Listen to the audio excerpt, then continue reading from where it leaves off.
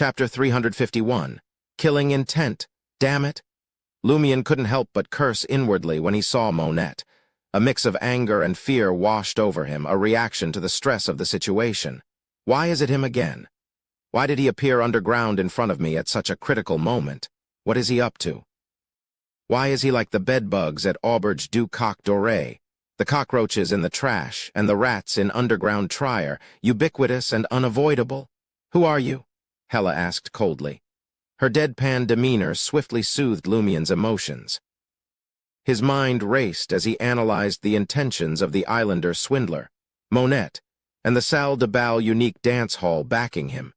Monette, with a sly smile, pinched the monocle in his right eye socket and replied, "Like you guys, a tomb adventurer." Tomb adventurer? You make grave robbers sound so honorable. Madame Justice once said that the higher a sequence, the more dangerous it is to enter the catacombs.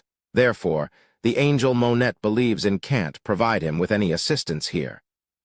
The saints with godhood in Salle de Bal unique don't dare enter either.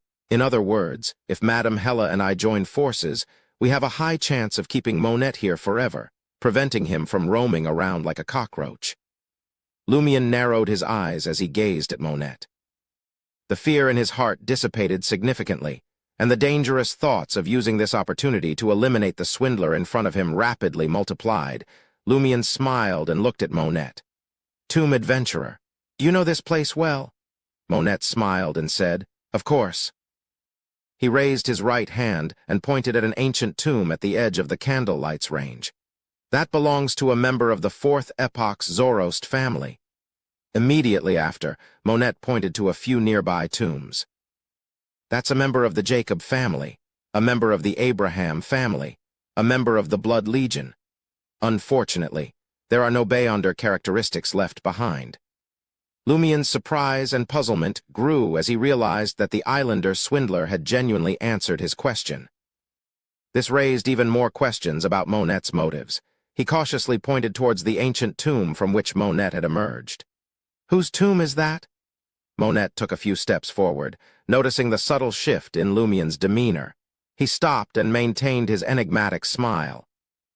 A member of the Fourth Epoch's Ammon family. This swindler's knowledge of the Fourth Epoch families and the catacombs' fourth level is far more extensive than what should is written on the road signs. Amid Lumion's bewilderment, Hella spoke again. Then do you know where the Samaritan Women's Spring is? Monette stroked the outer edge of his monocle and wore a smirk. Why should I tell you? What kind of reward can you offer? Why should we believe you have the exact location of the Samaritan Women's Spring? Lumion asked instinctively. He suspected that Monette was about to embark on his habitual deception. Monette chuckled lightly. I really don't know. The name Samaritan Women's Spring isn't that impressive. It seems to come from an ancient book I once read. However, after coming to this level many times, I discovered some strange phenomena. Some occasionally animated bones will automatically gather in this area, enter a tomb, and never come out. The undead animated by the environment will be affected by this tomb's abnormality and drawn to it automatically. Or is that the Samaritan Women's Spring? Western side, some ancient tomb. The conditions match. Lumion's heart raced as he became even more vigilant. Monette, the islander swindler, voluntarily disclosed such crucial information without receiving any payment. This was completely out of character for him. Any anomaly that occurred meant that something was wrong. Lumion suspected two potential scenarios. Either Monette was luring him and Hella into the ancient tomb where the undead gathered, hoping to lead them into a trap, or he was using them as scouts to navigate this dangerous territory. Both possibilities were equally plausible. Although the former didn't benefit Monette, some people did enjoy seeing others suffer. That's all I know. Monette pinched the monocle in his right eye socket and said with a smile, I'll search the other tombs. If you can find the so-called Samaritan Women's Spring, remember to leave a note for me in the tomb of the Ammon family member. Tell me what's so special about it. As he spoke, he advanced toward Lumion. In Lumion's tense state, poised to strike at a moment's notice, The islander swindler sidestepped him and headed for the distant tomb, carrying a lit white candle. Soon, his silhouette disappeared at the crossroads, plunging the area into darkness once more. Has he truly left? Lumion remained vigilant, his attention focused on Termaboros's reaction.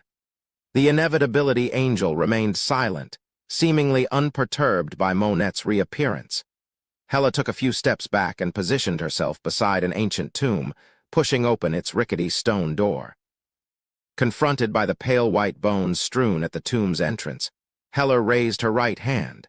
As if pulled by invisible threads, the bones swiftly converged, morphing into a swaying humanoid skeleton with a creaking sound. Hela refrained from issuing any commands to the undead creature she had summoned. She observed coldly as it slowly departed from the tomb, drawn by an unseen force into the darkness. Is Madame Hela from the corpse collector pathway, or does she possess a corresponding mystical item? Lumion roughly discerned Hela's intentions. She intended on utilizing the undead creature's characteristic, the automatic attraction to the problematic ancient tomb, to chart their course. The most probable anomaly in this region was the Samaritan women's spring. Holding their burning white candles, the pair followed the humanoid skeleton through the westernmost tombs. Suddenly, another figure emerged from the darkness around the corner, a candle flame accompanying him. A crystal monocle adorned his right eye socket, and an enigmatic smile graced his face. It was that islander swindler Monet once more. As Lumion jumped in fright, Monet asked with a smile, "Is that Samaritan women's spring interesting? Can I accompany you?" "Why didn't you ask previously?" Lumion's killing intent surged. Without batting an eyelid, he said, "We haven't even located it yet. How would we know if it's interesting? Why didn't you conceal yourself in the shadows, awaiting the completion of our exploration and confirmation of any dangers or traps before venturing forth? That way, the risk would be considerably lower. And even if we succeed, we won't be able to remove the Samaritan women's spring in its entirety." Monet pressed the back of his right index finger against the monocle and nodded in agreement. "You make a valid point." The swindler grinned and retreated into the darkness around the corner. The candle's flame promptly dwindled until it vanished. He left so easily. Lumion's thoughts raced, but he couldn't quite decipher Monet's intentions. He glanced at Hela and noticed that she was sipping liquor again, but her complexion had a pallid, almost bluish hue. She resembled a corpse even more now. "Do you have any idea what's up with these monocle-wearing folks?" Lumion inquired. Hela placed the empty military flask back into her hidden pocket. As she continued to follow the humanoid skeleton, she replied in a cold, ethereal voice. "It's tied to the Fourth Epoch's Ammon family." Fourth Epoch's Ammon family. The ancient tomb Monet emerged from belonged to a member of the Ammon family. They control the Marauder pathway, much like Franca mentioned the Demoness family's control over the Assassin pathway. Seeing that Hela wasn't inclined to share more, Lumion had no choice but to keep silent and follow. Monet's reappearance pushed aside any thoughts of idle chatter to ease his restlessness. As they proceeded, the candles held by Lumion and Hela took on a faint, eerie shade of dark green. The resurrected skeleton turned into a massive, decaying tomb with a partially open stone door. Lumion's spirit soared, sensing that the Samaritan women's spring lay ahead. At that moment, another figure poked its head out from the side of the tomb. Under the yellowish candlelight, the crystal monocle gleamed with an unsettling brilliance. It was the islander swindler, Monet, once more. He grinned and inquired, "Do you have any messages for your family and friends? I can help convey them." Lumion was so startled that he almost couldn't contain the urge to strike down Monet right then and there. There couldn't be a better place to deal with him. "No," Hela replied icily, choosing not to engage. Lumion exhaled slowly and said, "Neither do I." "What a shame." Monet returned to the dark tunnel beside the tomb, looking disappointed. The yellowish candlelight flickered slightly, indicating that he hadn't gone far and was waiting nearby. Lumion couldn't help but glance at Hela and gesture with his right hand as if cutting a throat. He was asking if they should eliminate the islander swindler in advance. Hela remained silent for a few moments before gently shaking her head. We'll leave as soon as we obtain the Samaritan women's spring. She intended to stay focused on their objective and avoid stirring up further trouble. Yes, once I've collected the spring water, I'll teleport away with Madame Hella. Lumion agreed and replaced their candles with fresh ones. After some time, the skeleton still hadn't emerged. Cautiously, they entered the massive tomb through the partially open stone door. At that moment, a raspy, elderly voice echoed from the depths of the tomb. "Halt!" Within the perimeter of the yellowish candlelight, a figure trembled into view. Chapter 352, Spring Source. A figure staggered out from the depths of the tomb. As the figure entered the range of the candle flames, it seemed uncomfortable with the light. It raised its right hand to shield itself from the glare. Similar to the tomb administrators, the figure wore a blue shirt and yellow pants. However, his face bore deep wrinkles and light brown patches. Sparse, dry, white hair adorned his head, and his eyes were an unusual pure black, giving off an icy coldness. For some inexplicable reason, Lumion found it challenging to discern the features of the aged tomb administrator. His form seemed to blur at the edges, blending seamlessly with the surrounding darkness, impervious to the white candle's glow. His breath was so faint it bordered on non-existent. In a hoarse, emotionless voice like that of a corpse capable of speech, he uttered, "Get out of here." "Since it's open for viewing, there shouldn't be any restricted areas," Lumion retorted, echoing the tone of college students in Quartier de la Cathédrale commemorative, attempting to reason with him. But the aged tomb administrator repeated, "Get out of here." Lumion turned to Hella, hoping she might succeed in persuading the gravekeeper. If that failed, he was prepared to take more direct action, either restraining the other party or even rendering him unconscious.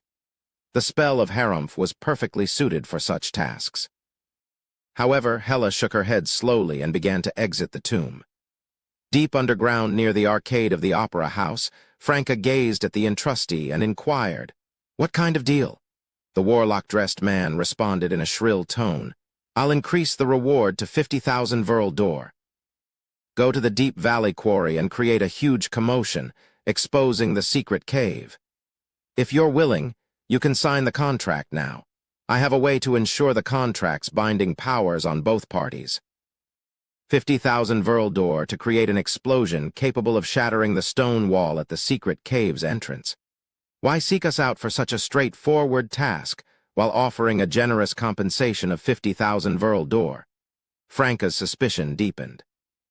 With a subtle movement, Franca produced a fist-sized, grayish-white cloth bag and tossed it into the shadows beside her. She assumed a guarded posture against the man across from her, and as though it was inconvenient for her to find a necessary item. "Help me find my seal." "Seal." Jenna materialized from the shadows and caught the small coin bag, hearing the metallic clinks within. She was baffled by Franca's request. "Isn't the bag supposed to be filled with coins and the ring of punishment?" Franca smiled at the entrustee. "What are the specific terms of the contract?" She sensed the possibility that the other party might manipulate the contract using Beyonder powers from the corresponding domain. Franca had a plan to attack before committing to any contract, capture him, clarify the terms, and then consider whether to sign it. Baffled, Lumion followed Hella out of the tomb and asked, "What do we do now?" "Grab my right arm." Hella's voice was colder than before, devoid of warmth. Lumion roughly grasped her thoughts and quickly complied, reaching out to firmly grasp her right arm. Almost instantly, Hella twirled the black diamond ring on her right middle finger with her left palm. Almost simultaneously, Lumion felt a profound shift. He was no longer in the same world as the tomb entrance. Surveying his surroundings, he noticed that everything, including the dim candlelight, had become hazy, shrouded in dense fog. Guided by Hella, Lumion moved cautiously through the thick fog, taking one step at a time. There was no movement in the depths of the tomb, and the two of them slowly advanced in silence. Before long, within the limited visibility of 5 meters, he spotted a rotting coffin standing upright on the ground. The aged tomb administrator lay motionless in the coffin, his eyes wide open and devoid of life. Lumion couldn't detect any sign of breathing this time. In this foggy state, the aged tomb administrator seemed to pay them no mind, allowing Lumion and Hela to pass by as they headed towards the end of the tomb. There, they found a gentle downward slope leading to an unknown destination. Hela gestured for Lumion to release his grip, and the enigmatic concealment dissipated. Standing at the top of the slope, Lumion held a candle flame in his hand, illuminating a path lined with scattered, broken bones. An unsettling chill emanated from the depths of his heart, stifling his emotions and desires. Yet, an unshakable anger and malice of wanting to snap someone's neck persisted, growing stronger. Lumion felt as though he was observing his own duality. A sane self contrasted with a crazed, unfamiliar self. He couldn't help but glance at Hela, who downed a flask of liquor in one go. Her face remained pale, and purplish-red patches marred her skin, making her look as if she had been dead for some time. "Are you all right?" Lumion remembered his primary role as a constant reminder to Hela to prevent her from being corrupted by the catacombs and undergoing any abnormalities. Hela put away the empty flask and replied in a lifeless voice, "I'm fine for now. I've made preparations to deal with this situation. As long as I don't linger too long, I should be all right." Lumion pressed, "How long can you stay?" "About half an hour," Hela replied, beginning to descend the slope. Lumion planned to grab Hela's arm and use Spirit World Traversal to force her out of here a few minutes in advance, regardless of what they found later. Descending deeper, the slope became littered with more bones, gradually taking on complete and original forms. Some resembled humans, while others appeared monstrous. The skeleton Hela had awakened earlier knelt on one knee on this slope, unable to proceed further. As they continued, Lumion noticed a thin grayish-white fog up ahead, contracting and expanding as if it had a life of its own. Hela slowed her pace and regarded the fog with heightened caution. "Is there a problem?" Lumion asked, finding the fog oddly familiar. Hela nodded and said, "It's very dangerous. I've prepared as best as I can, but I'm not certain it will work." As Lumion listened to Madame Hela's response, he continued to observe the grayish-white fog. Suddenly, he recognized it. Isn't this the same fog that shrouded Cordu's ruins? The very fog that provided protection when I prayed for boons. In that moment, Lumion realized the true reason behind Madame Justice's insistence that he accompany Madame Hela in the search for the Samaritan women's spring. He cautiously extended his right palm towards the grayish-white fog, and as they touched, he felt warmth in his left chest. He knew that Mr. Fool's seal had been activated. He pushed forward, his right palm passing through the grayish-white fog without encountering any danger or abnormality. With newfound confidence, he couldn't help but think, "Praise the fool." After a brief prayer, Lumion turned to Hela with a confident smile. "I've also made the necessary preparations, and they seem effective. I'll grab your arm." Hela didn't inquire further about Lumion's preparations or the information he possessed.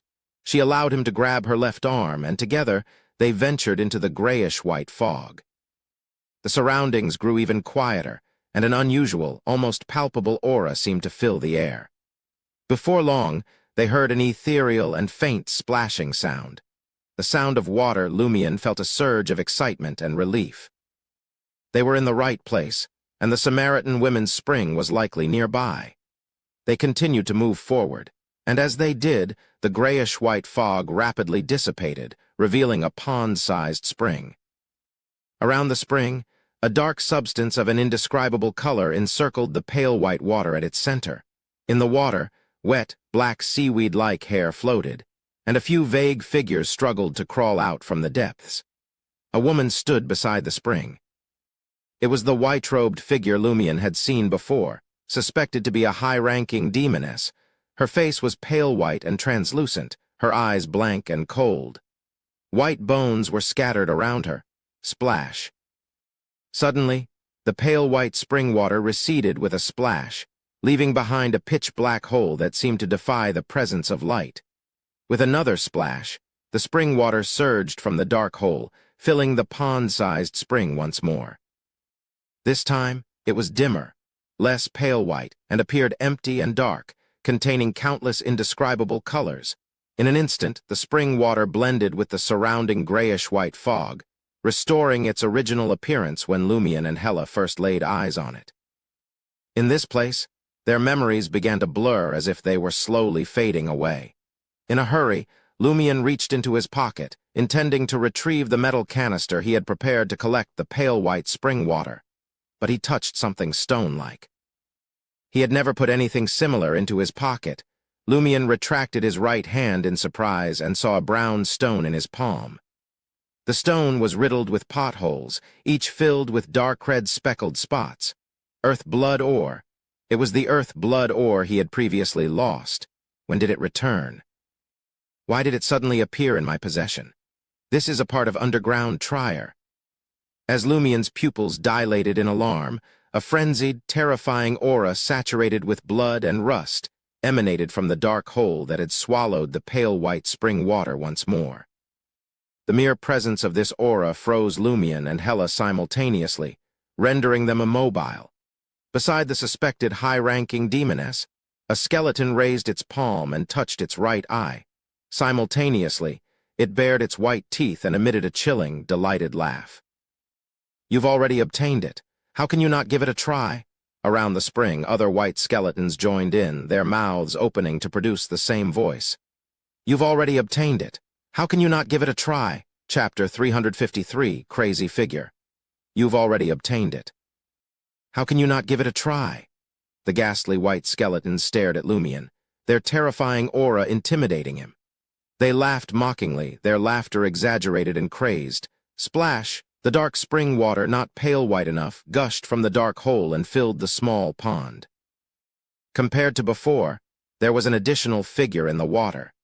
The figure seemed to be engulfed in an intense inferno, almost colorless flames covering its entire body. Despite occupying only a corner of the spring, Lumion, frozen in fear, felt it was abnormally huge, like a mountain peak. Within the nearly intangible flames, the figure revealed long, blood-colored hair. Its sculpted face was marred by decay and pus, and its bones gleamed with a metallic luster. Its iron-black eyes seemed rusted, emitting a sinister blood-red glow, yellowish magma. Dripped from the figure's body, quickly extinguished by the pale white spring water. As the Samaritan women's spring surged again, the dense white bones that had made the sound fell silent, as if they were about to decay into mud. Seeing the decomposing mountain-like figure, the stench of blood and rust intensified in Lumion's nostrils. His stunned mind was tinged with a madness that yearned to destroy everything, igniting his already violent and ferocious aura. If he hadn't been on the brink of death, his thoughts completely stalled, he might have lost his mind and become a lunatic. He could lose control at any moment if that happened. In any case, he stood frozen in place, as if facing his most feared natural enemy. All he knew was to tremble, forget to resist, and forget to escape. Splash! The highly decayed figure, shrouded in intangible flames, entered the pitch-black cave, determined to reach the edge of the Samaritan women's spring. It reached out its right palm, dripping with a faint yellowish-red liquid, trying to grab Lumion, who stood there. The spring water surged, and a faint fog gathered, preventing the figure, which appeared as massive as a mountain, from leaving the spring. A low growl escaped the figure, and its iron-black eyes emitted a corrupting redness, capable of unsettling anyone who lay their eyes on them. Under this influence, Lumion's mind buzzed, and he went blank. The Samaritan women's spring trembled violently. Although the terrifying figure couldn't break free from the spring's constraints, it successfully blocked the spring water's retreat into the dark hole. Simultaneously, the decayed and shadowy figures within the spring surged toward the shore, driven by the low growl. Among them, there was a woman filled with pus exuding a serene, knight-like temperament, a decaying corpse adorned with a golden crown, an iron-colored skeleton sprouting greasy feathers, a figure entwined with countless shattered maggots, and a strange black entity. These figures, too, couldn't leave the Samaritan women's spring, but approached the edge, extending pale white, pus-covered or highly decayed palms made of repulsive maggots toward Lumion's feet. The long black hair floating on the water's surface, resembling a tangle of weeds, suddenly came to life and extended rapidly beyond the spring. The white-robed woman lingering around the Samaritan women's spring was instantly ensnared by the long black hair. Lumien's figure reflected in her stiff, cold blue eyes. Bizarre and terrifying palms gripped Lumien, and the long black hair tugged at him. Slowly and uncontrollably, he slid toward the Samaritan women's spring, drawing closer to the colossal figure formed by madness and flames. His body grew colder, and his thoughts went blank. At that moment, all light suddenly vanished, and he was consumed by a most profound darkness. Melodious singing and chanting echoed from afar, soothing the area. The blurry and shadowy figures no longer displayed the same level of madness as before, as if they had been pacified. The terrifying palms that had clutched Lumien's feet and nearly froze his spirit and flesh retracted. The long black hair that had tugged at his body lost its vitality and fell to the ground, powerless. The figure suspected to be a high-ranking demoness lingering around the Samaritan women's spring also came to a halt, as if listening to a nocturnal symphony. Even the most terrifying and frenzied figure slowed down, its terrifying aura significantly weakening. Lumien snapped out of his daze and instantly comprehended what had transpired. The thief who had stolen the Earth Blood ore was none other than Monette of Salle de Bal Unique. Monette had deliberately orchestrated a coincidental encounter with him on the 4th level of the catacombs. Using his thieving skills, he had surreptitiously returned the Earth Blood ore, enabling Lumien to bring the ore specimen to the Samaritan women's spring without detection, triggering this bizarre turn of events. Lumien had never intended to take the Earth Blood ore underground, deeming it too dangerous given his current abilities. Monette's theft and return of the ore had been a passive way to provoke an encounter, the nature of which remained uncertain. As for Monette's motives, Lumien knew he might only uncover them after this ordeal concluded. With his thoughts racing, Lumien instinctively reached for Hela's arm, intending to activate his contract mark and escape using Spirit World Traversal. In the process, he attempted to rid himself of the Earth Blood ore, hoping to distract the crazed figure with long, blood-colored hair. However, the Earth Blood ore appeared to be affected by the abnormal environment, showing visible signs of deterioration. Silently, it crumbled, dissolving into the air. The hidden blood stains marked Lumien's palm, corroding his skin. Meanwhile, the flame of the white candle Hela held flickered precariously, on the brink of extinguishing. The black diamond ring on her right hand emitted a profound darkness. After grasping her arm, Lumien realized they were both frozen in place. This area seemed to be cut off from the spirit world, rendering escape impossible. "I can't escape." Lumien retracted his hand decisively and addressed the fiery figure, who gazed at him with madness. "Ha!" A pale yellow beam emanated from his mouth, striking the dark, mountain-like figure. The figure swayed, but remained unharmed. It unleashed an intangible roar once more, receiving this new command. The bizarre figures, previously calmed by the tranquil night, trembled. They extended their decaying or repulsive hands once again, clutching at Lumien's feet. The black hair, previously lying dormant, rose again. Realizing evasion was futile, Lumien's body erupted in fiery flames. The crimson blossoms of destruction rapidly dimmed and faded, as if their vitality had been extinguished in an instant. The pale white, pus-filled hand was the first to seize Lumien's right foot, silencing him as his thoughts rapidly waned. The highly decayed hand, the iron-colored skeleton adorned with light yellow feathers, and the form intertwined with shattered maggots fulfilled their tasks one after another. They dragged Lumien, who appeared as if in a trance with wide-open eyes, toward the Samaritan women's spring. Hela found herself encircled by layers of long black hair. It pierced through the tranquility of the night, enveloping the lady, who displayed signs of decay. Lumien stared vacantly at the rigid, decomposing countenance, at the iron-black eyes tinged with blood. He sensed an overwhelming, unadulterated madness, but could summon no coherent thought. His body grew more rigid, and purplish-red livor mortis emerged on his flesh. He was now just a step away from the pale white spring. At that moment, the Samaritan women's spring, which had been held at bay by the colossal figure for an extended period, finally surged forward, breaking through the barrier. It swept all the figures, including the colossal one engulfed in invisible flames, back into the lightless abyss of the dark hole.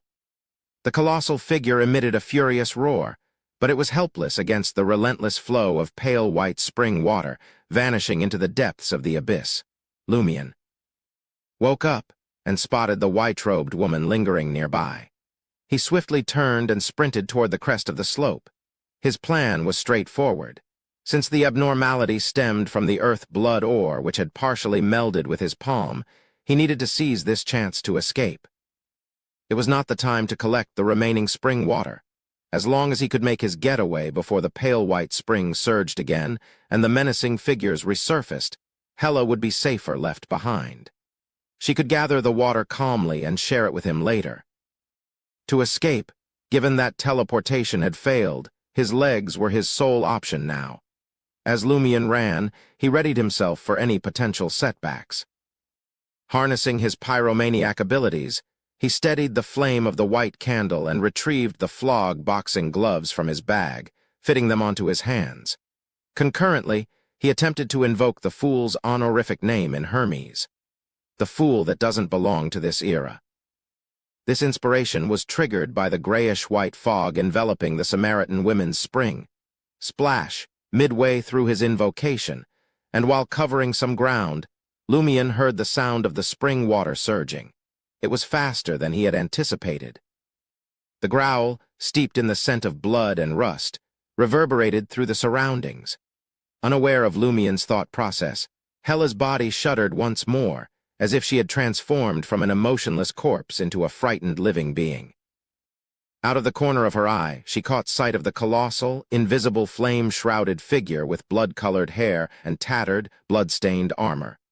Lumion, too, was taken aback. He even felt an inclination to surrender and give up his resistance. He strained to endure, unable to continue invoking the honorific name. His only recourse was to place his faith in the flog boxing gloves. If he could hold out just a little longer, the hidden evil gods might direct their attention toward him because of the material of the boxing gloves, sending forth dangerous creatures to influence or assail him. In the past, Lumion would have prayed for the impending abnormality to remain manageable. But now he hoped that the more dangerous it became, the better only by muddying the waters would a fish have a chance to escape. Chapter 354. Palm. Underground near the arcade of the Opera House. The warlock-dressed man spoke to Franca in a shrill voice. It's simple. There are only 3 specific terms. First, you two must promise to blow up the hidden door of the secret cave in Deep Valley Quarry, creating a commotion that can attract everyone nearby. Second, I'll pay both of you 50,000 Verl d'Or with an advance of 20,000. Third, you'll face consequences if you don't uphold your end of the bargain. This restriction applies to both parties. We can discuss the details. The man had no intention of deceiving the 2 Beyonders in the contract. Instead, he planned to use his abilities to modify the mission's content the moment the contract was established, forcing them to infiltrate the secret cave in Deep Valley Quarry and retrieve what he wanted, along with sufficient evidence. This entrustee had once purchased a human soul for 1,000 Verl d'Or using this unique ability to tamper with transaction terms. He believed he wouldn't be disappointed this time. As Franca conversed with the warlock-dressed man, Jenna, hidden in the shadows, reached into the small money bag and idly stroked the gold, silver, and copper coins inside. She was certain that there was no seal inside the money bag, or rather, Franca didn't have a seal. What does she mean? Jenna's gaze shifted to the entrustee who had stated the terms of the contract, finding it rather peculiar. If he wanted to strike a deal, why not apply for notarization at the mysticism gathering just now? If he were afraid that the contents of the commission would be exposed, he could have gone to the conversation room and borrowed the host's mystical item. There was no need to secretly follow us for the commission. Something is definitely off. Jenna understood why Franca had tossed the coin bag to her. As soon as she realized that something was amiss, She was to immediately use the ring of punishment to attack the other party and take control over the situation. Phew! Jenna exhaled slowly and put on the ring of punishment. Using the shadows, she closed the distance between herself and the entrustee. Franca glanced at the shadows not illuminated by the carbide lamp and smiled at the entrustee dressed as a warlock. That sounds reasonable, but I need to confirm if you're lying and if there's a problem with this matter. As she spoke, she gently tossed the carbide lamp in front of her and retrieved a mirror from the assassin's suit's hidden pocket. She smiled and said, "Coincidentally, I'm skilled in divination." Upon hearing this, the entrustee dressed as a warlock's pupils dilated and his entire body tensed up. He wasn't sure if magic mirror divination could expose his scheme. Hidden in the shadows, Jenna detected his abnormality. Without hesitation, she raised her right hand slightly, causing the iron-colored ring covered in tiny spikes to glow. Simultaneously, two blinding bolts of lightning shot out from her eyes, psychic piercing. At the Samaritan Women's Spring, Lumion and Hela were once again gripped by a horrifying terror, consumed by pure madness. They stood frozen in place, their bodies quivering slightly. While this madness immobilized them, it paradoxically spared them from imminent death. Their frozen bodies burned with an intense heat, and their dormant thoughts ignited with fury and brutality. However, their purplish-red livor mortis and decaying skin continued to worsen, showing no signs of improvement. Darkness descended once more, and Hela used the black diamond ring on her right hand to try and pacify the spectral figures hovering in the Samaritan Women's Spring, including the burning giant in rotting armor. Lumion recollected his thoughts and realized that his escape with Hela had not been in vain. They had distanced themselves more than 10 meters from the spring, and the decaying, shadowy figures could not leave the Samaritan Women's Spring or reach the shore to grasp their legs and drag them underwater. These figures clustered at the spring's edge, their vacant eyes staring into nothingness. Their heavily decayed or distorted hands occasionally reached out from the water, only to be forcefully pulled back by some mysterious force. Silently, they emitted roars that made the entire slope tremble, inducing drowsiness and feelings of submission in Lumion and Hela, causing various adverse reactions. However, the madness that had ignited their thoughts and the strange effects that had led to signs of dissociative identity disorder had failed to take hold. Around the Samaritan Women's Spring, only the lingering female figure and the long black hair, resembling seaweed, could approach Lumion. One gazed at him with eerie eyes while the other extended itself, attempting to ensnare him. Lumion was relieved.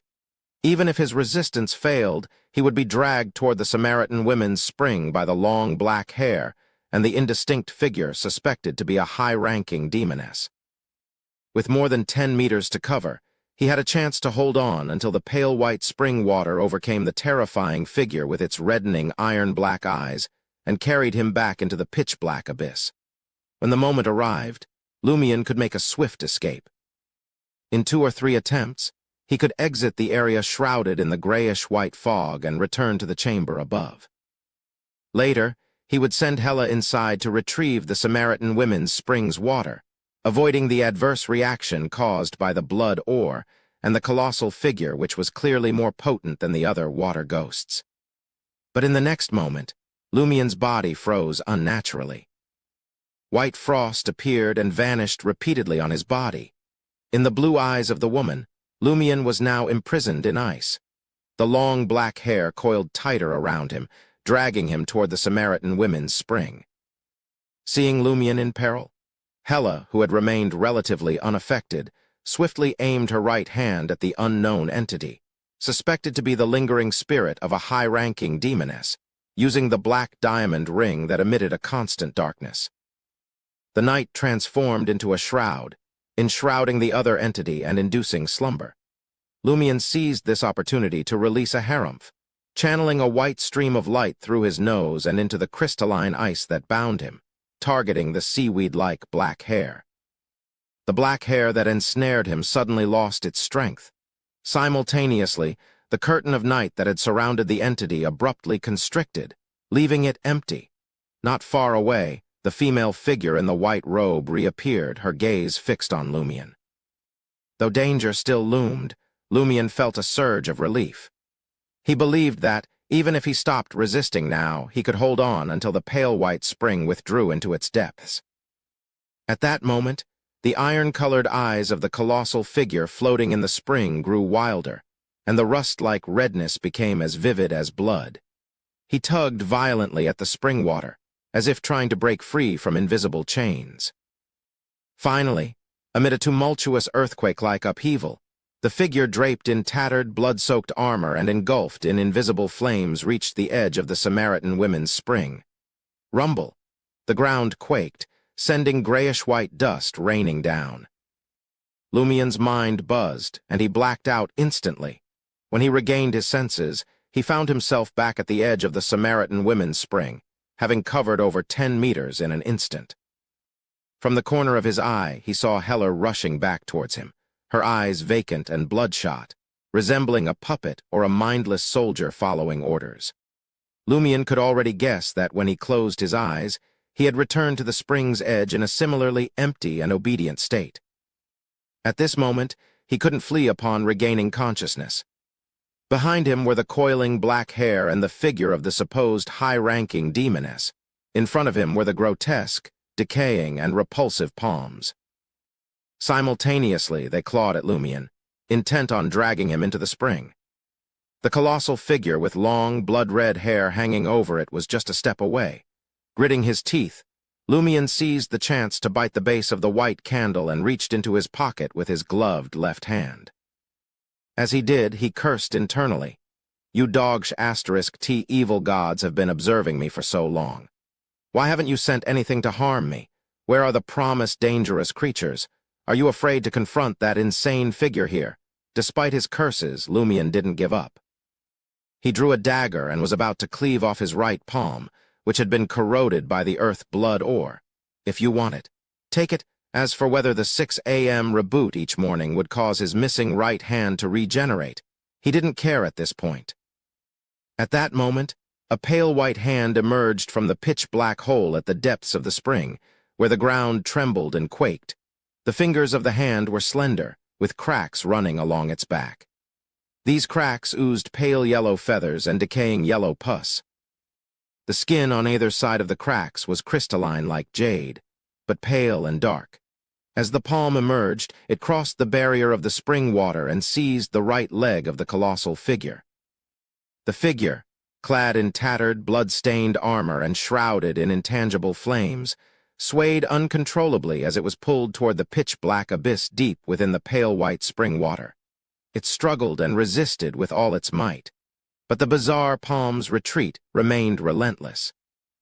The only response was the falling of light yellow feathers, pus stained with blood, and skin that was no longer crystalline but highlighted with black, living blood vessels. Countless complex symbols, pale white, pitch black, or dim, appeared, carrying the frenzied and terrifying figure as it rapidly shrank toward the pitch-black spring. Lumion couldn't witness the scene, nor could he see what was happening.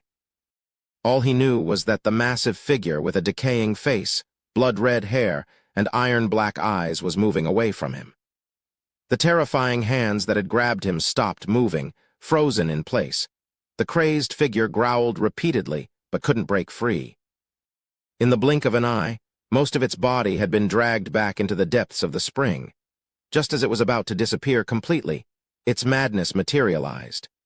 2 dark red rust spots shot out of its iron-black eyes and darted straight toward Lumion.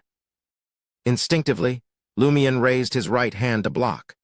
The 2 rust marks pierced through the flog boxing glove and into his skin, which had been corroded by the earth blood ore. Splash! The pale white spring water receded entirely, pulling all the floating figures into the pitch-black abyss. The vicinity of the spring fell eerily silent. Chapter 355. The Real Spring Water. In the midst of the eerie silence, Lumion sensed an unusual heat in his right palm, as though it were ablaze. Swiftly, he stripped off his boxing gloves and inspected his palm. The earth blood ore's corrosive touch had left it bright red, radiating waves of excruciating pain that left him seething with frustration and anger. Aside from this, nothing appeared out of the ordinary for now. Given the circumstances, Lumion couldn't afford a detailed examination. Ignoring the cold creeping through his body and his calmed thoughts, he retreated to assess the situation at the Samaritan Women's Spring. Indistinct figures and the long, weed-like black hair submerged in the water were drawn into a lightless abyss, swaying relentlessly, as though a fierce battle raged within. The white-robed, corpse-like figure that had lingered nearby had vanished into thin air, leading Lumion to suspect that his encounter with the suspected high-level demoness on the 4th floor was linked to a similar change in the Samaritan Women's Spring. This sight sparked a daring idea in Lumion's mind. Seeing the terrifying figure pulled back to the fountain by a strange power, one in fierce resistance and the other trying to suppress it, it seemed unlikely a victor would emerge quickly. Lumion decided to stay vigilant, pause his escape, and explore the possibility of setting a trap while collecting some of the pale white spring water once it surged again. The water ghosts were nowhere to be seen at the spring's bottom, nor were there any blurry figures lingering nearby. It appeared to be a safe moment. In the next instant, Lumion noticed Hela producing a golden bottle adorned with intricate, mystical symbols, reminiscent of the symbols he had seen at the basement door of the Highland Mystic Potion Shop. Hela didn't wait for the pale white spring water to rise again. She squatted down and pressed the bottle's opening to the damp soil at the spring's edge. The soil was dark-colored, and the closer they got to the pitch-black hole, the more it seemed to contain countless colors. The soil was more ordinary the farther it was from it. It was no different from the slope itself in areas where it hadn't been submerged by the spring water. The soil, dark and filled with countless colors near the pitch-black hole, dried up as the pale white spring water receded into the abyss. However, the periphery remained slightly moist, producing droplets that were more tangible than the pale white spring water and resembled the color of a nocturnal lake. Seeing that Hela's target was the liquid, Lumion asked in confusion, "Aren't you going to wait for the Samaritan Women's Spring to resurface?" Hela shook her head. "This is the true Samaritan Women's Spring water. The pale white water is too dangerous to touch right now. Contact with it means instant death, wandering forever near the spring or its source. Our containers are no exception. That terrifying. Could it be that the Samaritan Women's Spring is a byproduct of the pale white water and not its true form?" Lumion took out a metal canister he had prepared in advance and held it to the droplets seeping from the soil at the spring's edge. With just one drop, the canister showed signs of rust and decay from prolonged submersion. Without a word, Hela produced a golden canister engraved with intricate symbols and tossed it to Lumion. Only then did Lumion manage to collect the Samaritan Women's Spring. His attention remained focused on the dark spring. As long as the earth-shaking tremors ceased, he planned to make a hasty retreat with the Samaritan Women's Spring water he had collected. 1 drop, 2 drops, 3 drops. The spring water entered the golden canister at a painstakingly slow pace, as if it might stop at any moment. His prepared canister, on the other hand, grew increasingly rusty and fragile. Lumion watched the sluggish progress, concerned that the pale white spring water might surge again. Frustration and anxiety welled up inside him.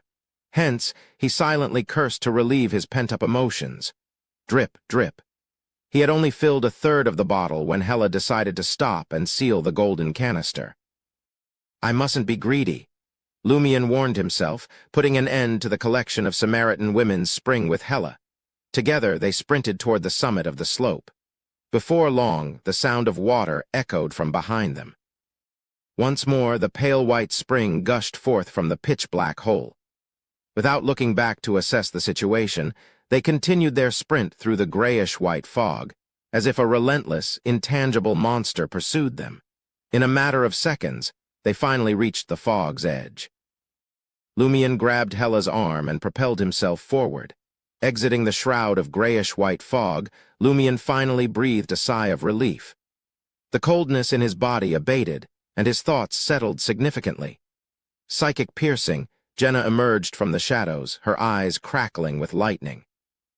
The man in the warlock robe heard a surreal crack and felt an intense surge of pain radiate from the depths of his spirit body, gripping his mind. Instinctively, he crumpled to the ground, curling up in an attempt to alleviate the agony. Franca wasted no time and seized the moment. She pointed the mirror she held at him. As the warlock-clad entrustee appeared in the mirror, black flames ignited in Franca's palm and spread across the glass. Demoness's curse, black flames erupted from the man's body, weakening his struggling spirit.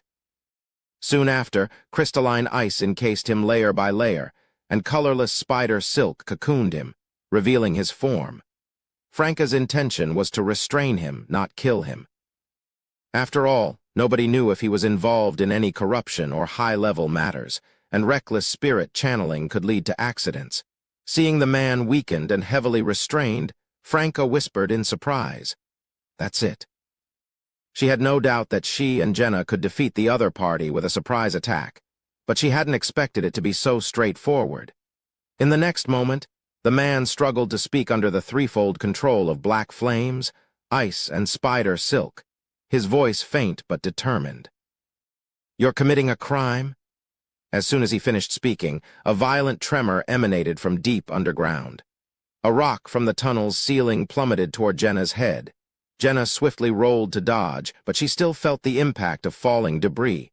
Franca faced a similar predicament. She sensed that if this continued, the entire tunnel might collapse. Even with mirror substitution, she couldn't guarantee her safety in this segment of the tunnel.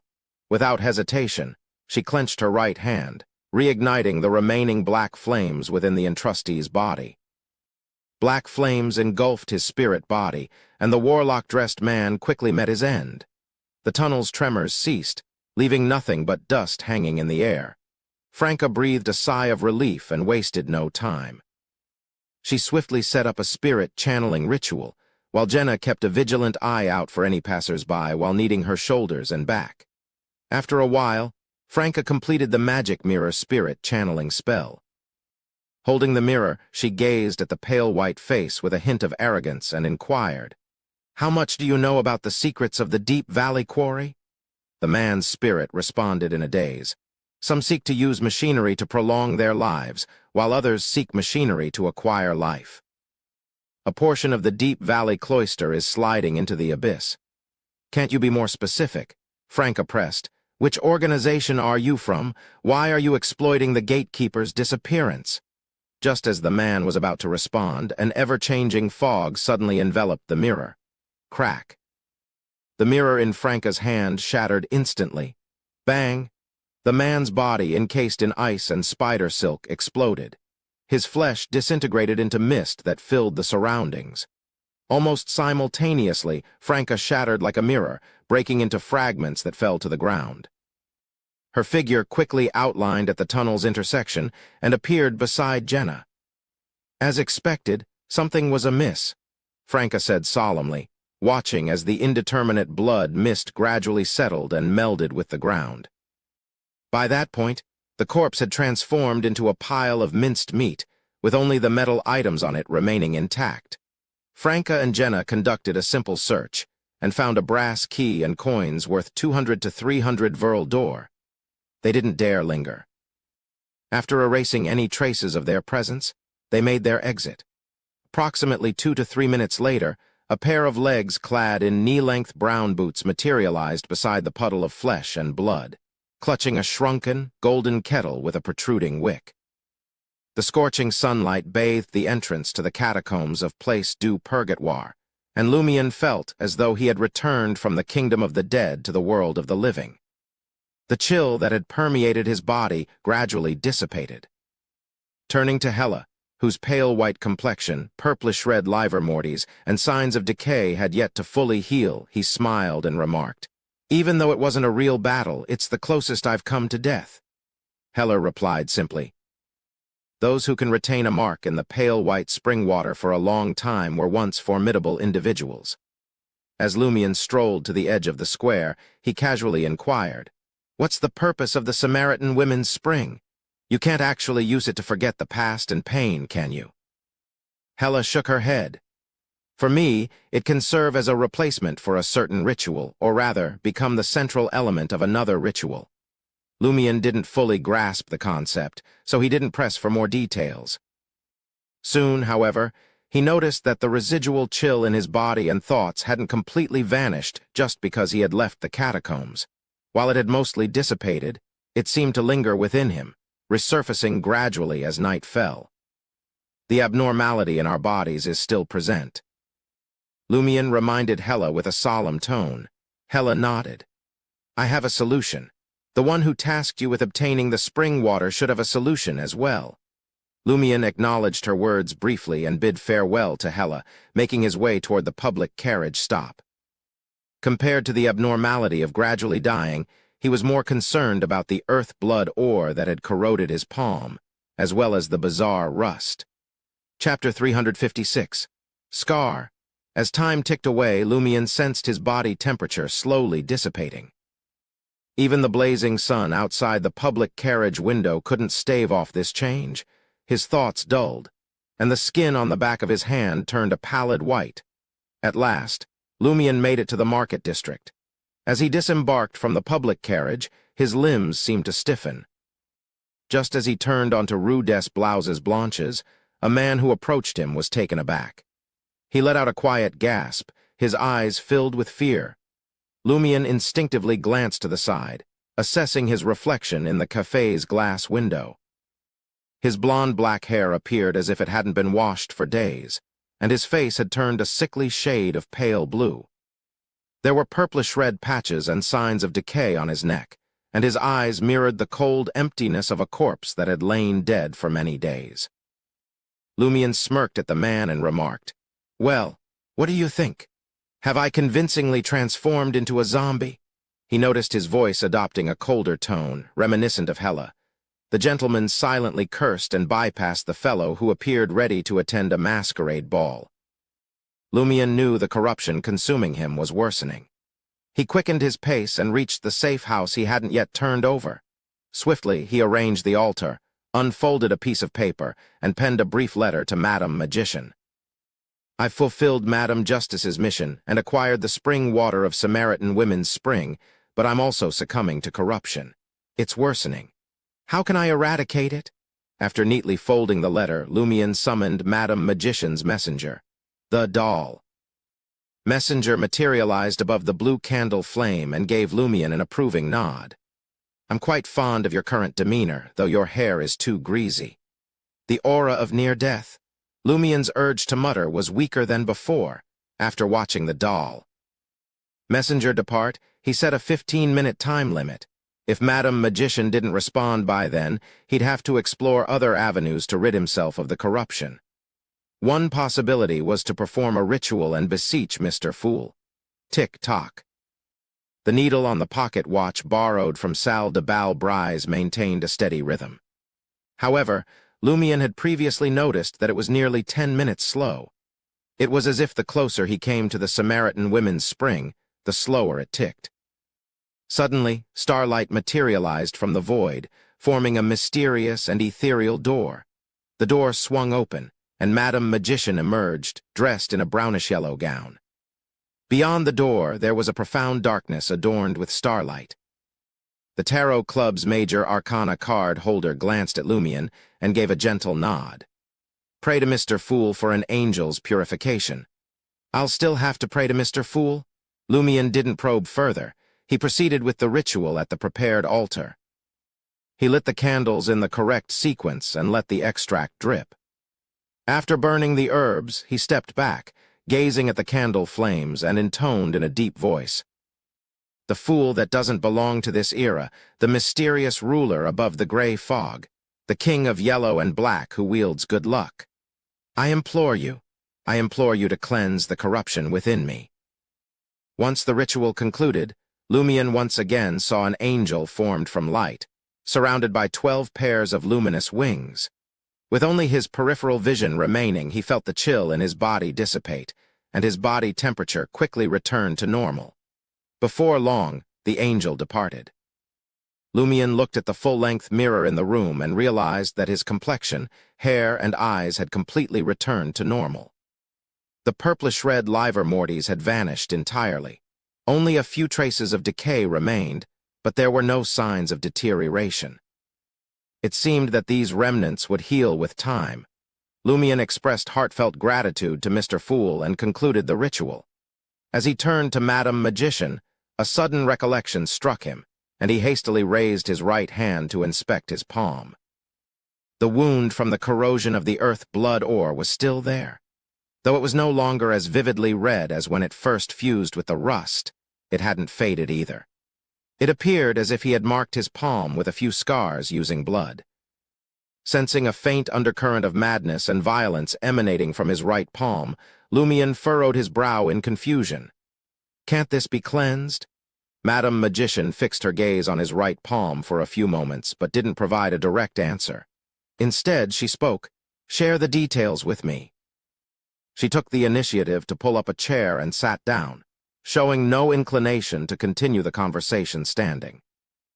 Lumion settled into a chair at the wooden table, beginning with Madam Justice's assignment, and recounting how he and Hela had each extracted a third of a canister's worth of Samaritan women's spring water. He narrated the encounter with the colossal, frenzied figure and the bizarre power. Simultaneously, he didn't omit any details about Monette's appearance and actions, as well as the curious return of the earth blood ore. Madam Magician listened to Lumion's account in silence before letting out a chuckle. It's quite challenging for truly formidable figures to die completely. Even without Beyonder characteristics, bodies, or souls, they often leave behind mental imprints, death marks, residual auras, and other remnants. When the right conditions align, they may find a way back into the real world with a suitable vessel. Like the oldest one, the Creator. Lumion grasped the gist of Madam Magician's explanation and inquired further. So, who is this figure? Madam Magician took a moment to reflect and replied, "It's likely the Blood Emperor of the Fourth Epoch, Alistair Tudor." The Blood Emperor, one of the 4 emperors. Lumion had heard this title and name mentioned by Gardner Martin. Alistair Tudor's empire once spanned what was present-day Intis. The Trier, submerged underground, had served as his capital. According to Gardner Martin, the Blood Emperor was a true deity who grasped the hunter pathway, signifying that he was a sequence 0 red priest. That's correct, Madam Magician affirmed. The War of the 4 Emperors was a genuine conflict among gods. Alistair Tudor met his end in the submerged 4th Epoch Trier, which also caused the capital to sink underground. He had long descended into madness and committed numerous atrocities. Rumor has it that he nearly entombed all the deities who participated in the war alongside him. Even now, many remnants of that war lie buried beneath Trier, profoundly shaping some aspects of the 5th Epoch's history. The 5th Epoch, the epoch in which Lumion and his companions resided, was often referred to as the Iron Age, nearly burying all the deities who participated in the war. The Blood Emperor was truly deranged, Lumion mused, genuinely intrigued. What occurred during the War of the 4 Emperors? I'm not entirely certain either, Madam Magician admitted with a shrug.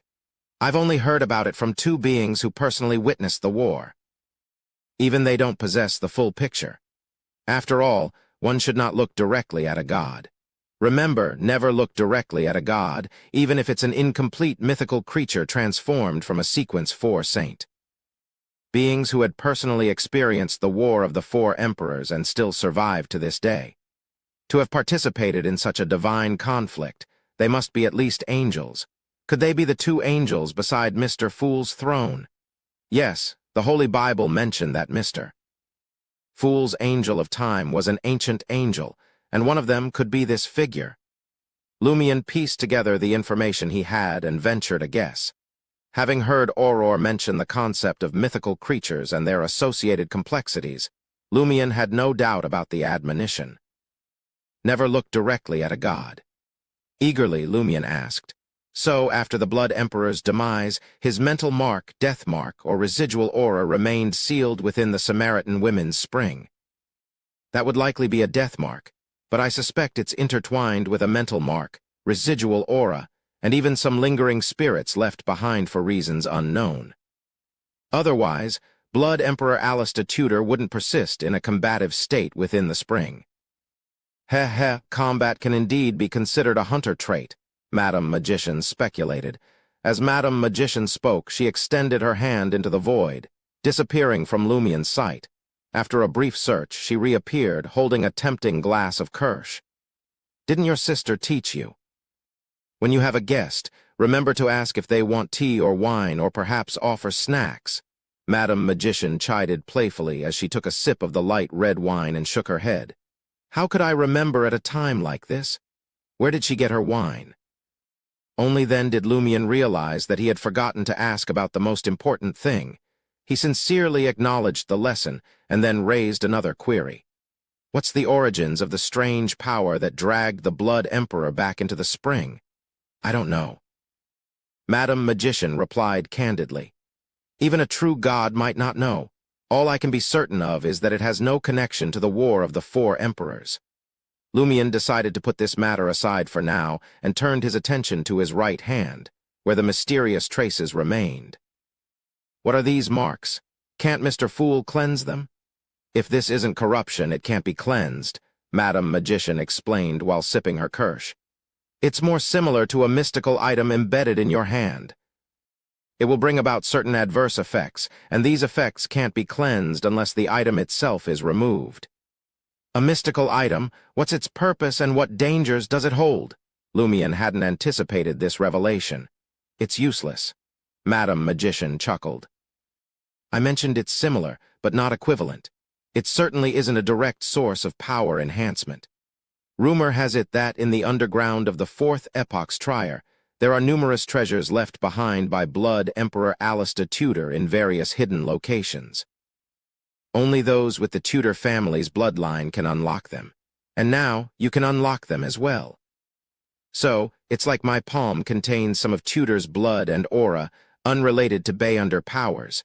Lumian tried to probe the bright red scars on his right palm with his consciousness. As soon as the two connected, he was abruptly engulfed by a surge of frenzied, violent, terrifying, and dominating aura. The entire room and even the entire apartment quaked uncontrollably.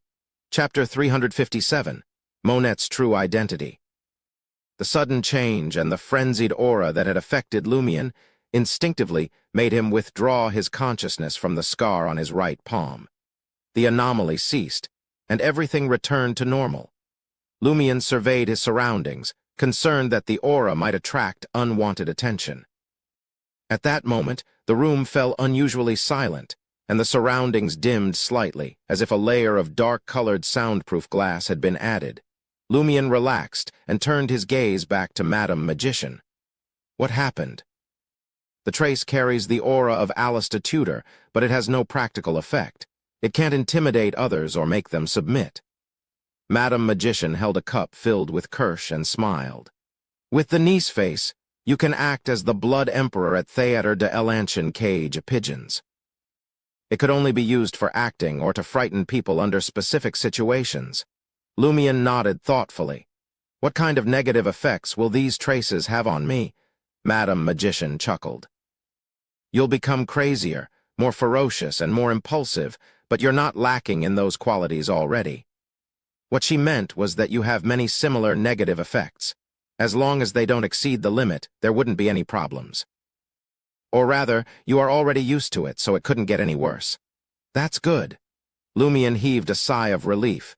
Madam Magician took a sip of Kirsch and reminded him. For now, you mainly rely on your perseverance and alms monk endurance to suppress the negative effects and maintain your normal state. However, when the time is right, you need to vent. It's like a reservoir.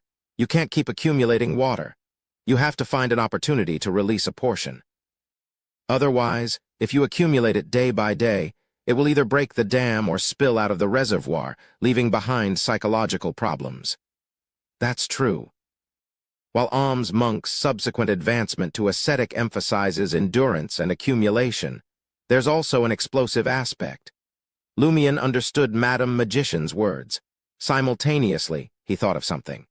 After joining the Iron and Blood Cross Order, he would inevitably explore underground Trier. Although he possessed the Blood Emperor's aura and had the qualifications to enter specific places and open certain treasures, would he trigger more abnormalities and encounter more danger? Lumion expressed his concerns, and Madame Magician nodded slightly. This is a completely foreseeable discovery. As the saying goes, it's both a boon and a curse. If you don't want to take such a risk, pray to Mr. Fool again in 2 or 3 days and ask him to help you eliminate Alistair Tudor's aura. Remember, you must specify that it's the aura of a high-level Beyonder of the Hunter pathway to prevent any misunderstandings of removing any unnecessary things during the surgery. Can't I clear it with my daily 6 a.m. reset? Lumion asked out of habit. Madame Magician shook her head. It can't reset an aura of this level. Lumion fell into deep thought, contemplating whether to retain Alistair Tudor's bloodline aura or use a ritual to remove it. Recalling that entering the underground to search for the 4th Epoch Trier would undoubtedly be a mission assigned by the Iron and Blood Cross Order, and triggering an abnormality was highly likely, he steeled his resolve and chose to keep the bright red scar on his right palm. Unlike other members of the Iron and Blood Cross Order who had been corrupted by the building at 13 Alistair, only Alistair Tudor's bloodline aura could allow him to withstand the same underground treatment as the corrupted without losing his sanity. As for the potential dangers, he was concerned, but he could only choose the option with fewer disadvantages. In any case, searching for the entrance to the 4th Epoch Trier wasn't his sole mission. When the time came, many members of the Iron and Blood Cross Order would undoubtedly join the effort. Gardner Martin might even lead the team. If the sky collapsed, they would all face it together. Seeing that Lumion had made up his mind, Madame Magician didn't say anything else and quietly savored her kirsch. Lumion then inquired about something else. That group of Monet Islander swindlers, or rather, the people at Salle de Bal Unique. Could it be that they want me to obtain Alistair Tudor's bloodline aura and open a treasure trove in the future? But why not obtain it themselves? They've already stolen the Earth Blood ore, and they can clearly enter the area around the Samaritan Women's Spring. Perhaps it's too dangerous for them, and they don't want to try it themselves. If you fail, it could unleash the Blood Emperor's remnant spirit. If you succeed, they just have to wait until you find the treasure, Madame Magician replied with a smile, ushering in the Blood Emperor's remnant spirit. Lumion expressed his puzzlement. Back then, I felt that as long as I came into contact with the pale white spring water, I would die immediately and completely. I probably can't become a vessel for the Blood Emperor's resurrection. Madame Magician pondered for a moment and said, Normally, that should be the case, but since you're a hunter and possess Mr. Fool's seal and an angel from the Inevitability domain, once you're dragged into the spring and fused with the Blood Emperor's remnant spirit, it might trigger an unpredictable explosion, allowing Alistair Tudor's figure to escape its restraints and prevent death from imprisoning him. Lumion pondered Madame Magician's words and felt that the more he thought about it, the more questions arose, making him feel more terrified. Madame Magician gently swirled her glass. That was just my guess. The true motives of those at Salle de Bal Unique remain to be confirmed. It might even be a prank that could endanger your life to interfere with our judgment of other matters. In short, you have to be vigilant. Don't relax just because you feel that the other party has achieved their goal. Lumion tersely acknowledged, indicating that he wouldn't let his guard down. In fact, even if Madame Magician hadn't mentioned it, he would have taken precautions against the Islander swindler who always appeared underground at critical moments. This guy was close to traumatizing him. Should we report the anomaly at Salle de Bal Unique to the 2 churches? Lumion inquired. Madame Magician wore a peculiar expression as she replied. I've been observing the dance hall for some time and realized that most of the people wearing monocles in their right eyes are normal. Only a few are problematic, and the few who are problematic are irregular. It's difficult to lock onto them as they can be one thing today and something else tomorrow. Furthermore, no one knows if he is among those who don't wear monocles with their right eye. To completely eliminate him, we might have to apprehend everyone on that street, and those who have visited the dance hall, either destroying or purifying them. However, this won't truly finish him. It will only force him into the shadows. Mr. Fool's Angel of Time is keeping an eye on this matter, hoping to find his most important avatars. Only then can we inflict pain and keep him in check for a while. Lumion was abnormally confused. Puzzled, he asked, "What do you mean if he is among those?" Madam Magician spoke as if the abnormal ones were the same person. Madam Magician pondered for a few seconds and said, "He has already interacted with you several times. It's necessary for you to understand him to a certain extent. He is the great noble of the Fourth Epoch's Tudor Empire, Ammon. He is also the child of the ancient sun god, who ruled the entire world in the Third Epoch." "He's Ammon." Lumion recalled that the islander swindler, Monette, had crawled out of the tomb of a member of the Ammon family. The person behind him was an ancient angel. "It's no wonder he knows so much about the Fourth Epoch tombs." Madam Magician nodded. "He was once a king of angels and ascended the throne of a deity, but he was defeated by Mr. Fool. Now he is an ordinary angel. He belongs to the Marauder pathway. High-ranking individuals of this pathway have a special ability called parasitism. It is the separation of a portion of themselves and parasitize the bodies of others. There are shallow levels of parasitism and deep levels of parasitism. The latter can allow the host to become an avatar. The higher the sequence, the more targets they can parasitize." Lumion was alarmed and afraid as he blurted out, "Island swindler Monette has been parasitized by him?" He was actually a formidable figure who had once fought Mr. Fool. Madam Magician agreed with Lumion's guess. "That's right. Every member of the Fourth Epoch Ammon family is Ammon. The abnormal ones in Salle de Bal Unique are also Ammon. The ones who haven't shown any abnormalities are potential Ammons or potential believers of Ammon." Lumion was rendered speechless. He found it fitting to describe those wearing monocles with their right eyes as bedbugs in Auberge du Coq Doré and cockroaches from the trash. It was too similar. Monette had, in a way, risen from his own grave. "How many avatars does he have?" Lumion inquired after a brief pause. Madam Magician shook her head and replied, "Since the Fourth Epoch, he has been hunting Beyonders of the Marauder pathway for ages, gathering many characteristics. No one knows how many avatars there are. What you need to remember is that when you encounter an Ammon, there are already many Ammon lurking around.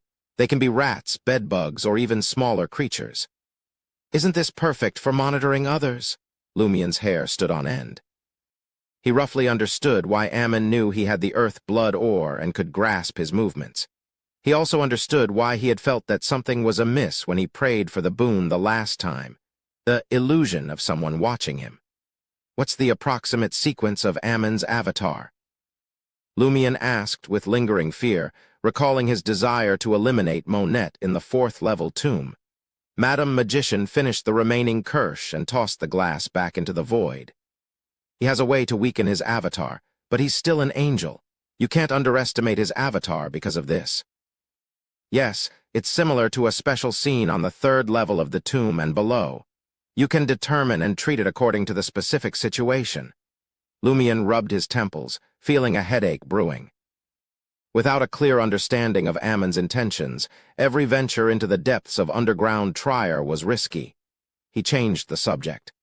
"What's the purpose of the Samaritan Women's Spring?" Chapter 358, Negligence. Madam Magician chuckled. "Why do you care? You can't use it. You can only use it to forget all your memories and original feelings and become a new person." "Right. In the Corpse Collector, Sleepless, and Warrior pathways, the Samaritan Women's Spring has different uses depending on usage, ritual, and compatibility. It includes, but isn't limited to temporarily clearing memories, healing essential damage to the spirit, improving one's spiritual perception, becoming an ingredient for important rituals, and unlocking various abilities, among other things. Corresponding to the three neighboring, exchangeable pathways, Corpse Collector, Sleepless, and Warrior, Lumion extracted crucial information. At that very moment, Madam Magician glanced at him, her smile restrained yet knowing. Are there any more questions? Lumion took a moment to contemplate before responding. Not for now. Madam Magician nodded. Then it's my turn to ask. Ask what? Lumion was puzzled. He had recounted all the details. Madam Magician tapped her finger against the empty air in front of her. Why didn't you inform me that Miss Justice sent you to the Samaritan Women's Spring? Lumion was taken aback. I thought she would have informed you herself. Moreover, since she's also a major arcana card holder in the Tarot Club, I didn't see any need to confirm it with you. Madam Magician wore a thoughtful expression. Normally there would be no issue, but this world is filled with anomalies. Lumion, now feeling bewildered, asked, Is something wrong with Miss Justice? Madam Magician shook her head. No, that's not it. The problem lies in the fact that shortly after you accepted the journey to the Samaritan Women's Spring, the Earth Blood ore went missing. I had no knowledge of your impending trip to the 4th level of the catacombs, and Miss Justice wasn't aware that the Earth Blood ore had fallen into someone else's hands. It's not a matter of whether you wanted to take it with you or not. If we had communicated beforehand, I could have delayed the mission to ascertain the whereabouts of the Earth Blood ore or made suitable arrangements. Lumion reflected on her words, realizing the truth in them. Having foreseen that the Earth Blood ore would bring about certain encounters underground, she couldn't ignore the hidden connection between the loss of the Earth Blood ore and the journey to the Samaritan Women's Spring. Lumion's negligence, or rather, his assumption of a reasonable course of action, had led to the subsequent encounters that later awaited him. Madam Magician fixed her gaze on Lumion for a few seconds before responding. You can't entirely be faulted for how you handled the situation. I'm merely reminding you to exercise more caution in the future. She paused, her words heavy with meaning. This will become even more crucial when you seek the entrance to the 4th Epoch Trier in the days to come. Yes, Madam Magician. Lumion accepted her guidance wholeheartedly. After Magician disappeared with the bottle of Samaritan Women's Spring water, Lumion swiftly tidied up the altar and settled back down. He contemplated his errors during the operation. Firstly, Madam Magician is right. I should have informed her about Madam Justice's commission. Even if they had already communicated privately and there were no issues, I should still mention it. After all, my Major Arcana card holder isn't Justice but Magician. Helping other Major Arcana card holders requires my own Major Arcana card holder's permission. Secondly, before entering the Samaritan Women's Spring, I should check my condition and items for a final confirmation. Unless there's a battle or an emergency, this should be a necessary process. If I had remembered and completed this matter, I could have avoided many problems in advance. I wouldn't have brought the Earth Blood ore into the Samaritan Women's Spring area undetected. Monette, no, Ammon, appeared several times and deliberately frightened me to disrupt my thoughts and keep my attention on him instead of my own state, causing me to neglect the Earth Blood ore's return. Thirdly, I didn't notice Termabarose's abnormality.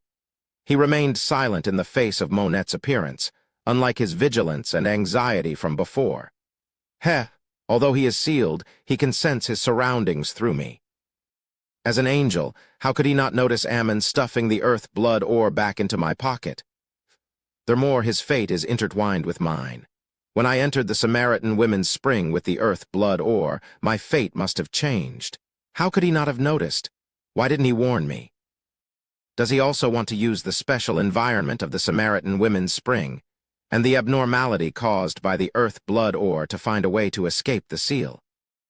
Yes, he was the one who warned me that the Earth Blood ore was special and said it would bring me a fortuitous encounter. The strange power ultimately prevented him from achieving his goal. Who could it be? It's true that an evil god's angel can't be trusted completely. Termabarose has been acting so reliably recently. He reminds me from time to time not only to avoid dangers that can affect him, but also to lull me. He's waiting for an opportunity to stab me in the back. You're a hunter too. After entering the Samaritan Women's Spring, there was no problem with my choices. The adverse effects erupted, and with all kinds of mental corruption stacked on top of each other, it was already very difficult for me to react. Regardless of right or wrong, If the corruption hadn't conflicted and hindered each other, I might have gone crazy on the spot. Lumion reviewed the entire matter and suddenly chuckled. Termaboros, how did you not notice Monette stuffing the earth blood ore back to me? But Termaboros remained silent, withholding any response. Lumion roughly ascertained the role this inevitability angel had played in the recent events. He examined the items on his body, fearing that they would also lead him to death. Thankfully, the inanimate objects were relatively unaffected and suffered no substantial damage. As for the rust that the flog boxing glove encountered, it wasn't a true attack. Apart from leaving some traces, it didn't affect its usage. As for the gazes and dangerous creatures that wearing the boxing gloves would bring, Lumion didn't have any thoughts. He believed that the special environment of the Samaritan women's spring limited the corresponding negative effects. After doing this, Lumion surveyed the surroundings. He felt an indescribable fear and disgust for the safe house that Ammon had once entered. He felt as if there were eyes hidden in the surrounding air. Of course, this was mainly psychological. After all, Madame Magician had already visited. After dismantling the hidden traps in the safe house, Lumion opened the door and left with all his belongings. He planned to never return, preferring to waste the rent. In Trier, in a verdant park. Magician, adorned in a brownish-yellow dress, observed a golden retriever leisurely strolling on the grassy path. She turned to the woman standing beside the dog, who wore a simple white dress with delicate green patterns. Her long blonde hair flowed casually down her back, tied loosely. Her eyes resembled sparkling emeralds, mirroring the nearby trees in their clear depths. The Samaritan women's spring has been retrieved. The woman smiled and said, "Did something happen? You should have gotten a messenger to bring it over." Magician nodded and summarized the key information. "Finally," she said. "Coincidentally, we haven't met in the past few days and haven't communicated." This led me to know that he had lost the earth blood ore, suspected of being stolen by Ammon, but I didn't know that he was going to retrieve the Samaritan women's spring. You, on the other hand, knew that he was going to retrieve the Samaritan women's spring, but you didn't know that the earth blood ore had been stolen. Justice listened in silence for a few seconds before sighing. It's very similar to that person's style. Is it really that person? Magician frowned slightly. When did he cast his gaze over? Did we fail to hide from him since the beginning? Justice pondered for a moment and said, "That's not surprising. The most important thing now is what arrangements he has in mind." "I don't know." Magician replied with a self-deprecating smile. "But since the Samaritan women's spring incident has already occurred, I can foresee." As she stepped into the void, surrounded by starlight, she sighed and said, "It won't be long before Fourth Epoch Trier's door truly opens." Outside an abandoned castle, Justice materialized at the door, clutching the golden canister containing the Samaritan women's spring. In front of her, a dark, illusory sea materialized. She stepped into it and arrived in a special dream. In the dream, not only was a portion of the inverted black mausoleum missing, but it had also split in half. Deep cracks covered its surface, and pale yellow feathers stained with oil and various symbols of death were scattered everywhere. Justice floated in midair, tipping the golden canister in her hand.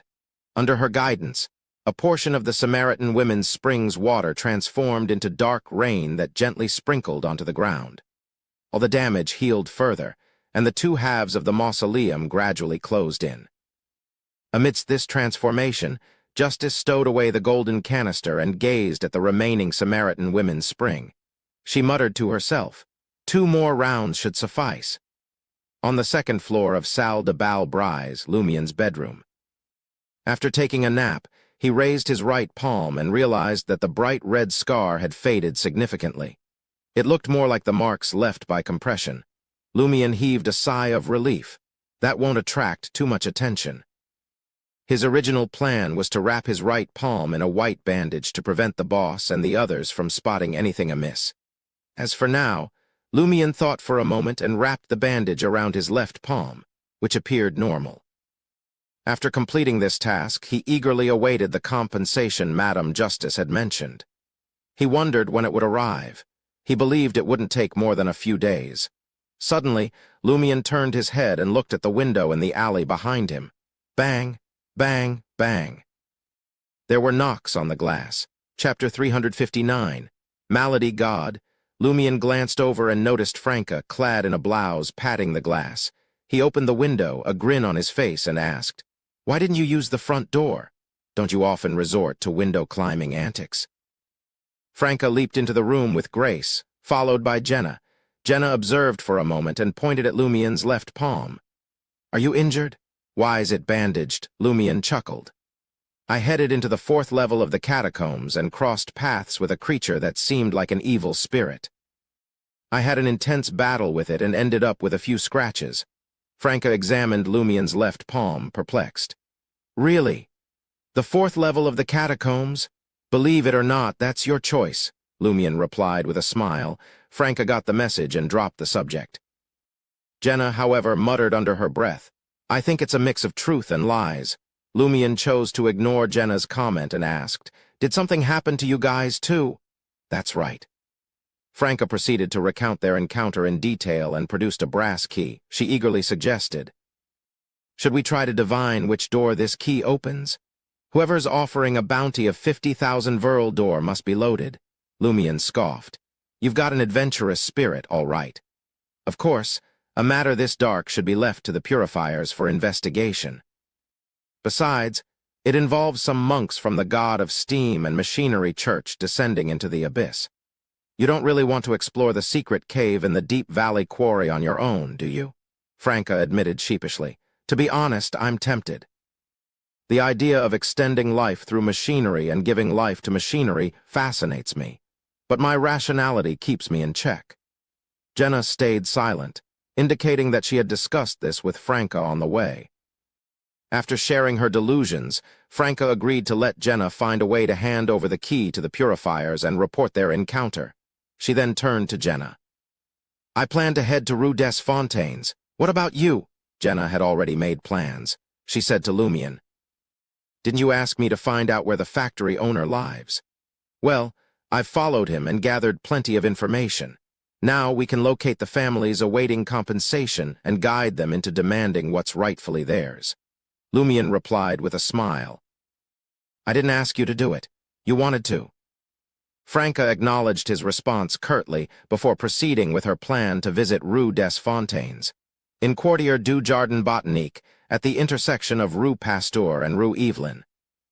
The buildings bore a mishmash of components that seemed like they didn't belong, like building blocks assembled by a careless child.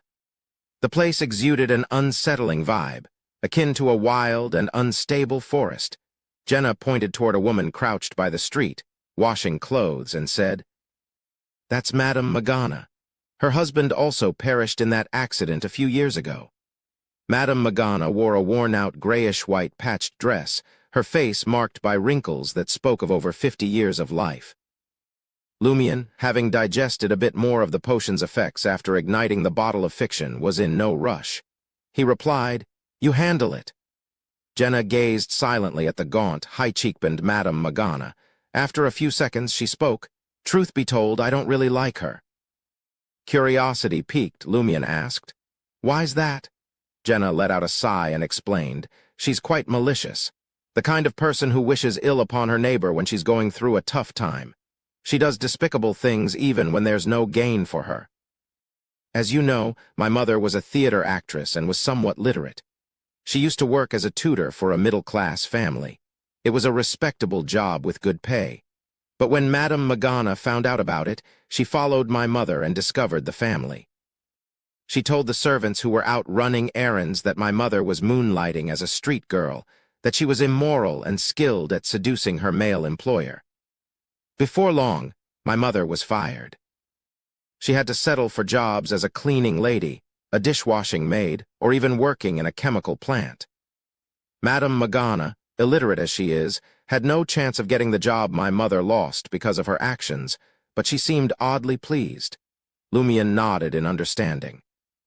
Jealousy is indeed one of humanity's cardinal sins. Why didn't you take revenge on her? Jenna whispered with a chuckle. That was a long time ago. Besides, in a place like this, similar things are bound to happen sooner or later. When my father passed away, my brother was considered a strong lad. Otherwise, our family would have been in an even worse state. If a widow moved in with her daughter, someone would come knocking on your door the next day, cursing you and claiming that her husband stole a few glances at you. The neighbor would pretend to be friendly and introduce you to her male relatives. If you refused, that relative of hers would sit outside your door and drink every day. The police didn't bother with such matters, and you couldn't count on anyone else for help. One day, when he got really drunk and bold, I don't need to spell out what would happen, right? Sometimes, the police would arrest him, but arresting one would only bring in a second or third. They might even enrage his relatives. They'd smash your window every night, pile feces at your door, and recruit older kids to harass your daughter. But the worst part was being targeted by the mob. To survive in a place like this, you either needed a few adult men in the house, or you had to be tough and make it clear that you wouldn't back down even if it cost you your life. Thankfully, when our lease ended, my mother moved to the other end of the street, and the environment improved significantly. Jenna's words were spoken as if she had witnessed such hardships many times before.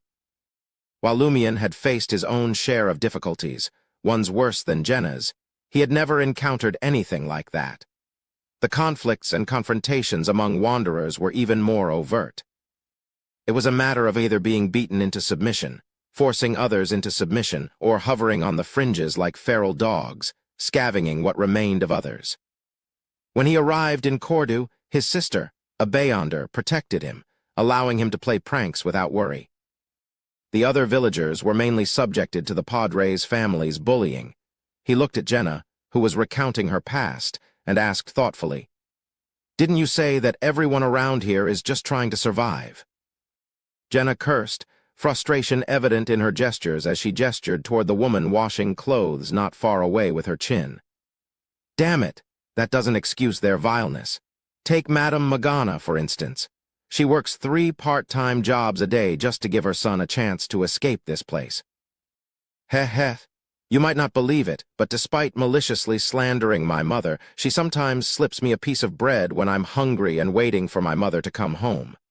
Lumian glanced at Madame Magana. People like her are easily instigated. "Exactly." Jenna affirmed with a nod and walked over. Her demeanor shifted dramatically as Jenna shouted at the woman washing clothes. "Madame Magana, did you know? That damned Alphonse betrayed us. That piece of dog*T always tells us to wait a little longer. He claims that since the court has already passed the verdict, Edmond S.R. would surely compensate us. But that scheming swine plans to run away with no intention of giving us a single kopit. That swine Alphonse must have secretly pocketed his share to say such a thing." Madame Magana stood up, water droplets trickling from her rough fingers, her expression twisted with a mix of anger and concern as she asked, "Is that true? I'm going to confront that swine." Jenna's face also contorted with resentment. "We can't waste time on him now. Edmond S.R. is on the verge of escaping. Let's hurry and stop him. I know where their family lives." Lumian stood about 5 to 6 meters away, listening as Jenna stirred up the locals who were waiting for compensation. He casually surveyed the area and realized that this place was similar to Rue Anarchy. Vendors, children, women, and a few men mingled together, crowding most of the road. Occasionally, regular carriages passing by would alter their route after a brief observation. In the midst of this bustling scene, one individual stood out noticeably. Draped in an old linen shirt and dark pants, his face was relatively clean and his hair neatly combed. He contrasted sharply with the surrounding vendors and residents. At that moment, the man was engaged in conversation with a few women holding long sticks of rye bread. He presented a stack of banknotes, not too thick or thin, and counted them meticulously, one by one. 195, 200, check if it's 200 Verl d'Or. If you don't trust me, you can count it yourselves. The smallest denomination of the banknotes was 5 Verl d'Or. The women had likely never held so much cash before. They trembled as they counted and confirmed that it was indeed 200 Verl d'Or. The man took the banknotes back and counted them again. 195, 200, 205C. As long as you sincerely utter God's name, you get an extra banknote with each count. Impressive magic tricks, a swindler? Whenever Lumion encountered swindlers, he couldn't help but recall Monette and the Salle de Bal unique. Anger and hostility welled up within him. The women recounted the money and realized there were indeed 41 banknotes. There was an extra note, an extra 5 verle d'or. Upon seeing this, the middle-aged man said with solemnity, "My Lord is the ruler of all diseases. If you believe in him, you'll never fall sick again. Even if you do fall ill, you'll recover quickly. Illness is the punishment of the malady god. If you have faith in the malady god and devoutly worship him, he will spare you." Hearing these words, Lumion's eyes narrowed as he approached. He drew his revolver, flipped it skillfully, and then swung it at the middle-aged man's head. Bam! Instinctively, the middle-aged man crouched down, clutching his head. He couldn't even scream. Between his fingers, bright red blood began to flow. Amidst the bewildered and fearful gazes of the surrounding crowd, Lumion crouched down, shaking the barrel of his gun. He smiled at the middle-aged man and remarked, "Come, let's see how the malady god heals you." The middle-aged man yelled in shock, fear, and anger, "Malady god, hiss! The malady god will punish you." Lumion picked up the banknotes that had fallen and handed them back to him. "If you can't count an additional 100,000 verle d'or today, don't even dream of leaving." With that, he raised his revolver and struck the man in the side of his face, causing blood to splatter in all directions. His face caved in, and his teeth were sent flying. Chapter 360. Physical and Mental Well-Being. The middle-aged man's fear-filled gaze locked onto Lumion, uncertain about what had triggered this sudden confrontation. He wasn't the one being deceived, nor was he one of the mobsters who held sway over this neighborhood. He wasn't a relative or a friend of theirs. So why was Lumion rushing up to assault him like this? Adding to the confusion, Lumion didn't even give him a chance to defend himself. He unleashed a blow after each sentence. His eyes fell upon the revolver, and he discreetly glanced at his aides concealed in the shadows. Their hesitance to intervene weighed heavily on his heart. He couldn't afford to threaten Lumion or resist him. Trembling, he stammered, I can't produce that much money. I didn't bring that kind of cash." Lumion responded with a regretful smile. "How disappointing. I'm short of 100,000 verle d'or. Who taught you the magic of counting money? Who introduced you to the malady god?" The middle-aged man's throat tightened, and he remained silent. With an air of calmness, Lumion opened the revolver's cylinder, revealing the yellow bullets to his captive. He then closed the cylinder and pressed the muzzle against the middle-aged man's forehead. 3, 2. Lumion's finger on the trigger moved back with each countdown. Panic and terror swelled within the middle-aged man's eyes. Though he doubted anyone would dare to shoot him in broad daylight, this man had started the encounter with an inexplicable beating. It was impossible to predict how much further he might go. Just as Lumion reached the final count, the middle-aged man cried out in desperation, "It's the envoy!" "Envoy?" Lumion arched an eyebrow. With his psychological defenses shattered, the middle-aged man abandoned any hope of escaping unscathed. He blurted out, "The envoy of the malady god." "He approached me, taught me some tricks, and told me about the malady god. He asked me to help him recruit believers, promising a share of the profits." Is he a genuine believer in an evil god, a swindler exploiting a deity's name for riches, or perhaps a blend of both? Lumion withdrew the revolver from the middle-aged man's forehead and lightly tapped his still-intact cheek with it. A smile crossed his face as he remarked, "Now, that's more like it. All it took was a little chat, didn't it?" Bang! A bullet tore through the air, embedding itself into a nearby felled tree. Lumion exclaimed, "Sorry, it went off accidentally. I didn't scare you, did I?" The middle-aged man's heart pounded wildly, and a small puddle formed beneath him. Lumion cast a brief glance at the trembling man and offered another reassuring smile. "What's the name of this envoy of the malady god? Where does he reside, and what does he look like?" "Lately, I've been running low on funds, so I thought I'd pay him a little visit."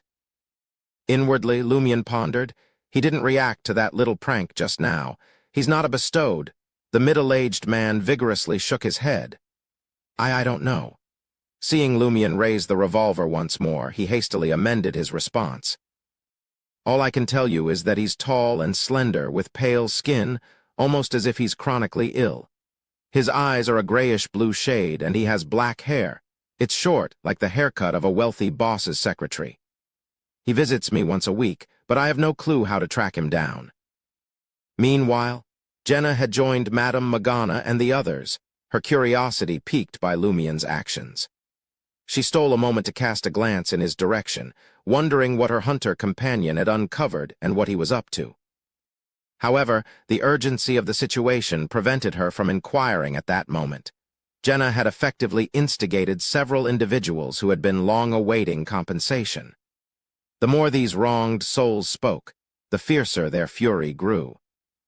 Some had already taken it upon themselves to seek out other victims or their families, urging Jenna to lead them in confronting the factory owner named Edmond. In the midst of this mounting outrage, Jenna found that she no longer needed to actively instigate. The collective anger had taken on a life of its own, and individuals were stepping forward to aid her in this quest. As they hurried toward the neighborhood where Edmond S.R. resided, Jenna had an epiphany. To instigate someone, she had to converse with them, but to instigate a group of people, she didn't need to personally converse with every member of the group to incite them. Understanding the situation and igniting the spark in a few initial individuals was sufficient. The ignited ones would, in turn, become agents of instigation, rallying more people to their cause in a snowballing effect. While Jenna and the mob progressed toward their destination, Lumion remained behind to extract more information from the middle-aged man. After confirming that he couldn't elicit any further details, he rose to address the deceived women who had been observing the unfolding events. You heard him. This guy is trying to deceive you. Do you intend to let him off the hook? Lumion had discreetly employed the niece face to alter his appearance slightly when confronting the middle-aged man, ensuring that no one would associate him with the wanted criminal, Lumion Lee. One of the women present had actually been the middle-aged man's collaborator, assisting in the preaching and swindling of money. In this dire situation, she dared not utter a word and looked to the others for guidance. Among the women, some were brimming with anger, ready to hand the con artist over to the authorities, while others cowered, fearing that the swindler might have dangerous accomplices who would seek revenge. Lumion observed in silence as they voiced their opinions, casually scanning the onlookers nearby. Among the bystanders, he noticed 3 men attempting to slip away unnoticed. These 3 were the accomplices of the swindler, responsible for resorting to violence when required. Without hesitation, Lumion raised his revolver and discharged 3 rounds. The trio let out cries of pain and crumpled to the ground, suffering from wounds to their legs and calves, blood streaming freely. No need to worry about them seeking revenge, Lumion assured the women with a grin. The victims, their emotions running high, fell silent, almost like statues. After a few seconds, they stammered. "It's up to you." Lumion nodded with satisfaction and motioned for the trembling cheat and his injured accomplices. "Take them to the nearest steam cathedral." At the intersection of Quartier de l'Observatoire and Quartier du Jardin Botanique, 5 Avenue Selbu, a swarm of men and women dressed in tattered attire surged toward a beige 3-story building. The 2 guards stationed at the entrance observed the approaching, agitated crowd and swiftly withdrew their legally owned semi-automatic revolvers. Their voices rang out, commanding, "Halt!" Confronted with the sight of firearms, even Madame Magana and her determined followers involuntarily slowed their advance. The presence of the weapons was undeniably daunting. Sensing the hesitation, Jenner rushed to the forefront and hollered at the 2 guards. "We're here to demand our rightful compensation. The court has already rendered its verdict. You sons of bitches, go ahead and shoot if you dare. Do you even have enough T bullets? Can you take down all of us? If not, each of us will take a bite out of you that you won't recover from." With fiery determination, she strode toward the entrance. Beads of sweat formed on the palms of the 2 guards as they peered out at the sea of faces. The sheer number of debt collectors was overwhelming, their exact count obscured by the throng. It was impossible to predict the response if they opened fire on the crowd. They felt exposed and isolated, like logs confronting a relentless flood. Jenna, utilizing her instigation ability, pressed forward with her rhetoric. If we disable or kill you, do you think you'll still receive your compensation? Look at us. Our due compensation has been withheld for years. Are you certain you'll get your payment from that stingy old Scrooge? His family might flee town tomorrow. The two guards were taken aback. This was indeed a problem. Furthermore, they were well aware that the boss's family had liquidated most of their assets and were on the verge of fleeing the city in 2 days, seeking refuge in another province. Would they take 2 injured and incapacitated bodyguards along? Would they seize the opportunity to withhold compensation?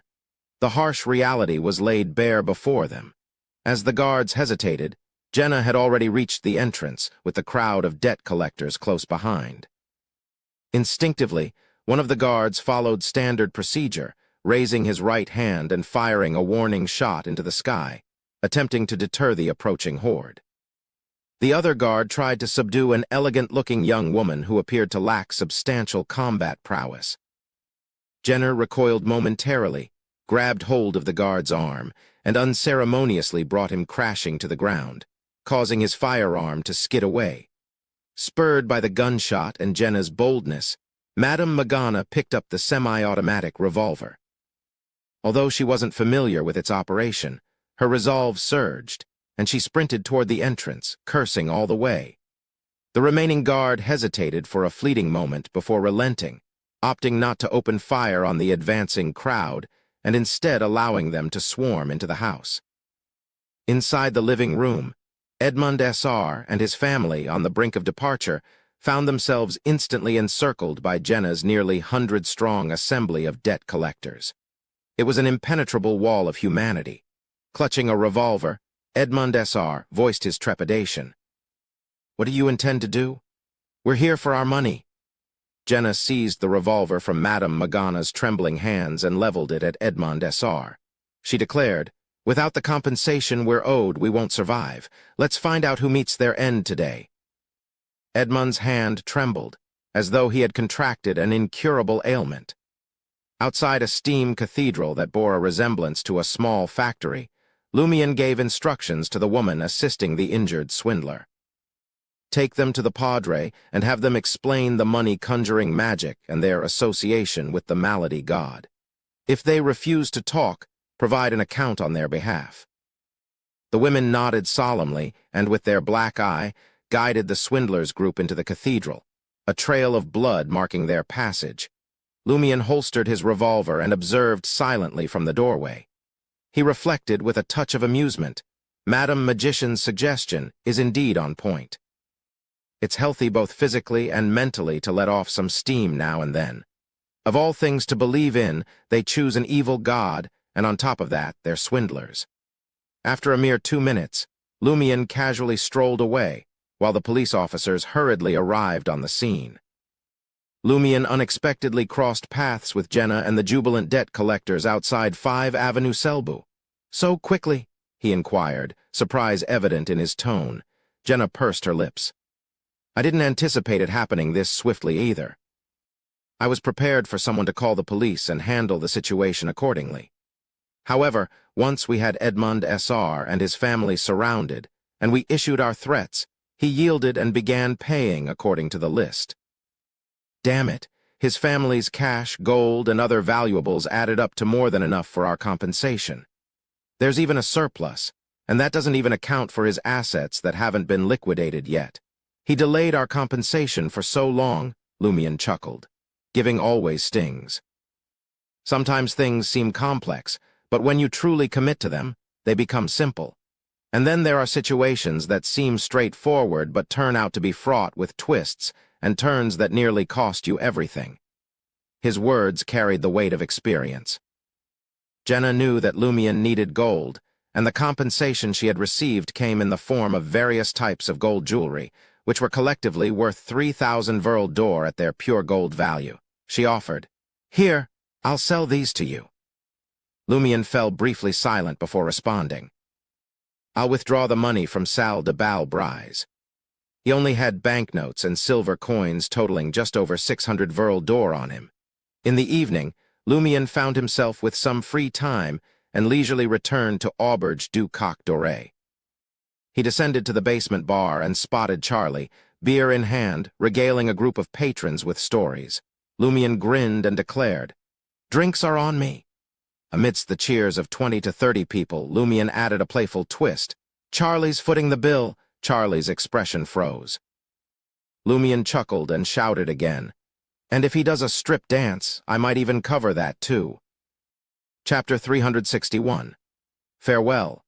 Recently, those who frequented the basement bar had grown indifferent to Charlie's lectures on respectability and civility. Now, with a chance to tease him, they became exceptionally excited and engaged in a shouting match.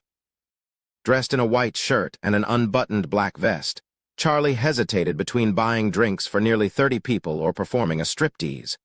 Swiftly, he set down his beer and leaped onto a small round table. In the past, when he was drunk here, he had done all sorts of foolish things. Why should he be afraid of a striptease? Lumian smiled and applauded, taking out a 20 Verle d'Or banknote and placing it on the bar counter. He said to boss Pavard Neeson, "A drink for everyone. Let them have whatever they want." With that, he picked up his glass of Lanty-proof and watched as Charlie clumsily gyrated his hips and carefully unbuttoned his shirt amidst the cheers. "More passion, more energy," Lumian shouted as if he were watching a show. The other patrons chimed in. Sweat beaded on Charlie's forehead, fearing that excessive energy from removing his clothes might damage his shirt. This wasn't a cheap old linen shirt after some thought. He decided to take it off as one would a sweater since the top buttons on his shirt were already undone. Lumian took another sip of the Lanty-proof and leaned back at the bar counter. He glanced at Gabriel, who was wearing black-framed glasses and dark suspenders, and asked with amusement, "You're early today." Hadn't this playwright, accustomed to staying up late, only come here for a drink after midnight? Gabriel held the green absinthe and smiled calmly. "I'm moving out tomorrow." "Lightseeker has begun airing."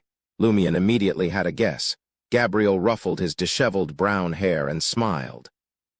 "Not yet, but after rehearsing for a while, both Monsieur Lopp and the directors and actors at Théâtre de la Renaissance think highly of me. They're very confident.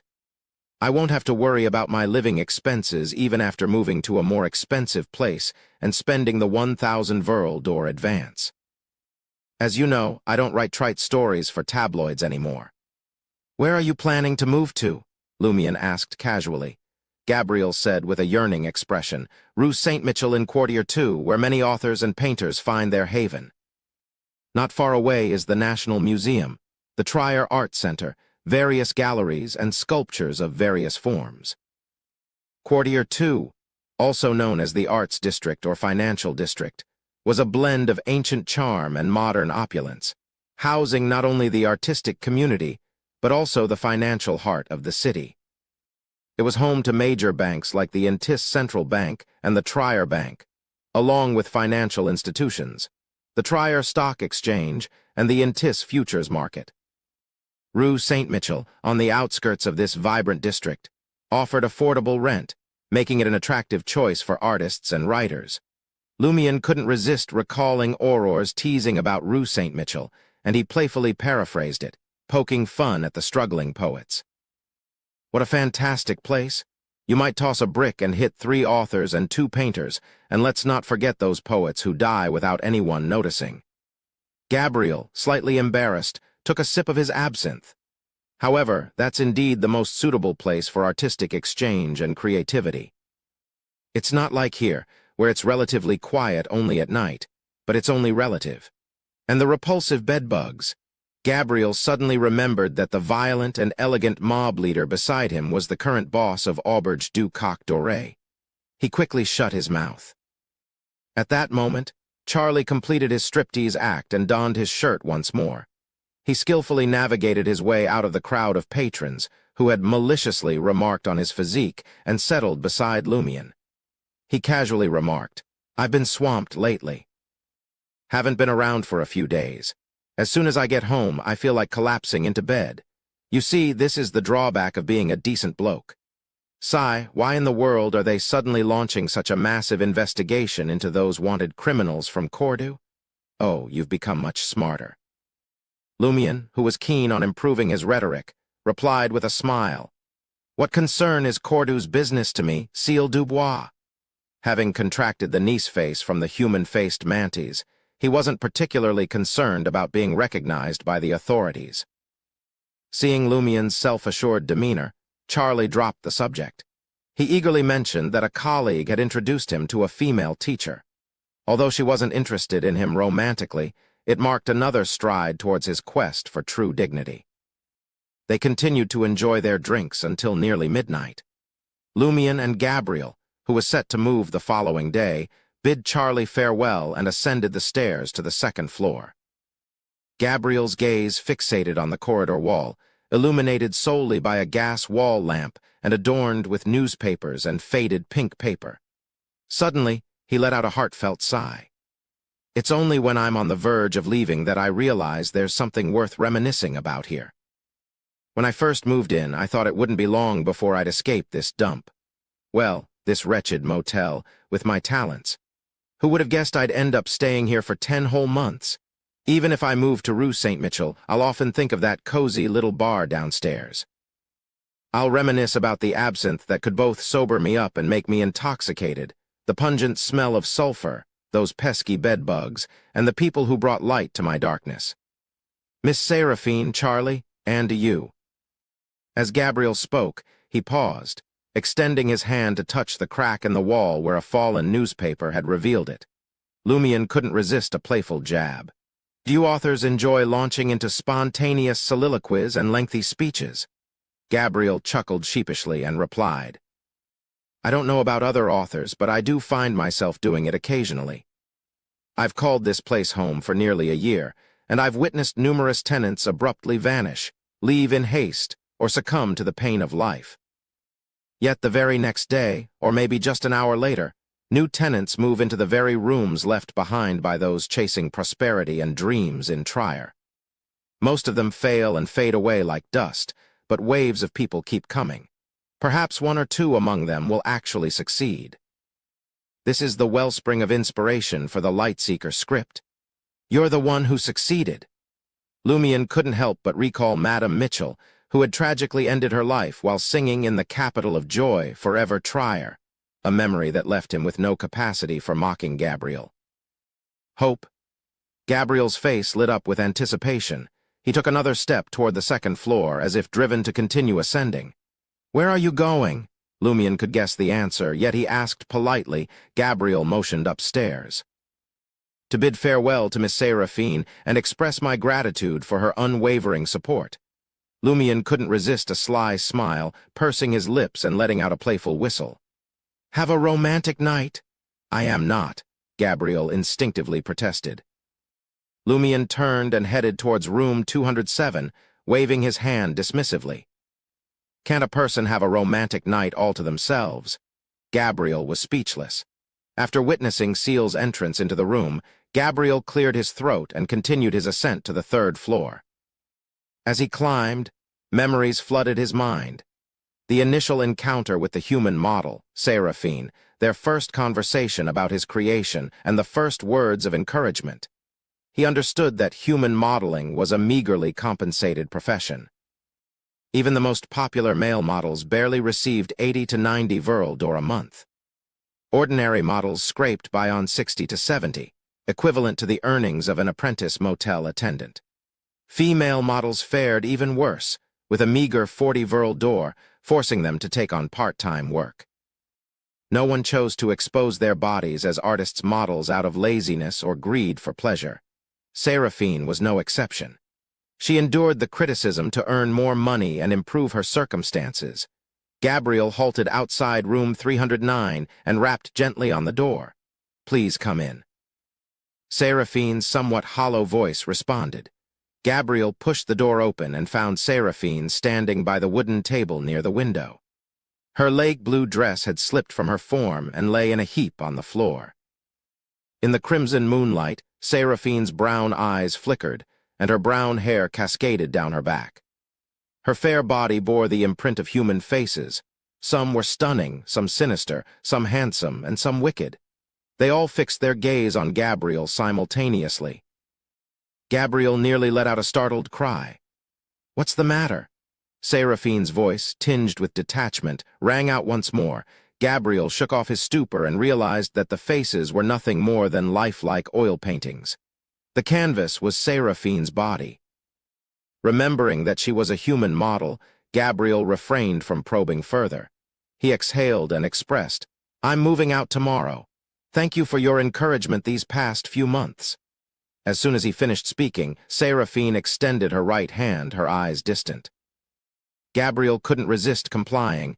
Half an hour later, Gabriel lay on the bed, holding Seraphine close, and spoke with sincerity. "Come with me to Rue St. Mitchell." Seraphine shook her head resolutely. "I'm moving as well, somewhere else." Gabriel persisted. "Where to?" "To a place called the Hostel. My friends are there." Seraphine's voice turned hollow once more.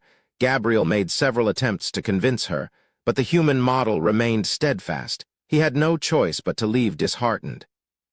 Seraphine rose from the bed, entirely unclothed, and watched him as he walked towards the door.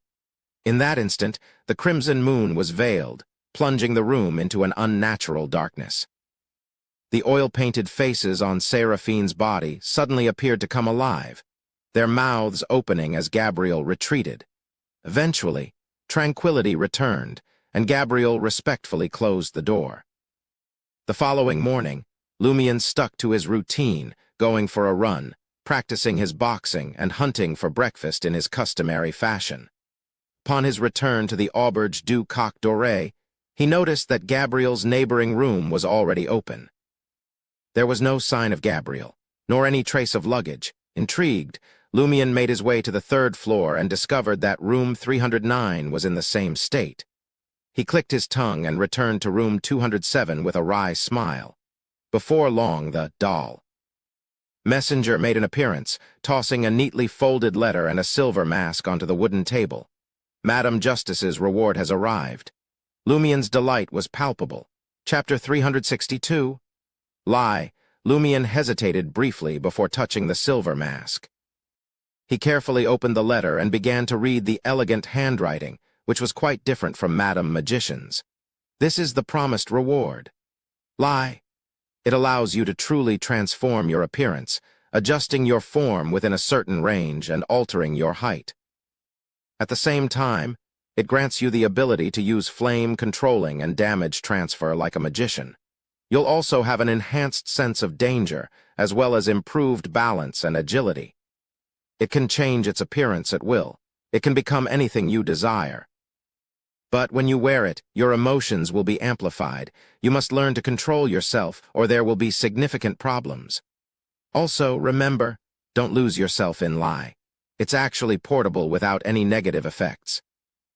Lumian's initial reaction after reading the letter wasn't one of delight that Lie's effects suited his needs, but rather one of surprise that the mystical item's negative effects were far weaker than he had imagined.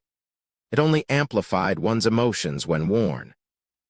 In other words, Lumian could store it in a bag, wallet, or any other container, and carry it with him at all times without facing any side effects. Compared to Lie, decency had to be ensconced in liquor, making it rather troublesome to retrieve and safeguard. Flog also exerted an influence while being carried. With a sigh, Lumian couldn't help but make a self-deprecating remark. "Why does it always have to be something that messes with my emotions?" With this combination, even Ahm's monk would explode on the spot. This combination of dark corruption from the contracted creatures, the fluctuations in desire stemming from Flog, and the gift bestowed by the Blood Emperor Alistair Tudor was sure to wreak havoc on his emotions. When you added Lie to the mix, the equation became something like 1 + 1 + 1 + 1 4. Having just finished psychiatric treatment for his past wounds and painful memories and returning to his normal state, Lumian realized that if he wanted to avoid descending into madness and losing control, he shouldn't let Flog's boxing gloves and Lie take effect simultaneously. Lie is meant for the curly-haired baboons research society gatherings. It's for socializing. I don't need flog for that. And when I'm not using lie, I have the niece face to replace it, Lumion thought, pondering for a moment before tossing the satchel containing the flog boxing gloves onto the bed. After this decision, he reached for the silver lie mask and covered his face. The mask began to melt, its silvery substance seeping into Lumion's skin like mercury, completely enveloping his head. In an instant, everything began to shift and transform. Lumion's contours and facial features swiftly adjusted. Before long, the silvery liquid seemed to be absorbed or evaporated, and Lumion's skin returned to normal, now even fairer than before. Then, his body underwent a sudden change, and his white shirt strained against his bulging chest. Lumion lowered his head and scrutinized his appearance for a few seconds before muttering to himself, "There's a limit of 10 centimeters for becoming shorter or taller. I used to be 1.76 meters tall, just 8 centimeters taller than Auror, but now I'm 1.81 meters tall. Yes, 3 centimeters of difference shouldn't be noticeable to ordinary people.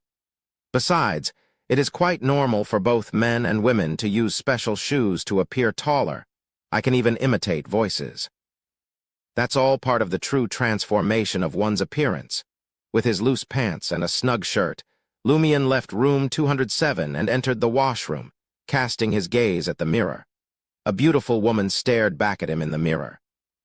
She had long, thick blonde hair, light blue eyes, a tall, delicate nose, and red lips as bright as the morning sun. The details of her facial features and the contours of her face continued to subtly change for dozens of seconds before settling into their final form. Lumion gazed at the woman in the mirror, his eyes gradually softening as the corners of his mouth curled up. After a few seconds, he chuckled and said, "Long time no see, Auror." Franca, returning from Rue des Fontaines, gracefully opened the door to apartment 601. What she saw when she entered left her stunned, a face identical to her own.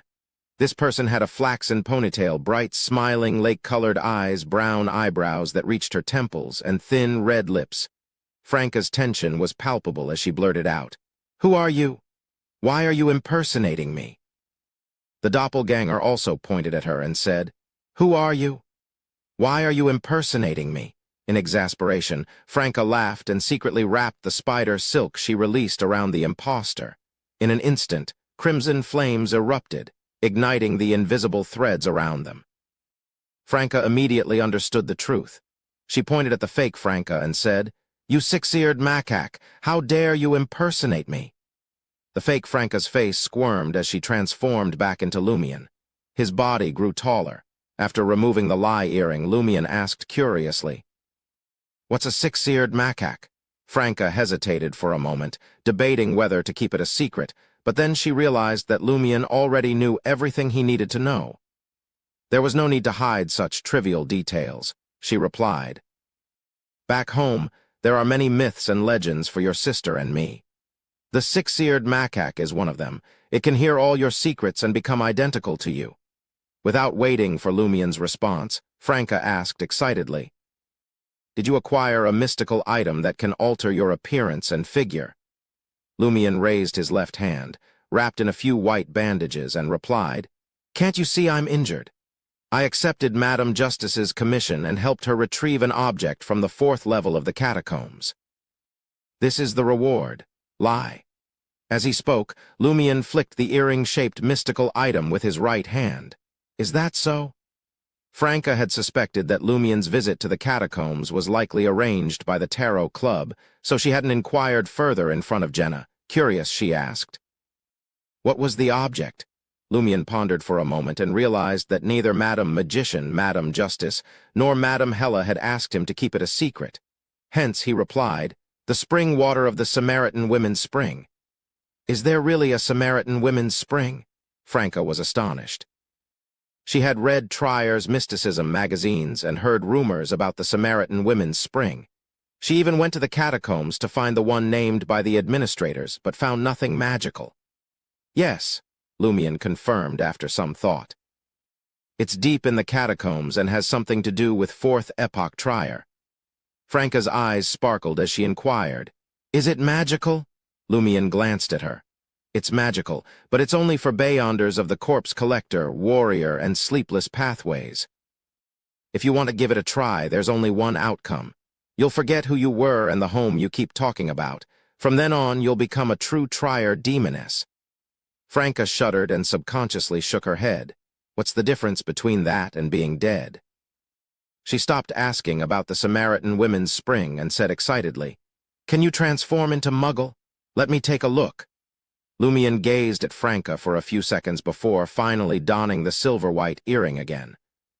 Soon Auror, clad in a white shirt, black vest, and simple pants, appeared before Franca. "Wow," Franca exclaimed. "She's even more beautiful than I imagined." "Is that the point?" Lumion asked in Auror's voice. Franca smiled sheepishly. "I'm not sure how close this is to the real Muggle, but we disguise ourselves at gatherings. This is enough." Lumion reverted to his original form. As he removed the lie earring, he said, "I've already written a letter to Madame Hella. She said she'll inform me about the next gathering and bring me there."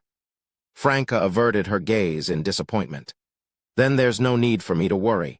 Yes, let me tell you about the different methods of the gathering and the characteristics of the members of the Research Society." Franca's supplementary class continued until noon. Seeing Lumion preparing to leave, she hesitated for a moment and said, Can you transform into me again?" Lumion, puzzled but not refusing, frowned. Before long, with a reference, he accurately transformed into another Franca. Franca gazed at her face, seemingly intoxicated. Suddenly, she extended her right hand and touched Lumion's cheek. "Hey!" Lumion took a step back. Franca snapped out of her daze and smiled sheepishly. The feeling of a real person and a mirror is indeed different. "However, I feel that you're still lacking something, but I can't tell what." Lumion pondered for a moment and asked with a smile, "Lacking a feminine charm?" "Maybe." Franca exhaled and watched Lumion walk towards the door. Just as Lumion opened the door, he heard the demoness of pleasure shout from behind, "Damn it, were you secretly cursing me? What feminine charm?" In salle de bal brise, as Lumion sat down, Sarkota approached him with a wanted poster and said, "Those black dogs have been asking around with it for the past 2 days." Lumion glanced at it and realized it was his wanted poster. He smiled nonchalantly. "It's fine. Let them search." Sarkota didn't say anything else and informed Lumion, "The boss wants you to make a trip to Rue des Fontaines today." "What's the matter now?" Lumion pondered and nodded. It was almost evening when he arrived at 11 Rue des Fontaines in Quartier de la Cathédrale commemorative. The lawn seemed to have been ravaged, and the hall filled with weapons and armor was severely damaged. Upon seeing Gardner Martin, Lumion didn't hide his confusion. "Did something happen?" Gardner Martin, his face glowing, smiled and said, "After the werewolf incident, they launched a sneak attack and were forced back. They suffered a loss." The Rose school of thought ultimately fell into the boss's trap. Seeing that Gardner Martin didn't want to elaborate, Lumion asked, "Boss, why did you summon me?" Gardner Martin produced an exquisite invitation. "Count Poofer invites you to his Red Swan Castle for a salon this weekend." Red Swan Castle? Lumion frowned slightly. Chapter 363, Studying Leads to Improvement. Lumion still vividly recalled the night he played King's Pie. Nightmares haunted him repeatedly, and every time he found himself in an ancient beige castle, its surface tainted with the marks of ages-old blood, its interior a horrifying canvas of madness. Seeing his silence, Gardner Martin flashed a reassuring smile. "Just remember to let Poofer choose first in situations like the King's Pie game, and you'll be fine. But I'm no longer the same person I used to be. Can I really depend on being the last to choose to avoid the problem when there's the Blood Emperor's aura corrupting my right hand?" Lumion silently pondered for a moment before responding, "Yes, commanding officer." He then inquired, "Where is Red Swan Castle?" He intended to scout the area when the opportunity arose. At the very least, he needed to pinpoint the location of the nearest cathedral. "Quartier Erast, near Emperor Rosel's summer palace and the West Logness forest," Gardner Martin replied succinctly. Quartier Erast was designated as 17. In Roselle's time, it served as a suburban retreat for nobles and royalty, but now it was enclosed within the city walls, becoming one of Tryer's largest districts. Known as the Barracks District due to its multiple army encampments, it was situated in the northwest, boasting a national park, West Logness Forest, a conference center, and numerous arsenals. Additionally, it was home to the Church of the Eternal Blazing Sun's largest cloister in Trier, the Sacred Heart Cloister. Lumion recalled a map of Trier he had seen and nodded in acknowledgement. It's near the Square District. Emperor Roselle's summer palace wasn't situated in Quartier Erast. It resided in the Square District, nestled between West and East Logness Forest. Gardner Martin cast a glance at Lumion's left hand. "Why are you injured?" Lumion smiled candidly and said, "I recently delved into the catacombs with a friend I met at a mysticism gathering and got injured." He couldn't shake the feeling that the Iron and Blood Cross Order had an interest in the underground world, possibly with spies lurking around the tombs. It was safer to focus the lie on something else. The Curly-Haired Baboons Research Society also doubled as a mysticism gathering. After all, Gardner Martin nodded with approval. Avoid unnecessary explorations and risks in the future. They won't bring you the mystical knowledge you seek, nor will they yield valuable items. Only danger, and more danger awaits. Is that so? Does the Samaritan women's spring count as a high-value item? Lumion inwardly criticized. Nevertheless, he earnestly agreed. Yes, commanding officer. Had it not been for Madam Justice's request, he would have had no inclination to venture into the catacombs' 4th level. Now, the odds drew closer to 0. He couldn't help but wonder if he might stumble upon another of Ammon's tombs. After bidding farewell to Gardner Martin, Lumion hopped onto a public carriage headed back to Avenue du Marché. As the carriage rumbled along, he leaned against the wall, letting various thoughts swirl through his mind. He used this time to relax and ponder any potential issues he might have overlooked. Amidst the rhythmic sounds of horses' hooves and the carriage's wheels, a sudden thought struck Lumion. Could the Rose School of Thought, after suffering another setback at the hands of Gardner Martin, decide to seek out others who were involved in the Tree of Shadow incident? The Bliss Society only lost Charlotte Calvino and Susanna Matthijs, the High Priestess. There are still other members to contend with, such as Mapu Mayer, the former manager of Theater de l'Ancien Cage, Pigeons, or the actresses who had once played lead roles there before departing. I wonder if Susanna Matthijs had divulged the details of the Tree of Shadow to these members. If she had, they would likely know that the High Priestess's true target was either me, Cécile Dubois, or rather Lumion Lee. If that were the case, the Rose School of Thought and the Bliss Society might redirect their focus towards me. That could spell trouble. How annoying. I really wish I could eliminate every member of the Rose School of Thought and the Bliss Society. Towards the end, upon realizing the various negative effects on him, Lumion cursed inwardly before controlling himself. If it weren't for the actors' remarkable skill in disguise and concealing themselves, he might have seriously contemplated eliminating all members of the Bliss Society to eliminate any hidden threats. He suspected that the flog boxing gloves might have a miraculous effect on individuals with twisted desires, like those in the Bliss Society. How should I find them? Lumion fell into deep thought. Just then, as the public carriage pulled into a halfway stop, a passenger boarded. It was a boy around 7 or 8 years old, dressed in a white shirt and a miniature black formal suit with matching shorts. He wore white socks and black shoes, had short blonde hair, and his brown eyes held determination.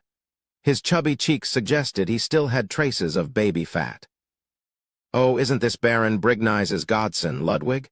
Lumion's mood brightened as he smiled.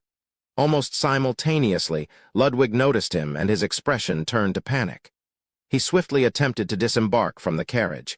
He was still carrying the heavy dark red hard school bag. Running away from home again? Lumion thought as he stood up, alighting from the carriage ahead of schedule. The boy had already disappeared from the vicinity of the stop sign. He's quite fast. Lumion identified the nearby footprints and calmly chose a direction. Escaping a hunter's pursuit without addressing tracks promptly was nearly impossible. After trailing the footprints for a couple of streets, Lumion turned into a secluded alley and approached a half-broken barricade that barely reached waist height. He couldn't help but chuckle as he said, "Come out." Ludwig cautiously peeked his young face out from behind the barricade, a mixture of nervousness and resentment evident in his voice as he said, "You swindler, stay away. If you come any closer, I'll devour you." Lumion raised his right hand and stroked his chin thoughtfully. "Why did you run away from home again?" Ludwig responded angrily. "It's all because of all that damn homework." Lumion couldn't help but tease. "Yo, you've learned to curse. You've improved since last time." He noted that Ludwig, even if his unusual appetite and eating habits were disregarded, seemed more like a real child now compared to their previous encounter.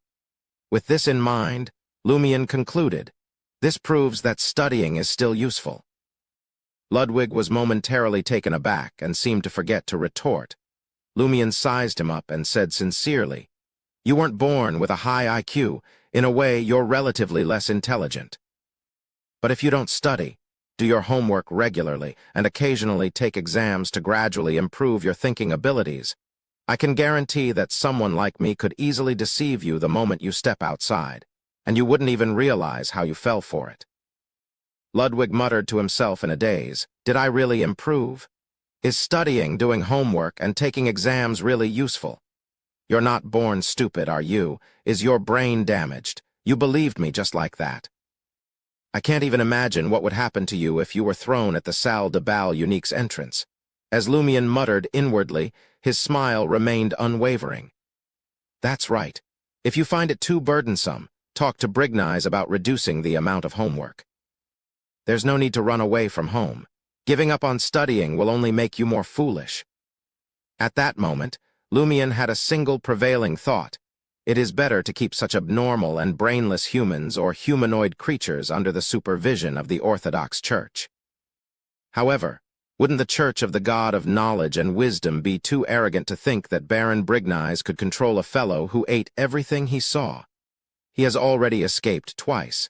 If he hadn't encountered me every time, he would have caused trouble long ago.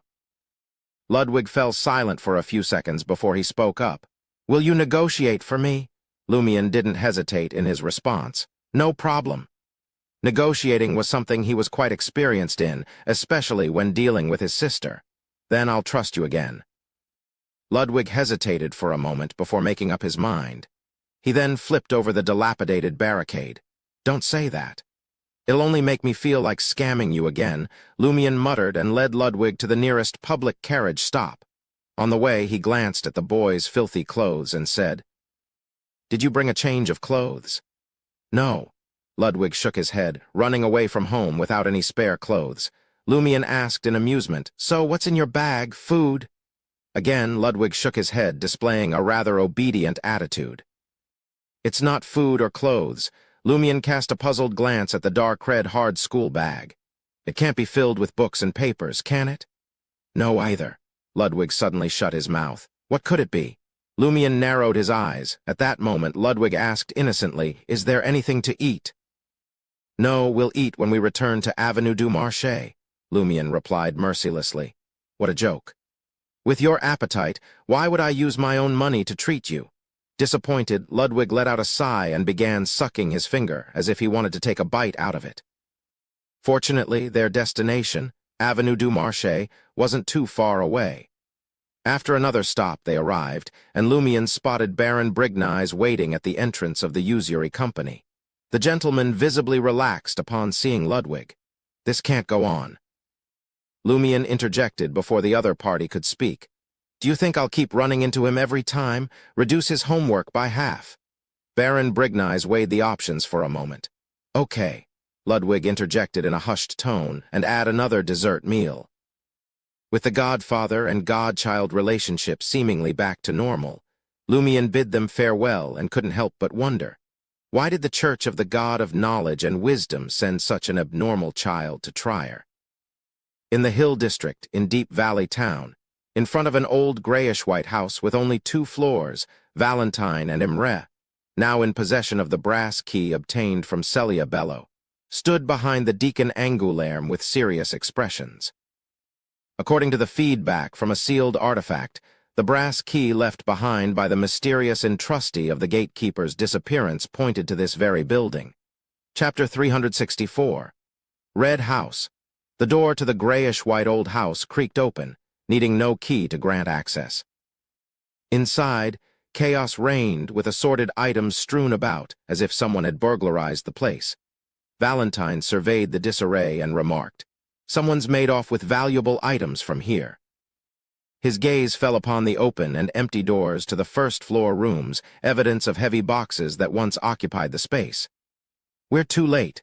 The entrustee's companion must have sensed trouble and moved out," Imre lamented.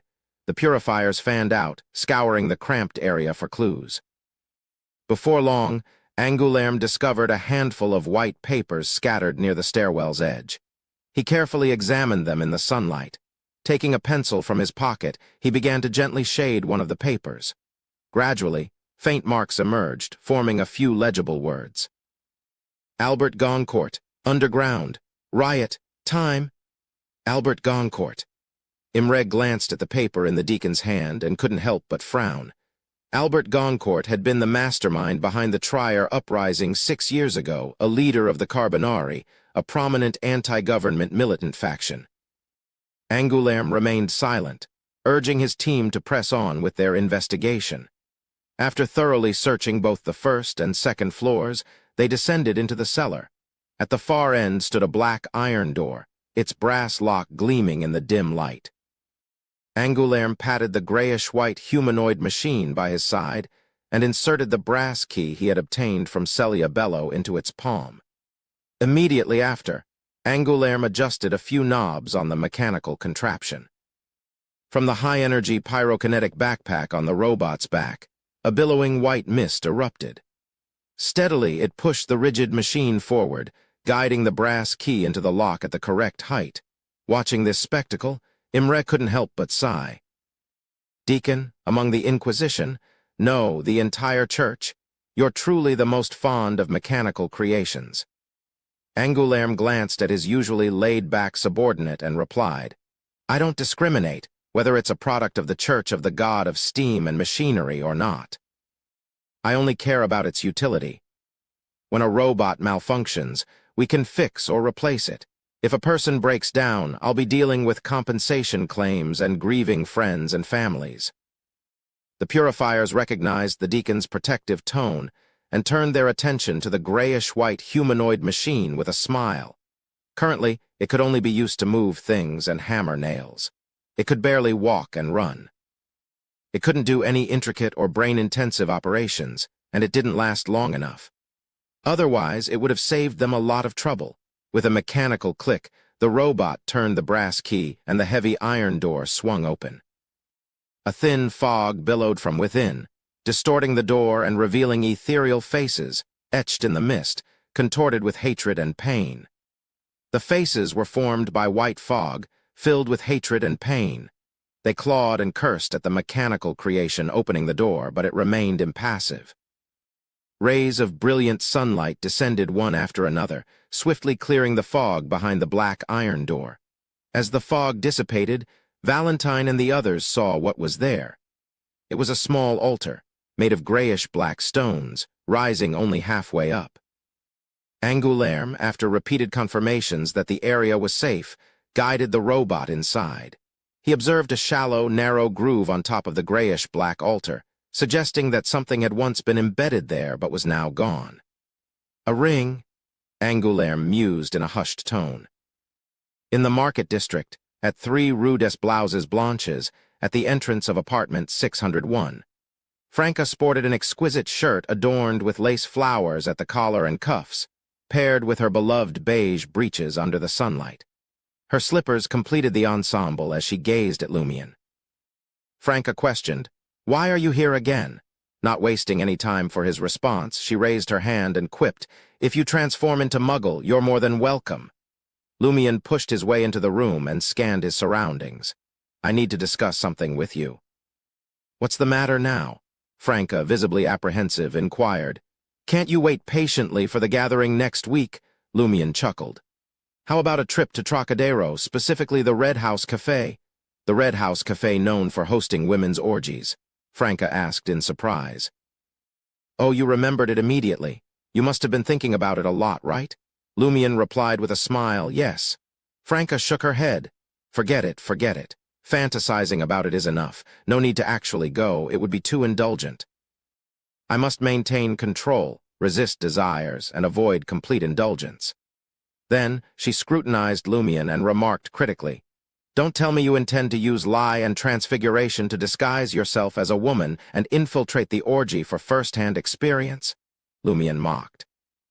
Did you truly think that through, leading you to believe I'd consider such a plan? This is a serious matter. He recounted the Rose School of Thought's failure and his concerns. Someone from the Bliss Society mentioned that they're in contact with members of the Moment Society and the Narcissist Society, who also participate in the Red House female orgies. They want to convert them into believers of the Mother Tree of Desire.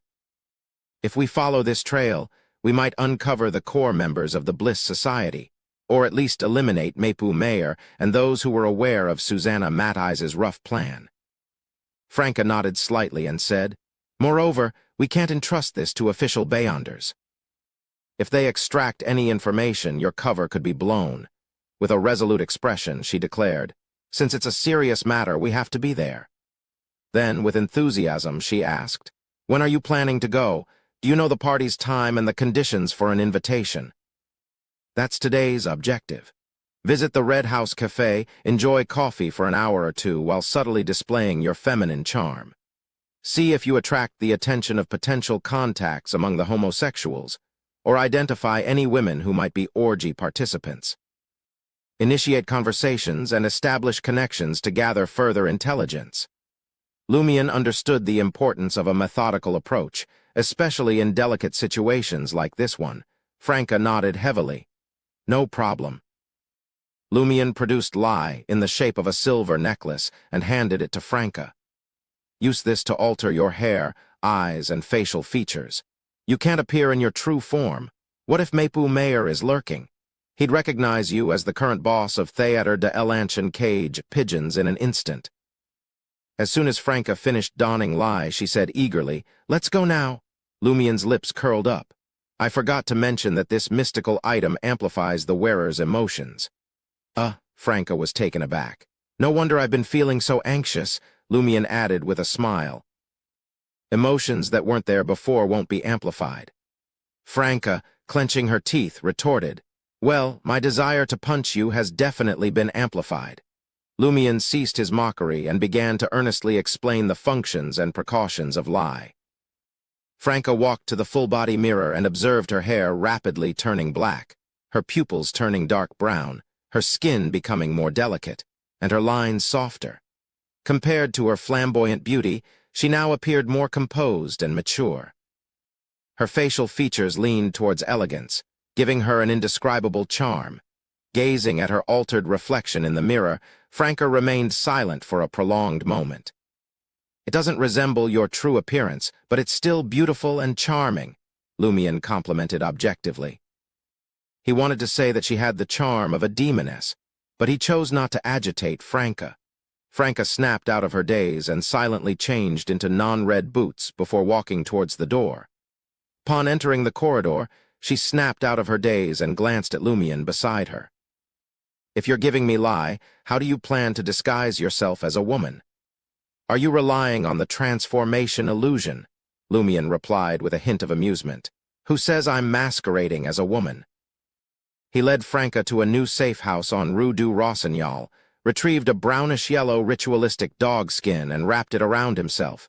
Then he recited an incantation in Hermes. Dog! A dark light suddenly surged from the ritualistic dog skin, enveloping Lumian completely. In an instant, a large dog with brownish-yellow fur appeared in the room. Franca, with her black hair and brown eyes, was taken aback. She finally understood Lumian's plan for monitoring the situation at the Red House Cafe. After a moment of curiosity, Franca asked, What does it feel like to become a big dog? Are you sure you don't feel burdened? The brownish-yellow-furred dog rolled its eyes at Franca and opened its mouth. Woof! Are you stupid? Do you think dogs can speak and answer your questions? Franca clicked her tongue and, with Lumion in brownish-yellow dog form, hired a rental carriage to head to Trocadero town, west of Lavigny docks. Along the way, Lumion had the urge to bite her several times. From time to time, she would curiously stroke his dog fur, stomach, and head, hoping to find something distinct from a real dog. After more than an hour, the carriage arrived outside Trocadero. Franca paid the fare of 2 Verl d'Or, and Lumion, in his dog guise, hopped out, behaving as if he had no connection to her. He began to scout the streets for the Red House Café, which emitted a distinctive aroma of fermented grapes. Soon, he located the establishment near East Logness Forest. While the entire building wasn't red, it sported a magnificent mushroom-shaped red roof. The main structure was beige, adorned with bold graffiti on the walls.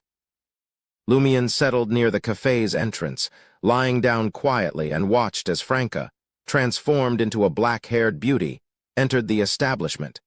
Chapter 365. Observation. The ambience at the Red House Café radiated a small-town charm.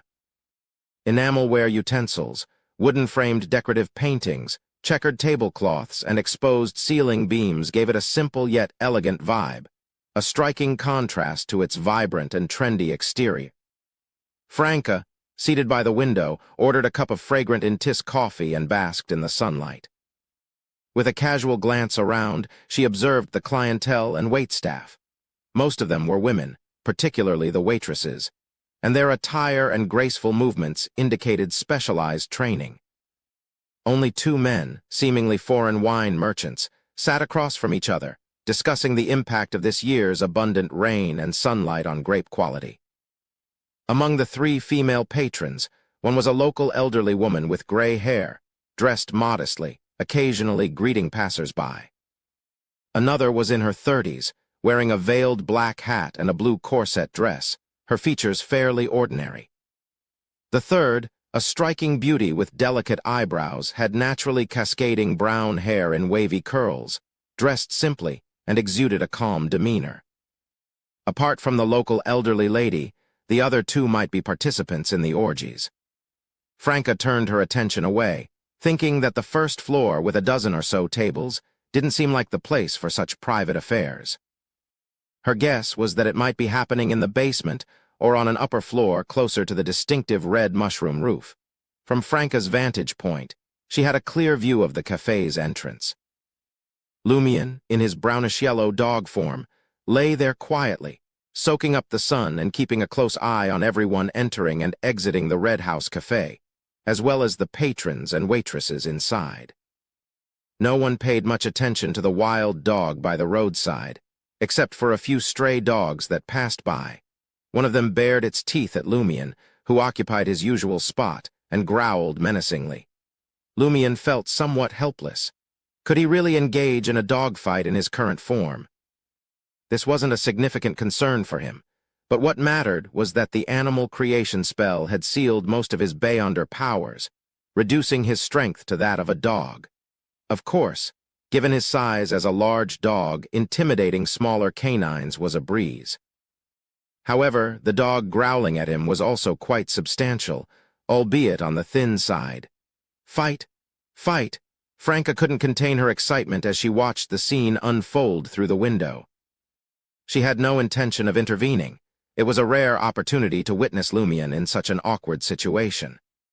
How could she resist the spectacle? Lumion, sprawled by the door, raised his right palm. No, his right foreleg. Drawing from past experiences, he focused a portion of his consciousness on his paw. A faint sense of madness and a scent of blood, perceptible only to Lumion, hung in the air. The brown-furred dog, its skeletal frame visible, was taken aback and hastily retreated with its tail between its legs. Oh, come on, be more daring. Why run away? Franca, inside the Red House Café, was left disappointed. She couldn't fathom why the dog had suddenly become afraid of Lumion. The hunter couldn't unleash his full powers. He could exude an aura of provocation at best. Simultaneously, Lumion chuckled self-deprecatingly. If the Blood Emperor ever found out that I used his aura to scare off dogs, he might just skin me alive, wouldn't he? After the brief interlude, Franca refocused her attention on the cafe. Drawing from her experience and observations in fashion magazines, she gracefully sipped her coffee and occasionally performed everyday actions that highlighted her feminine charm, all learned over the past year. It didn't escape her notice that nearly everyone in the cafe had their eyes on her. Some glanced discreetly, while others openly admired her, some even offering warm smiles. The elderly local lady who had been seated nearby smiled at Franca, picked up honey-roasted chicken wings from her plate, and made her way out of the Red House Cafe. Stopping in front of Lumion, she mumbled to herself in amazement.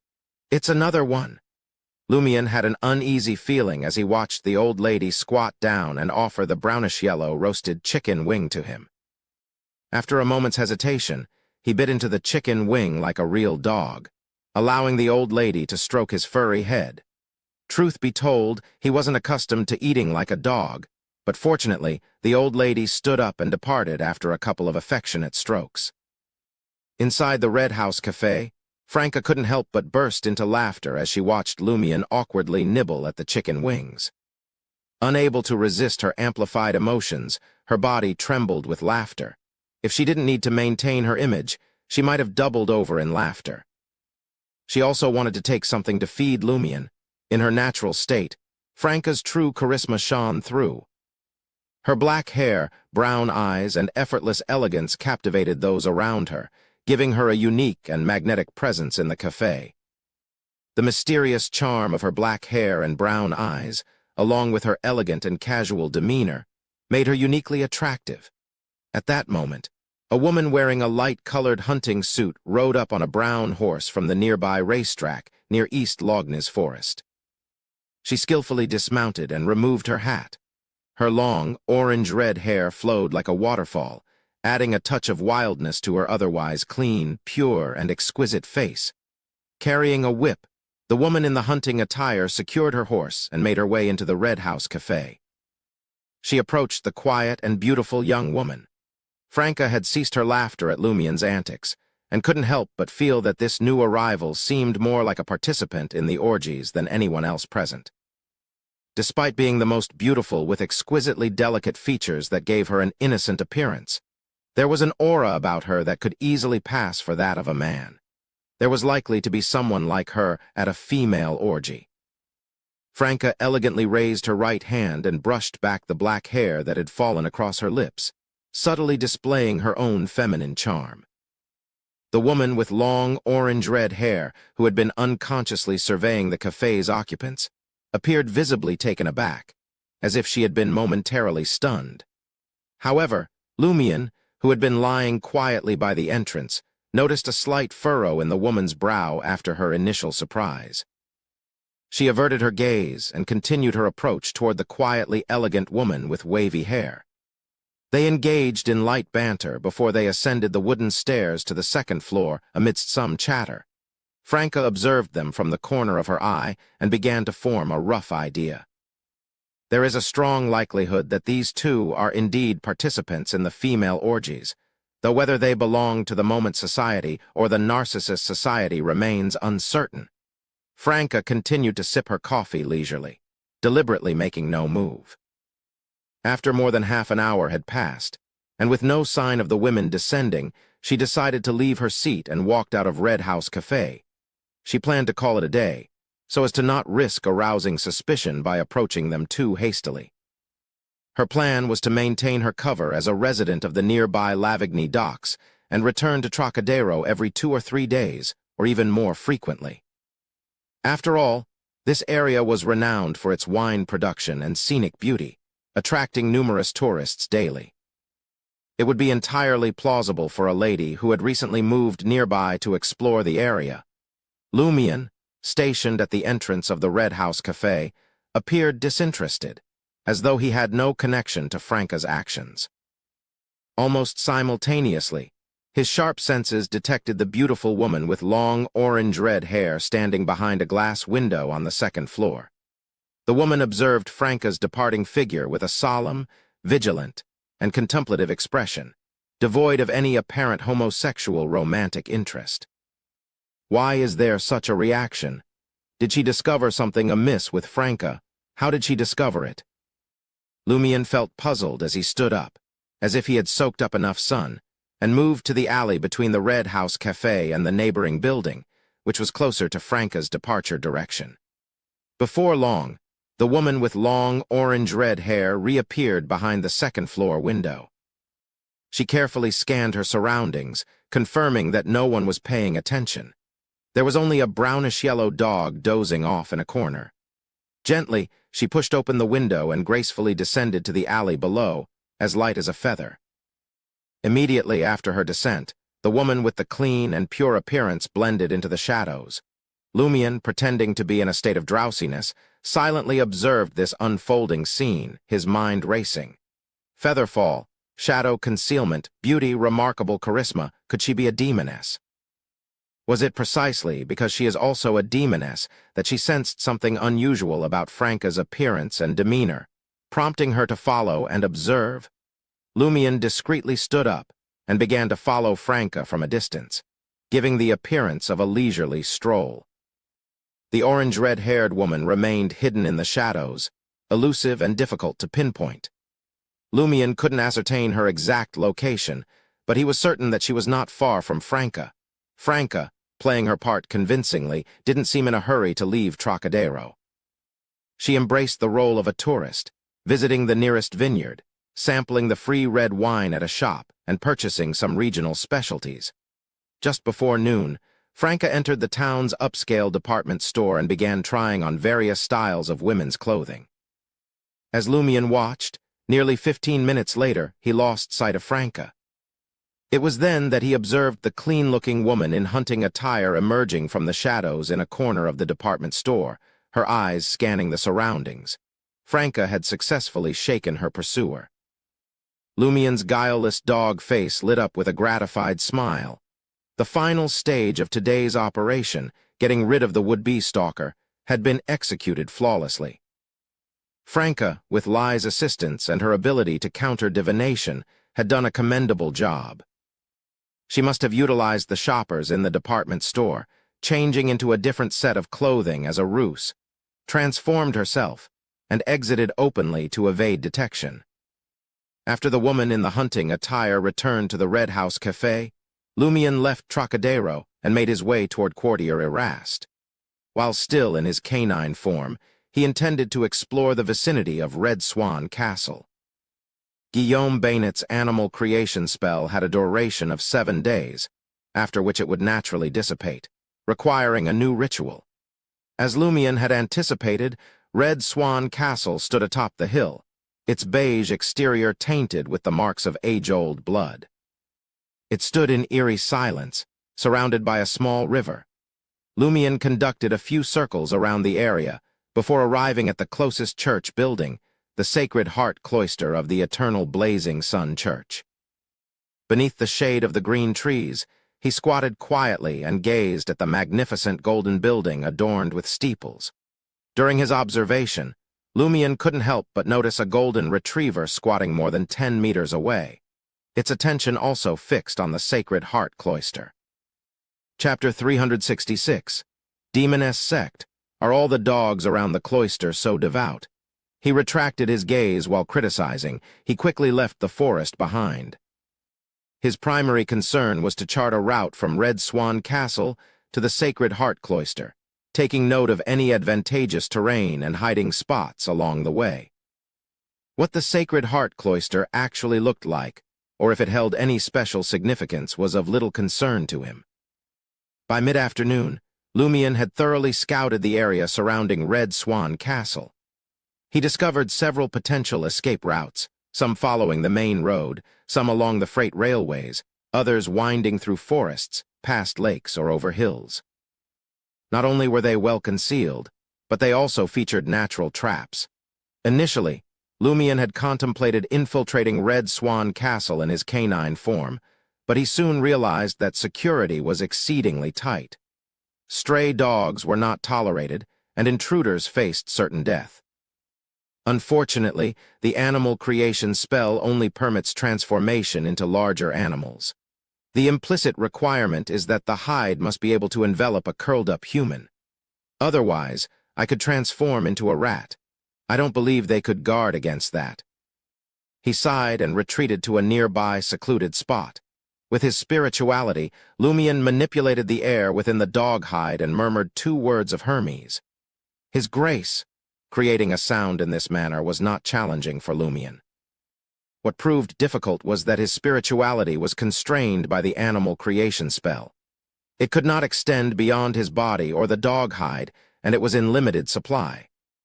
Thus, any sound produced remained confined to the dog hide, hidden from others' ears. Furthermore, he could dispel the incantation after uttering a few words.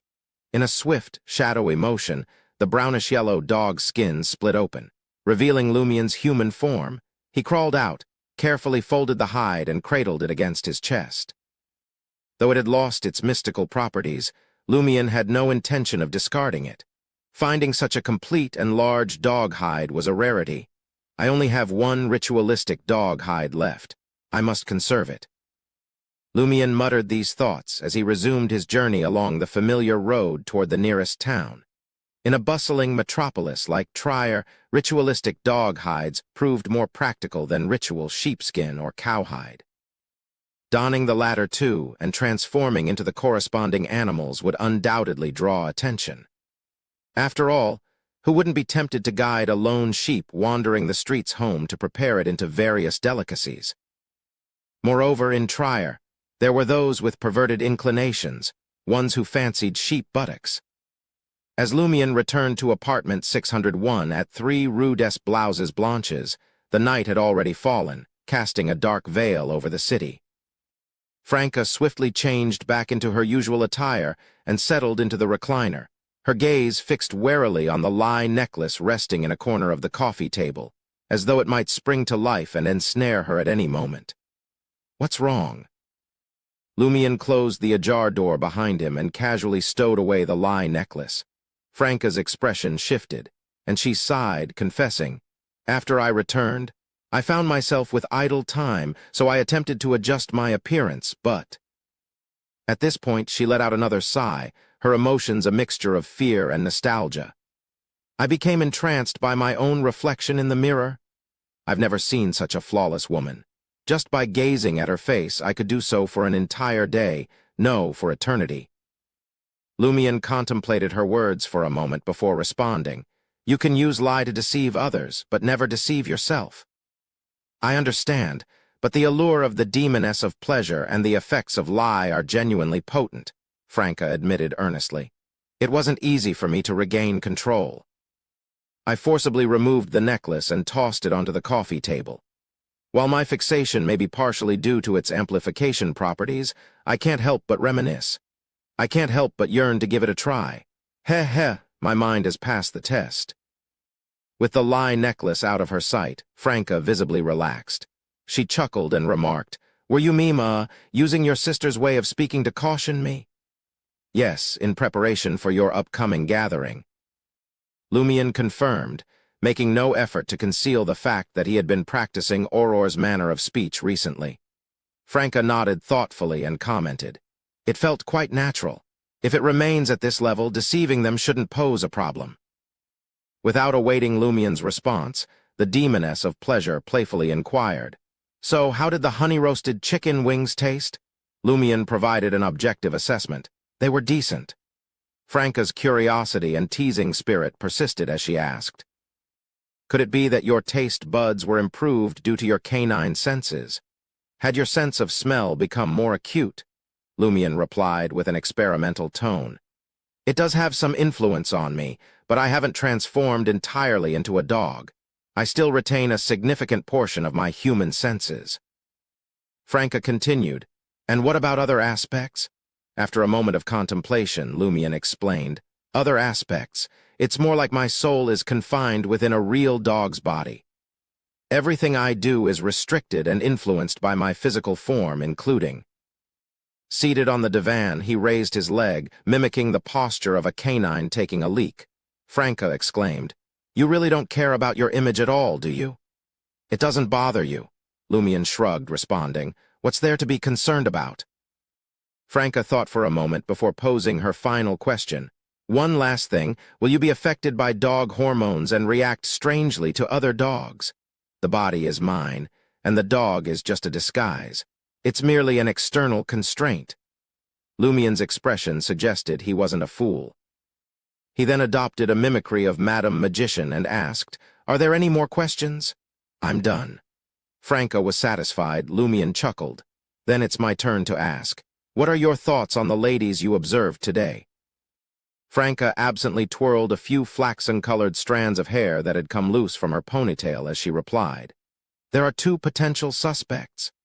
She proceeded to recount her speculation and added, "That woman with the orange-red hair still gives me an odd sensation, as if she's drawing me in." Lumian smiled approvingly. "You're onto something. She's at least a demoness of pleasure or a Beyonder with a corresponding mystical item." After identifying that the Beyonder belonged to the demoness pathway, Lumian sensed a magnetic allure in every gesture she made, similar to Franca's. It was a bit challenging for him, with most of his abilities sealed, to resist such temptation. Fortunately, Ainz Monk's endurance held firm. "Demoness?" Franca pondered the possibility and mused to herself. That makes sense. How could a gathering of females dedicated to pleasure not attract one or two demonesses? Lumian had a moment of realization and posed a question. Is it to bring pleasure to others and oneself? He sensed that this might be a fundamental requirement for their acting. That's one aspect of it. Even if it weren't for the potion, I'd still want to attend. However, I can control myself, but the same can't be said for other demonesses. Franca said with disdain and a sigh. Lumian, not fully grasping the implication behind her words, remarked, "She followed you, but you managed to shake her off." "Ah," Franca was momentarily surprised. "She should be from the demoness family." "The demoness family you mentioned?" Lumian had previously heard Franca briefly mention this secret organization. He had always been curious about how demonesses could form families. Matriarchal society. Franca sighed and said, "Yes, it's also known as the demoness sect. Its origins trace back to the descendants of the primordial demoness during the Fourth Epoch. The primordial demoness is a sequence 0 of the assassin pathway, essentially a true deity. She's widely regarded as an evil god, also known as the Chaos Demoness." "Primordial demoness." Lumian committed the name to memory. Franca continued. "The core of the demoness family always includes a descendant of the primordial demoness. But they also recruit or cultivate assassins with different surnames. It's essentially a sect that controls all the potion formulas and most of the resources related to this pathway. Only a demoness from the demoness sect would tail a wild demoness upon their first encounter." "To retrieve the Beyonder characteristic?" Lumian inquired. Be it recruitment or elimination, it was a way of reclaiming Beyonder characteristics. Franca pursed her lips and responded, "Exactly. They don't want the Beyonder characteristics of the demoness pathway to be lost outside their sect. Moreover, they hold a deep disdain for female assassins and eliminate any they come across." "Why?" Lumian couldn't comprehend. Franca shot him a resentful glance, as if blaming him for asking such a question. She sighed and said, "It's because the primordial demoness was originally male. During the process of attaining godhood through the assassin pathway, she transformed entirely into a woman. This transformation left her mind twisted and filled with agony. The demoness sect claims they want to emulate the primordial's experience. So, every demoness in the sect was once male. After enduring immense pain and suffering, they became profoundly distorted. They yearn to see other men undergo similar ordeals. Perhaps you don't know, but these demonesses seek out men to father their children. Baby girls are sent away, while baby boys are kept behind to relive their mothers' lives." As Cordu's prankster king, Lumian couldn't help but shake his head in disbelief. Isn't this incredibly twisted?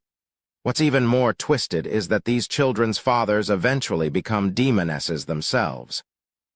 Franca recounted the information she had obtained from Madame Judgment and exhaled in fear. I've been avoiding them, not wanting them to discover me. But you're originally a man. Why should you be afraid? Lumion asked, puzzled. Are you worried that being around them might corrupt you and warp your senses after joining the Demoness sect? Franca nodded solemnly. Yes. Besides, I'm already a minor arcana card holder of the Tarot Club. How could I possibly join the Demoness sect?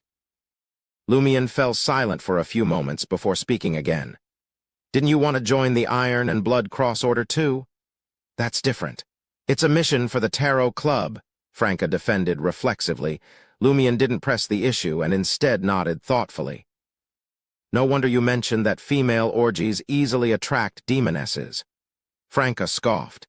It's just that most demonesses are members of the Demoness sect and have connections either vertically or horizontally. Otherwise, half of the female orgies might consist of demonesses. What's even more extreme is that when you receive an invitation to a strip ball and attend with enthusiasm, it's always packed with men.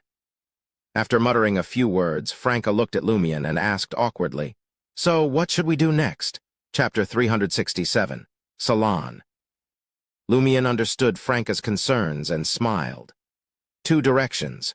First, consult with your major arcana card holder about the possibility of establishing contact with the Demoness sect. Remember, you originally were a man, so there's no need to fret about being eliminated. As long as you can pass their background checks, you can tap into their resources to enhance yourself. And when pretending isn't an option anymore, have your major arcana card holder assign you a mission to steer clear of Trier and make a swift getaway. Think about it. You're already at Sequence 6. Most of the top-tier resources are within the Demoness sect's grasp. Infiltrating their ranks and acquiring these resources from within is a much simpler and safer route compared to making enemies and taking risks to hunt them. Of course, this hinges on your major arcana card holder providing a way to elude the watchful eye of the primordial demoness. Franca was taken aback and mumbled, How do you sound so experienced? Lumion scoffed. Are you amnesiac? I'm doing something similar right now. I'm infiltrating the Iron and Blood Cross Order on behalf of the Tarot Club. What's the major perk? Once I complete the Iron and Blood Cross Order's mission, I can claim rewards from Gardner Martin and report back to my major arcana card holder. I can use the pretext of my spying progress to secure rewards from her, 2 rewards with 1 mission. Otherwise, why do you think the number of mystical items on me have increased so rapidly? Of course, he didn't need to mention Mr. Katakes' contributions to Franca. 2 rewards with 1 mission. Franca repeated it a few times before a realization dawned on her. I've been cooperating with you on missions related to the Iron and Blood Cross Order. Will this clash with contact with the Demoness sect? Lumion's expression said. As expected, you're still inexperienced. There's no clash. Why would there be? Simply convey to the Demoness sect your desire to transition to the Hunter pathway at Sequence 4 and revert to your original gender. That's your motivation for pursuing leads on the Iron and Blood Cross Order. You've already left enough clues and made substantial progress. From what you've described, those demonesses went from being men to women. I refuse to believe they haven't considered leveraging the pathway switch to regain what they've lost. That reason should be enough to convince them. Moreover, demonesses and hunters belong to neighboring pathways. They surely have ulterior motives concerning the Iron and Blood Cross Order. Given your opportunity to infiltrate them, they're more likely to embrace you than hinder you. In fact, they might even value your presence. Most importantly, if things go as planned, you could become the Demoness sect's liaison responsible for matters related to the Market District and the Iron and Blood Cross Order. If you want the higher-ups among the demonesses to be aware of what's transpiring here, they'll be informed. If you prefer keeping it under wraps, they'll remain oblivious. For instance, Jenna being a female assassin. At this point, Lumion smiled. You can also exploit the Demoness sect to nurture Jenna. When the high-ranking demonesses discover that a powerful, pure female demoness is paid for by their own sect, won't they lose control on the spot? It was an intriguing thought. It could be described as extreme provocation and mockery. Franca nodded indiscernibly. Kid, if you had taken the instigator potion, you might have fully digested it within a week. I'm just kindling a specific fire within you. Lumion leaned back on the sofa. Franca couldn't help but scoff in a half-mocking, half-teasing tone. If I were to genuinely join the Demoness sect, and you reach the Sequence 5 qualitative transformation without obtaining a Sequence 4 potion formula and the corresponding main ingredient from the Iron and Blood cross order, would you consider becoming a Demoness? Lumion considered the question seriously before answering. It depends. If I urgently require the strength and capabilities of a Sequence 4 to complete specific tasks, it's not out of the question. I'll choose the path that's simpler and more attainable. Franca was taken aback. Are you sure you won't find it mentally burdensome? He made it sound as if he was drinking absinthe or Lanty-proof tonight. Lumion borrowed a phrase from his sister's vocabulary. I'll do whatever it takes. He then added, I'll stop at nothing to achieve my goal. Besides, can't we just switch back when we reach Sequence 3? You can't just switch at will. Most Beyonders never advance beyond Sequence 4 in their lifetime, let alone Sequence 3. As they ascend, it becomes increasingly difficult. Whether it's the risk of losing control or obtaining the necessary resources, the challenges remain the same, she cautioned. Lumion let out a chuckle. Anyway, it's all just a fantasy at this point, isn't it? To confirm if it's feasible at all. Franca was left momentarily speechless and then inquired, You mentioned 2 directions. What's the other one? The other option is to track down the demoness of the Demoness sect and extract detailed information about the female orgies from her. Subsequently, focus on identifying potential members of the Bliss Society among the participants. As soon as you can, pinpoint the core members with close ties to Susanna Matteyes and eliminate any hidden threats. Lumion explained the alternative plan concisely. While it's a viable plan, if the Bliss Society members aren't directly involved in the female orgies and are merely associating with certain individuals, targeting the demoness alone might not provide the information we need. Additionally, it's bound to draw the attention of high-ranking members of the Demoness sect, leaving little room for further investigation. I'll start by reaching out to my major Arcana card holder and inquire if she has any reservations about my contact with the Demoness sect. Franca analyzed after some thought. She was clearly tempted by Lumion's suggestion. Lumion acknowledged her analysis without rushing her. After all, she wouldn't return to Trocadero's Red House Cafe for another 2 or 3 days, with an invitation to Count Poofer's salon preceding that event. 3 days after scouting the surroundings of Red Swan Castle and informing Madame Magician and Mr. K of the invitation, Lumion arrived at the Beige Castle in a 4-wheeled 4-seater provided by Gardner Martin. He chose not to dress too formally for the occasion. No tailcoat, top hat, or cane that stereotypically marked a gentleman. Instead, he wore a light brown hunting suit, off-white breeches, and brown boots. In his hand, he held a Lone-style deerstalker hat, allowing his golden-black hair to catch the wind. Lumion was aware, through Auror's gossip, that appearing overly grandiose in a literary and artistic salon like this would make him appear out of place among the other participants, possibly even a laughingstock. Of course, this outfit had been funded by Gardner Martin's recent contribution of 10,000 Verldor, costing Lumion a total of 1,000 Verldor. Holding the invitation letter, Lumion underwent the guard's scrutiny and passed through the imposing several-meter-tall door. In this area, there was a hall, but it was relatively modest. It served as a waiting area for the butlers, valets, maids, and guards accompanying the guests during a grand banquet. Lumion scanned his surroundings and confirmed that this wasn't the hall from his unsettling nightmare. Beyond the hall was the atrium, and on the opposite side stood Red Swan Castle's main edifice. It rose 6 to 7 stories high and was encircled by a ring of towers. Lumion couldn't help but glance up at a narrow window on the 3rd floor. In his nightmare, a man with dark red hair had gouged out his own brownish-red eyes from behind that very window. Now, however, there was nothing behind the clear glass window but a slightly mottled light-colored wall. Mottled. Shouldn't the room's walls have been repainted? Auror had mentioned that the annual maintenance cost for such an ancient castle is astronomical. Lumion shifted his gaze away and proceeded to enter the main building. The moment he crossed the threshold, his eyes narrowed and his heart sank. This hall was an exact replica of the one in his nightmare. From the crystal chandelier hanging high above to the spiral golden staircase leading to the second floor, everything mirrored his dream with eerie precision. Though Lumion had expected this, encountering it in reality stirred up complex emotions within him. The male servants in the hall, adorned in their vibrant red uniforms with golden trimmings, stood in 2 neat rows to welcome Lumion's arrival. Lumion's eyelids twitched, finding the vividness of the red to resemble flowing blood. The salon was situated in a spacious living room on the first floor, elegantly decorated with a thick, dark red carpet adorned with intricate patterns.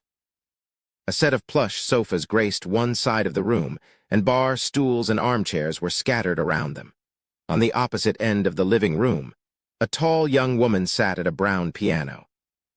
She wore a simple yet pristine sky-blue patterned white corset dress, and her auburn hair cascaded gracefully down her back. As Lumion entered the living room, the girl's fingers danced gracefully across the piano keys, conjuring a sprightly melody. Count Puffer occupied an armchair, engaged in conversation with an elegant lady with black hair, blue eyes, and an air of refinement as she leaned against the armrest in a crouched position, chuckling merrily. Novelist Anori, painter Mullen, critic Ernst Young, and poet Irita, each accompanied by their female companions, were either gathered on the sofa, engaged in conversation, or lingering near the table adorned with desserts and roasted meats. In addition to these well-known figures, other guests filled the room. Lumion scanned the crowd and spotted a familiar face. It was Laurent, the inhabitant of Auberge du Coq Doré, rumored to have used Madame Lacazen's hard-earned money to frequent upscale cafes and mingle with high society. Laurent still donned the same pristine black tailcoat, and his neatly combed brownish-yellow hair followed a precise 30 to 70 cut. He stood out amidst the casually attired authors, painters, poets, and critics surrounding him. He displayed no restraint in his interactions, his dark brown eyes sparkling as he exchanged pleasantries with the gathered guests. Within moments, Laurent locked eyes with Lumion, and his pupils dilated, as if he had encountered an evil spirit. Is this not Cécile Dubois, the current owner of Auberge du Coq Doré and the infamous mob leader? In an instant, fear coursed through Laurent's veins. He worried that Lumion might expose his true identity, jeopardizing the connections he had painstakingly cultivated. He was on the verge of success. "Oh, you're doing quite well. You've even received an invitation to such a salon," Lumion remarked with a smile, pointing to himself as if to suggest that they both belonged to a certain type and could feign ignorance of each other. A sigh of relief escaped Laurent as Lumion approached Count Puffer. With a hint of annoyance, he grumbled, "You didn't inform me about bringing a female companion. You're making me look like a fool." "Ha." Count Puffer and the others chuckled, delighted that their prank had succeeded. After the laughter subsided, Count Puffer gestured toward the girl at the piano. "If you don't mind, you can invite my cousin, Miss Elrose." Chapter 368, Speculator. Lumion settled into an armchair with a polite smile aimed at Count Puffer. He responded, "That would be my honor." With a graceful gesture, he extended an invitation to Miss Elrose. Count Puffer, dressed in a crimson shirt, waved his hand. "After she finishes playing this piece." Lumion shifted his gaze towards the piano, finally getting a clear view of Miss Elrose. Her chestnut eyebrows framed her expressive brown eyes, which sparkled with a youthful vibrance. The delicate curve of her cheeks and gentle facial contours suggested her age to be under 20, and there was no apparent trace of Sauron lineage. Lumion surmised that Elrose likely inherited her Sauron lineage from her maternal side. He turned away briefly, his fingers wrapping around a glass of red, white, and blue liqueur resting on the coffee table. Engaging in lively conversation with Count Puffer, novelist Anori, and others, Lumion discussed the latest trends and scandals circulating in their circle. He had been diligently reading newspapers like Novel Weekly, Journal des Débats, Youth of Trier, and Ghost Face to keep himself well-informed for occasions like these. The black-haired lady who had been kneeling beside Count Puffer had already moved away to observe the newspaper editors engaged in a game of billiards. Lumian was aware that she couldn't be Count Puffer's wife. Auror had once enlightened him about the peculiar customs of Trier. In intimate gatherings and small-scale balls, the male and female hosts refrained from appearing together. It was considered improper and might invite unnecessary gossip. Therefore, when one of them hosted a salon, their spouse would attend someone else's event. Back when Lumian first learned of this, he was barely 15, and it struck him as a bizarre set of rules. Now, reflecting upon it, he couldn't help but think, you Trierians have devised such absurd and comical unwritten rules to facilitate discreet affairs, and everyone willingly adheres to them. As the musical piece concluded, Elrose gracefully left the piano and made her way to the sofas. Her cousin introduced her to Lumian, pulling over a bar stool for her. She sat with her legs neatly together, a silent observer of the ongoing conversation. As time flowed by, others gradually converged in their direction. Laurent followed a casually dressed, middle-aged man who sported an impressive beard.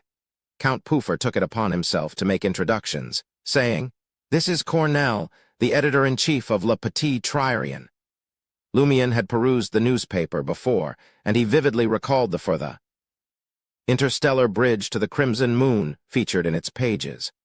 Now, with that memory in mind, he couldn't help but suspect that it might be a cleverly disguised scam or perhaps a piece of Trierian performance art. He also harbored suspicions that it might be connected to devotees of some evil god. "This is Cécile Dubois, the general manager of Coastal Import and Export Corporation." Puffer introduced the identity Gardner Martin had fabricated to Cornell. Cornell extended his right hand with a look of surprise as he greeted Lumian. "You're quite the young lad." Lumian accepted the handshake, offering a charming smile.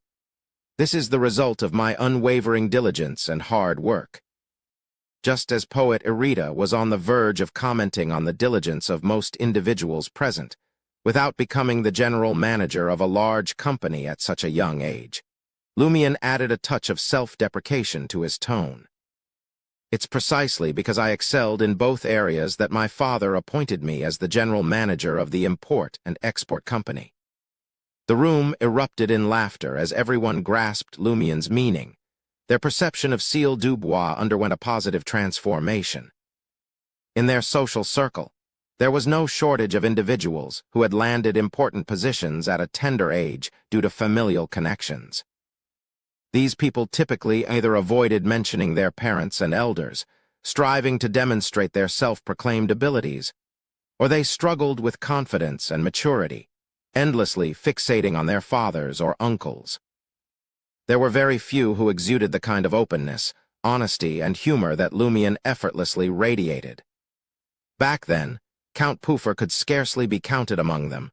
Lumian, with a touch of mischievous humor borrowed from his sister, turned his gaze toward Laurent and inquired, "Who might this be?"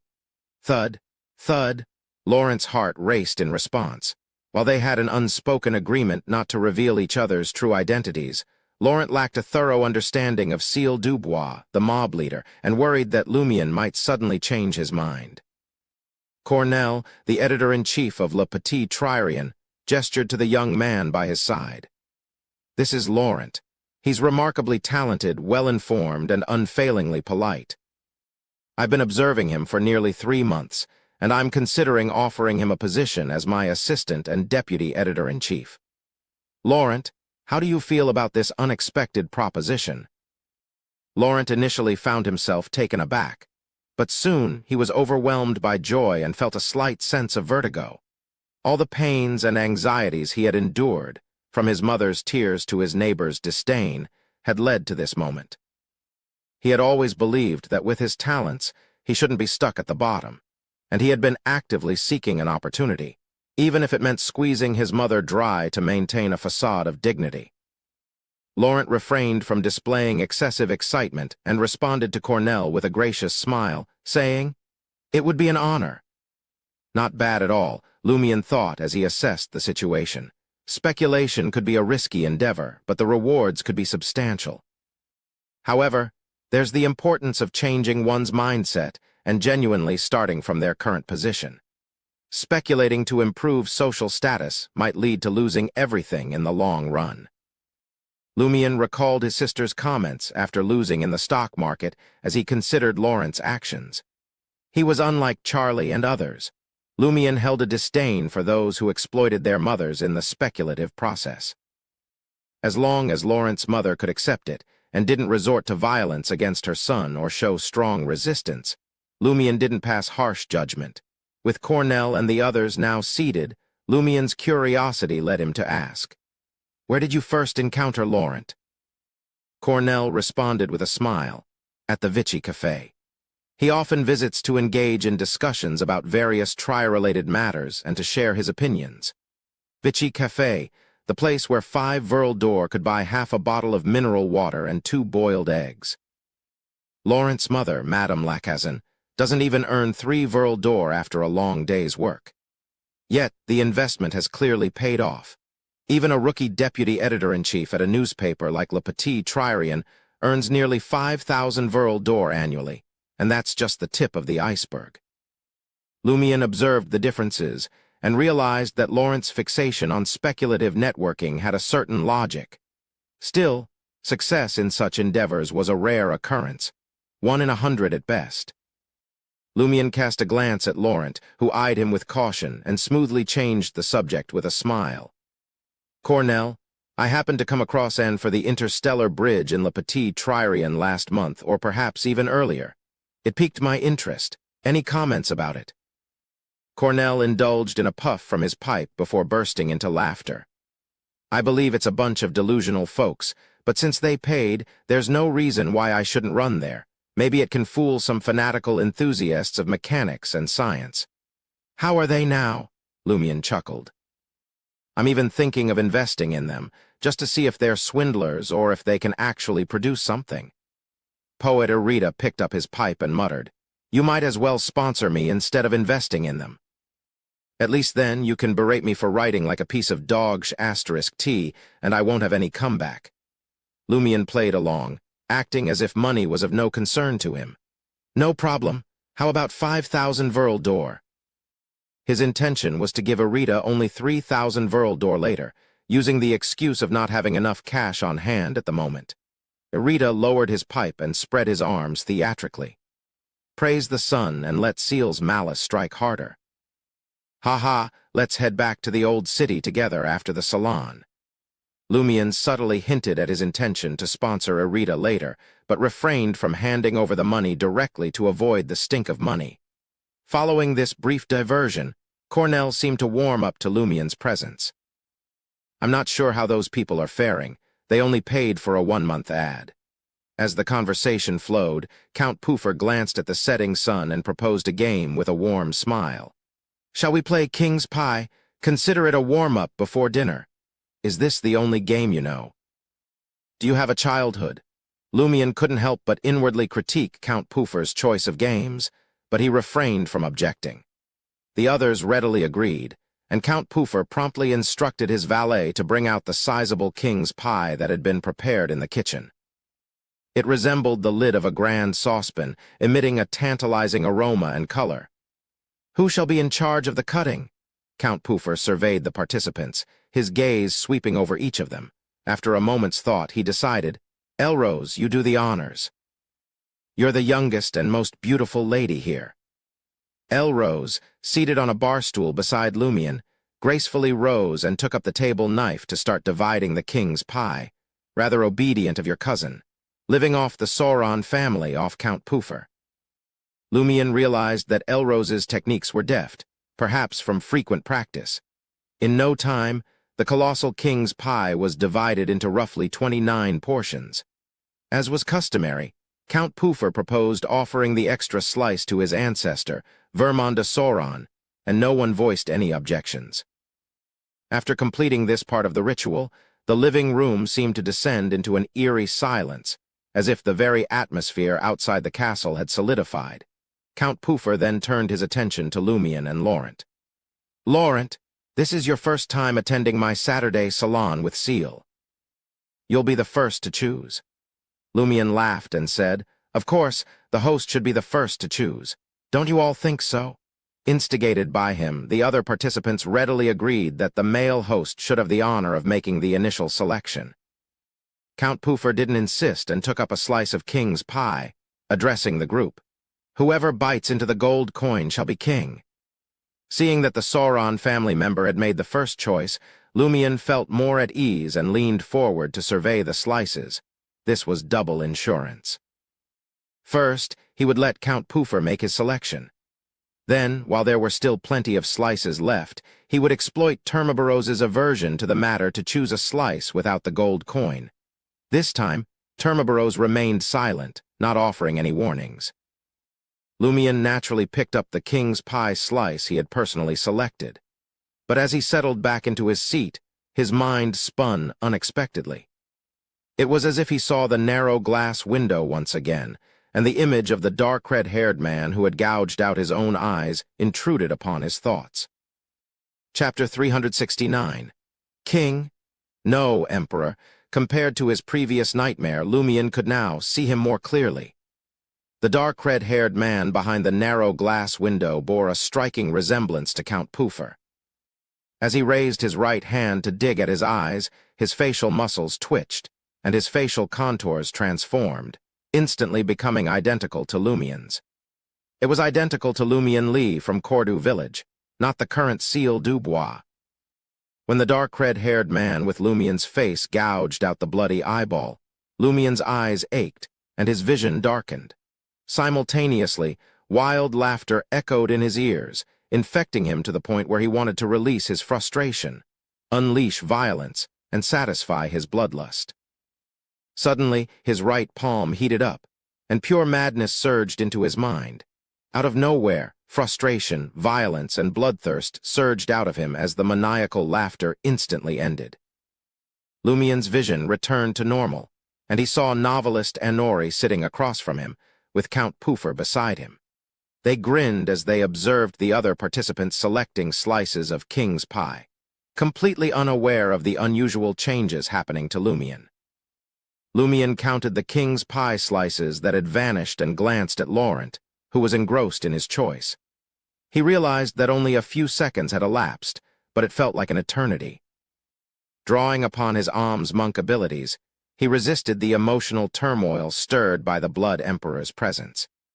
He faintly perceived a peculiar, insane, bloody and ruthless mental impression lingering in the void above him.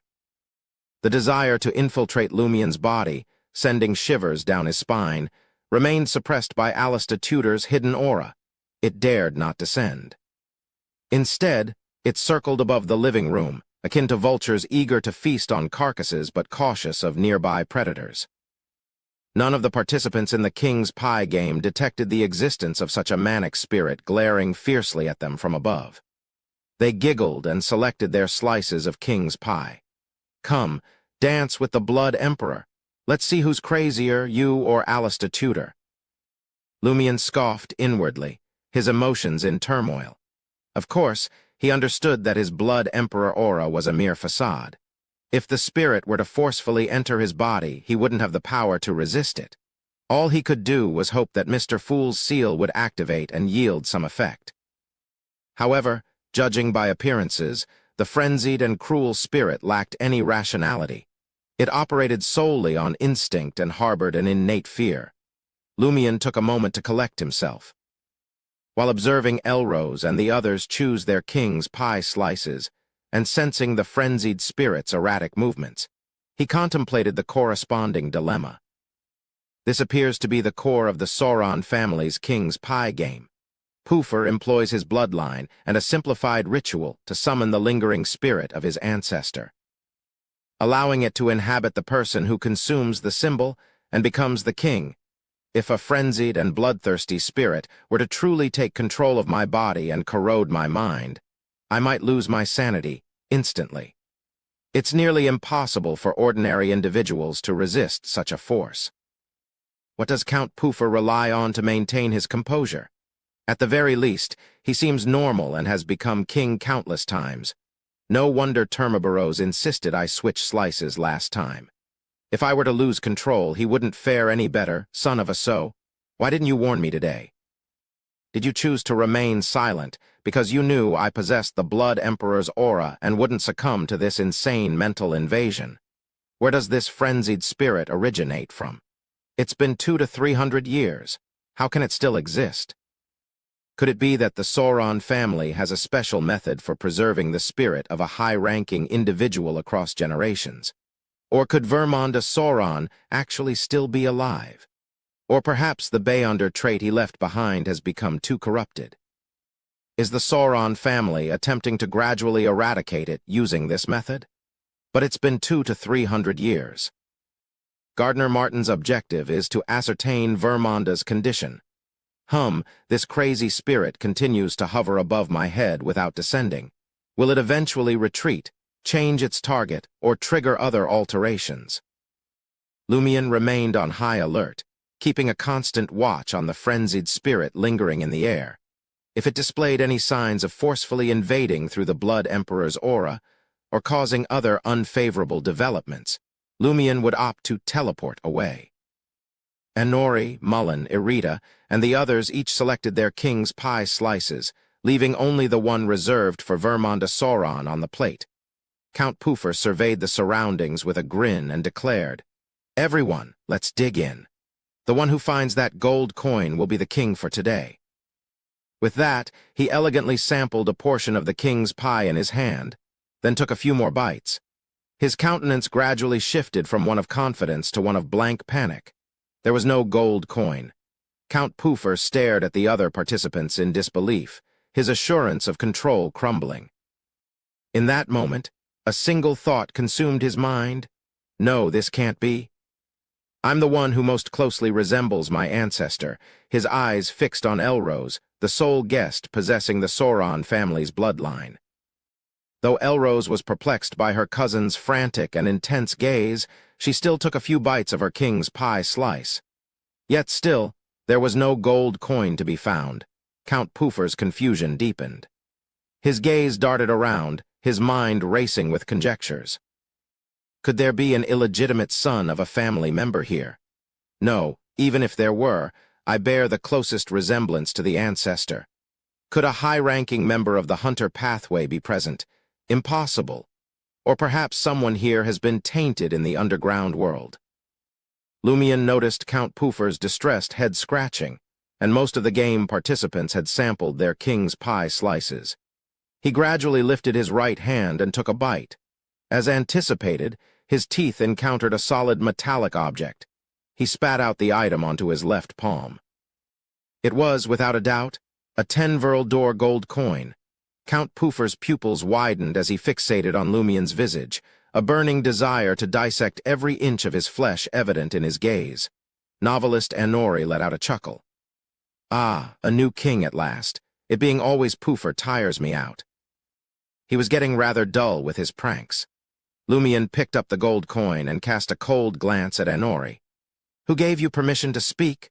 Anori's body quivered, and he instinctively clamped his mouth shut.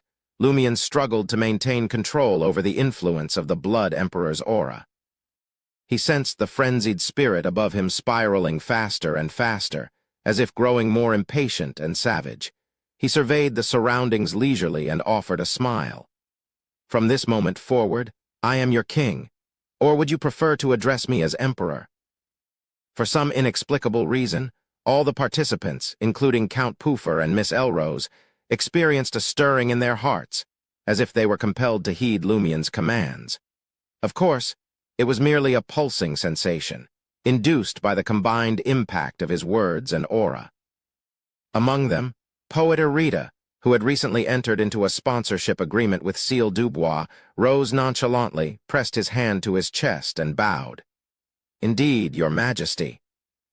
The others followed suit, either embracing the spirit of the game or yielding to the pulsing sensations in their hearts. They stood and offered their bows in their own unique ways. "Indeed, Your Majesty." Lumion's lips curled into a satisfied smile as he signaled for everyone to retake their seats. Then he turned his gaze towards Count Poofer and raised his chin slightly. I command you to present 30,000 Veraldor worth of gold. Count Puffer was taken aback, a whirlwind of complex emotions surging within him. This was the first time he had been subjected to the king's pie commands. He had an urge to respond with a jest, but he remembered the gravity of the consequences if he disobeyed the king's orders during this mystical game. He would meet a dreadful fate. Count Puffer clenched his teeth and rose from his seat. "Indeed, Your Majesty." Exiting the living room, he ascended to a floor of the castle's main building and retrieved 5 hefty gold bars from a secure vault. For him, parting with 30,000 Veraldor wasn't a significant loss. Seeing Count Puffer offering him gold bars totaling 30,000 Veraldor, Lumion couldn't help but feel a pang of regret. Had he known that his orders would be followed to the letter, he might have demanded even more. The dilemma now lies in how to discreetly make off with the gold later. In normal circumstances, even if I accepted 30,000 Veraldor in person, I would have to privately return it. Failing to do so could offend Count Puffer. Moreover, I need to figure out how to explain to Gardner Martin that I had become king while remaining unaffected. Lumion pondered as he tucked away the 5 gold bars. Then he turned to novelist Ainz. "Your mission is to bestow a kiss upon someone here. Your target is..." As Ainz eagerly eyed the beautiful women present, Lumion pointed towards poet Irida, who had just taken a puff from his pipe. "Our poet." A momentary silence hung in the air, followed by a whistle from one of the guests, and then the others joined in. Reluctantly, Ainz stood up and muttered, "I really don't want to kiss that guy with bad breath. I could accept it if it were Mullen." Despite his reservations, he complied, giving Irida a gentle kiss on the lips. Irida took it in stride, chuckling, and remarked, "I can sense your discomfort, Ainz. Pull yourself together. Don't act like a naive country bumpkin." Lumion observed with an impassive expression, his attention primarily drawn to the swirling madness. Though it refrained from attempting to invade anyone's body, the influence of the madness made everyone slightly restless, their emotions displaying signs of instability. Upon hearing Irida's teasing, Ainz's countenance turned icy, as if he contemplated picking up a table knife and stabbing him. However, he ultimately restrained himself. Lumion suspected that as the game unfolded, the participants would grow increasingly agitated, irritable, and prone to bloodlust while the madness continued to linger. At that very moment, a piercing, terrified scream echoed from somewhere within the castle. Chapter 370, Sending Off. A chilling scream, filled with terror, reverberated through the living room, causing the hearts of every guest to race with fear. Painter Mullen was very sensitive to this. His pale white complexion exchanged a concerned look with Count Puffer. "What happened?" Count Puffer furrowed his brow, puzzled by the sudden disturbance. Upon hearing Mullen's question, he snapped back to attention and casually reassured everyone. "It seems there may have been an accident. I'll have a servant find out the details. Don't worry, it won't disrupt our gathering." What could possibly go wrong? With that, Count Puffer signaled to his valet, positioned discreetly in a corner of the living room, to investigate the source of the scream. Then he addressed the assembled guests, saying, "Please, let's continue."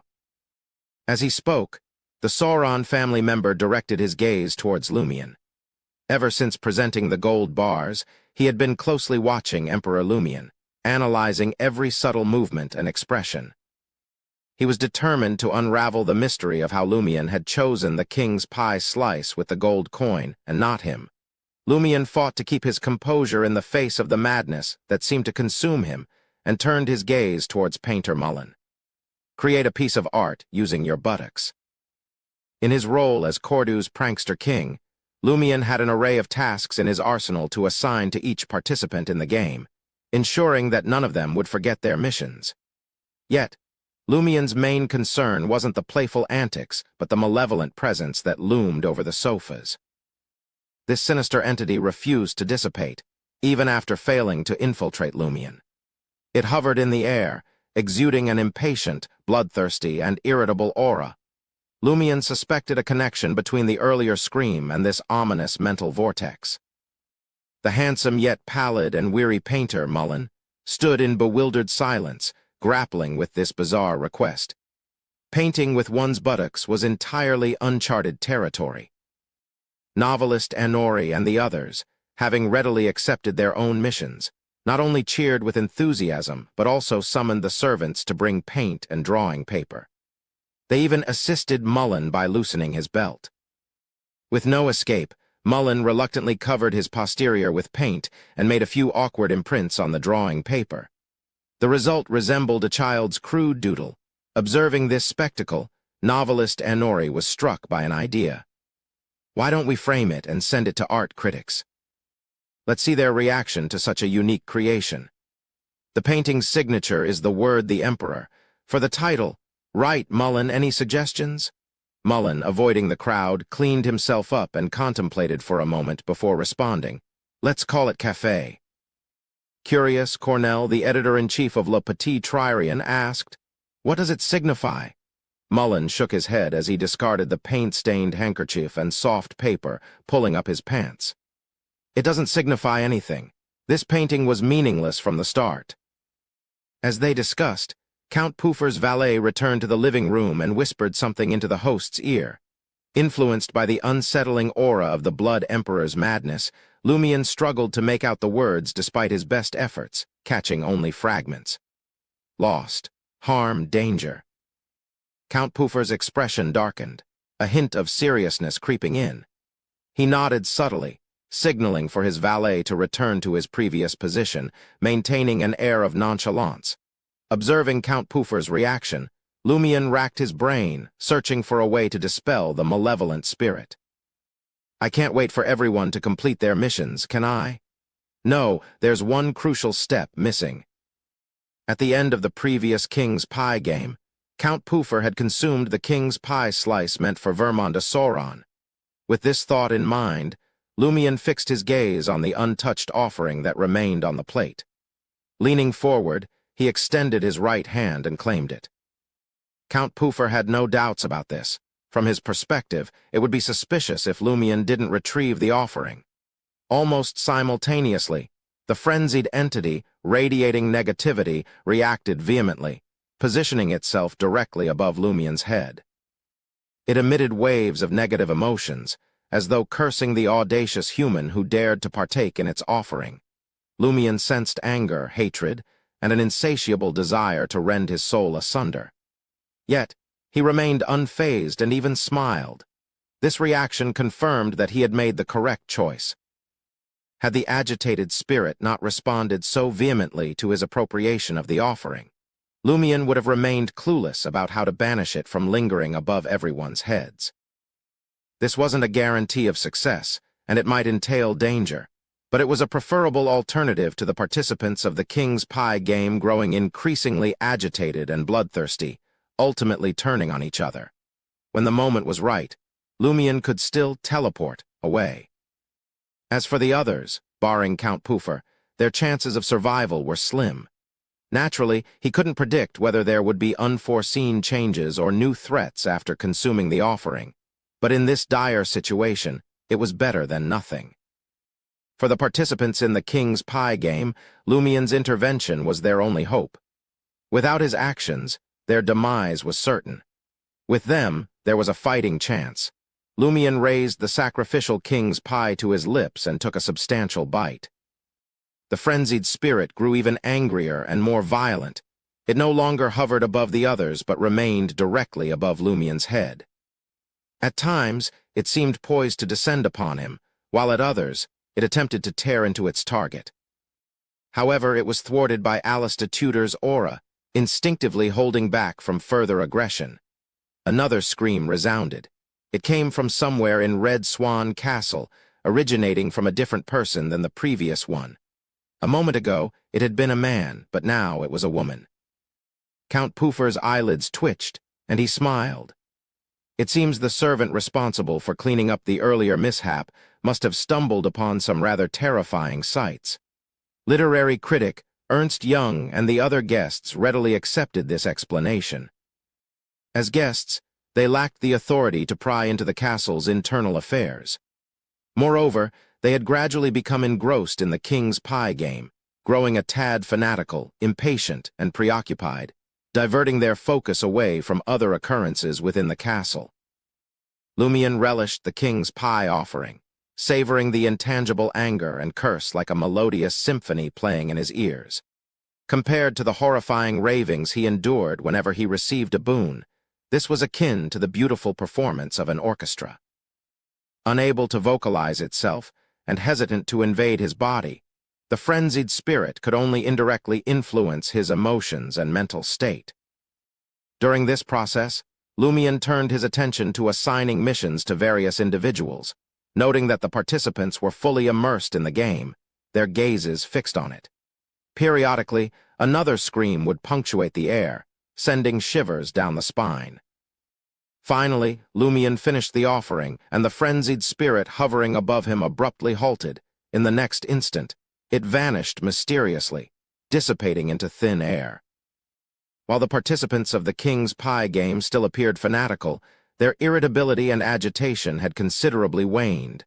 Lumion let out a quiet sigh of relief and turned to Elrose, seated beside him. "Let's see you do the twist. If you're not sure how, ask someone to show you." In contrast to the risque can-can dance, which was already laden with suggestive undertones, the twist seemed relatively innocent as long as it wasn't a male-female dance. However, it had a comical appearance. Elrose complied, rising from her seat and attempting the twist with a hint of awkwardness. Amidst the laughter of those present, Lumion continued to assign missions to the remaining participants. After all the participants had completed their assigned missions, Lumion straightened up and assumed an air of superiority as he delivered his final instruction. Last mission. Keep everything that happened today a secret. You must not divulge anything about today's game to anyone. "Yes, Your Majesty," Elrose and Laurent, still caught up in the game's ambience, responded in unison, their expressions displaying utmost respect. This compliance was partly due to the lingering presence of the Blood Emperor's aura that still clung to Lumion. Observing the instinctive obedience of each participant, Lumion let out a contented sigh and offered a warm smile. "That concludes today's game." Count Puffer rose from his seat and gestured with a smile. "Let's proceed to the dining room." As they moved from the living room to the dining room, they had to pass through the castle's main hall. Lumion, who had returned to his usual self, noticed out of the corner of his eye that a few valets and maids were diligently at work near the corridor. They were using mops to clean up a reddish puddle. Lumion's eyelids twitched as he swiftly averted his gaze. Following dinner, the guests bid their farewells one by one. Lumion sought out Count Puffer and retrieved the 5 heavy gold bars with a smile. Count Puffer shook his head. "Since I proposed the game, I must adhere to its rules." "Do you think so little of me, believing I can't do without the 30,000 verl door?" "It's simply a gesture of courtesy," Lumion responded with a smile. He didn't insist and smoothly returned the gold bars to his pocket. According to their arrangement, Lumion arranged for the poet, Irita, to join him in his 4-wheeled, 4-seater carriage. Using the pretext of having limited funds on hand, he handed Irita only 3,000 verl door. Irita didn't seem to mind at all. He stashed away the banknotes and engaged in a conversation about his artistic preferences. As the carriage began its journey, Lumion inquired, "Which district are you heading to?" "Just take me to the Sacred Heart Cloister," Irita replied with a grin. "I'm meeting a friend there." Sponsored poets always find friends to share a drink with. Sacred Heart Cloister. Lumion nodded slightly and instructed the carriage driver accordingly. Before long, the carriage arrived at the picturesque cloister. Even in the darkness of night, the golden facade of the building reflected the crimson moonlight, creating a surreal and dreamlike atmosphere. After watching Irita enter the cloister, Lumion directed the carriage driver to head back to Rue des Fontaines in Quartier de la Cathédrale commemorative. As the carriage rattled along, leaving behind the woods and fertile fields, Lumion suddenly heard the resonant voice of Termaburose. "A dangerous creature is tailing you. It has been since Red Swan Castle. It brims with hostility and is preparing to strike."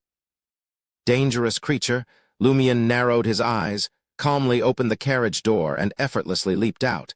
Facing the carriage driver, he spoke with the remaining authority of an emperor. "Wait for me in the nearby town." The carriage driver hesitated for a moment before complying with the order. As Lumion watched the carriage and its driver disappear into the distance, he calmly retrieved the flog boxing gloves from his briefcase and methodically donned the iron-black gloves. The nearby forest seemed to darken, and the river that flowed through it took on an eerie blood-red hue. Chapter 371. Wax Statue. A figure emerged slowly from the blood-stained river. Lumion's mind seemed to freeze momentarily for some inexplicable reason as he observed the figure crawling ashore. Instead of an immediate attack, he watched the figure climb out of the water. The unfamiliar man's face bore an eerie stiffness, and his clothes clung to him from being soaked in water. The latter seemed to merge with his flesh. It was a wax statue that came to life. Crimson blood seeped from the waxen figure, mixing with the river's flow before smashing against the wild grass along the bank. The wax statue's light blue eyes shifted slightly within their white sockets, casting a vague reflection of Lumion. Meeting that gaze left Lumion feeling overwhelmed, unable to resist mentally or physically. Instinctual fear surged within him, drowning out all other emotions. Suddenly, Lumion's survival instincts kicked in, fully erupting and overpowering all other emotions and states. Lumion's vision was restored. The wax statue, with its cold, unyielding eyes, was now less than a meter away. Its pale white hand, dripping with blood, extended its fingers like deadly blades thrusting toward him. Lumion had no time to react. He raised his right palm to shield his face, and there was a resounding impact as the wax statue's razor-sharp finger collided with his iron-black flog boxing glove, adorned with short thorns. Where the boxing glove fell short, the wax statue's finger pierced Lumion's palm, leaving a conspicuous wound on his face. Had he not shaken off the initial intimidation, the blow might have punctured his skull and reached his brain. The familiar searing pain jolted Lumion awake. Clenching his left hand, he conjured a blazing crimson flame and launched a powerful punch at the wax statue's face from the side. Simultaneously, with a smile, he tightened his right palm, using his own flesh and blood to hinder the wax statue's right hand, preventing it from evading his fiery strike. Bang! The flog boxing gloves knocked the wax statue's head askew, and the iron-black thorns on their surface etched exaggerated scratches onto its unyielding face, the wounds shifting from deep to superficial. Despite the vivid flow of bright red blood, there was no flesh-like texture to the injuries, only layers of wax that seemed to melt under an invisible fire. In response, blood-colored capillaries extended from the wax statue's light blue eyes, exuding an intense, bloodthirsty desire that lent it an eerie vitality, making it resemble the living. Lumion had chosen the flog boxing gloves for its potency, a mystical weapon of utmost power, especially against the creature that Termaboros had labeled as dangerous. He couldn't afford to be careless. However, he never expected his enemy to be a wax statue rather than a living being. It rendered the flog's ability to evoke specific desires or emotions ineffective. It could only serve as a defensive tool. If not for the bizarre intimidation, Lumion would have discarded his boxing gloves and opted for the decency brooch. Now, with his adversary before him, he had no choice but to stick with the flog gloves, focusing instead on fire infusion. To his astonishment, his punch had ignited the wax statue's bloodlust, suggesting that the entity retained a degree of life, along with faint emotions and desires of its own. "Good to see you're still kicking." Lumion's grin widened. He pulled back his right palm, gritting his teeth through the pain, and his fiery fist realigned the wax statue's head. The wax statue, its bloodthirsty desires now heightened, showed no inclination to increase the distance between them. It resumed its intimidating tactics, instinctively and desperately engaging in close combat with Lumion. This played perfectly into Lumion's strategy. His iron-black boxing gloves, ablaze with crimson flames, consistently clashed with the wax statue's limbs, fists, shoulders, torso, and head in rapid, precise succession. Each punch lacked brute force. What Lumion needed was a relentless onslaught. Bam, bam, bam, bang, bang, bang. Lumion's fists, adorned with the flog gloves, trailed crimson flames, effectively suppressing the agile and skilled wax statue to the point where it couldn't employ any other abilities. His feet executed a fluid dance of stepping forward and raising knees to fend off the attacks from below. Within a mere 10 to 20 seconds, the wax statue abruptly ceased its movements, and an ethereal explosion emanated from its form. The capillaries within its eyes ruptured, staining the once light blue hue of vivid crimson. Cracks crisscrossed its head, connecting with the injuries inflicted by the flog gloves. Desire detonation. Lumion's relentless assault had triggered the desire detonation effect of the flog boxing gloves. In response, Lumion withdrew his fists and watched in silence as the wax statue's blood-red eyes revealed signs of pain. 2 crimson teardrops slowly welled up at the corners of its eyes, streaming down its waxy cheeks. The wax statue opened its mouth as if attempting to speak, yet no sound escaped. Rumble. A muffled explosion emanated from within its body, and the exaggerated wounds extended across its form. Crimson flames erupted from these regions, engulfing the wax statue entirely. Fire infusion. Amidst the fierce inferno, the wax statue rapidly softened, its body dripping with blood-stained, viscous droplets. Thud, it collapsed to the ground. What kind of monster is this? Lumion gazed at the fallen creature for more than 10 seconds, his hunter's instincts telling him that this prey couldn't possess Beyonder characteristics. During this moment, he retrieved his briefcase and carefully stowed away the flog boxing gloves. Without hesitation, Lumion turned and exited the forest. Behind him, crimson flames surged, consuming his dripping blood. Within the blazing inferno, the wax statue had melted beyond recognition. Lumion's figure gradually faded, disappearing not far from the scene, spirit world traversal. To evade the attention of evil gods and the dangerous entities summoned by the flog boxing gloves, Lumion shifted his position, effectively teleporting to a nearby town. It was a location he had scouted in advance, with precise coordinates within the spirit world.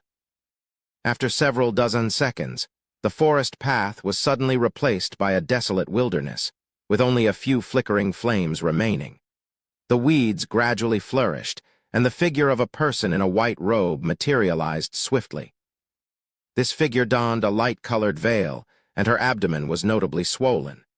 An unmistakable maternal aura enveloped her form. It was Lady Moon of the Night Stalkers.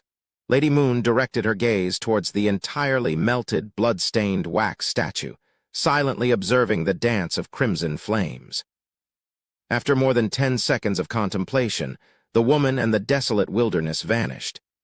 In a room within the main building of Red Swan Castle, Count Puffer, clad in a red shirt and sleek black trousers, occupied a cluttered desk.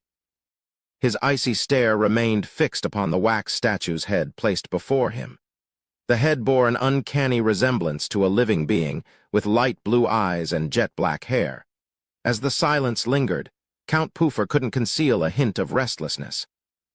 Occasionally, he tugged at his collar, shifted in his chair, and even unbuttoned the top of his shirt, as if the air had grown unnaturally thin, impeding his breathing. As time ticked by, the wax statue's head suddenly emitted an ominous cracking sound.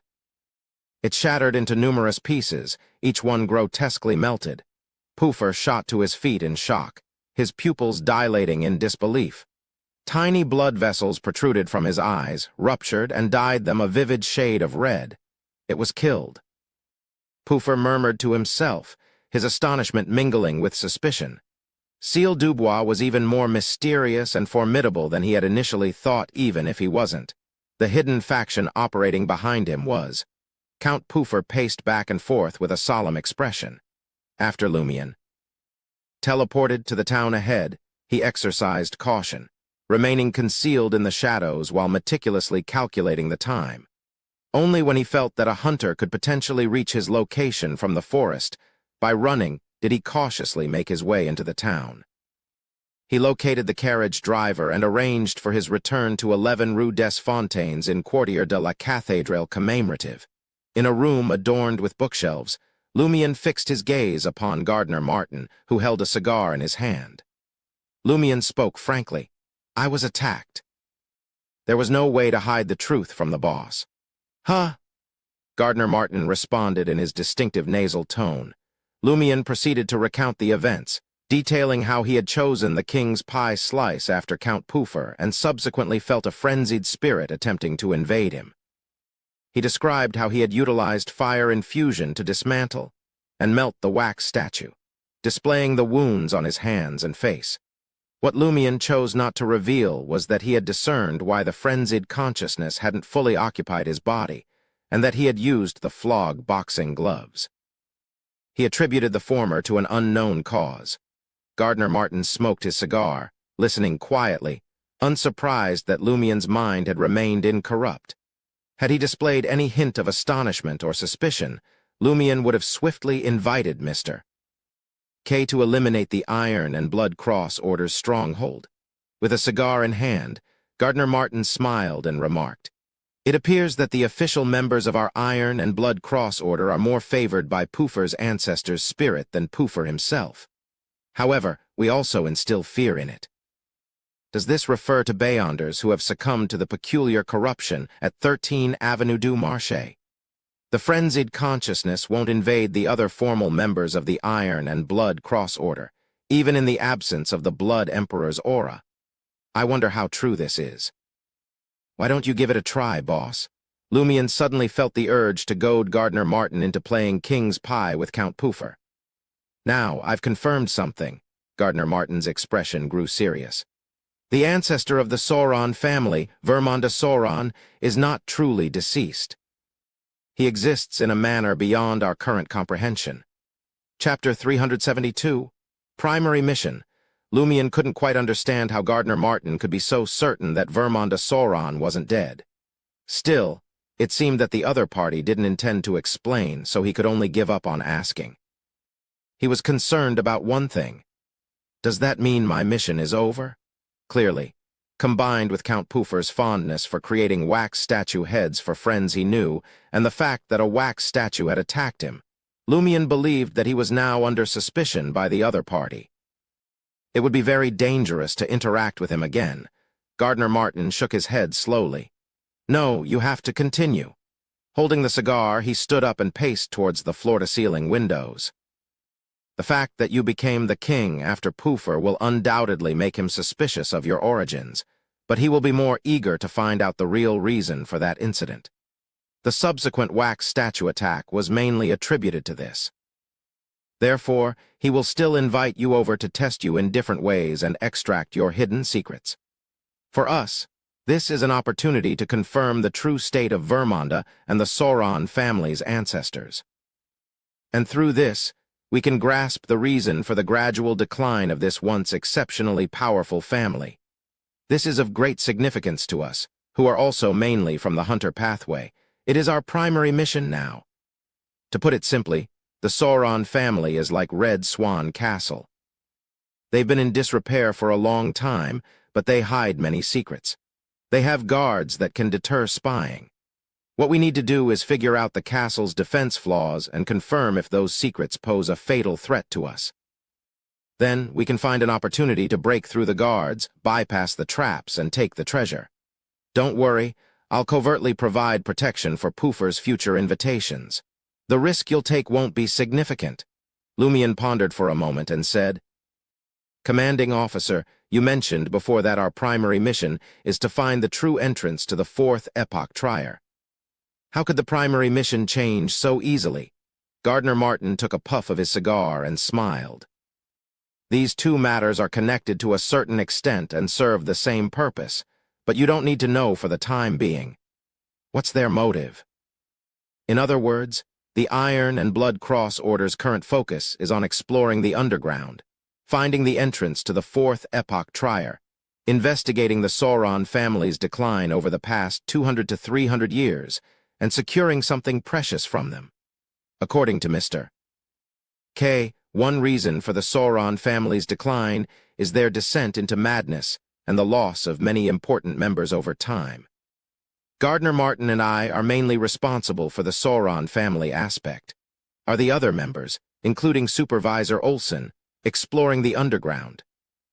Lumion had a clearer understanding of the Iron and Blood Cross Order's recent plans. This was also his primary mission.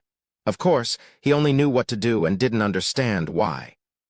"Yes, commanding officer," Lumion agreed without further ado. He had a hunch that this would be an opportunity for him to digest the pyromaniac potion and advance further on the hunter pathway. According to Madam Magician, the Sauron family was once a powerful faction with a hunter angel. Gardner Martin didn't inquire about how much gold Poofer had offered to the king, hinting that Lumion could leave and await the Count's future invitation.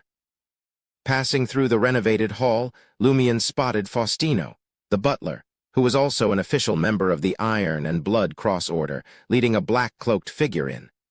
The man was of average height, barely 1.75 meters tall. His attire was loose, and he was tightly wrapped, obscuring his exact appearance and physique. Lumion could only determine that it was a man based on his walking posture, height, and strides. Faustino nodded at Lumion as a greeting before leading the mysterious man through the hall and into Gardner Martin's study. Who could it be? What brings him here so late at night for a discussion? Lumion averted his gaze, his thoughts racing as he left 11 Rue des Fontaines. In the market district, Rue Anarchy, Auberge du Coq Doré. Upon reaching the second floor, Lumion suddenly gave weight to his pace, producing thumping sounds. He leisurely returned to room 207, ignited the carbide lamp, turned around in the armchair, and sat down. He smiled at the unlatched door. After 20 to 30 seconds, soft footsteps echoed from room 201. The footsteps hesitated before showing determination. Soon, they arrived outside room 207 and gently knocked on the door. "Please come in," Lumion said, raising his chin slightly. As expected, it was Laurent. He wore a linen shirt and black pants, completely different from whenever he headed out. After closing the door, Laurent looked at Lumion and said, "Monsieur Dubois, I wish to borrow 500 Verle d'or from you." Lumion was taken aback, not expecting this development.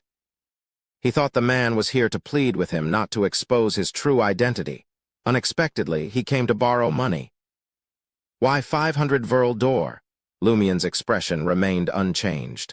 Laurent's voice deepened as he said, "I'm about to become one of the deputy editors-in-chief of Le Petit Triarion. Although I'll be the most junior-ranking editor, I can't continue living here. I have to invite my colleagues to gatherings at home regularly to build a good relationship with them.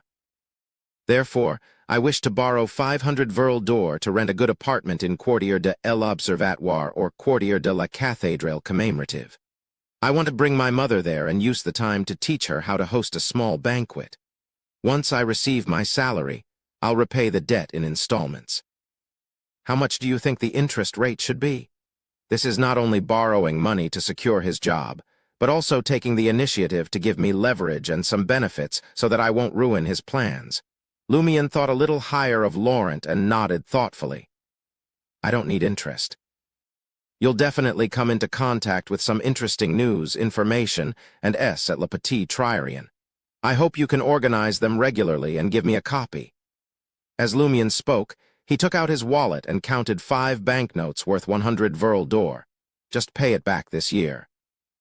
Laurent heaved a sigh of relief and said, "No problem." After watching the speculator write the IOU and leave room 207, Lumion took out the 5 heavy gold bars from Count Poofer's pocket and tossed them in his hand. With this unexpected windfall, he had amassed 75,000 Verle d'or worth of gold. At the same time, he had 2,000 Verle d'or that hadn't been exchanged for gold, and the remaining 4,000 Verle d'or funds for his activities. "It won't be long before I complete the Armored Shadows contract, and summon it again." Lumion fiddled with the gold bars for a while before leaving the briefcase containing the flog boxing gloves on the armchair. He washed up and went to bed, awaiting the inevitable nightmare. In his daze, Lumion once again caught sight of Red Swan Castle, its beige outer walls stained with aged blood. In a daze, he walked in and arrived at the large living room where he had played King's Pie. Miss Elrose, Painter Mullen, Le Petit Triarian's editor-in-chief, Cornell, and the other guests who often attended Count Poofer's banquet sat on the sofa, as if awaiting Lumien's arrival. Laurent and the other guests, temporary female companions, were absent. This made the scene seem like another salon or a past one. As Lumien approached the sofa, Count Poofer and the others stood up and greeted him respectfully. "Good afternoon, Your Royal Majesty," they greeted in unison. Instinctively, Lumien glanced at them coldly. "Oh." Count Poofer and the others were taken aback for a moment. "Your Imperial Majesty?" Lumien nodded slightly and settled into an armchair, watching as the guests settled around him. They chatted nonchalantly, their topics diverse and vague. Suddenly, novelist Enori raised his right hand and scratched his face. With a tearing sound, he ripped off a large piece of skin, revealing squirming flesh and blackened tubes. Almost simultaneously, Painter Mullen and the others either stabbed themselves in the heart or tore at their companions' necks. In an instant, the entire living room turned abnormally bloody, and there was a terrifying scene everywhere. Lumien's thoughts raced as his vision underwent an immediate transformation. In another hall of the castle, surrounded by countless lit white candles, was a coffin. The coffin was made of bronze, and its surface was rusted. It was unknown how long it had been there. Lumien's heart swelled with sorrow and helplessness, as if he had lost his kin and support. He slowly extended his right hand, attempting to caress the rusty bronze coffin. At that moment, the coffin's lid creaked open, revealing a deep crack. Suddenly, a palm with dark red, nearly black blood vessels extended, holding an extremely withered heart with some blood seeping out. The heart was still gently and indiscernibly contracting and expanding. Upon seeing the withered heart, Lumien's thoughts raced chaotically, tainted with a certain madness. His right palm felt slightly warm, and he suddenly woke up from his dream. He wasn't surprised or flustered by the nightmare. As he calmed his racing heart, he recalled the details of the nightmare. Gradually, Lumien frowned. In the first scene, most of the King's Pie game participants eventually went crazy. They either mutilated themselves or others, but there were 3 exceptions. Even when the scene changed, they were still normal. One was Lumien himself, and the other was Count Poofer. There was another one Lumien hadn't expected. Miss Elrose? She's not as reserved and obedient as she appears. She has her own secrets. Lumien smiled silently. As for what the bronze coffin, dead body, and withered heart represented in the second scene, he couldn't decipher them at all. He could only guess that it might be related to the Sauron family's secret. Just like the last time, Lumien had several nightmares that night, but the clarity and completeness of his dreams gradually decreased. Just before dawn, the nightmare was completely gone. After waking up, Lumien quickly wrote a letter and sent it to Madame Magician while his memories still remained fresh. Chapter 373, Summoning the Armored Shadow Again. After 15 minutes, Madame Magician replied with a brief letter. The Iron and Blood Cross Order's investigation into the Sauron family's decline contradicts my previous speculations. It seems that what they claim to have may not align with their actual possessions. Perhaps they possess only critical information that allows them to achieve their goals under specific conditions. One of these conditions is unavoidable for the Sauron family. Lumien's temples throbbed at Madame Magician's response. She had conveyed a lot, but the crucial details remained elusive. While he understood each word individually, their combined meaning eluded him. What does the Iron and Blood Cross Order actually possess, and what does it claim? Lumien massaged his temples and continued reading. This situation presents both danger and opportunity for you. Investigating the truth behind the Sauron family's downfall is a mission I eagerly anticipate. Mr. Fool assigned this long-term mission to our tarot club, much like the Two of Cups interacting with the Demoness sect to confirm the primordial Demoness's condition. There's no need to rush. Take your time, even if it takes years to complete. Lumien was taken aback. He had expected Franca's major arcana, Madam Judgment, to agree to her contact with the demoness sect. But what kind of terrifying mission was it to ascertain the primordial demoness's condition? That was a true deity. Based on Lumien's recent knowledge from various sources, not only was direct observation of deities impossible, but attempting to understand their specific situation was exceedingly perilous. As for the evil gods like the one known as Inevitability, mere awareness of their existence equated to corruption. A long-term mission, a task that could only be completed once Franca achieved demigod status. Lumien thoughtfully read the last sentence of Madam Magician's reply. Focus on this matter. If you need help or find yourself in a bind, contact me in advance. As for the Aurora Order, refrain from participating in other missions. Concentrate on the Iron and Blood Cross Order. I believe Mr. K will understand. Madam Magician had previously tasked me with infiltrating the Aurora Order and slowly gaining Mr. Katake's trust, with the ultimate goal of becoming an oracle. However, it is apparent from her tone that priorities had shifted. Now she emphasizes giving precedence to the Iron and Blood Cross Order. Lumien discerned this as a significant signal from her reply. Crimson flames erupted as Lumien burned the letter in his hand. He slung a satchel over his shoulder and placed the flog boxing gloves inside. Then he made his way to Rue des Blouses Blanches. He located a random cafe and had breakfast there. It wasn't until nearly 9 o'clock that Lumien knocked on the door of apartment 601. Franca didn't express any annoyance at being awakened this time. She didn't appear to be asleep, wearing a troubled expression instead. Upon seeing Lumien, she tugged at her flaxen-colored hair, which was left untied, and said, "Guess what? I've accepted a suicide mission." Confirming the primordial demoness's condition, Lumien chuckled. Sensing that Franca had done so willingly, he no longer fretted about her. "How did you know?" Franca asked, surprised. "Do you want to hear the truth or a lie? For the lie, I divined it. The truth is, I just reported the recent situation to my major arcana card holder, and she mentioned your choice." Lumien strolled over to the divan and sat down casually. "Where's Jenna?" Realization dawned on Franca as she casually said, "To Theater de Elanchen Cage of Pigeons." Ever since she received her father's compensation, she's been keen on instigation. Yesterday, she poached a supporting actress whose contract had expired and convinced her to switch to a theater in Quartier de la Cathédrale commemorative. While it did boost her income significantly, I could have matched the offer if I had been informed. Theater de Elanchen Cage Pigeons has been quite profitable lately. Franca didn't hold a grudge against Jenna because Jenna had sought her opinion beforehand and obtained her approval. She believed such instigations were beneficial.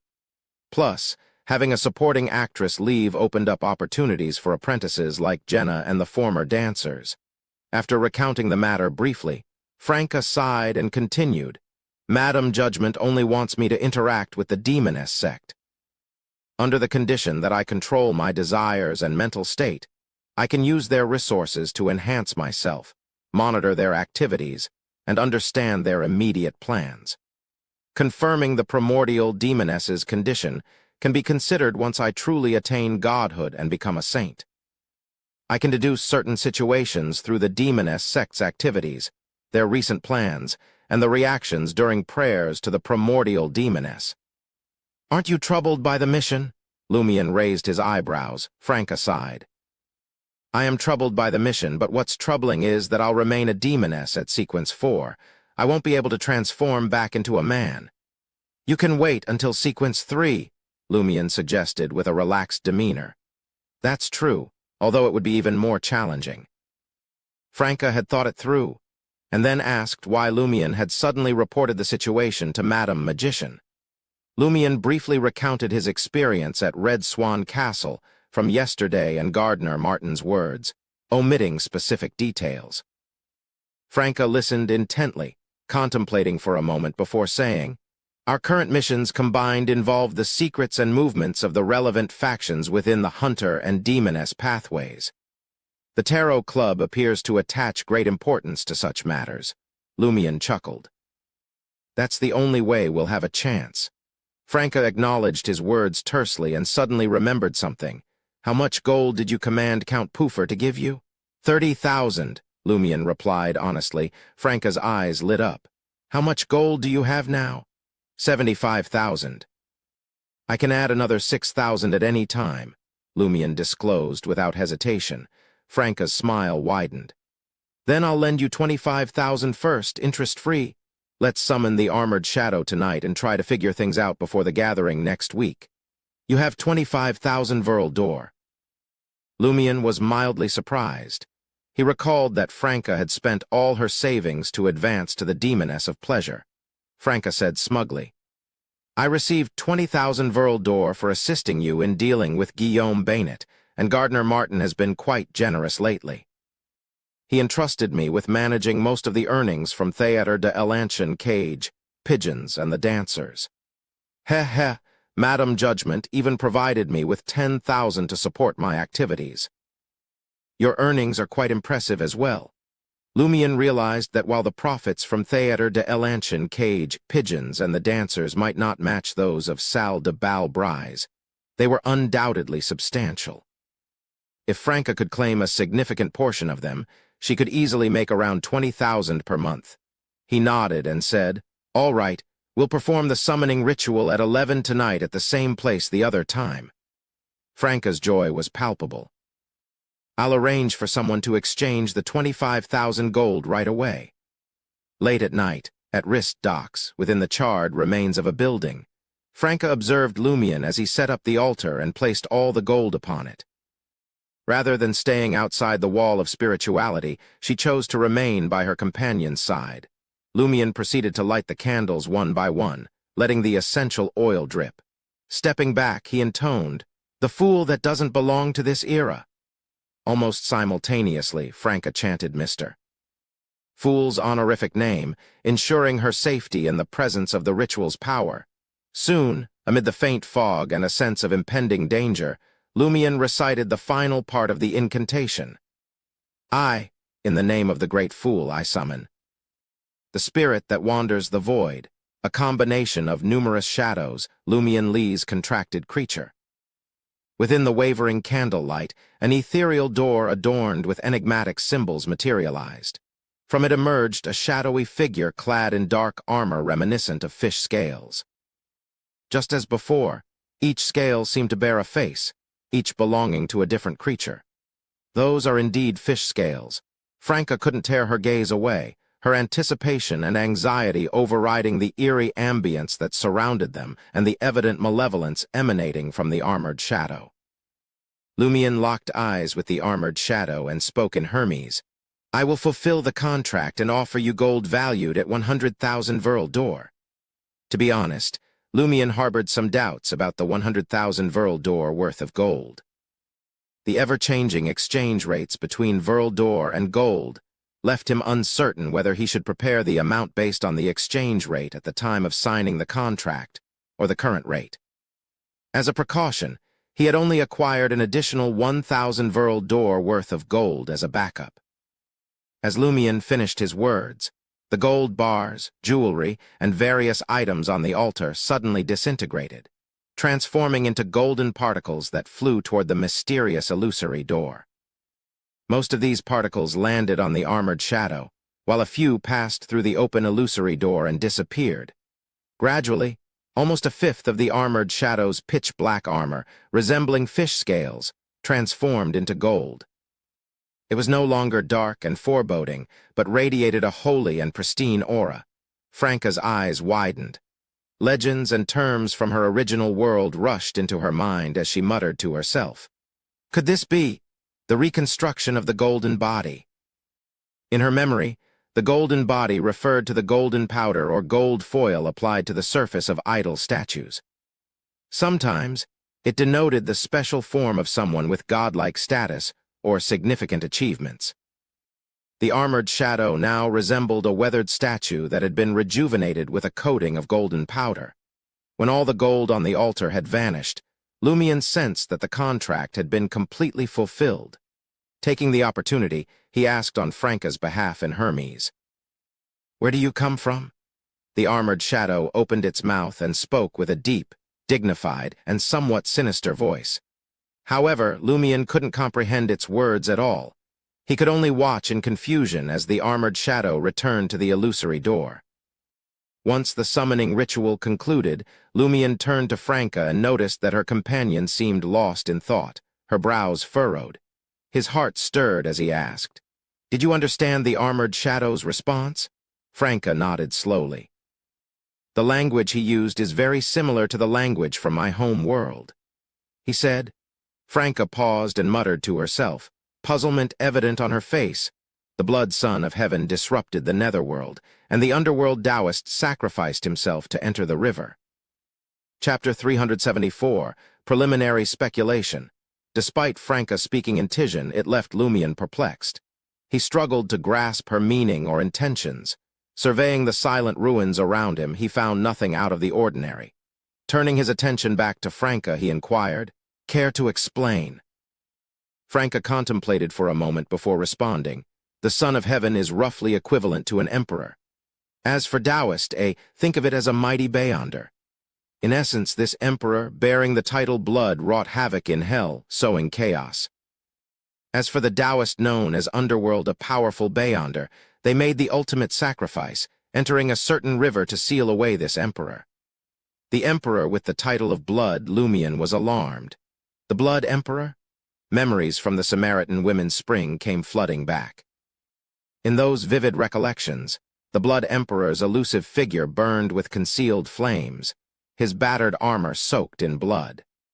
The dark waters receded within the fountain only to surge forth again, merging with the ethereal mist, transforming into a pale spring. Alistair Tudor's apparition was tugged back into the fountain's depths by an inexplicable force. It appeared as though a fierce battle had transpired between the two entities. With Franca's explanation, Lumion's mind began to piece together a new interpretation of the armored shadow's cryptic words and his encounter.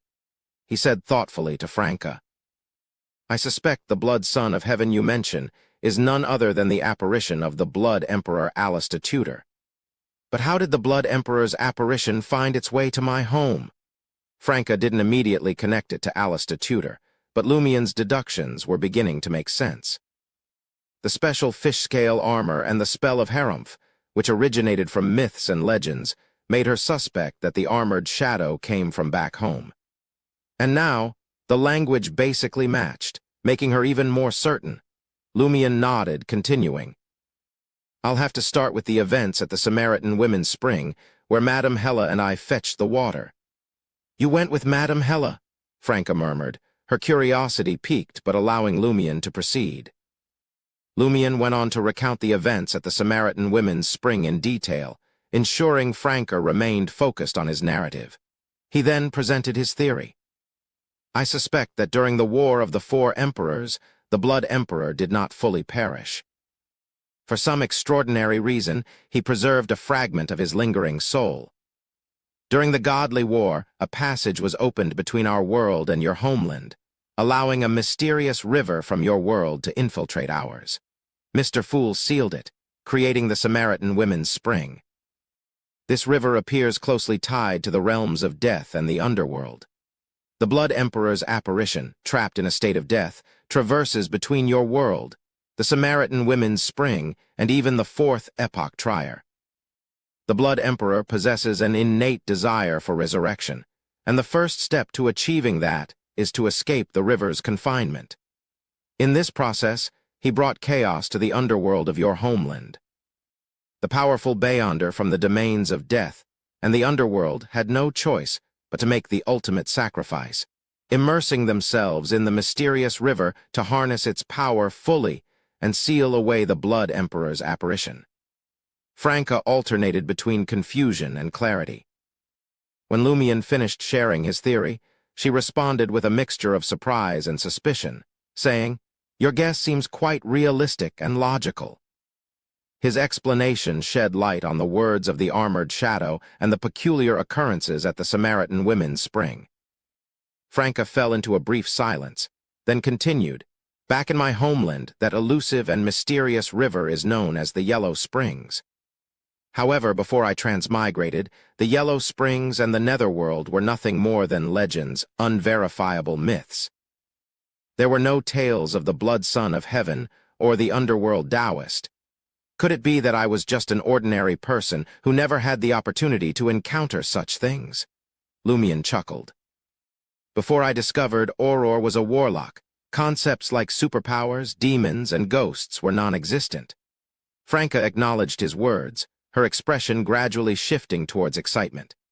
Now that there's a passageway connecting our worlds, returning home is no longer an unattainable dream. Lumion, in a friendly tone, warned.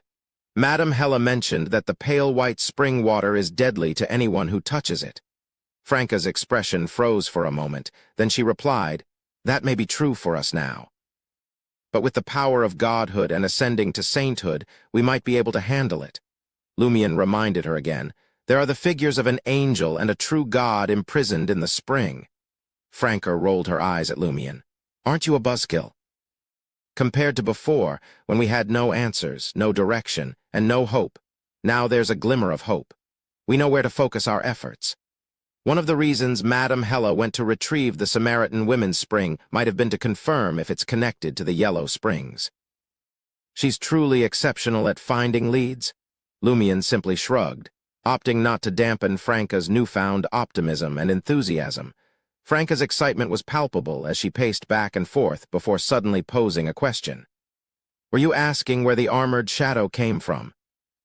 Why did it mention the Blood Emperor and Taoist underworld? That wasn't an answer. Could there be some hidden secret? Lumion thought for a moment and said, It's a shadow born after death, and some of its abilities clearly belong to the death domain. It also has a strong urge to break free from its restraints and escape imprisonment. Given these factors, I believe it's a ghost-like entity sealed by Taoist underworld. Asking about its origins would inevitably lead to uncovering the current state of the Taoist underworld, which is why I received that answer. Franca was enlightened. That makes sense. Underworld Taoist destroyed its golden body and sealed it. Could that be why it's collecting gold to reconstruct its golden body and break free from its imprisonment?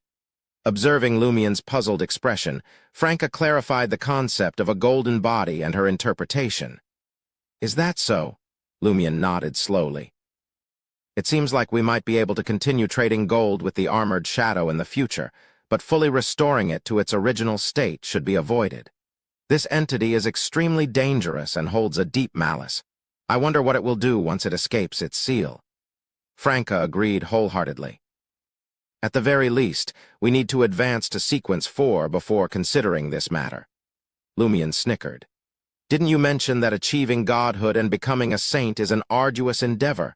Why the newfound confidence? Franca glared at Lumion. Isn't it because I have a goal now? Can't I indulge in a little daydreaming with all the motivation I have? Seriously, did we switch roles? She recalled that not long ago. She had remarked that Lumion made the path to godhood and switching pathways sound too simplistic. Lumion chuckled and said, It's good to have a goal and motivation. Yes, the curly-haired baboons research society's gathering is coming up next week. Should I inform the others about the armored shadow, the Blood Emperor, Underworld Taoist, and the Yellow Springs? Franca pondered for a moment and said, In the past, I would have shared this information, but now I can't do so until I solve the issue with April Fool's Day.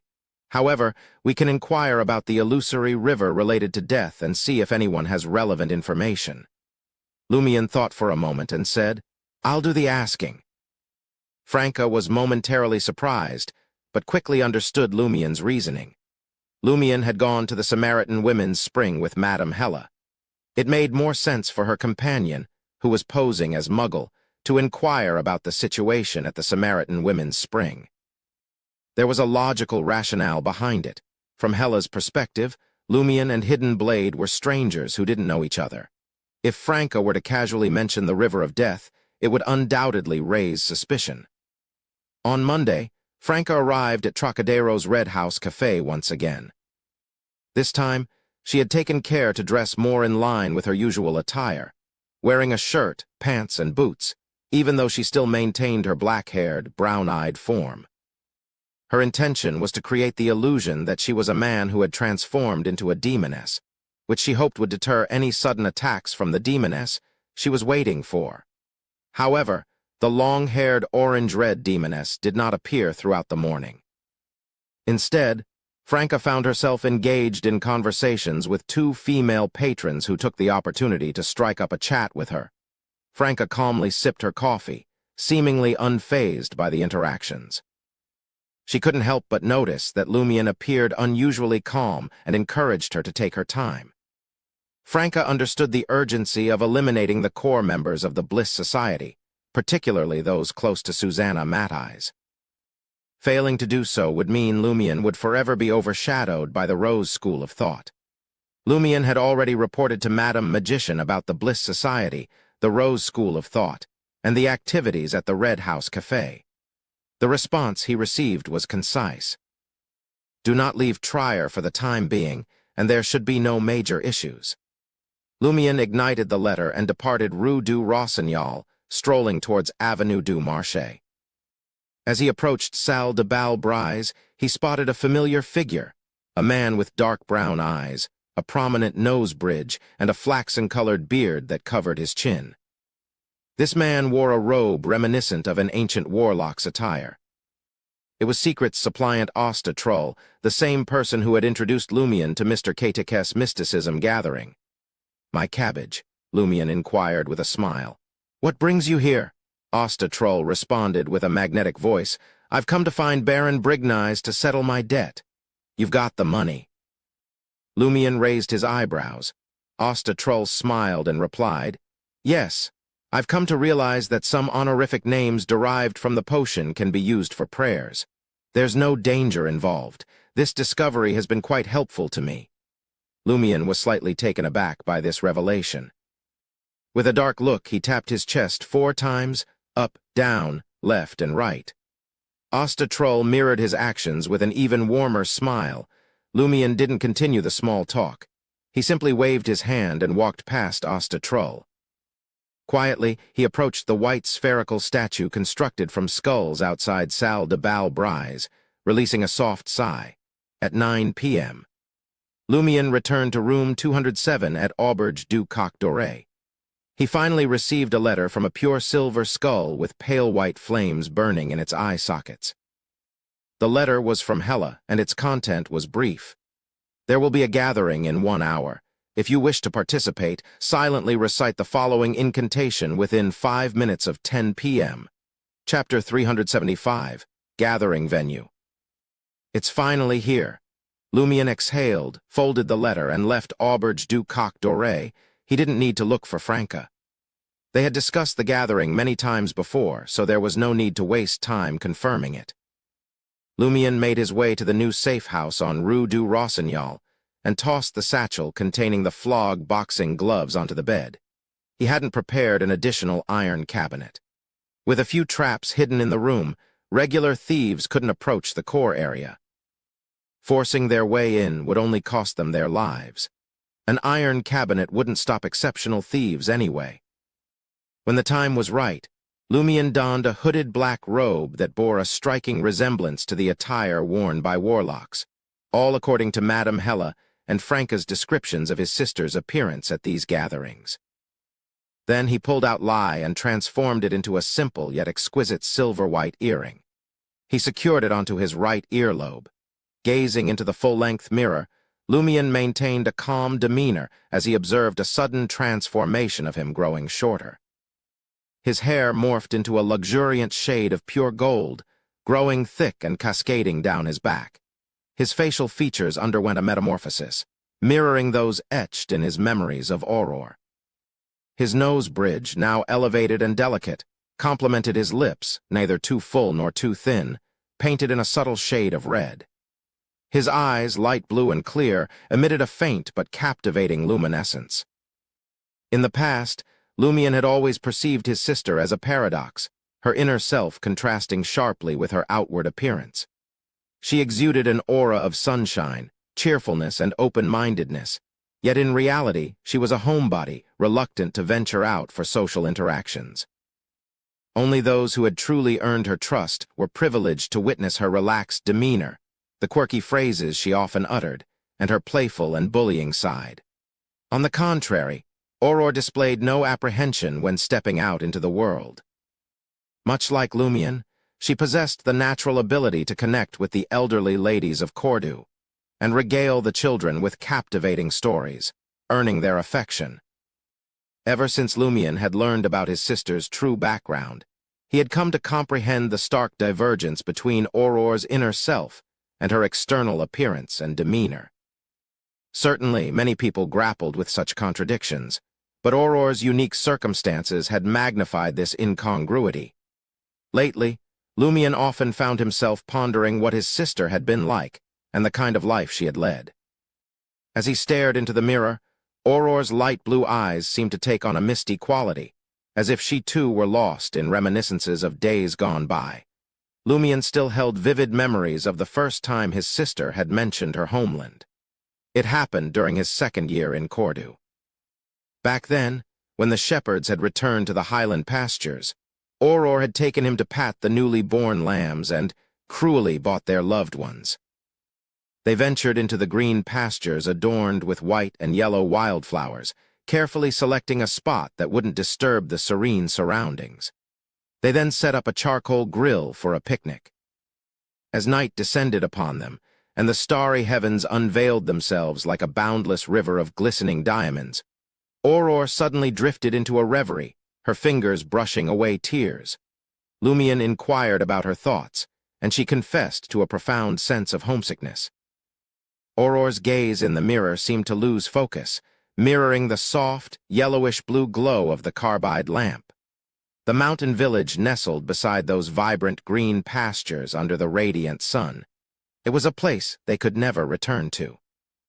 After a while, Lumion opened the pocket watch he had borrowed from Salle de Balbrise, confirming the time.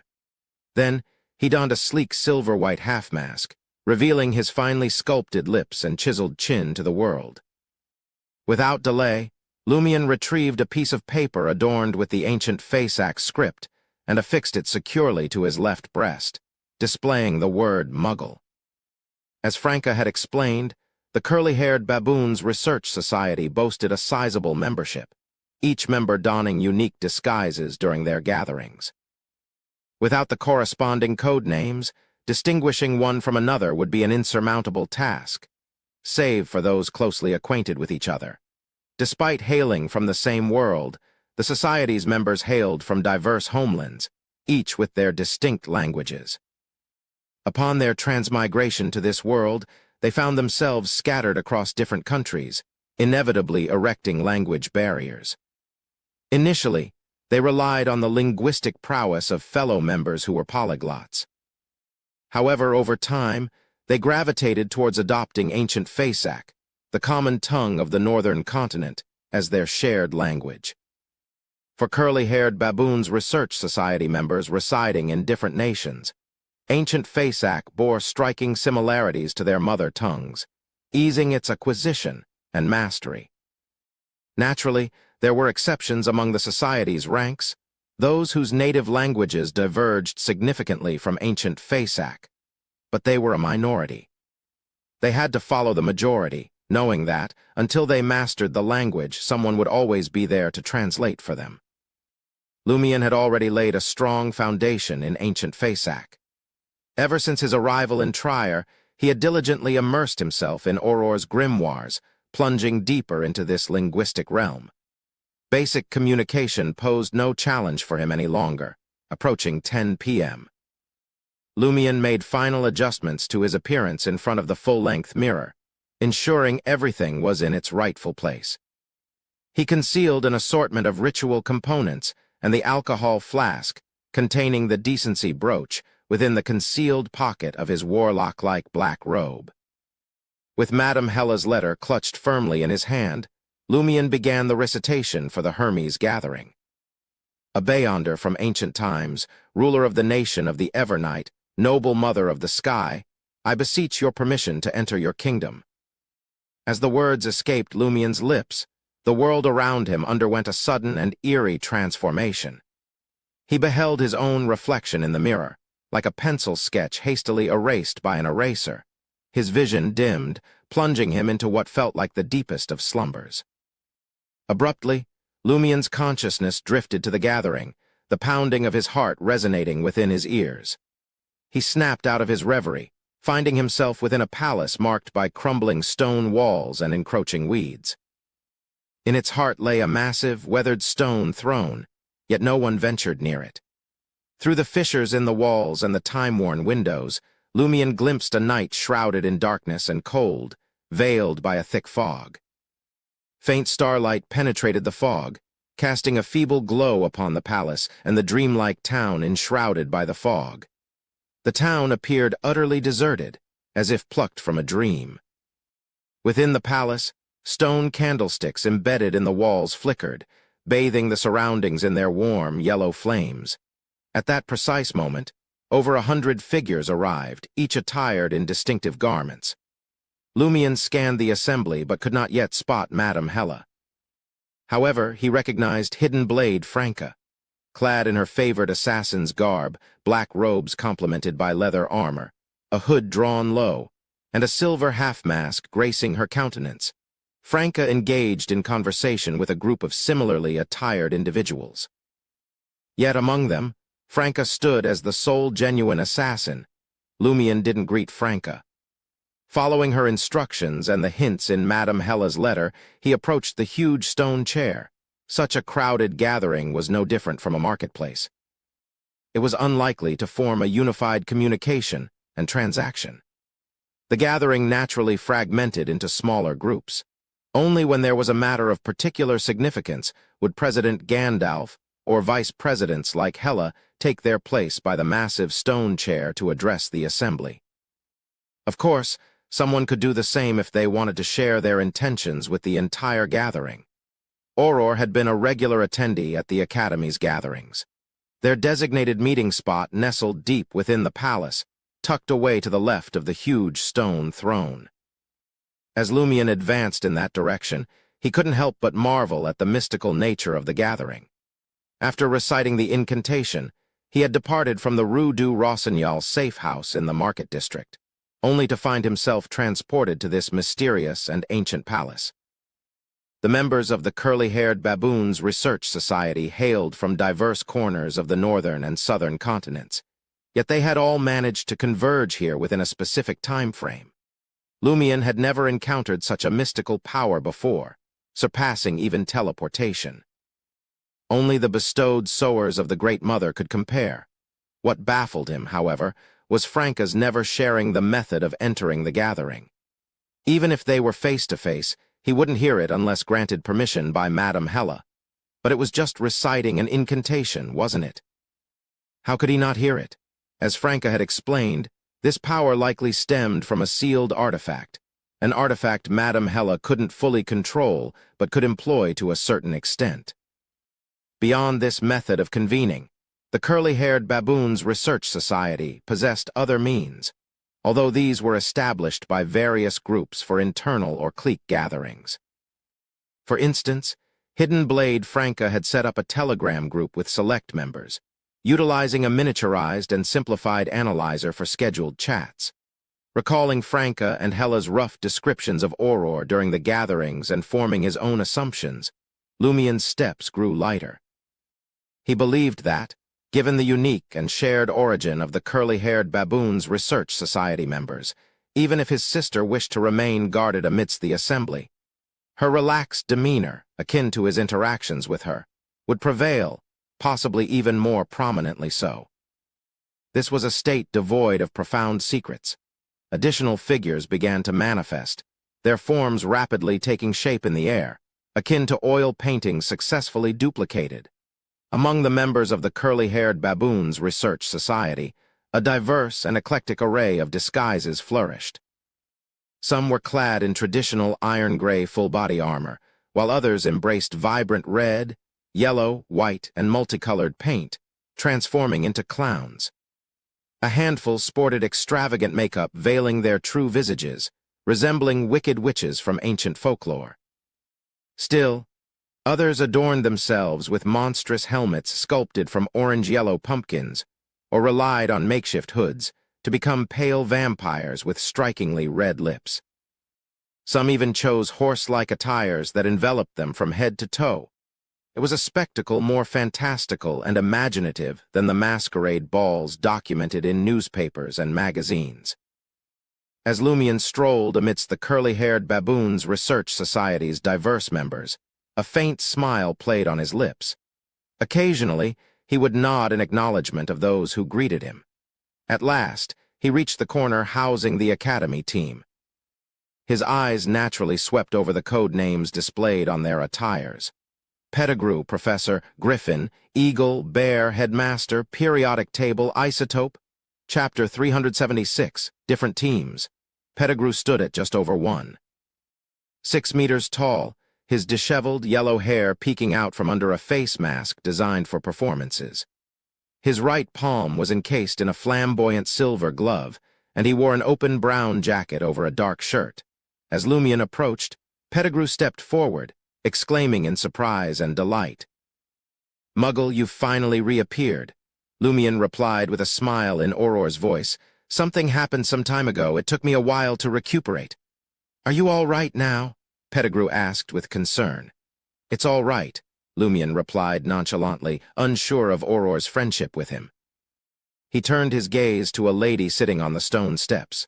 The woman donned a black butterfly mask, a white shirt adorned with a bow tie, and a long, dark coat. Pinned to her chest, a clearly typeset paper name tag read, "Professor." Lumion greeted her with a smile. Did Associate Professor not make it? Associate Professor was a man. A few years back, due to their shared code names, they had met in real life and became husband and wife. Both were avid warlocks, delving deep into the study of various spells. Auror's grimoires contained the weed removal spell, courtesy of Associate Professor. Professor's lips bore a faint hue, and her gaunt face framed her beautiful brown eyes. She simply replied, "He's occupied in the real world, playing host to guests. He couldn't spare the time. Nevertheless, my presence is akin to his. It doesn't alter matters." "Muggle, what's the matter?" Lumion smiled faintly and said, "I want to thank him for his weed removal spell." "What's there to be grateful for? Could it be that your home was overrun by a large number of weeds?" Pettigrew asked curiously. Lumion mirrored Auror's expression as he recounted the past. His light blue eyes darted around as he continued. "Some time ago, I encountered a plant rumored to originate from the abyss. It not only grew at an astounding rate, but also possessed remarkable vitality. It emitted anesthetic gases and devoured humans like a man-eating flower. Whenever it surfaced, it did so in the hundreds, if not thousands. The weed removal spell, however, could wither them all. While it didn't annihilate them outright, it rendered them dormant for a considerable duration." "Weed removal works on Beyonder plants," Professor exclaimed in astonishment. Lumion nodded and said, "But it's effective only against grass or vine-type plants." These were the insights Auror had penned in her grimoires.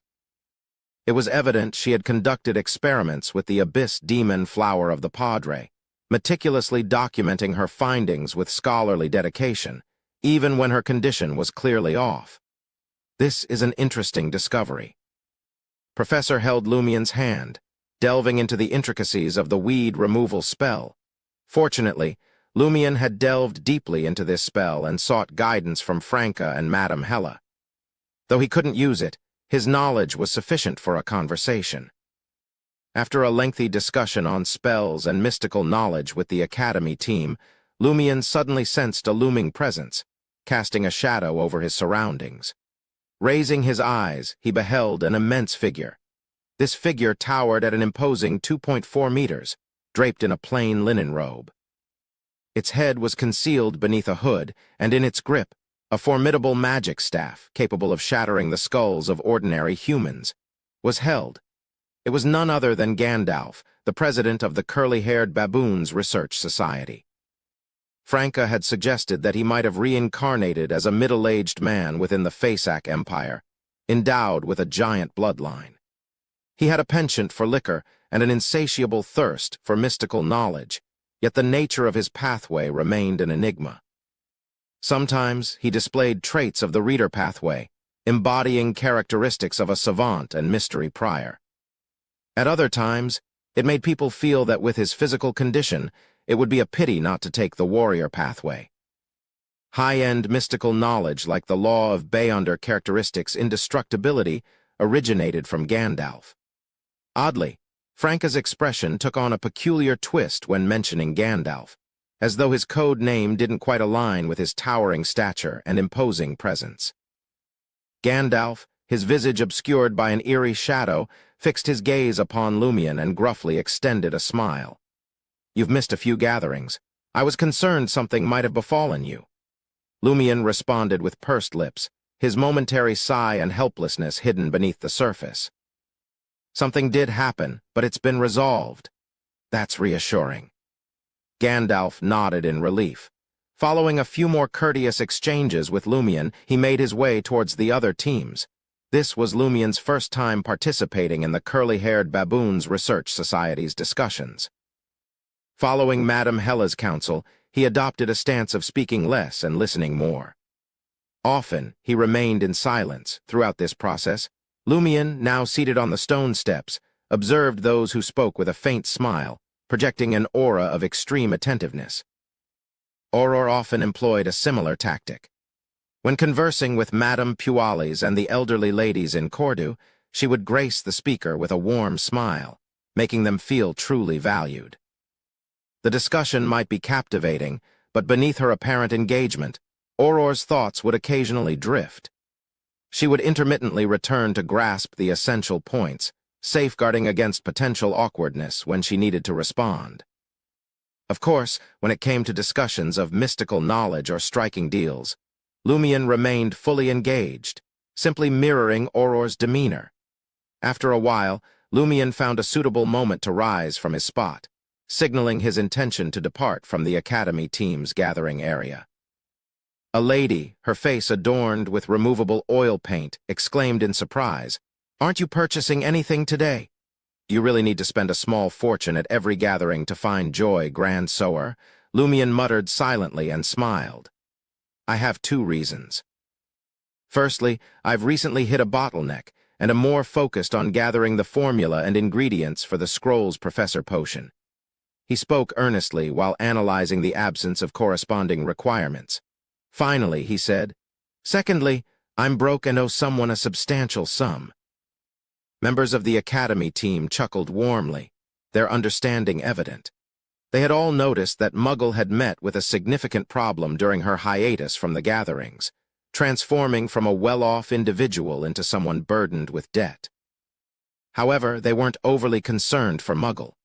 Over the past few years, they had witnessed their companion's knack for accumulating wealth. Gracefully, Lumion made his way to the 3rd pillar on the right of the colossal stone chair, where the Purgatory team congregated. Madame Hella frequently engaged in their discussions.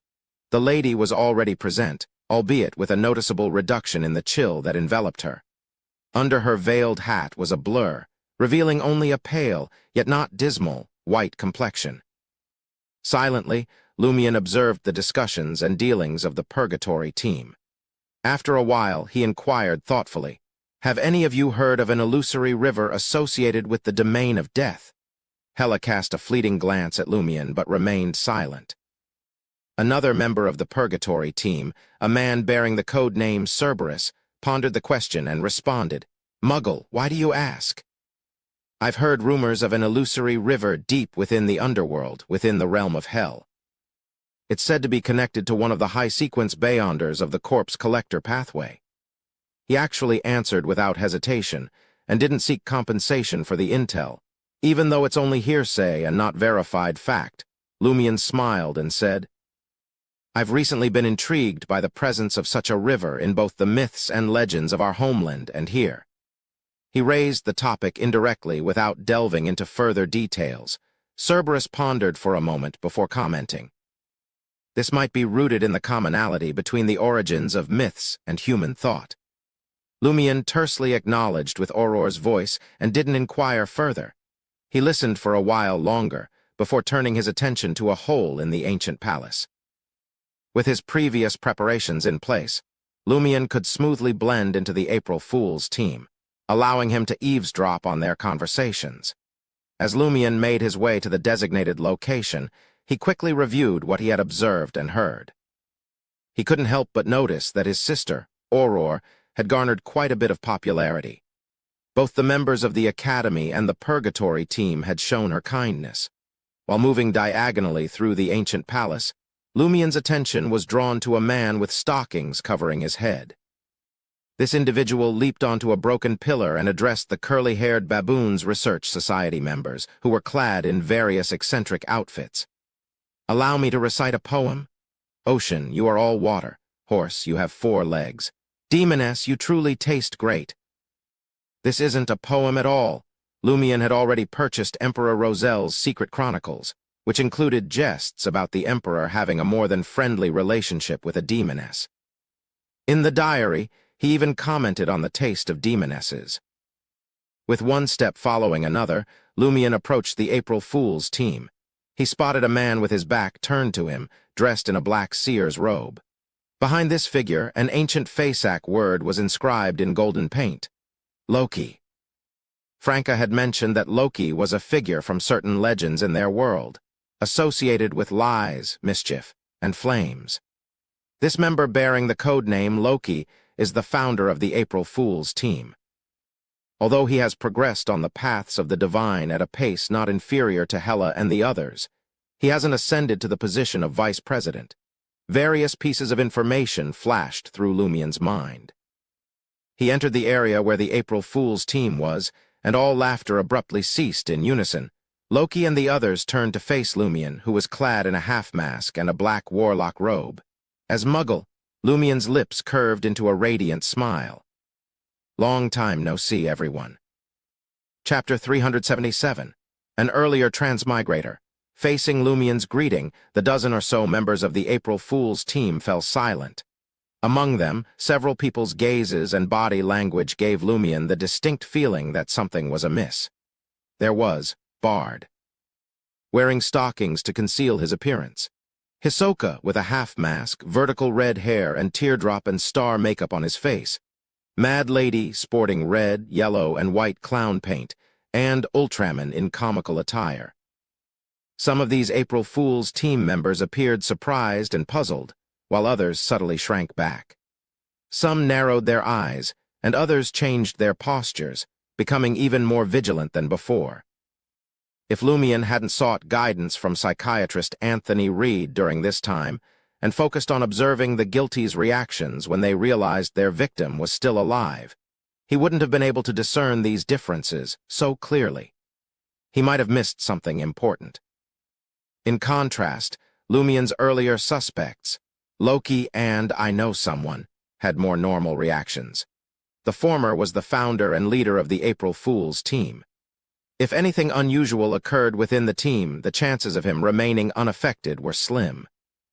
According to Franca, he was believed to be a member of the Spectator Pathway, possibly a psychiatrist. However, Aurora's understanding of this pathway was notably deficient. Her grimoires didn't align with the details uncovered in the dream. Dressed in a black circus divination-style robe, Loki obscured his face with the shadows of his hood, seemingly unconcerned about being identified. After a brief silence, he expressed his surprise, saying, "Muggle, you've reappeared. I thought you lost control and went mad after hearing the Hidden Sage's cram school classes, and that's why you haven't attended any gatherings for months." It's rap, not cram school classes," corrected Bard with a smile. Lumion had learned from Franca that rap was a strange form of music that some members of the curly-haired Baboons Research Society liked to compare to the ravings of unknown entities. Muggle's thin red lips curled up slightly in response. "I did show signs of madness, but I managed it." In the curly-haired Baboons Research Society, this was a common topic. Many members had lost control for various reasons, turning into monsters or even dying. As a result, psychiatrists could make a killing by treating their companions' psychological or mental problems during gatherings. Dressed in a white coat and wearing a birdbeak mask, I Know Someone nodded. "Last year, I assessed your mental and psychological state. There wasn't much of a problem, but you haven't had regular assessments in nearly a year. You need to be careful. I know someone who was careless and overconfident and ended up in an asylum. This psychiatrist appeared normal enough and was genuinely concerned about his patient's condition. However, his membership in the April Fool's team raised some suspicions for Lumion. At the very least, his mental state didn't seem entirely healthy. As a prankster, Lumion didn't despair about the future or made it his life's mission to seek fun. Having such circumstances would undoubtedly put a toll on their psychological well-being. Loki didn't press further about Muggle's absence from numerous gatherings. He spread his hands and addressed all the members of the Curly-Haired Baboons Research Society in the April Fool's team spot. Everyone, I've recently come across another transmigrator from history. Who is it? Bard with Stockings blurted out, and the other members turned their attention to Loki. Taking note of everyone's gazes, Loki gestured meaningfully and continued. I've obtained ancient texts that mention the existence of an ancient sun god in the Third Epoch. Haven't we always been puzzled by the scriptures of the various churches, especially the eternal blazing sun church? Don't they bear a striking resemblance to the religious texts of our world? Now, I believe I've found the answer. As the leader of the April Fool's team spoke, he tapped his chest 4 times, top, down, left, right, as if indicating a religion from his homeland. Lumion's eyelids twitched. Mr. K had made the same gesture while praying to that entity. Was it merely a coincidence, or was there an inevitable connection? Furthermore, wasn't the ancient sun god the father of the angel at Sal de Bal unique? Loki continued in an exaggerated tone. Yes, just as you suspect. The scriptures of the various churches are derived from the ancient sun god, but they have different focuses and have altered certain details. I've only managed to find a few of that entity's books, but I can confirm they're from our world. I hope you can gather more information about the ancient sun god and eventually confirm that he too is a transmigrator, possibly even predating Roselle. If you wish to see the books I've obtained, remember to request a trade later.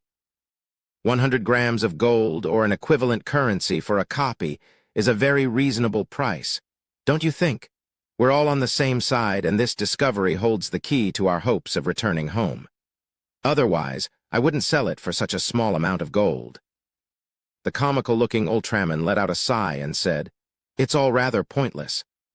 I believe you think that this entity, who has become a deity, must have a better understanding of the world's truth than us. He might have already unraveled the secret of transmigration and the way back. But according to your information, didn't he also fail to return? See the light? Loki's lips curled up. And I suspect that the reason that individual couldn't return is because he perished in a divine battle.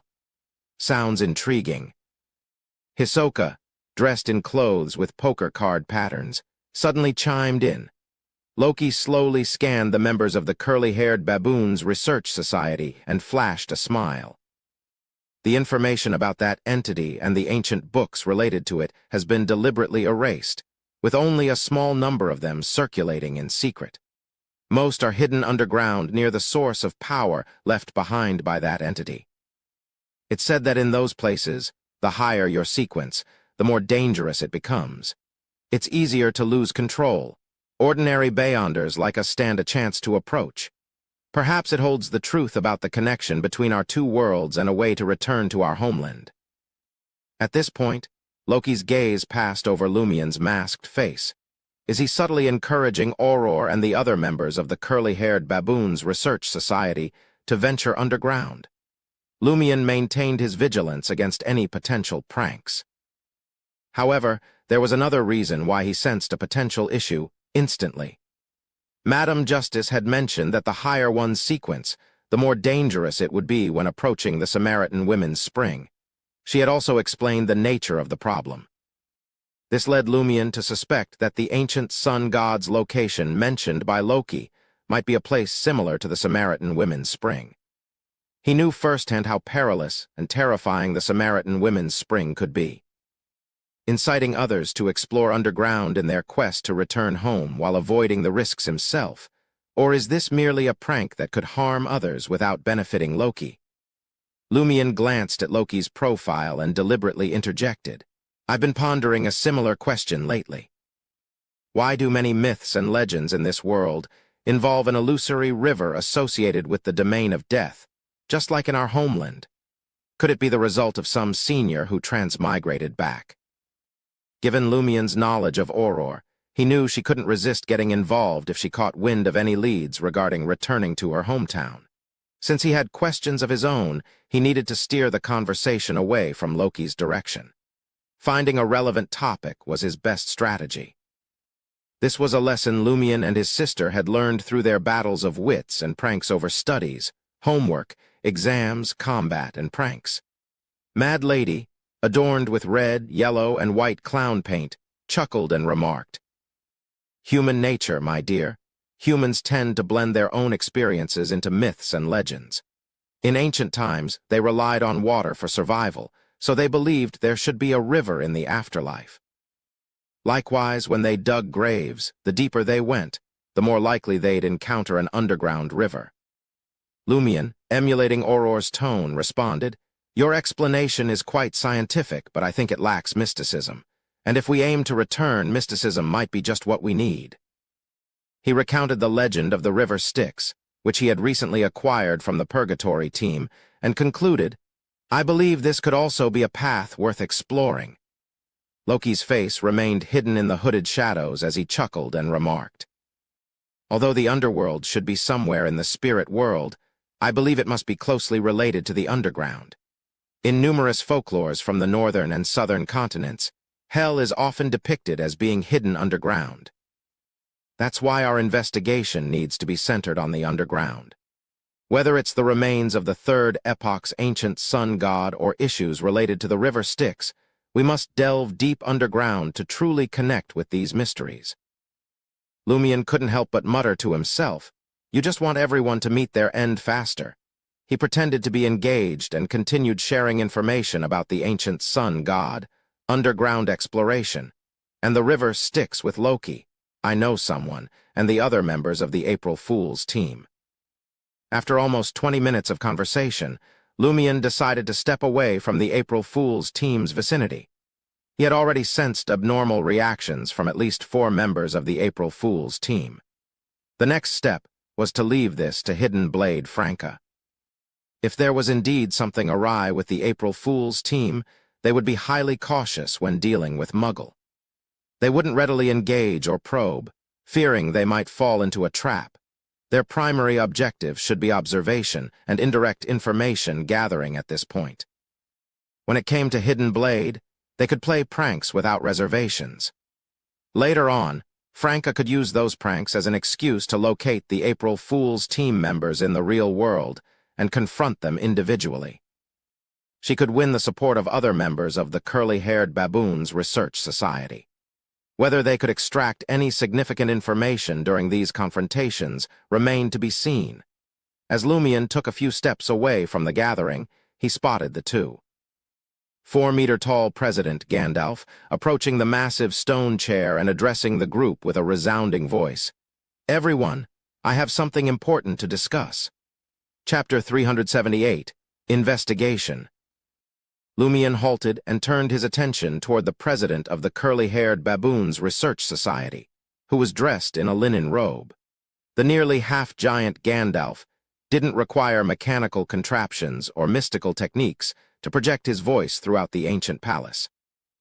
"I just had a conversation with Isotope and noticed a matter that deserves our attention."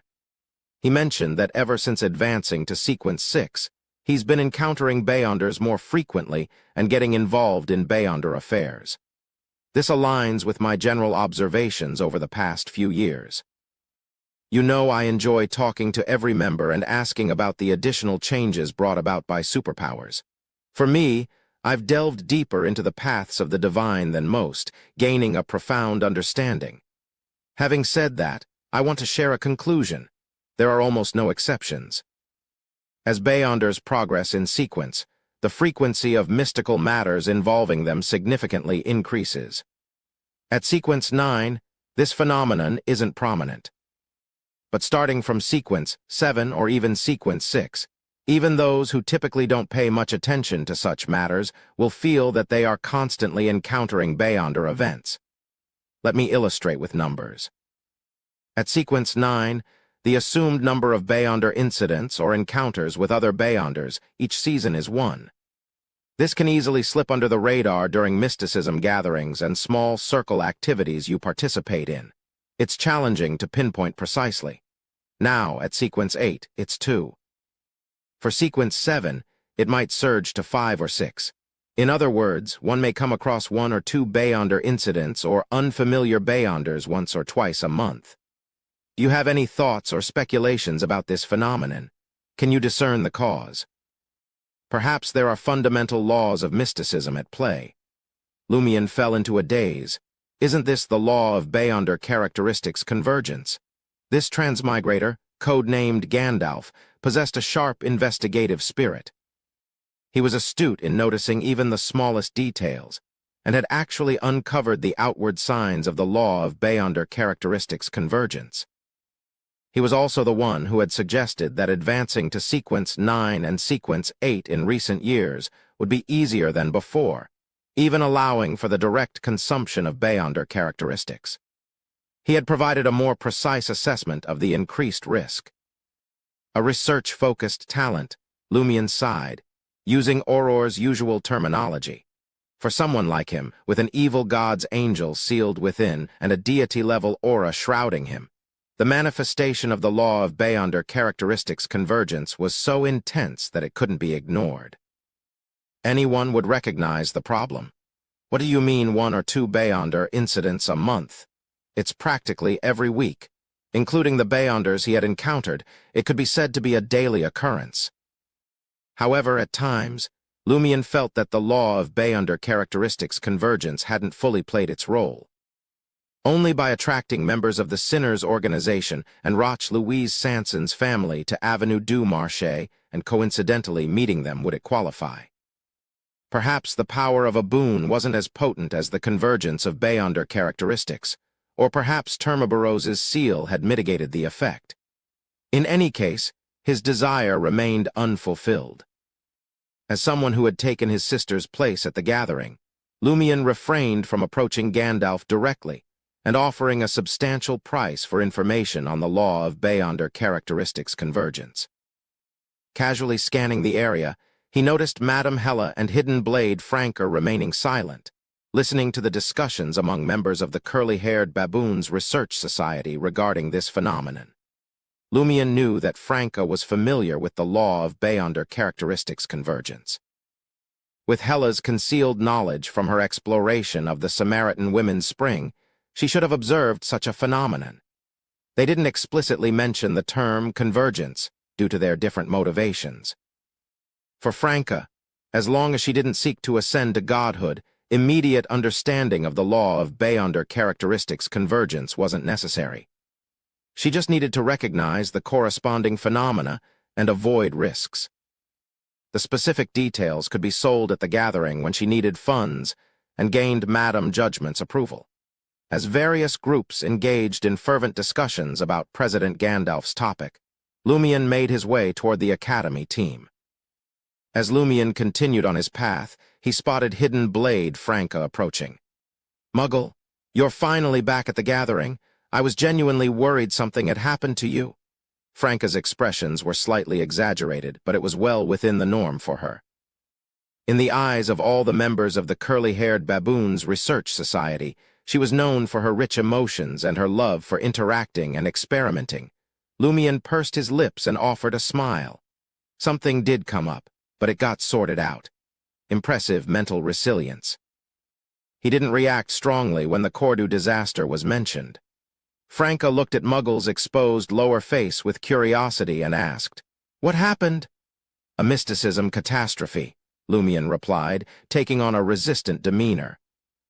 Franca knew when to change the subject and shifted the conversation with a smile.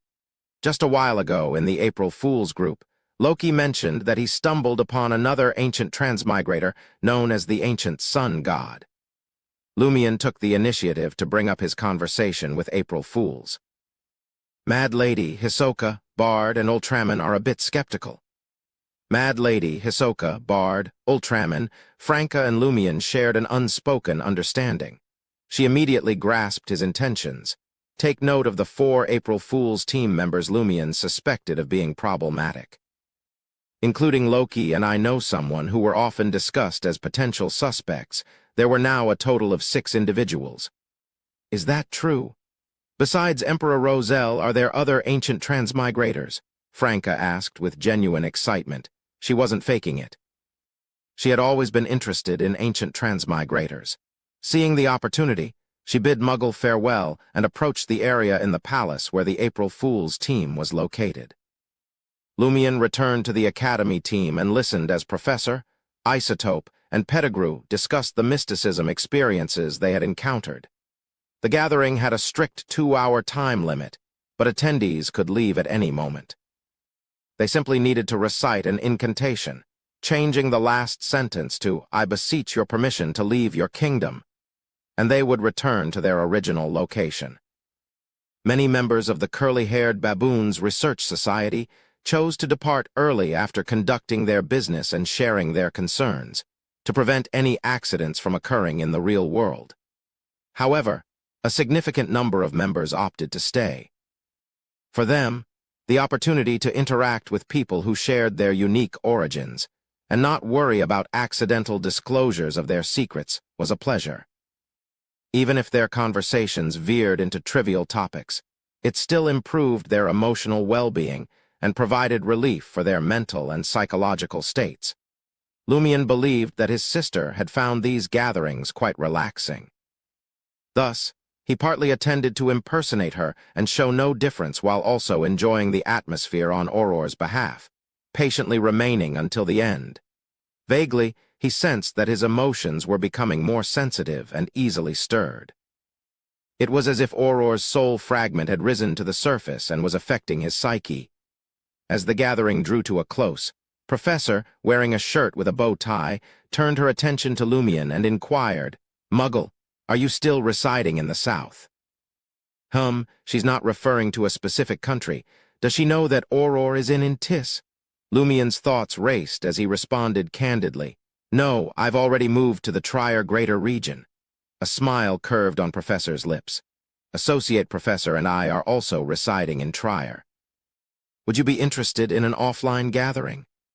"I'm in the Trier Greater region as well," Pettigrew chimed in eagerly. Periodic Table and Isotope nodded in agreement. An offline gathering. Auror did occasionally go out for a few days in the past. Could she have attended a real-life gathering with Professor and the others? Different circles have different styles. Franca and her associates have a Telegram group, and these individuals from the Academy participate in real-life gatherings depending on the region. Lumion pondered for a moment and replied, "Another time, after I've sorted out some personal matters." He intentionally brought up certain personal matters, hoping that this information might reach the April Fool's suspects like Loki and Mad Lady. "All right," Professor and the others acknowledged. After all, Muggle had previously revealed that something had occurred to her. A Beyonder from ancient times, the ruler of the nation of the Evernight, the noble mother of heaven, I beseech your permission to leave your kingdom. With each repetition of the incantation, the figures in the ancient palace gradually faded away. When Lumion regained consciousness, he found himself back in the safe house on Rue du Rossignol. How magical! Compared to this, Mr. Katikes mysticism gatherings are like comparing my safe house to Emperor Roselle's summer palace. They're on entirely different levels. The contrast is quite significant. Lumion sighed and returned to his original appearance. He wasn't in a rush to write to Madame Magician to report the Armored Shadow's response, or to inquire about the ancient sun god. Instead, after changing his clothes, he headed straight to 3 Rue des Blouses Blanches and knocked on the door of apartment 601. Jenna had gone to visit her brother and wouldn't return until the next morning. Franca sat in a recliner, muttering as if cursing someone. "What's bothering you?" Lumion asked as he settled onto the divan. "That rascal Loki. I wanted to buy some information from him, but he told me others could pay with gold, but not me." Franca replied indignantly. He said he wanted to experience the taste of a demoness. Damn it, why didn't he drink the potion and become a witch himself? After I cursed him, he claimed it was a joke and sold me the ancient information.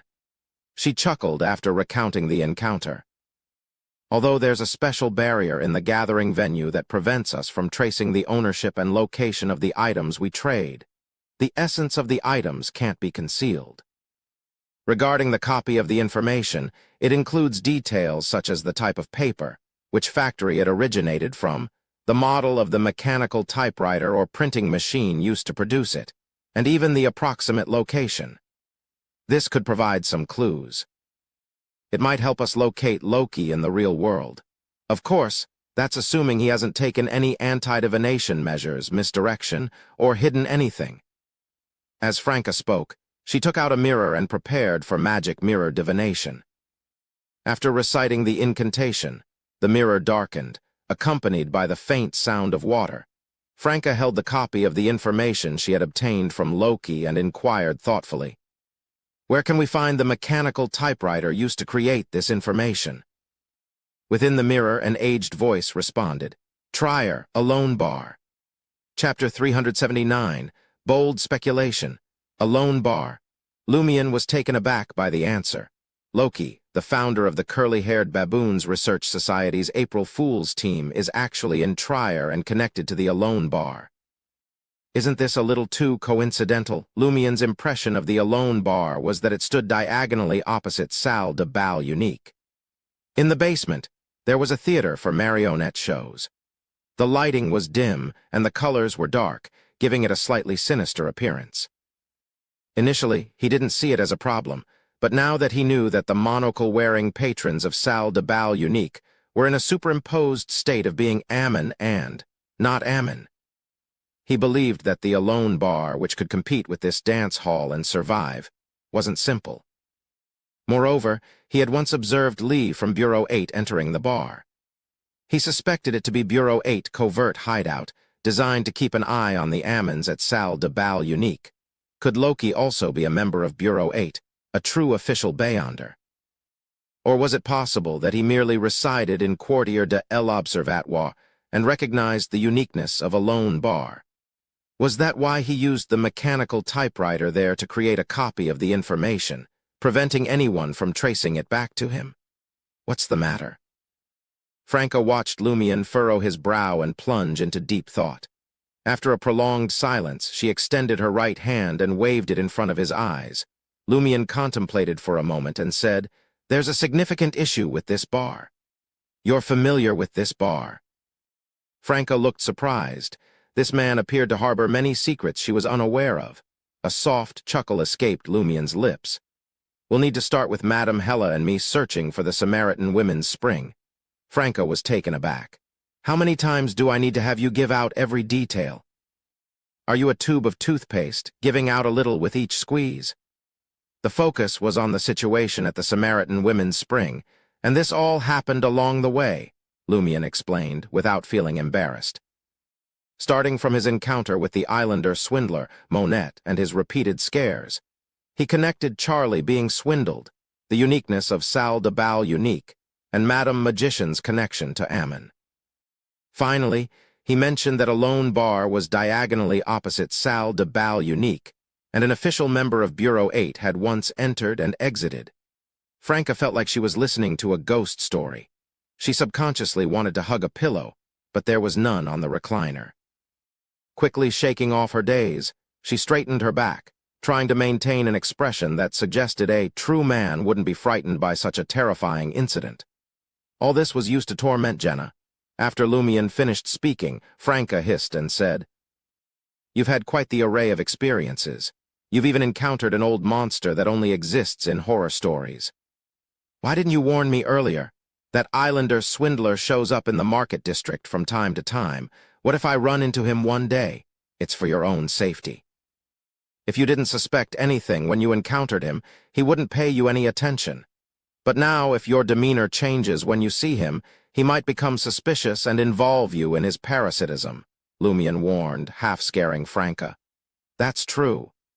Franca gritted her teeth and added, The next time I meet him, I'll pray for the angel's protection from Mr. Fool when I get home." She pushed aside her fear of the Ammons and steered the conversation back to the main topic. This all ties into the Alone Bar. Investigating it in the future is going to be very challenging. Franca suddenly had an imaginative guess. "Do you think Loki has already been parasitized by an Ammon?" Lumion struggled to follow Franca's train of thought and responded, "Huh." Franca continued, her tone grave. "Consider this. The books and legends of the ancient sun god have been missing for 2,000 to 3,000 years, and since the churches of the 7 gods' Bibles are copied from him, they must have erased relevant information. How did Loki come by this information? While there are various possibilities, if he is indeed Ammon, it would make sense. No one knows his father's situation better than him. As a child of a transmigrator, not to mention that he can obtain Loki's memories through parasitism. Even if he can't, he can perfectly act as our companion. You also mentioned that he enjoys deceit and has frightened you a few times. This is very similar to Loki's usual behavior. And when Ammon from Salle de Bal Unique created the duplicate, he deliberately went to the Alone Bar diagonally opposite to use a mechanical typewriter to mislead potential tracing.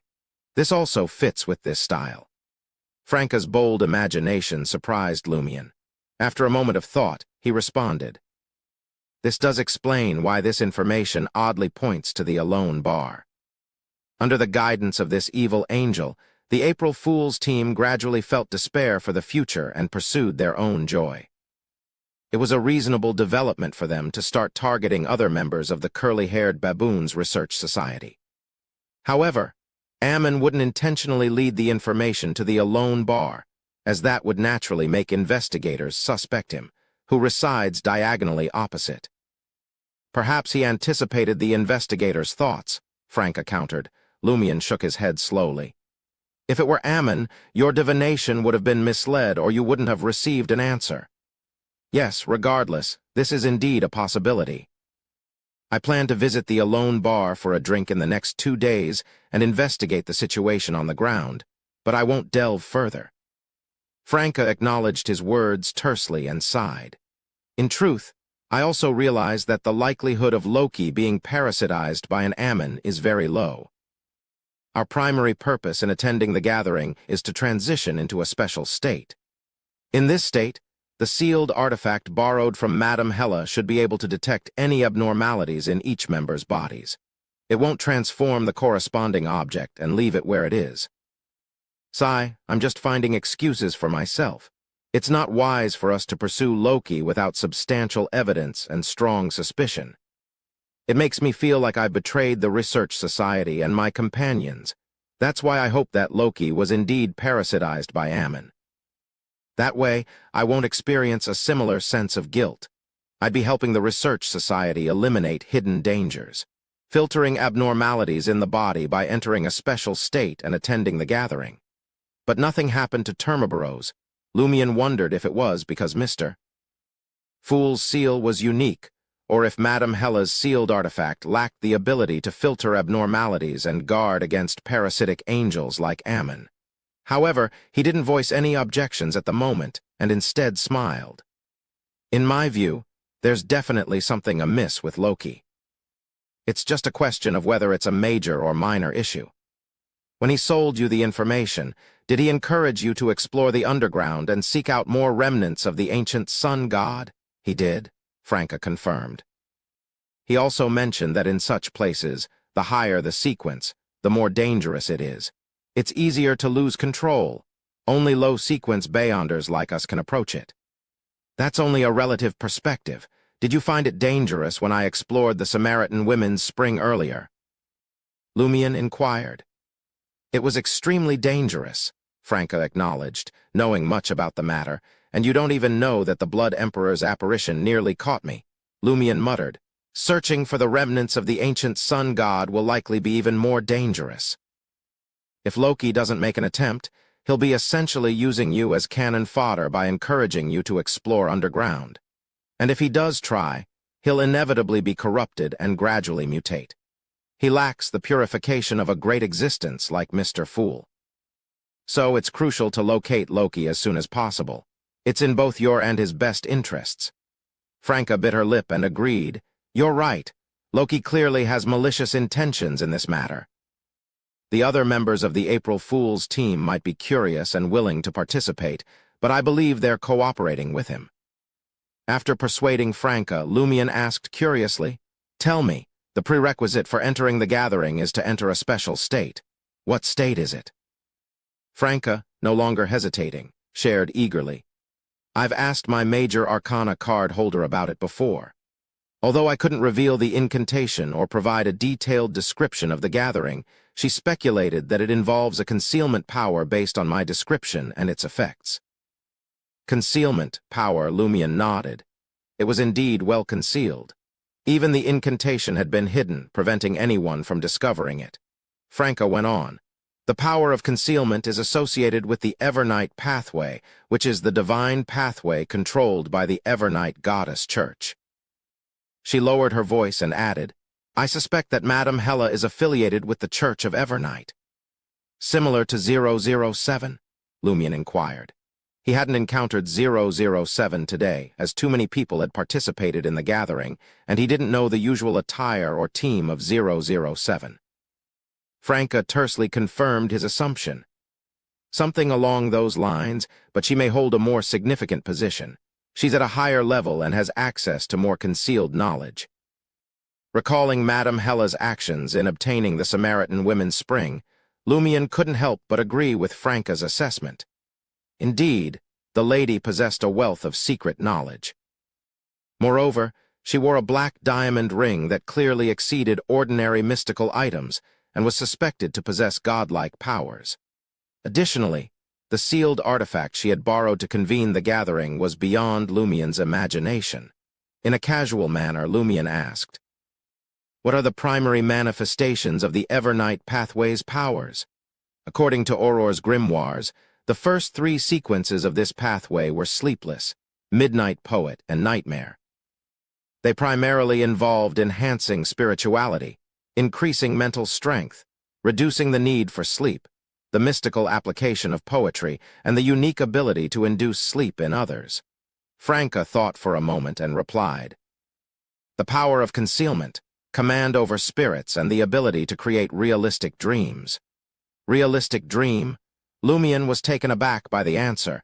He couldn't help but recall the realistic dream he had experienced in the ruins of Cordu. Chapter 380. Bell Chimes. At the conclusion of the Cordu disaster, Lumion found himself not only grappling with the seal within his body and the fading aura of inevitability surrounding him, but he had also been thrust into a vivid, lifelike dream.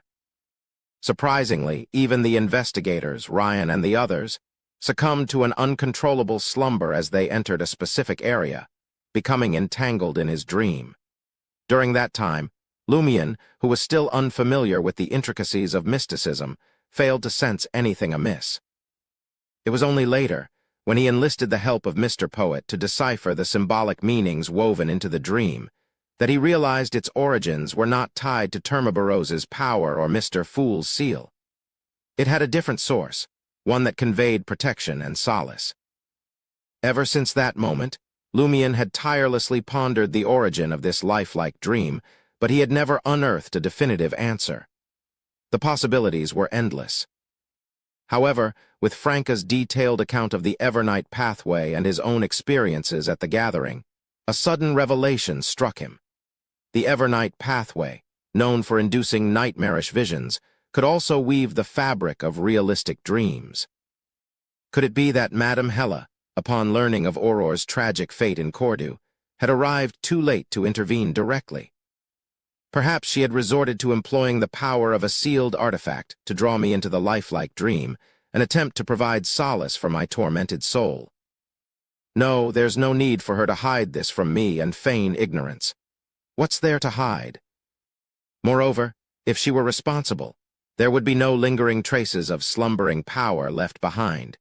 Could it be that the continuous use of the incantation involving concealment powers during the gatherings somehow marked or corrupted Auror with the sealed artifact's influence? When her body disintegrated, the sealed artifact sensed the disturbance and, albeit unsuccessfully in saving her, led me into the realm of this lifelike dream. Yes, it makes sense.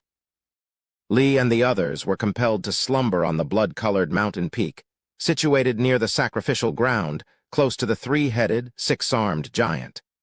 This aligns with my theory. The source of the dream's power is intricately tied to Auror's fate. Franca observed Lumien's prolonged silence, realizing he was deeply engrossed in contemplation. She wisely refrained from interrupting, allowing him to return to the present before gently inquiring. What thoughts have crossed your mind? You recall the Cordu disaster I mentioned. There's an area around the sacrificial ground which became the blood-colored mountain peak. Anyone who ventured into it fell into a deep slumber and experienced a realistic dream, Lumien explained succinctly. The more Franca absorbed his words, the more astonishment and trepidation filled her. Could it be that there's something wrong with Madame Hella too? I don't think so. Lumien shook his head in response and outlined the crucial aspects of his conjecture. Relief washed over Franca, and she couldn't hide her emotions. This theory does seem to fit the circumstances. Right, did you notice? The initial part of the incantation features a three-line honorific name. This implies that the sealed artifact either possesses characteristics of a living entity or was once alive. It's reasonable for it to instinctively influence those who beseech its power. After careful consideration, Lumien recognized the validity of this point. The two of them continued their conversation, ultimately deciding that Lumien should find a suitable time to pay a visit to the alone bar. Returning to the Auberge du Coq Doré, Lumien drew the curtains and settled at the table. Bathed in the soft glow of the carbide lamp, he began composing a letter addressed to Madame Magician. The letter primarily centered around the armored shadow's performance and its response. Lumien was particularly interested in gathering information about the ancient sun god and its connection with the Aurora Order. However, mindful of the late hour, he decided to wait until he naturally woke up in the morning, had his breakfast, and then sent the letter. At noon, Lumien received a reply from Madame Magician, and he felt a sense of satisfaction for having purposely returned to room 207 of Auberge du Coq Doré. The armored shadow's response and its current condition offer us valuable insights into the situation regarding. Lumien was taken aback by the first sentence, his gaze fixated on the blank portion of the sentence. Uncertain whether Madame Magician had intentionally injected humor into her letter or if some form of distortion had affected the message. Drawing from his knowledge of Magician, Lumien's initial assumption was that she had initially composed the entire sentence, but later realized that certain information couldn't be disclosed at this moment. Instead of redacting it or starting anew, she had employed some mystical means to erase the phrase. Why can't I be privy to this information? It's merely another world, right? Lumien mused as he proceeded to read the subsequent sentence. While this is a valuable acquisition, its immediate utility may be limited, though Mr. Hanged Man will undoubtedly be pleased. In due time, when he deems it appropriate, he might get you to summon the armored shadow once more. He will be responsible for providing compensation in gold for the chance to pose inquiries. Let him determine the questions. Your role is to facilitate the communication, and the Two of Cups will handle translation. Oh, and do not forget to request a reward from Mr. Hanged Man. Mr. Hanged Man? Lumien repeated the code name, his eyes continuing to scan the contents of the letter. The ancient sun god's problem is complicated, and my knowledge on the matter is limited. At this juncture, I can only offer this. He was the ruler of the third epoch, the one who brought an end to the tyrannical reign of the brutal ancient gods and ushered in an era of light for humanity. The entity revered by the Aurora Order maintains a complicated connection with him. Understanding this connection carries risks. Consider him as the inheritor of half of his legacy, while the other portion is shared among select members of the 7 deities. This division directly gave rise to what we commonly term the Age of the Gods, also known as the Fourth Epoch. If remnants of history, legends, documents, and artifacts were still available from the Fourth Epoch, the prior Third and Second Epochs existed mostly within the scriptures of various churches, veiled in almost mythical obscurity. Lumion possessed only scant knowledge, recognizing the third epoch as the Cataclysm Epoch and the second epoch as the Dark Epoch. In Madame Magician's words, Lumion sensed the majesty and allure of ancient history unfolding before him. The brutal ancient gods, the ancient sun god who ended humanity's dark age, the ruler of the third epoch whose demise remains shrouded in mystery, and the age of the gods that emerged from his corpse. Why would such an ancient deity give birth to someone like Ammon? And who is Ammon's mother? Could there be a connection between Ammon and the figure revered by the Aurora Order? The more Lumion contemplated this, the more he discerned problems with the ancient sun god's method of raising offspring. He harbored a favorable impression of this deity, not only because of his role in ending the dominion of the ancient gods and offering humanity a glimmer of hope, but also due to the suspicion that he might be an earlier transmigrator from the same world as Aurora and Emperor Roselle. Simultaneously, Lumion began to understand why Mr. K and the Aurora Order held such vehement disdain for heretics. The one they revered was the rightful heir to the legacy of the ancient sun god. A flame erupted, igniting the letter in Lumion's hand. He tidied up and fastened the silver lie earring, making subtle adjustments to his appearance to ensure he bore no resemblance to Lumion Lee. With that done, he removed lie and slipped it into a concealed pocket. His recent insights indicated that his transfigurations from lie wouldn't end when he was separated from lie.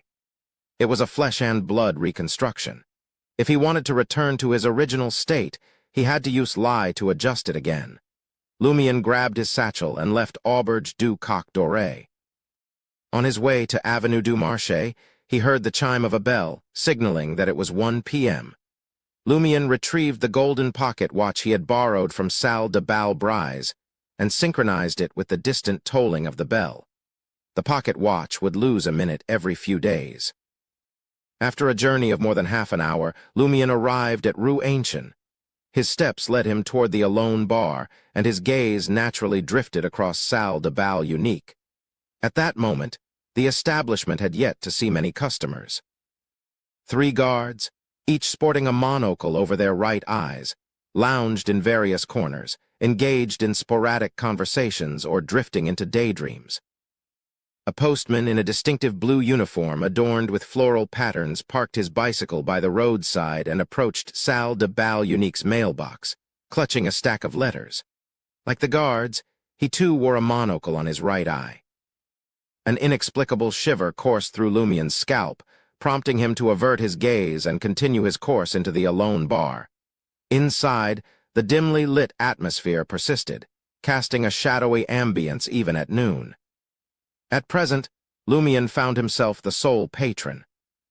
The bartender stationed behind the bar counter was not the same individual as before.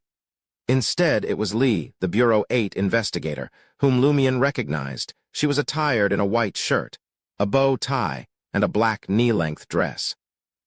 Her hair had been elegantly tied into a simple bun, adorned with tiny silver bells, a departure from her previous appearance exuding a distinct charm. "Gin on the rocks," Lumion stated as he settled onto a bar stool at the counter, tapping the surface lightly. A chuckle escaped him as he continued. "Why do we have a new bartender?" Lee cast a playful glance in his direction and quipped, "Monsieur, there's no strict rule that dictates a bar must employ only one bartender. That would surely lead to their exhaustion." "Fair enough." Lumion agreed, paying 8 licks for his drink and patiently awaiting the arrival of his iced gin. After savoring his beverage for nearly 10 minutes, he casually inquired, "Is there a typewriter available here? I've just remembered a document I need to complete." Lee, wiping a glass, responded, "In the room next to the theater in the cellar, there's a typewriter reserved for scripts.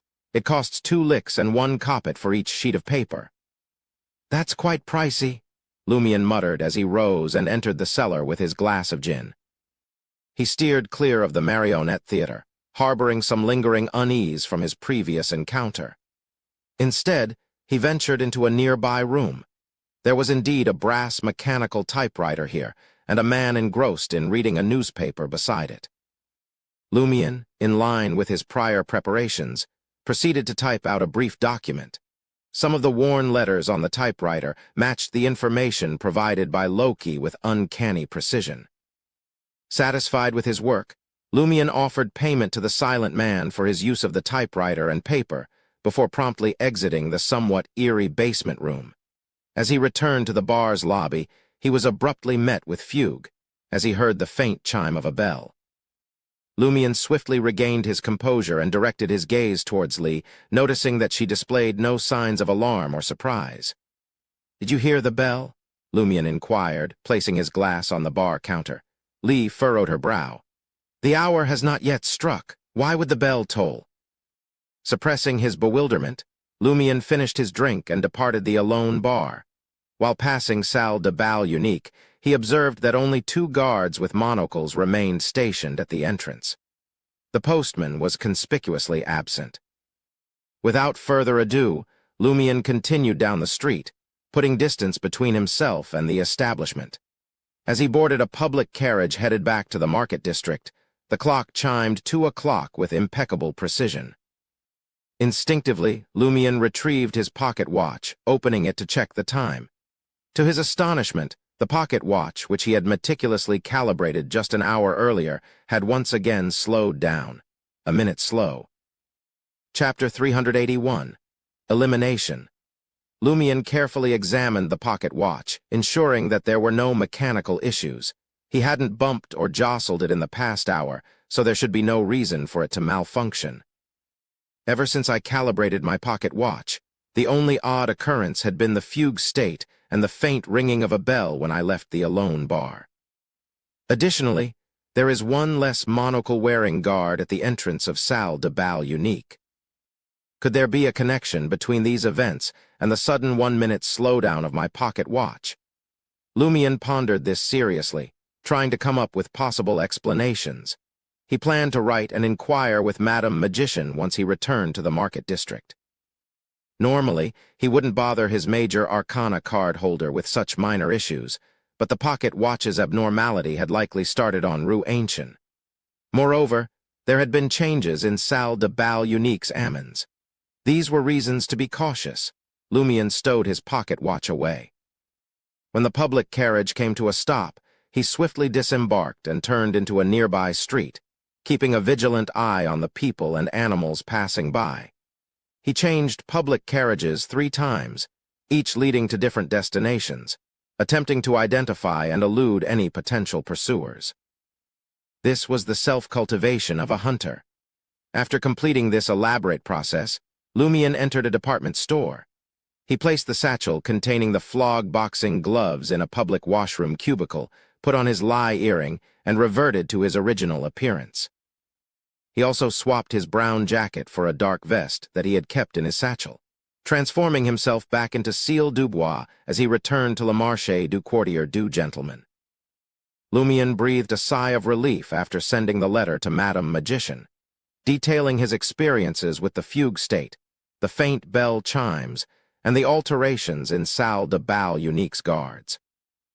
Whenever he visited Rue Ancien, even though he never encountered a genuine disaster, he always felt an unsettling and inexplicable fear gripping his heart.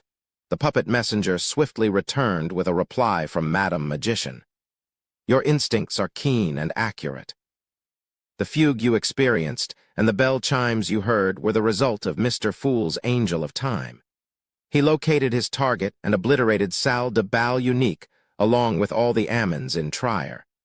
The reason your pocket watch slowed down by a minute was also a consequence of this clash. In the near future, you needn't concern yourself with what Ammon might do to you.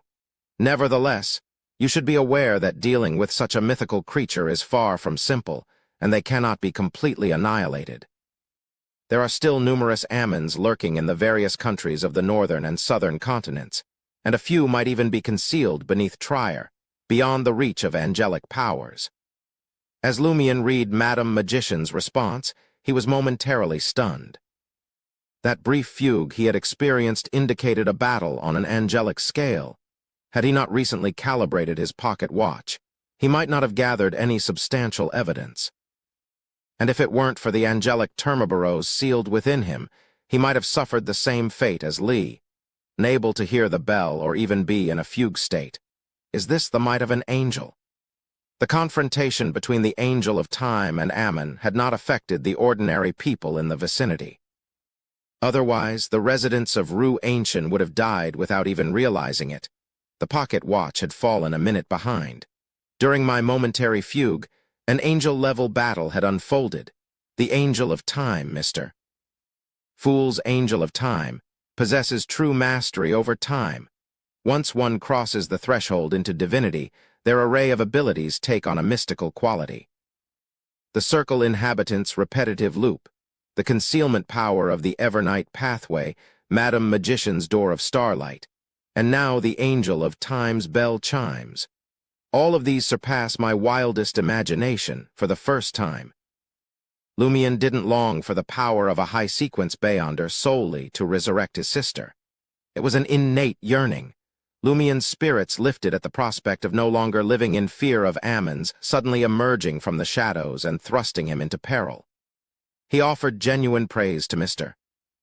Fool and the Angel of Time, as well as his major arcana card holder, Madam Magician.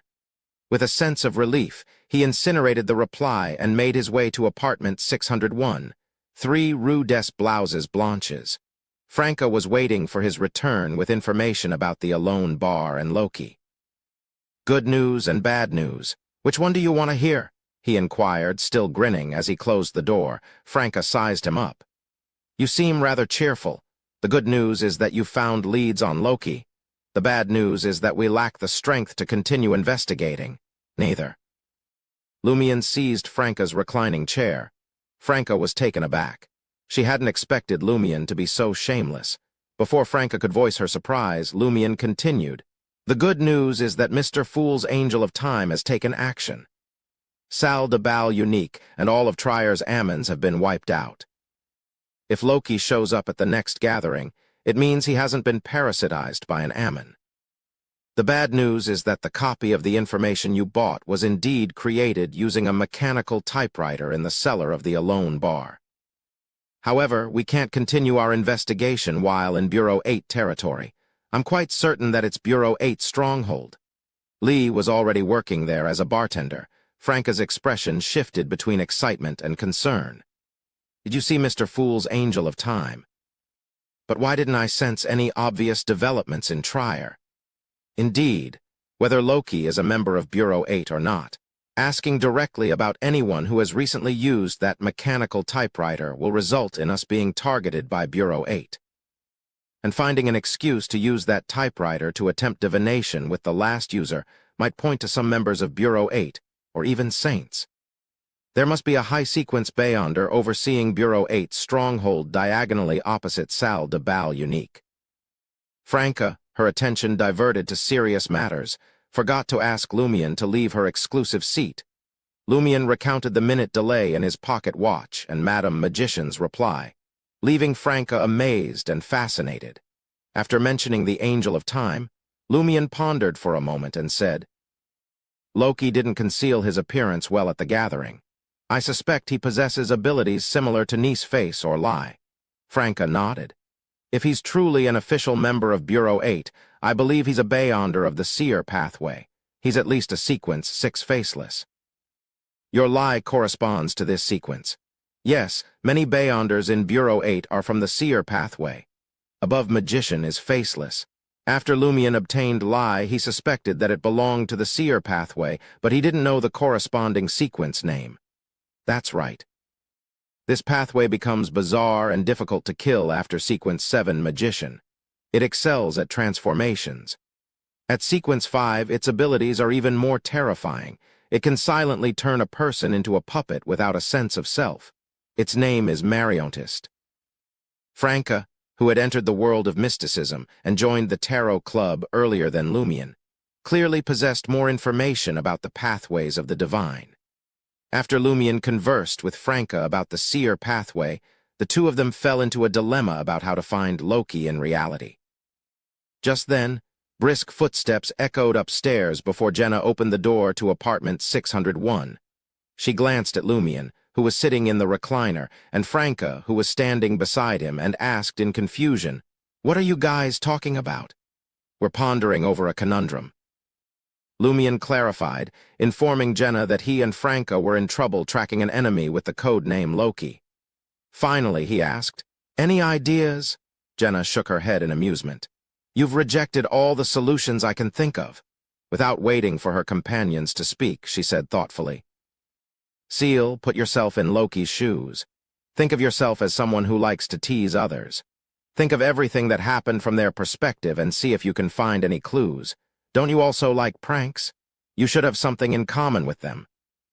"My pranks are quite different from theirs." Lumian didn't say it out loud. He tried to recall his motives, thoughts, and changes in mentality during the pranks to analyze the actions and motives of the April Fool's team. After a moment, he furrowed his brow. "All pranks are meant to bring joy when the target is embarrassed or suffers a blow. Those people used my sister as a target for pranks, but they can't confirm the final outcome, so it's difficult for them to obtain true joy. Similarly, how are they going to track Franca's movements and witness her tragic end by instigating her to explore the underground? You have to know that even if Franca never goes to the mysticism gathering again, she might have encountered an accident due to something else." The three people in the room pondered this question. If a prankster failed to witness the end of a prank, they would lack a sense of accomplishment and the expected joy. How could Loki and the others determine Auror or Franca's encounter? After a while, Lumian said in a deep voice, "Either the prank is a cover-up, and they have an ulterior motive, or they have a way to monitor the corresponding target." Franca suddenly felt a chill down her spine and subconsciously surveyed the room. "What way?" Jenna asked on her behalf. Lumian shook his head slowly. "I don't know. This might be a lead." Amidst the alternations between silence and discussion, the three of them couldn't come up with an answer, so they could only put this matter aside for the time being.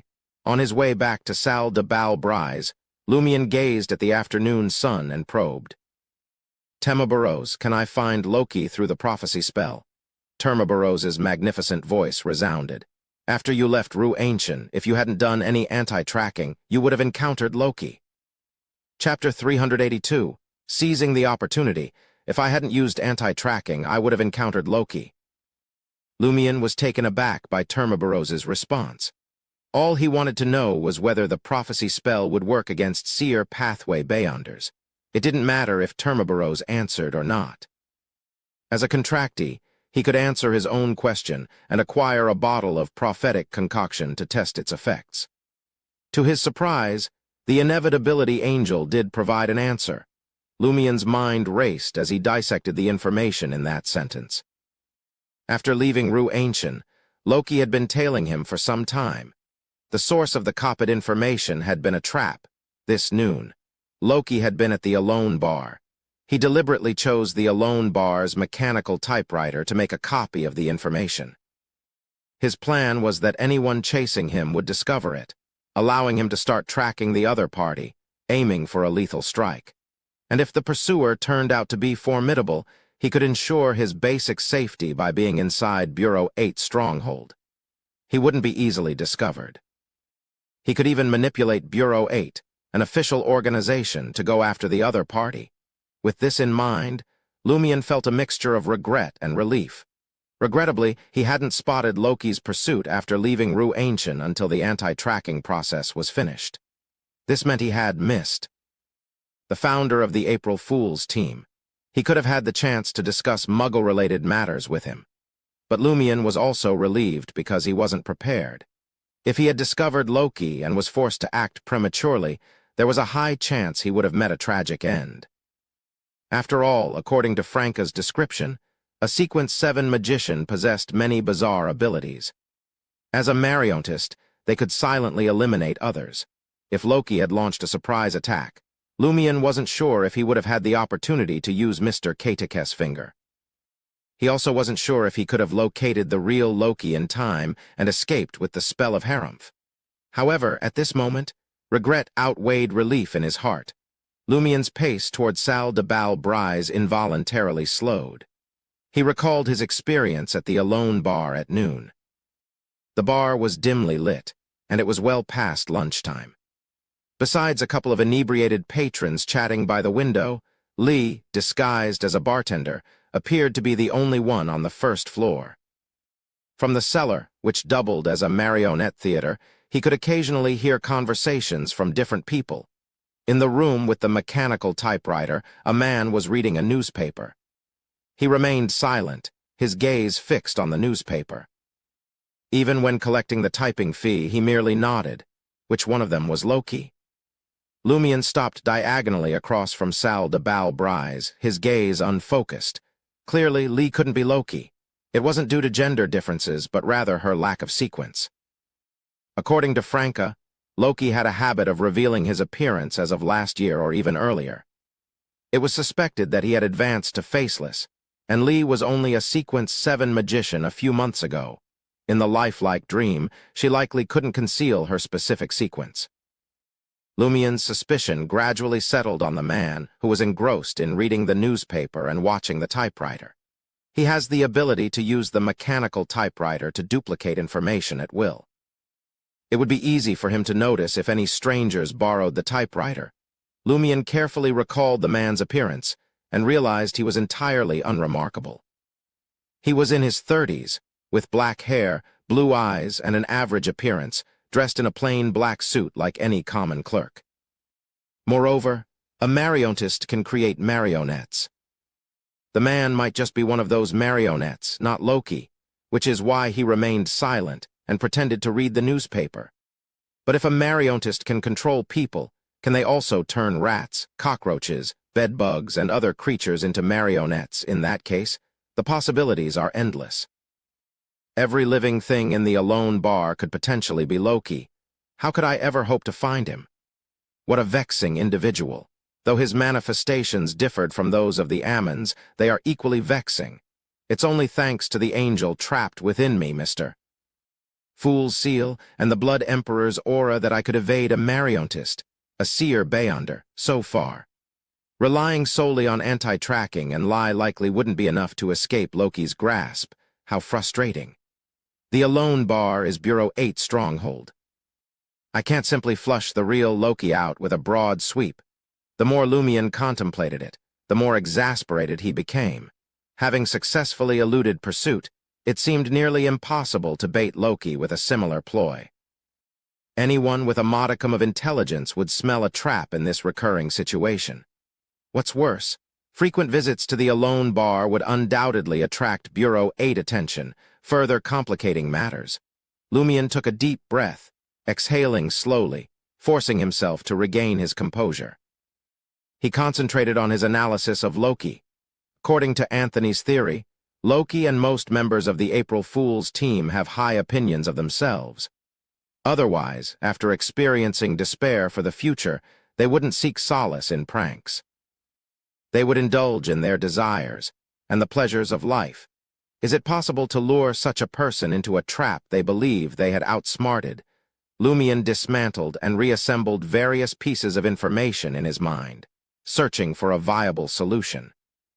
His frustration grew, and he longed to storm into the Alone Bar and eliminate everyone except Lee. Then an idea struck Lumian. While it might not form a direct plan against Loki, it could serve as a means to probe the situation at the Alone Bar, uncover exploitable details, and gather information. Additionally, it would provide an outlet for his emotions and anger, and perhaps even earn him some money. After careful consideration, Lumian turned around and made his way towards Rue Anarchy. Auberge du Coq Doré, room 401. Lumian pushed open the unlatched door where he found the bankrupt merchant, Fitz, sitting at a wooden table, dipping a long, stick-like rye bread into a thick, sticky soup. Fitz glanced back, placing the food aside, and stood up, clearly confused and somewhat panicked. "Monsieur Seal, what's the matter?" The bankrupt merchant's brown hair appeared greasy, yet he stubbornly maintained a semblance of tidiness. His dark brown eyes and smile lines gave him a naturally ingratiating appearance. In contrast to their previous encounter, Fitz's clothes now bore a bit of dirt, as if he hadn't had the time to clean them. Lumian cut to the chase, his tone blunt. "Can you provide evidence that Timmins owes you 100,000 Verl d'Or? the owner of Salle de Bal Unique. Fitz's eyes lit up. Yes. I have a contract for our joint venture. It clearly states that he agreed to repurchase his shares within a specified time frame, along with paying me 100,000 Verle d'Or and the corresponding profits. Monsieur Seal, you don't need to use Salle de Bal Unique to jog my memory about Timmins. I curse that scoundrel 100 times a day, Monsieur Seal. Do you believe there's a chance of recovering my money? Lumien's lips curled up. This could be your once-in-a-lifetime opportunity. If you miss it, you may never see that money again. Salle de Bal Unique was at its most vulnerable. Without the Ainz, it was now inhabited solely by humans with varying degrees of mutation. Fitz was a mix of excitement and apprehension upon hearing this. He hastily retrieved the valuable contract and handed it over to Lumien. While he didn't entirely trust the mob leader, he had no choice but to place his hopes in him, praying that Lumien would return with good news. Quartier de l'Observatoire, Rue Ancien. Lumien changed his appearance and clothes. He walked toward Salle de Bal Unique in a shirt, vest, top hat, and thin formal suit. He encountered a guard sporting a monocle on his right eye and dressed in a short black suit who obstructed his path. Monsieur, you must wear a monocle to enter our dance hall. Lumien responded with a smile. Monet introduced me here. He mentioned that I don't need to wear a monocle on my right eye like you gentlemen. The two guards exchanged meaningful glances and exchanged knowing smiles. Then it's not an issue. From their appearances, it seems they are well aware of the consequences of being invited by Monet. They might even have been influenced by Monet's devious personality, and secretly are faithful to Ammon. Unfortunately, they remain oblivious to the fact that Salle de Bal Unique is no longer the same as they remembered. Lumien sneered inwardly, and decided to seek out someone most resembling Ammon later, intent on shattering their monocle with a punch. This act was both a release of his pent-up anger and fear from being manipulated and intimidated by Ammon, and a means to catch the attention of the Alone Bar. After all, how would they know that someone could reclaim the money from Timmins? It was already evening, and gas wall lamps and stained glass chandeliers illuminated Salle de Bal Unique's dance hall. Dancers in monocles and short suits swayed on the dance floor while others leaned against the railings with glasses of wine, wearing smiles as they observed others dancing. Musicians played violins and the clarinet in one corner, contributing to the lively atmosphere. It appeared as though nothing unusual had occurred here. After observing for a while, Lumien made his way to the stairs leading to the second floor.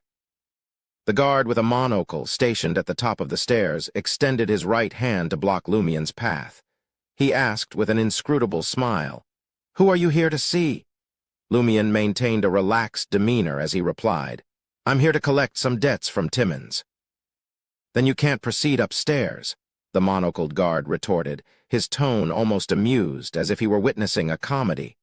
Lumien's lips curled into a radiant smile. Bang! His left fist connected with the guard's face, sending the monocle flying. It crashed to the ground with a resounding crack. Chapter 383. Forced Storming. Amidst the sound of the monocle falling and sliding, the guard tilted his head, surprise and confusion crossing his face. His reaction was rather bizarre. He didn't react with anger or call for backup. It was as though he considered what had just happened a part of some performance filled with mystery. Lumien passed by with a smile, heading up the stairs without a second glance. The guard's expression flickered, but he eventually gave up trying to intervene. Still filled with puzzlement and thought, his eyes darted around, and a strange, anticipatory grin played on his lips, as if he expected something thrilling. As Lumien reached the second floor, the two guards with monocles simply watched him pass without hindrance. They wore similar enigmatic and expectant smiles, no low-sequence Beyonders. Lumien muttered, disappointed. He had braced himself for a confrontation, something to showcase for the Alone Bar across the street.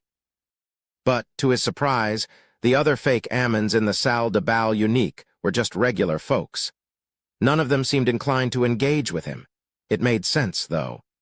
Ammon wasn't like Mr. Fool or the Great Mother, capable of granting large-scale boons to believers. As for the low and mid-sequence Beyonders, they had likely been dealt with. In the undetectable angelic struggle, they might have been eliminated. The remaining individuals probably had no idea that the dance hall had turned unusual, and many of their colleagues had vanished without a trace.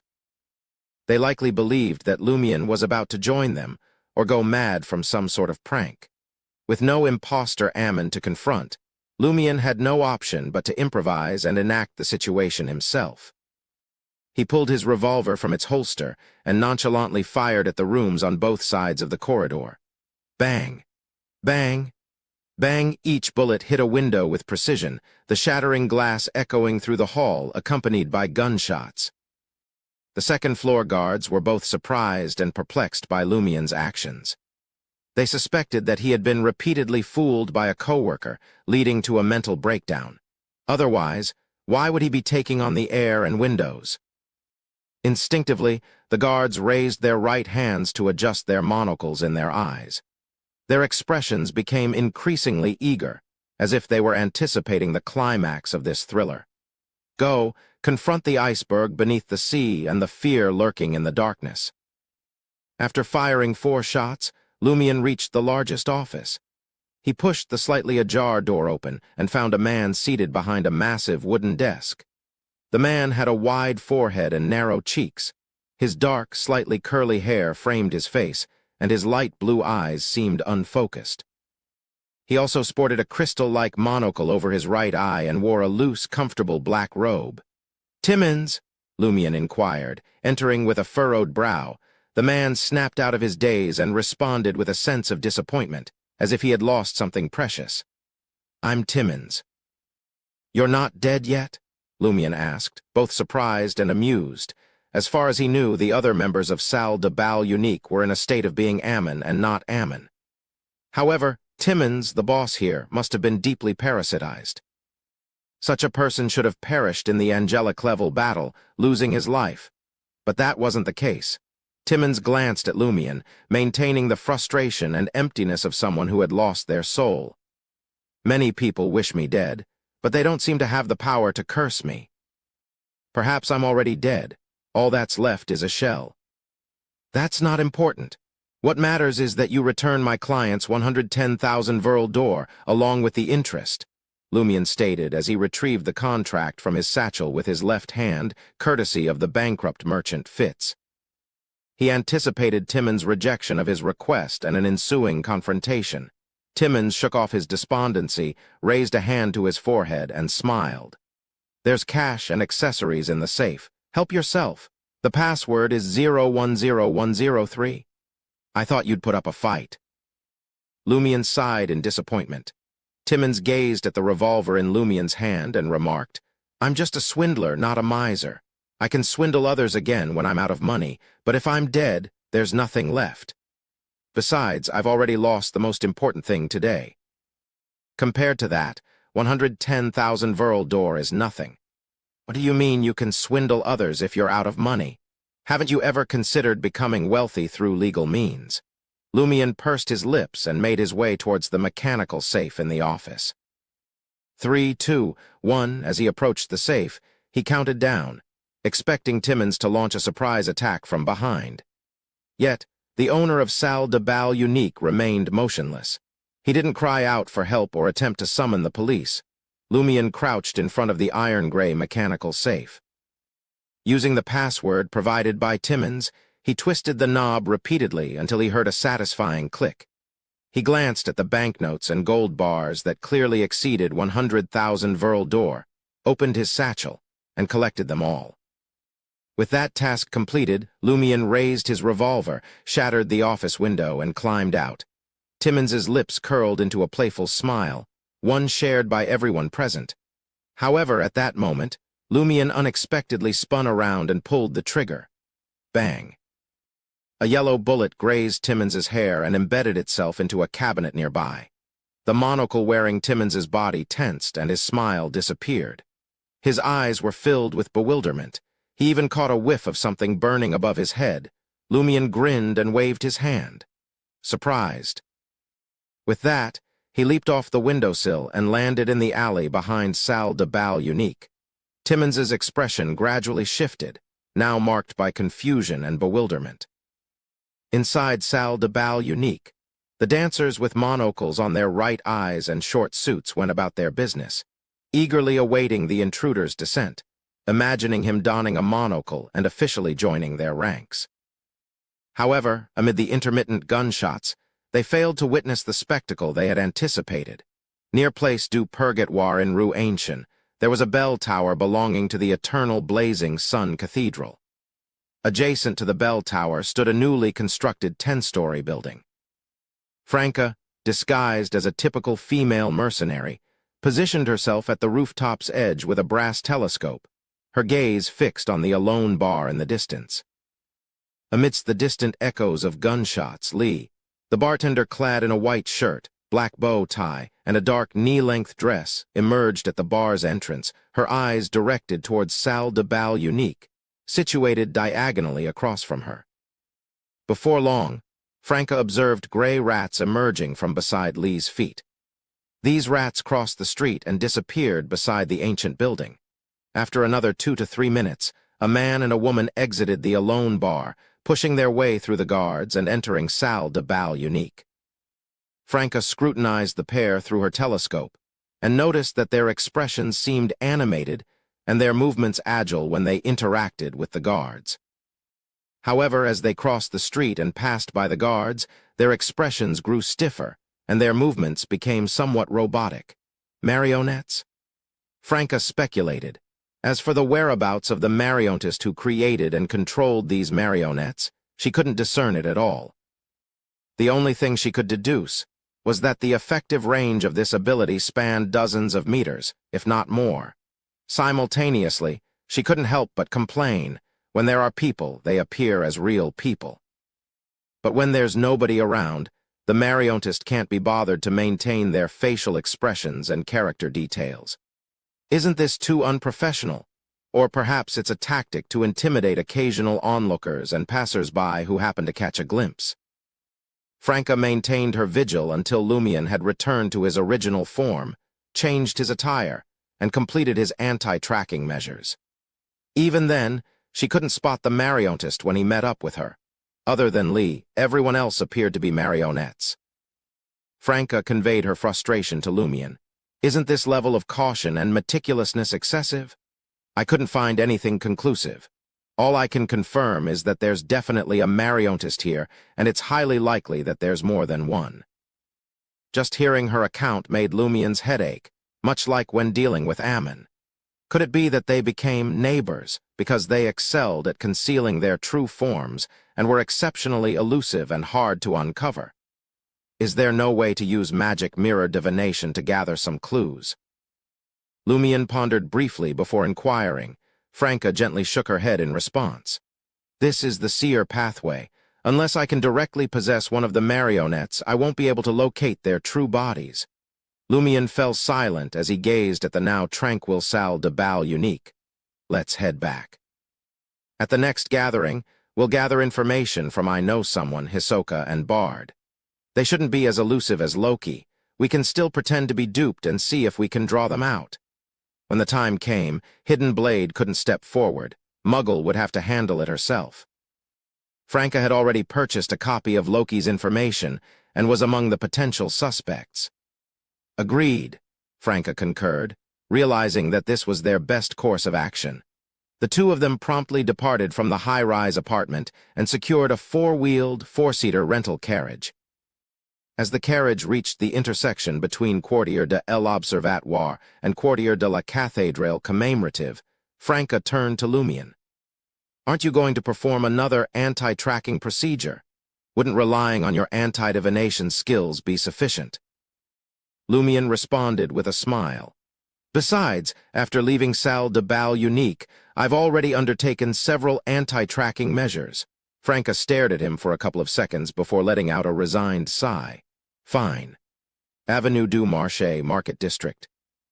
Lumion, carrying a satchel filled with banknotes and gold, said his goodbyes to Franca and proceeded towards Rue Anarchy. Franca, on the other hand, headed back to Rue des Blouses Blanches. Rue Anarchy was as lively and crowded as ever. Lumion weaved his way through vendors and pedestrians, drawing closer to Auberge du Coq Doré. Suddenly, he experienced an unsettling sensation. His body seemed to lose coordination, as if someone had injected glue into his joints. Chapter 384. Stagnation, not good.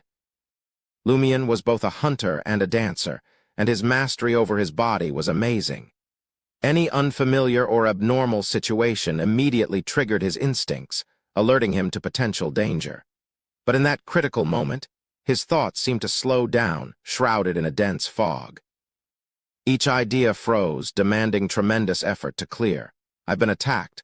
Loki is really here. Is this the performance of a marionettist's abilities? As it nears the end, I won't be able to think. Will I become his marionette?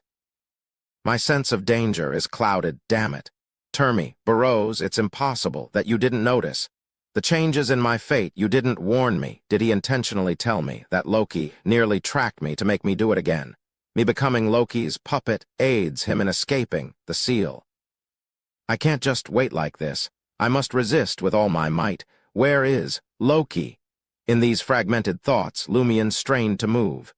His hand found its way into his pocket, and he surveyed his surroundings with stiffness. Previously, he and Franca had discussed the limitations of the marionettist's power. They agreed that it must have a certain range or require proximity. Otherwise, it would exceed the capabilities of a Sequence 5 and only be within the realm of a saint who had transcended into godhood. Those from different pathways that Franca knew couldn't resist it at all. The duo believed that this ability either required a certain medium or could only be activated at a close distance. Just like the Ring of Punishment's psychic piercing, it could only be effective if the distance between them was reduced to 5 meters. Lumion suspected Loki was hiding nearby in the crowd, perhaps no more than 10 meters away. What greeted his eyes were street vendors and passers-by. Some of their faces were familiar, while others were unfamiliar. They were no different from usual. In his haste, Lumion couldn't discern Loki among them. Adding to the challenge, Loki was a faceless, skilled in transformation and disguise. As Lumion continued his search for Loki, a crimson flame manifested in his left palm. His motives were twofold. First, to test his ability to resist a marionettist's control and invasion by inflicting pain upon himself. And second, to set a question and observe how Loki would respond. By studying Loki's reactions, he hoped to glean insights into Loki's exact whereabouts and weaknesses in his marionette-making abilities. But just as the searing pain coursed through his mind, Lumion heard a distinct snap. Instantly, the crimson flame in his palm dissipated into a harmless stream of light, unable to form anything explosive. Lumion spun around, trying to identify the source of the snapping of fingers. However, his joints had become encased in a sticky glue, and his movements grew increasingly rigid and sluggish. This delay caused him to turn a second slower than he intended. Everyone within his line of sight appeared normal, and he couldn't pinpoint who had snapped their fingers. Marionettist is indeed capable of flame controlling. Pain doesn't help much in the slowdown of my thoughts and stiffening of my body. It only marginally increased. My reaction speed, I can't waste time on such matters. The most important thing now is to find Loki. Otherwise, whether I use the spell of Harumph, summon Mr. K, or wait for Franca to save me, wouldn't significantly change the situation. I wonder if Spirit World Traversal can be used. If the next 2 or 3 attempts fail, I'll give it a try and see if I can teleport out of a marionettist's ability range. Lumion's thoughts grew increasingly sluggish, but they weren't to the point where he couldn't think, react, or dodge any attack. Soon, with his rich combat experience, he came up with an idea. From the current situation, a marionettist indeed needs to be at close range to gradually transform their target into a marionette. In that case, I'll make sure there's no one or animals within a 10-meter radius. Whoever lingers within the inferno hell shall be Loki. Once Lumion understood the situation, he immediately opened his mouth and shouted, "There is a fire!" Crimson flames surged from Lumion's body as he finished his staccato sentence. With his feet as the center, they spread out, igniting the fruit peels and litter on the ground. Alerted by Lumien's warning, nearby street vendors and pedestrians swiftly gathered their belongings and fled toward the ends of Rue Anarchy upon seeing the rising flames. Seeing their hasty retreat, Lumien's sluggish smile emerged. "Yes, you can use flame controlling, but I'm not going to do any delicate maneuvers now. My only move is to constantly ignite the surrounding things and increase the variety of fire sources. Moreover, this will inevitably draw the attention of official Beyonders." Crimson flames expanded in all directions, resembling a vibrant ocean gradually consuming the earth. Despite his faltering gaze, Lumien still managed to catch a glimpse of a figure flickering within the flames.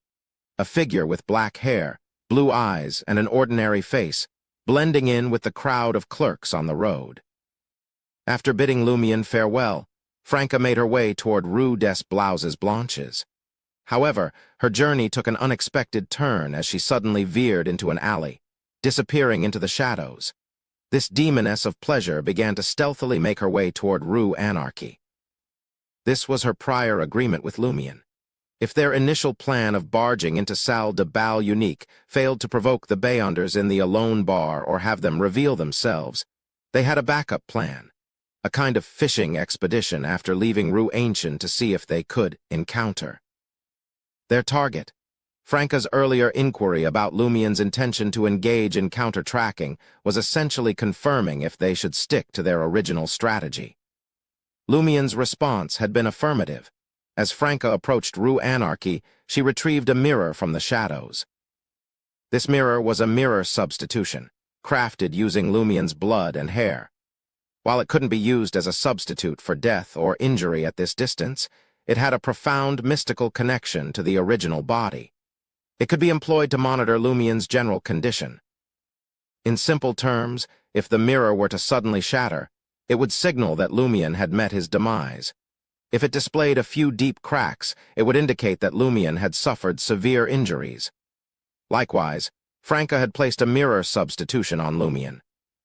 This precaution was taken because they were uncertain whom Loki might target after their separation.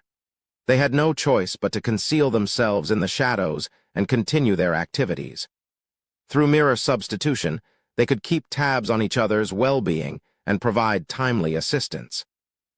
This method was more reliable than attempting to discern changes in luck, as Loki possessed formidable anti-divination abilities and could manipulate fate after making decisions.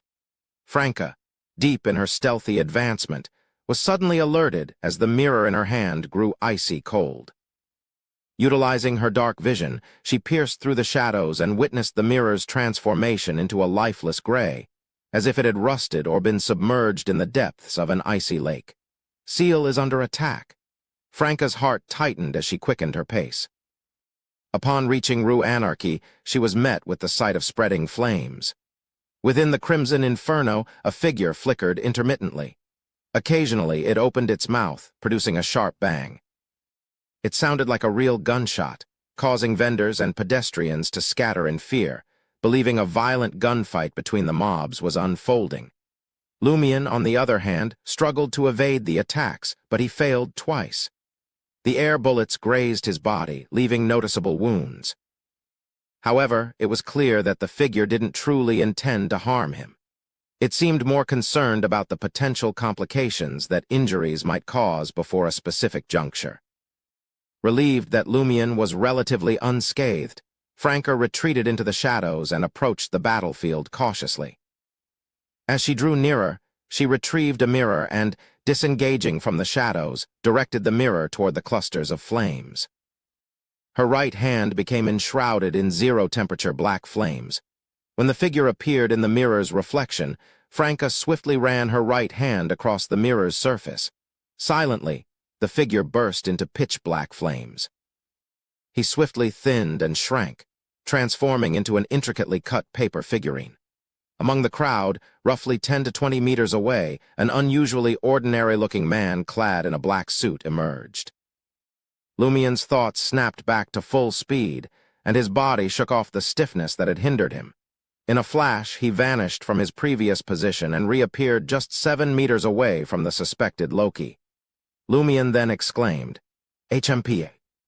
A brilliant beam of white light shot forth from his nostrils, targeting the ordinary-looking man with black hair and blue eyes. Simultaneously, Franca acted in perfect coordination. She conjured a transparent ice spear and hurled it toward their target. Upon piercing the ground, white frost rapidly spread from the impact, chilling those nearby and causing their bodies to stiffen.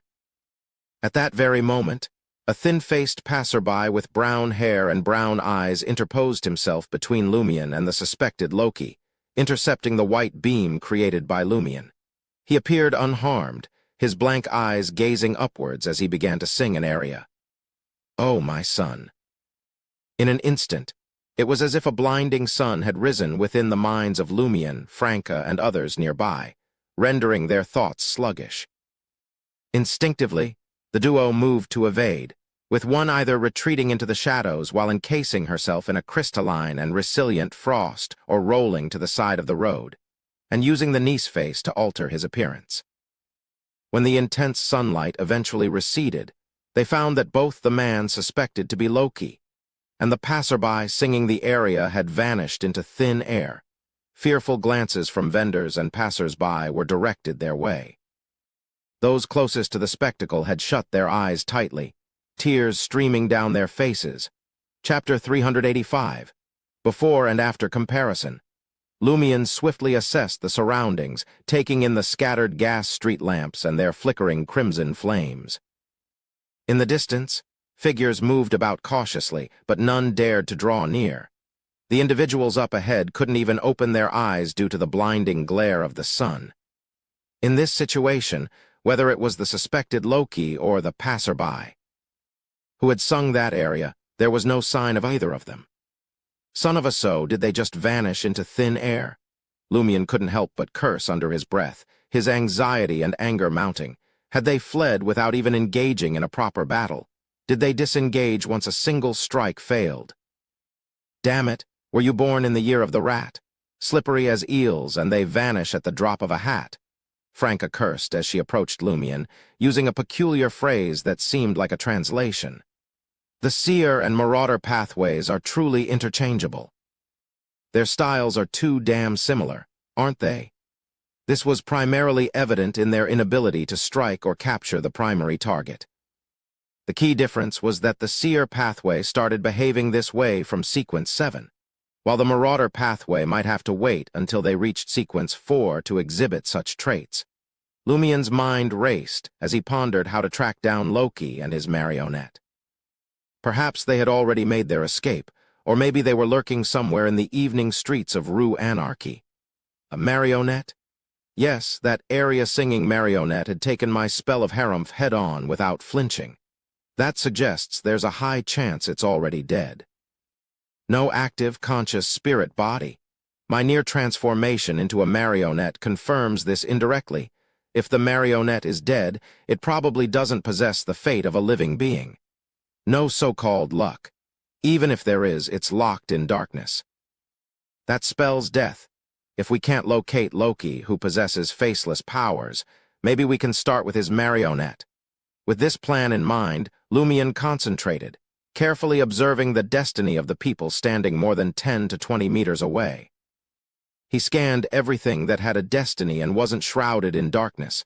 After a rapid survey, Lumion couldn't identify any potential marionette targets. He let out a slow, disappointed sigh. Let's get out of here. The firefighters are on their way. Official Beyonders should be arriving soon. Franca warned Lumion. Lumion withdrew his gaze and left Rue Anarchy before the crimson flames could be extinguished. His intention was to take a circuitous route back to Auberge du Coq Doré. There, he would return the scammed funds he had obtained from Salle de Bal Unique to the bankrupt merchant, Fitz, and claim his share as agreed. After taking a dozen steps, Lumion suddenly remembered Monsieur Rouer, who had succumbed to illness, and Madame Mitchell, who had hanged herself while singing the capital of joy. He feared that he might unwittingly bring a catastrophe involving Beyonder powers to Auberge du Coq Doré and his entrustee, Fitz. Aurore had portrayed despicable and deranged criminals in 2 of her novels. They relished beginning their torment with those their targets held dear, forcing them to witness the tragic deaths of their friends one by one. As the leader of April Fools, Loki took pleasure in manipulating others' minds. He had no qualms about harming his comrades, let alone murdering innocent people he had never met. Therefore, the likelihood was high that he would commence with Lumien's acquaintances and employ their deaths to shatter Lumien's psyche. He would secretly revel in watching Lumien descend into madness before seizing the opportunity to end his life. Though it was only a possibility, Lumien refused to take the risk. He halted and turned towards Avenue du Marché. "What's the matter?" Franca inquired, her expression one of confusion. Having regained his composure, Lumien flashed a reassuring smile and replied, "Let's grab a drink at Salle de Bal Brise." The fate of the mobsters he frequently associated with was of lesser concern. Mobsters knew they had to be prepared for such eventualities. Franca was momentarily taken aback, but quickly grasped Lumien's underlying worry. Loki had hooked a big fish but failed to capture it. It was clear he had seen through their true appearances. He could hide in the shadows and wait for the perfect moment. As for Lumien and herself, unless they abandoned their current identities and used their anti-divination and anti-tracking abilities to survive elsewhere, they would be left in a state of constant suspicion, fearing that any rat they saw might attack them. Compared to Auberge du Coq Doré, the second floor of Salle de Bal Brise offered a quieter and more defensible location. Furthermore, in the event of a Beyonder-level confrontation, it was better to involve mobsters rather than innocent bystanders. "I'll change my attire as well," Franca hinted, indicating her desire to alter her appearance and remain hidden in the shadows, making it difficult for Loki to locate her and launch any potential attacks. Similarly, she intended to have Jenner return home and stay with her brother for a while to avoid becoming collateral damage. In the face of such a bizarre and terrifying adversary, the survivability of an instigator remained too fragile. Lumien gently patted the concealed Franca's mirror substitution hidden beneath his clothing with his right hand, signaling the need for them to watch each other's backs. Franca nodded solemnly, affirming her understanding of the situation. Salle de Bal Brise, the café on the second floor, Lumien settled at the far end near the window and turned to his bodyguard, Sarkota. "Go to Auberge du Coq Doré and fetch a bankrupt merchant named Fitz."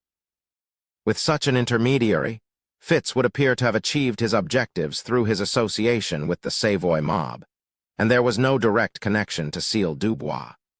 If Loki intended to select a victim, he would likely focus on the Savoy mob members affiliated with Lumien. With the weighty satchel resting on his lap, Lumien patiently awaited Fitz's arrival while contemplating the Loki-related issues at hand. Having lost track of the April Fool's leader, Lumien was left with only certain phenomena to guide him in this matter. One of the details was an option Lumien had predetermined before taking action. If Loki had indeed taken the bait, why did I manage to elude this April Fool's leader's tracking abilities using anti-tracking techniques in my previous encounter, but not this time? Upon leaving Salle de Bal Unique, Lumien had intentionally followed the same anti-tracking procedures as before. He reverted to his original appearance, changed his clothing, and modified his satchel. However, as he traversed Rue Ancien again and reunited with Franca, he refrained from employing any anti-tracking measures. This was done to establish a comparative sample and identify any discrepancies. After all, if he failed to capture the bizarre and seemingly unkillable Loki, his efforts would be in vain. He needed to gain something valuable from this encounter. This was a smaller trap concealed within a larger one. Logically, if my anti-tracking procedures had shaken off Loki previously, there should be no reason for an exception this time. I had meticulously paid attention to the people and creatures around me, even avoiding the watchful eyes of birds in the sky. Even if a mere insect became one of Loki's marionettes, it would struggle to keep up with my swiftness. Therefore, either Franca had been targeted early in the morning, or Loki recognized me when I passed through Rue Ancient again after my anti-tracking. Franca carried out anti-divination procedures and was a distance away from the Alone Bar and Salle de Bal Unique. She didn't even enter Rue Ancient and had used non-mystical methods to observe. It's unlikely that she'll be exposed so quickly, unless Loki was aware from the outset that such an observer would be present. The likeliest scenario was that Loki had recognized me when I passed through Rue Ancient again after my anti-tracking procedures. But how had this recognition occurred? I had reverted to my original appearance, altered my clothing, and even chosen to pass through in a rented carriage to avoid suspicion. According to Anthony, this should have concealed my unchanged leather shoes from prying eyes and hidden my typical gait and body language. I had even applied cologne to mask my original scent. What unique characteristics do I possess that allows Loki to discern my identity within such a brief period? Lumion compared the differences and gradually arrived at a hypothesis. Either a marionettist or one of his marionettes possesses the ability to directly identify a person at the level of their soul, consciousness, or some other aspect. Or Loki can perceive distinctive traits that set me apart from others, such as Inevitability Angel, Mr. Fool's Seal, or the Blood Emperor's aura. Although Lie belongs to the seer pathway, it does not have a readily detectable convergence force that corresponds to Loki's sequence. The more Lumion pondered, the more convinced he became that Loki had a means of piercing his disguise, but his tracking abilities were limited. A vigilant target who remained wary of strangers, animals, birds, and insects while being impossible to carry out any direct divination would successfully evade him. Regardless of how Loki told him apart, this was the best explanation when carrying out the before and after comparison. With this in mind, Lumion had a new idea. Lumion's lips curled slightly as he cast his gaze toward the dark night sky. 15 minutes later, Fitz, the bankrupt merchant, was brought into the cafe by Sarkota. Lumion signaled for Sarkota to step aside momentarily and addressed Fitz. "I've already recovered the money. How much do you think you should receive?" As he spoke, Lumion emptied the banknotes, gold coins, and valuable accessories onto the table, his eyes briefly scanning over them. "About 130,000 Verl d'Or in total." Fitz blurted out, 60,000, no, 50,000. "No, just give me 30,000 Verl d'Or." With a smile, Lumion separated a few bundles of neatly bound banknotes and tossed them to Fitz. "As we agreed, the interest belongs to me, and I'll take 50% of the principal. Here's 50,000 Verl d'Or." Fitz accepted the money with gratitude, expressing his heartfelt thanks. While he didn't receive the full amount, 50,000 Verl d'Or was a substantial sum that would enable him to start anew with hope in his heart. 50% of the principal along with interest was a fair arrangement. Lumion was equally pleased. Through the operation facilitated by the Angel of Time by Mr. Fool's side, he had effortlessly gained 50,000 Verl d'Or in banknotes and 30,000 gold coins. After all, he had worked so hard to gather gold, but in the end, he only accumulated 75,000 gold.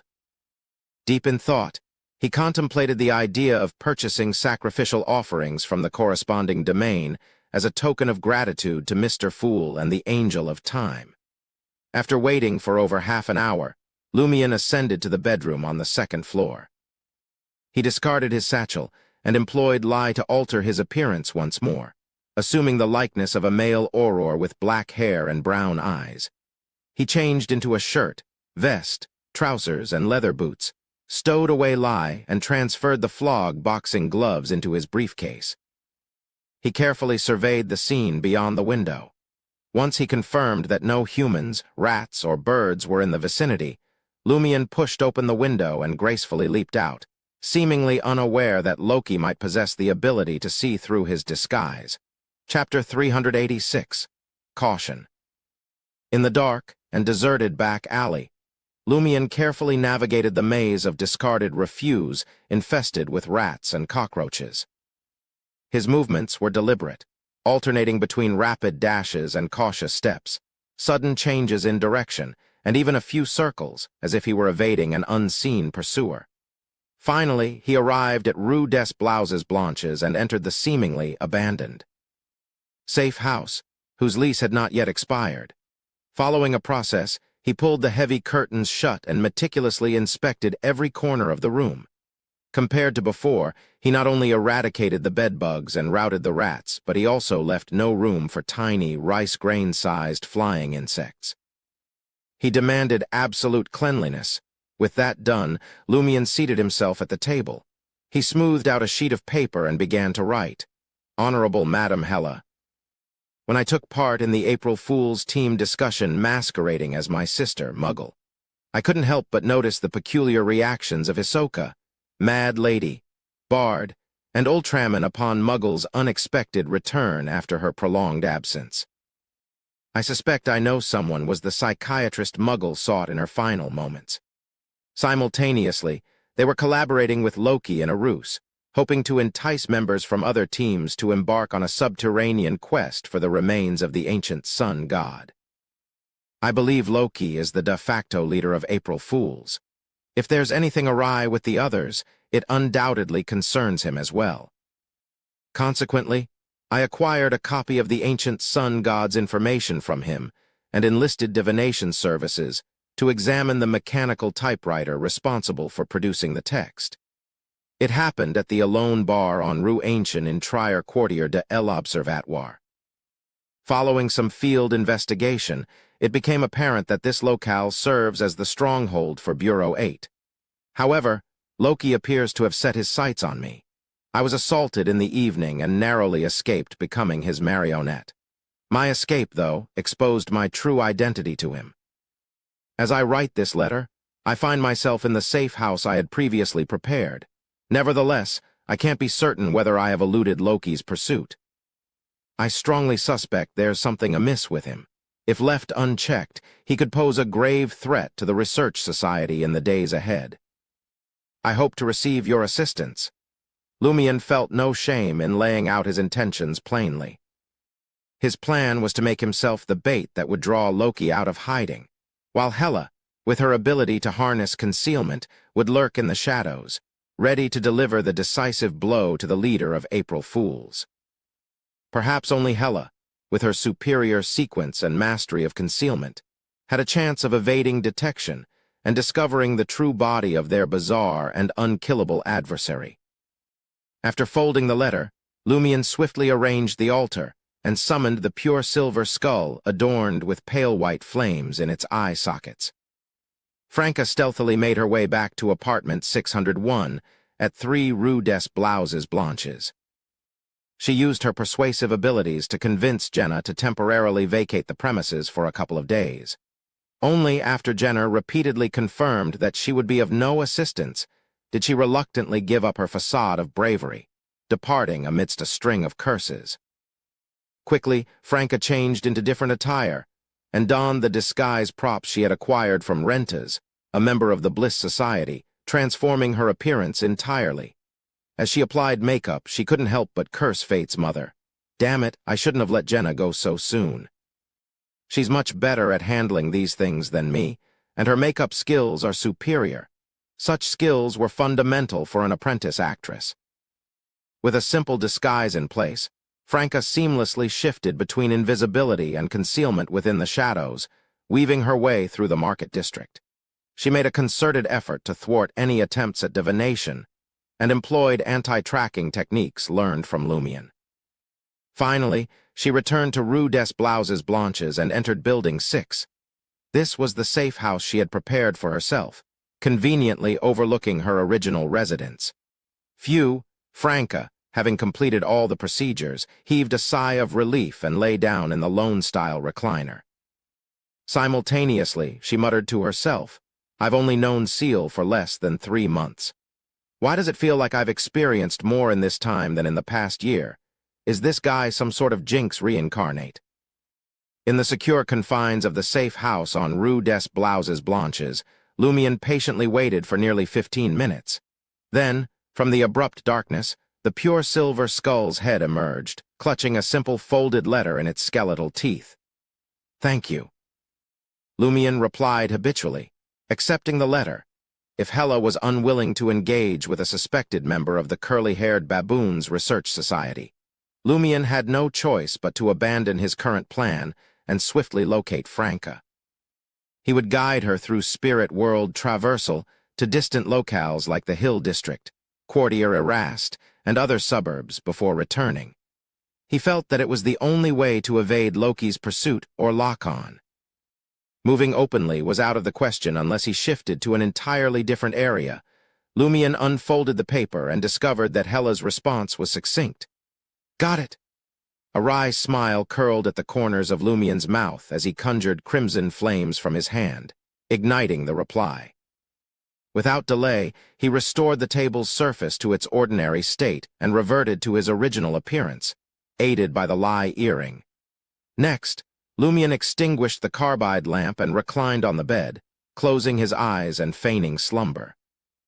As minutes slipped away, night settled in and Rue des Blouses Blanches descended into stillness. The crimson moonlight filtered through heavy curtains, casting a subdued, eerie glow within the room. After an indeterminate span of time, a small, grayish-black figure emerged from a concealed crevice in the corner, a nondescript rat. Soundlessly and stealthily, the rat approached the table, ascending its surface. It moved about with deliberate intent, as if surveying its territory for any signs of intrusion. After a brief inspection, it halted its actions and retreated into the shadowy corners untouched by the dim moonlight. Its body now faced the bed. The rat fixated its gaze upon Lumion with an unnervingly human-like intensity. It appeared to meld with the darkness, assuming a statue-like stillness, completely immobile and unwavering in its focus on Lumion. Nearly 10 minutes passed, and faint, nearly imperceptible footsteps echoed from the corridor outside the apartment. Tap, tap, tap. The footsteps drew nearer. Abruptly, the footsteps vanished as if they had never been or had come to a standstill at some unseen juncture. The rat retreated from the shadowy realm untouched by the crimson moonlight, traversing the table and vanishing through the same crevice it had emerged from. With swiftness, it disappeared, leaving the room in an even deeper silence, broken only by the faint sound of Lumion's slow, rhythmic breathing. Lumion didn't open his eyes. His body was very relaxed, as if he had truly fallen asleep. 6 Rue des Blouses Blanches in an apartment. Franca reclined in the recliner, swaying back and forth with the chair. Troubled, she pondered what to do next. With such a bizarre and terrifying foe lurking in the shadows, the constant sense of being watched had left her restless, and she couldn't find solace whether sitting or standing. "I need to resolve this quickly. One can be a thief for 1,000 days, but how can you guard against a thief for 1,000 days? One misstep, and it's all over. Why don't I abandon the mission and relocate? Or I can go all out and ask Madam Judgment for help to apprehend Loki under the pretext that the mission will likely fail. It's feasible, but I'll shoulder a debt that I won't be able to repay until I become a demigod. Even if Seal takes half of it, it'll be a heavy burden. We can also ask Madam Hela to convene an emergency gathering and accuse Loki and the others of causing Muggle's death on the spot. We can request that we find reliable members to interrogate each other and see which side is lying. We can't be entirely sure if there's really something wrong with Loki and the others, but it's certain that I colluded with an outsider and lured in a spy. The more Franca thought about it, the more frustrated she became. She used proverbs from her homeland and didn't deliberately change it. Suddenly, an overwhelming sense of danger gripped her, and simultaneously, an eerie chill crawled up her spine, her body stiffened, and a figure reflected in her lake-like eyes.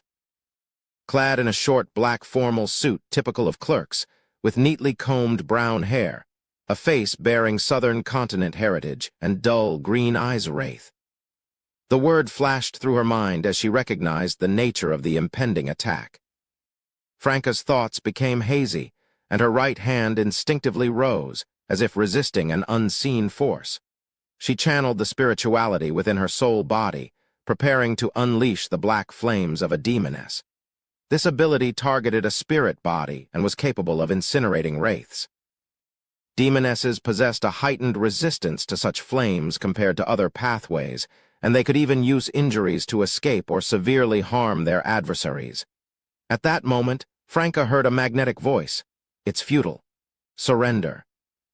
The sound pierced Franca's mind like sharp arrows, interrupting her attempt to condense the black flames. As soon as the voice faded away, her mind seemed to be shrouded in a thick fog, and a thick frosted glass appeared in front of her. The voice continued. "I didn't use my full strength in the evening to test the waters. The person impersonating Muggle with a high-level existence sealed in him must possess some special abilities. If I hadn't done my best to gather information, I might have been the one to die." After the probe, things got even more interesting. I went to his place just now and felt that it wasn't safe enough. Therefore, I planned to turn you into my marionette and launch a surprise attack. Heh heh, you think you can escape my grasp. There's something special about us. As long as we're within a kilometer of each other, I can use the power of a great existence to sense your location. I've long yearned for a demoness to be my marionette. It'll definitely taste good. Franca's spirit body was repeatedly affected by the sound, interrupting her efforts to activate mirror substitution and condense black flames in advance. Her thoughts became increasingly sluggish, and her joints felt as if they were filled with glue. Can Loki sense my location? What's so special? Why can he? Before Franca could piece together any answers or formulate a complete response, the magnetic voice, now with a sinister smile, continued. "I can't waste any more time. I must accelerate to avoid unforeseen complications." At this point, the voice turned respectful and recited in Franca's unusually familiar language. "The immortal Lord of Heaven and Earth for blessings. The Sky Lord of Heaven and Earth for blessings." Chapter 387. Vile. In the room with the thick curtains, Lumion suddenly felt the mirror substitution inside his clothes turn abnormally cold. Even through the linen shirt, he couldn't help but shiver. His heart tightened. He couldn't afford to feign sleep anymore. He sat up and took out the mirror. Beneath the faint crimson moonlight, the mirror lost its luster, its surface resembling ice. Lumion knew that Franca was in danger. Without hesitation, he activated the mystical connection between the substitute and its true form, emitting a dim light from the black mark on his right shoulder. In an instant, Lumion vanished from the bed, reappearing in the living room at 6 Rue des Blouses Blanches. Almost simultaneously, Lumion saw the surroundings engulfed in an eerie grayness, a fog obscuring the crimson moonlight. Franca lay in a recliner, her body contorting as if she fought for survival. Her lake-colored eyes were filled with a turbulent mix of emotions: anger, fear, anxiety, and worry. A vague figure seemed to encircle her. Her head tried to move, but her movements were restrained by invisible threads. Suddenly, the sound of nails scraping on a blackboard assaulted their senses, incomprehensible words piercing their spirit bodies. Their consciousness soared upward until they reached a dark void shimmering with countless stars. In the highest reaches of this void, mysterious symbols swirled, their forms beyond description. They coalesced into a dynamic, otherworldly door that defied the intrusion of even the moon's crimson light. Lumion and Franca's spirits were drawn inexorably toward the door. As they approached, a faint voice emanated from within, a voice that seemed to hold the secrets of the entire universe, as well as the madness, self-destruction, and darkness lurking within every heart.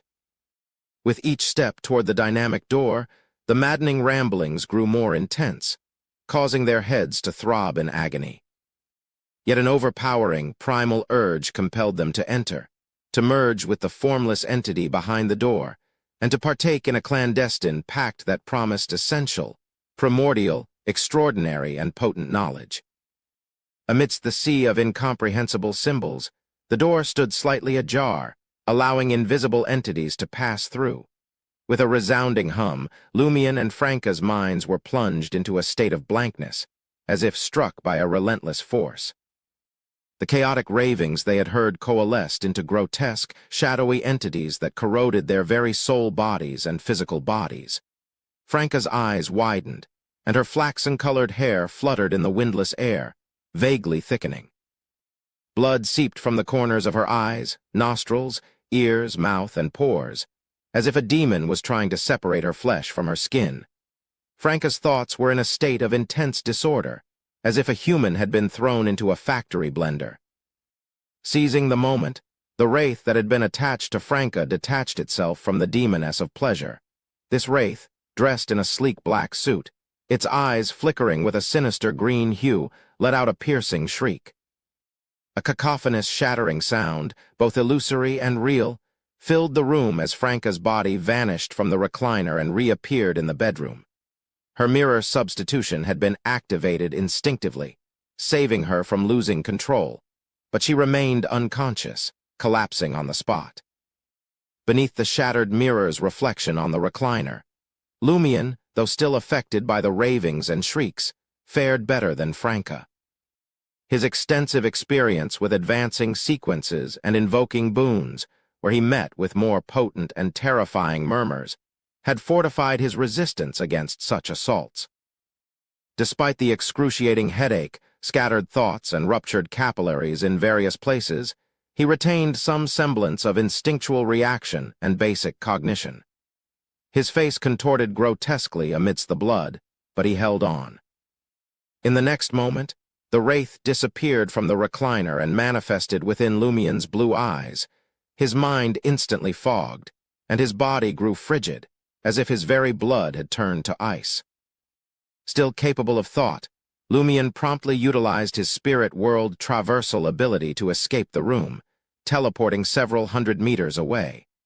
He understood that a marionettist couldn't naturally transform into a wraith, and the wraith that possessed him was likely a marionette. With their distinctive combat styles, it was improbable for a marionettist to engage directly. Therefore, once the marionette was beyond the marionettist's range, it would lose control and become useless. When the time came, Lumion would teleport back and attempt to take Franca away. While this would leave him essentially incapacitated, it would also disable Loki's marionette. The adversary would then need to decide whether to launch a direct assault or retreat cautiously, as he couldn't predict how many teleportations Lumion's spirituality could endure, a capability unusual for a pyromaniac. Loki's assessment might not be entirely accurate in this regard. Just as Lumion was on the verge of activating his spirit world traversal mark, he heard a magnetic voice. "Give up." The words pierced Lumion's spirit body, disrupting his intentions. Subsequently, his thoughts grew sluggish and his body stiffened. The magnetic voice chuckled softly. "I don't know what kind of trap you've set in your room, but it likely involves Hela, doesn't it? After all, without her cooperation, you couldn't have masqueraded as Muggle and infiltrated the research society, could you? Lumion Lee, Auror Lee's brother, I've seen your wanted poster. In Trier, the easiest Beyonder to come into contact with is from the hunter pathway. That's why there's a saying, never fight a hunter on his turf. No one knows what sort of strange traps hunters have laid in their turf. I didn't want to take that risk, nor did I plan to face Hela directly. Although I'm not overly concerned about her unless she's found a way to become a demigod, why would I engage her on a hunter's turf? My choice was to stage a surprise attack on Hidden Blade, drawing you out and away from your turf to fight on a ground of my choosing. After this afternoon's reconnaissance, I confirmed that both of you possess an item capable of monitoring each other's condition or a mysticism connection, likely the exchange of mirror substitution. Heh heh. Ever wonder what my other marionette was doing during that time? In truth, I have no intention of killing Hidden Blade or turning her into a marionette. A living demoness serves my purposes better. I can use this encounter to make her suffer and despair. When she advances to sequence 4 using that, I'll have a demigod marionette. The voice carried no provocation, yet each word ignited a burning rage within Lumion. These words continued to disrupt Lumion's mind and spirit body, interfering with his abilities. With the dual constraints of wraith possession and marionettist, Lumion resembled a statue, unable to speak or move. He stood frozen, awaiting the inexorable verdict of fate. A thin gray fog enveloped the room, sealing off all sound from the outside world. The magnetic voice chuckled again, its taunting words continuing. It really shouldn't have been so complicated, but you see, you have a high-ranking individual sealed within you. To ensure my own safety, the only option is to turn you into a marionette. I have no desire to face a high-ranking being after your demise. Who knows if he'll thank me or finish me along the way? Curious how I recognized you, aren't you? It's highly unlikely that others would sense the seal within you, but in my eyes, it's as conspicuous as a firefly in the night. The moment you entered the room with the typewriter, I knew you were the one impersonating Muggle. So, unless you could maintain a considerable distance from me, like the first time you tried to evade my tracking, I could have followed you without the aid of my marionette. Indeed, when you showed up at the gathering and joined our April Fool's team, I sensed that something was amiss. I suspected that Muggle had used a seal to escape the fragmentation of her soul. Little did I know, she was truly deceased. You are her brother. Haha, I still remember. In the latter part of last year, every time she attended a gathering, she sought out I know someone to treat her psychological issues and the hidden dangers arising from the improper use of the soul's summoning spell. And I know someone would divulge her pain, struggles, vulnerabilities, and transformations to all of us each time. It's quite vile, completely against a doctor's principles, but it's fun and interesting. It gave us a sense of accomplishment and made us all laugh. Upon hearing this, Lumien's mind buzzed. He had been mildly annoyed by Loki's earlier critiques, but now, as Loki recounted Auror's experiences, his anger reached a boiling point. Auror had been genuinely unwell, seeking treatment from a doctor. However, not only did this doctor patronize her, but he also derived amusement from her suffering. He repeatedly violated her privacy, sharing her struggles and illnesses with others, leading them to mock her behind her back. What made it all the more despicable was that this group of individuals had sold Auror the soul summoning spell. Damn it, every single one of them deserves death. They deserve the most tragic way of death. Though Lumien's mind remained ensnared in stasis, his anger finally erupted. It surged through his spirit and coursed into his flesh. He couldn't control it, not under the constant interference. Crimson flames erupted from Lumien's body, and small red tendrils protruded from his eyes, radiating a malevolent blood-red hue. It was a precursor to losing control. If this continued, he would truly lose control, but Lumien felt no fear. Instead, he cooperated. Even if I lose control and turn into a monster or a lunatic, I will drag you, all of you, into the abyss, relying on his body's instinctive reaction. Crimson flames spread in all directions, incinerating the wraith, igniting furniture, and causing a fire. Unfortunately, this fiery onslaught proved ineffective against the wraith form Marionette and Loki, who remained concealed somewhere beyond reach of the flames. Its sole purpose, for those brief 2 seconds, was to disrupt the magnetic voice. It's useless. I know you mainly aim to use the flames to signal for help from the outside world rather than attacking me directly, but I've previously deceived Hidden Blade. Despite my claims of accelerating the progress, I actually harnessed the power of the gray fog to create a unique environment that isolates information here. While you can indeed break through the residual fog barrier if you go all out, since I can't ask for too much power, I can't allow that. As Loki finished speaking, a frenzied, terrifying, violent, and exaggerated aura exploded from Lumien's body. It shredded the thin fog and shot skyward. Chapter 388, An Unquiet Night. As the frenzied and violent aura surged out of the thin gray fog, 6 Rue des Blouses Blanches trembled slightly. As if in shock, in the various rooms of the building, the bodies of those who were already sound asleep involuntarily trembled, plunging into a blood-red nightmare. Those who were still awake looked around in surprise and confusion, as if they had been transported back to a time when barricades were everywhere and gunshots echoed through the air.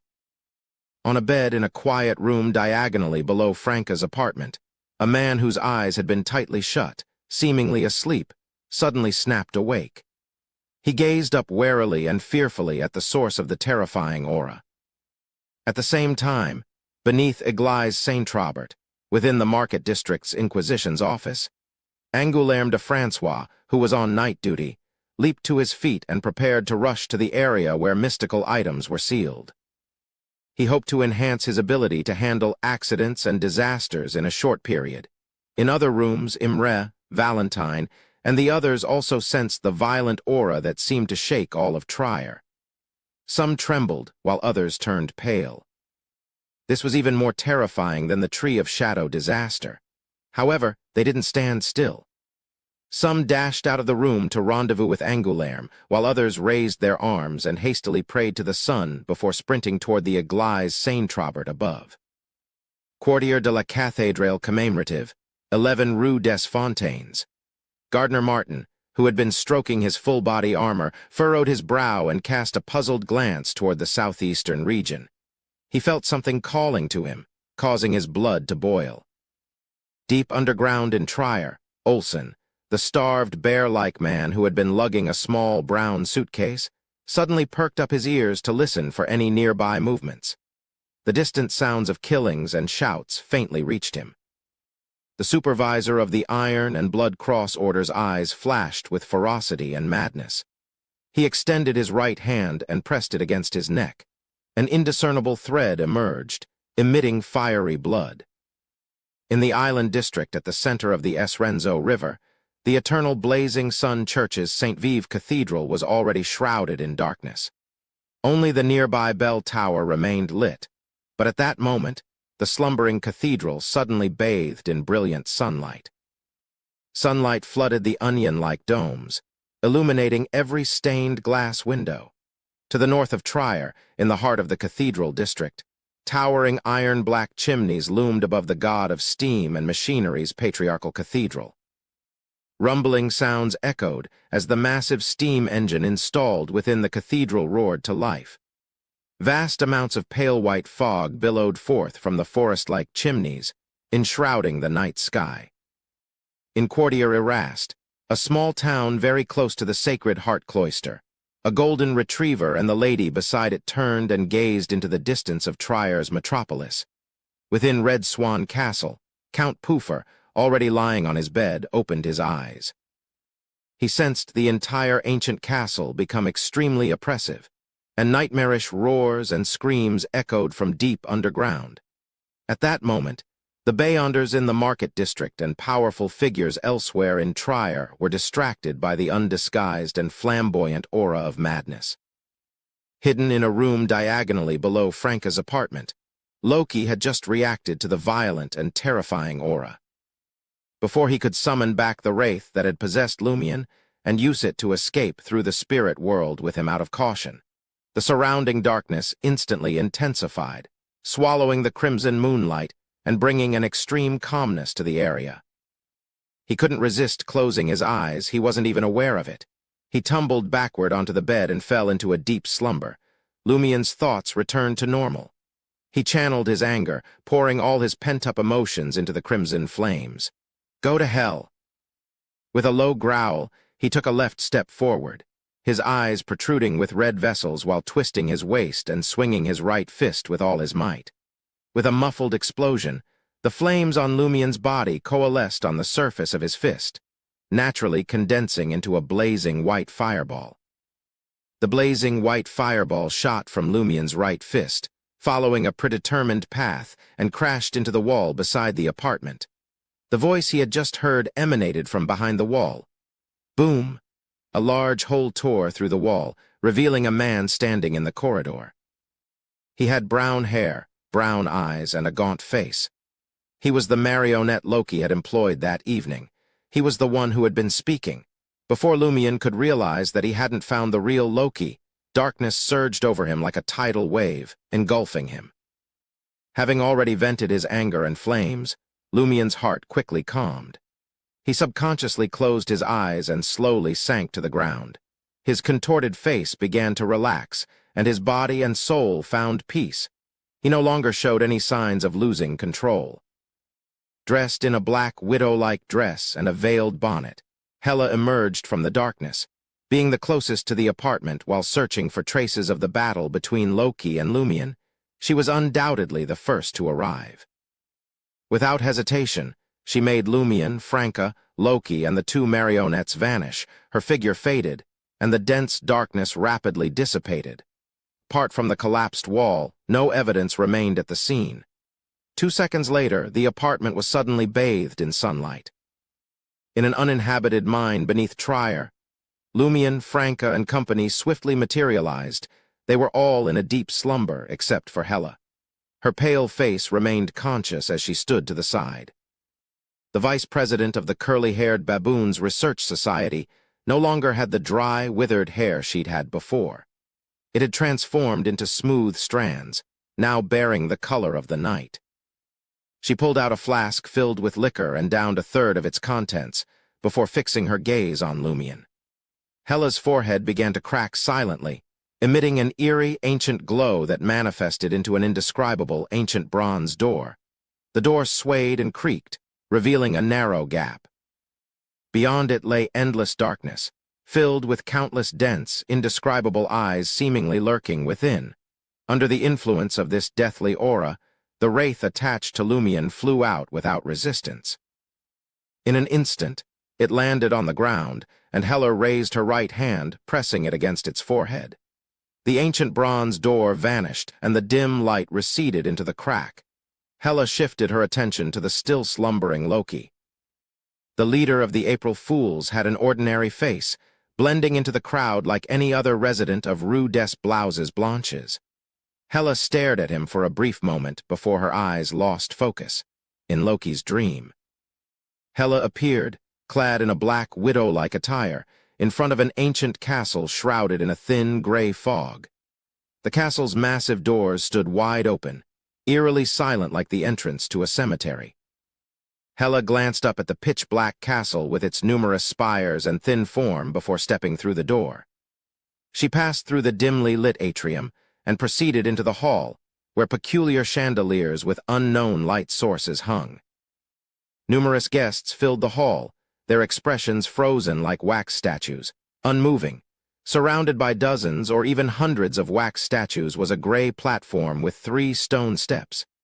In the middle of the platform was an ancient dark-red chair. A man in his late 20s occupied the seat.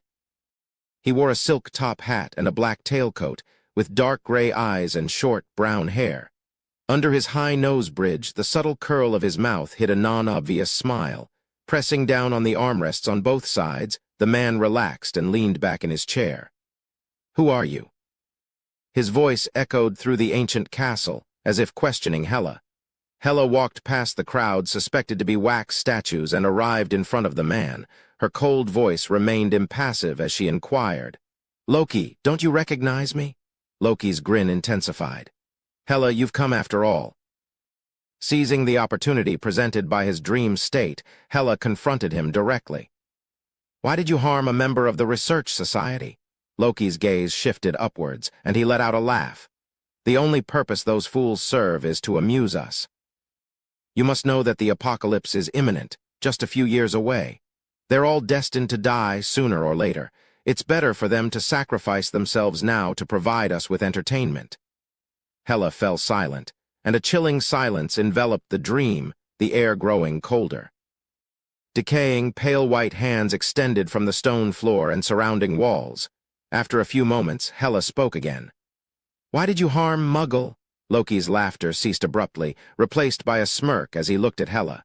"Because—" His expression shifted suddenly, and Hella sensed imminent danger within the dream. "Because the celestial worthy of heaven and earth for blessings." Loki's voice faded rapidly, and the entire dream began to crumble under Hella's will. The ancient castle disintegrated into fragments, vanishing into an eerie, yet pure darkness. Back in the real world, deep within the uninhabited mine beneath Trier, Hella opened her eyes. Countless tiny creatures wriggled beneath her pale white skin. In an instant, her form shifted and reassembled, no longer exhibiting the eerie abnormalities she had displayed earlier. Loki's body had disintegrated into a pool of flesh and blood, with grotesque maggots crawling in and out of it. Hella observed silently, but no Beyonder characteristics emerged from the remains. Within the pitch-black castle enveloped in a thin fog, a dark red coffin lay in a sinister chamber. Suddenly, a pale white hand emerged from the coffin, gripping its wooden edge. Chapter 389. Suspected God. In the uninhabited quarry cave beneath Trier, Hela observed as the transparent and distorted maggots perished, yet she didn't detect any Beyonder characteristics emerging. She turned her attention to Lumion and Franca, who were sound asleep. Satisfied that they had regained control thanks to the night and their dreams, and their breathing had steadied, she ended her forced slumber. 2 seconds later, Lumion's eyes shot open, and he leaped up with the agility of a leopard.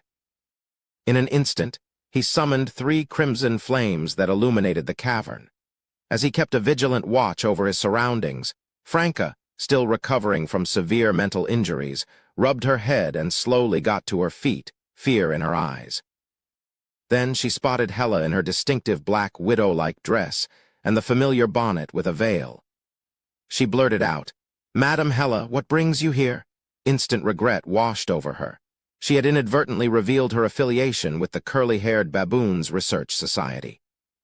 If she hadn't spoken, she could have pretended to be nothing more than a friend of Seal, that she wasn't Hidden Blade. "Hidden Blade?" Hela inquired. Franca let out a dry laugh. "Yes, how did you recognize me?" "You're the only demoness in the Research Society," Hela replied calmly.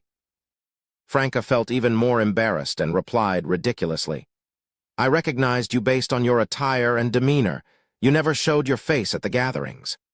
As the two acknowledged each other, Lumion's wariness visibly eased. With Madame Hela's presence, he felt his safety was assured.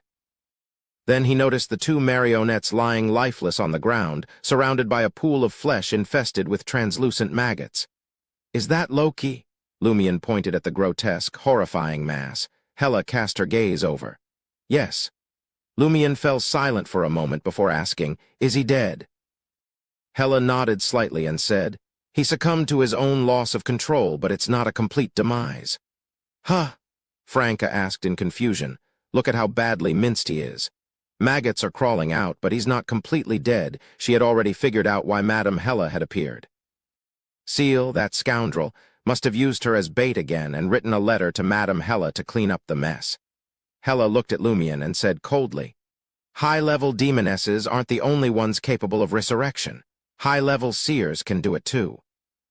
Loki likely worships an evil god in this domain. Combined with his uniqueness, he can abandon his body upon death and revive in a pre-prepared location with his characteristics intact. Unfortunately, I didn't foresee this. If I had prayed for true concealment in advance, he wouldn't have been able to revive, and he'd leave behind his Beyonder traits." The woman calmly recounted her oversights, offering no excuses and showing no frustration. Lumion's eyes remained fixed on the grotesque mass of flesh infested with dead maggots, a slow smile spreading across his face. The corners of his mouth curled upward as he remarked, "Not bad at all. If he were to meet his end like this, I'd be disappointed. How can I not be the one to kill him with my own hands?"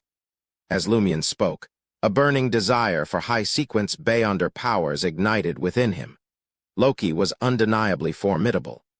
Even when he and Franca had joined forces, Loki had come dangerously close to turning Lumion into a marionette. Yet Hela, suspected to have advanced to Sequence 4, had effortlessly dispatched him in less than 10 seconds. Lumion understood that unleashing the Blood Emperor aura would undoubtedly draw the attention of official Beyonders from the Market District, possibly prompting them to seek assistance from the Church's saints. Therefore, after Hela had sought him out, she had to subdue Loki and relocate him within 10 seconds. Otherwise, the chance of being intercepted by Trier's saints and angels was exceedingly high. This was what a demigod was like. Lumion eagerly looked forward to summarizing more pyromaniac acting principles and digesting the potion over the next 2 to 3 months. His goal was to attempt an advancement to Conspirer. He recollected his plans for revenge against Loki and the others, the eradication of heretics, and his insatiable thirst for mystical, high-end powers.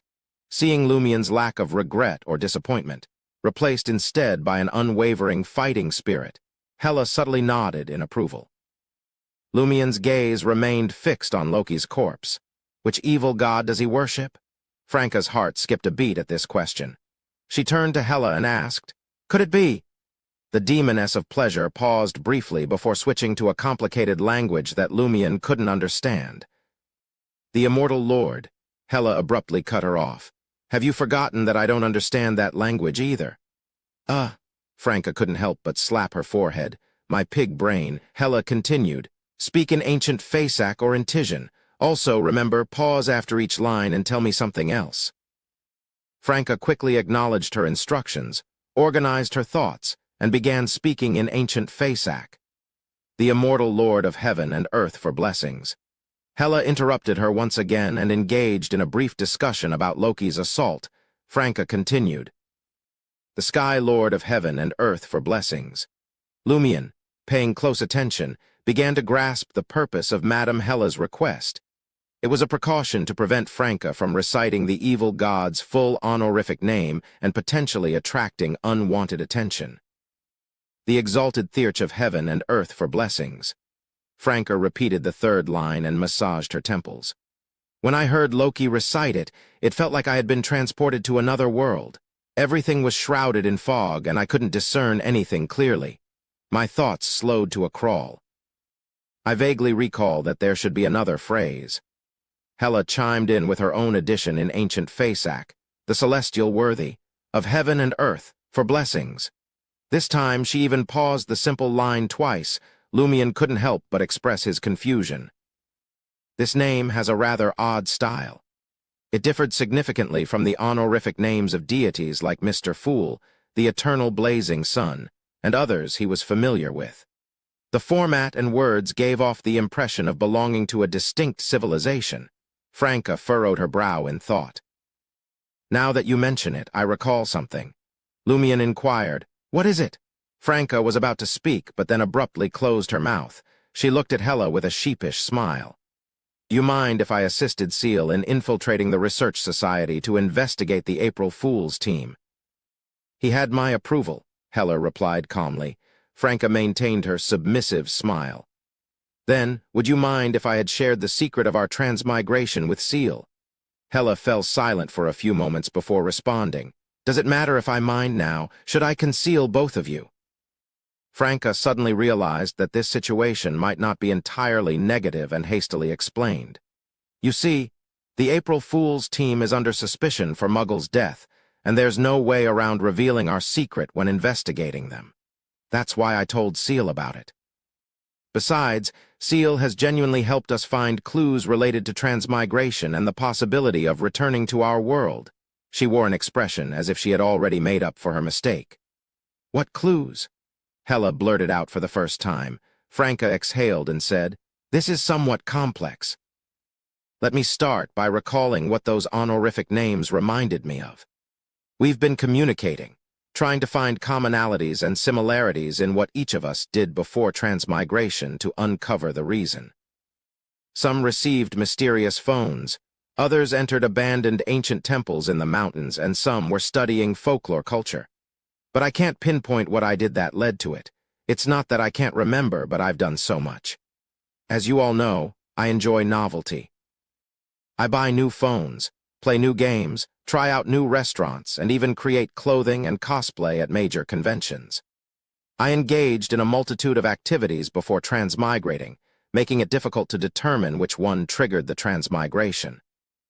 However, when I heard the honorific name Loki recited, I recalled that on that particular night, I had played a new video game called Terror Attack. In the game, there was a hidden monster that had faith in something called the celestial worthy of heaven and earth. Though Lumion didn't comprehend the concept of a video game, he grasped the essence of Franca's explanation. Her transmigration in this world appeared to be connected to the celestial worthy of heaven and earth for blessings, whom Loki worshipped. Hela, her light blonde hair flowing naturally over her shoulders, listened attentively and contemplated for a moment before speaking. I don't have similar recollections. As I mentioned earlier, before transmigrating, I delved into non-mainstream mythological books. There was a deity skilled in deception and pranks who bore a striking resemblance to Loki. Franca's eyes gleamed with insight as she ventured a hypothesis.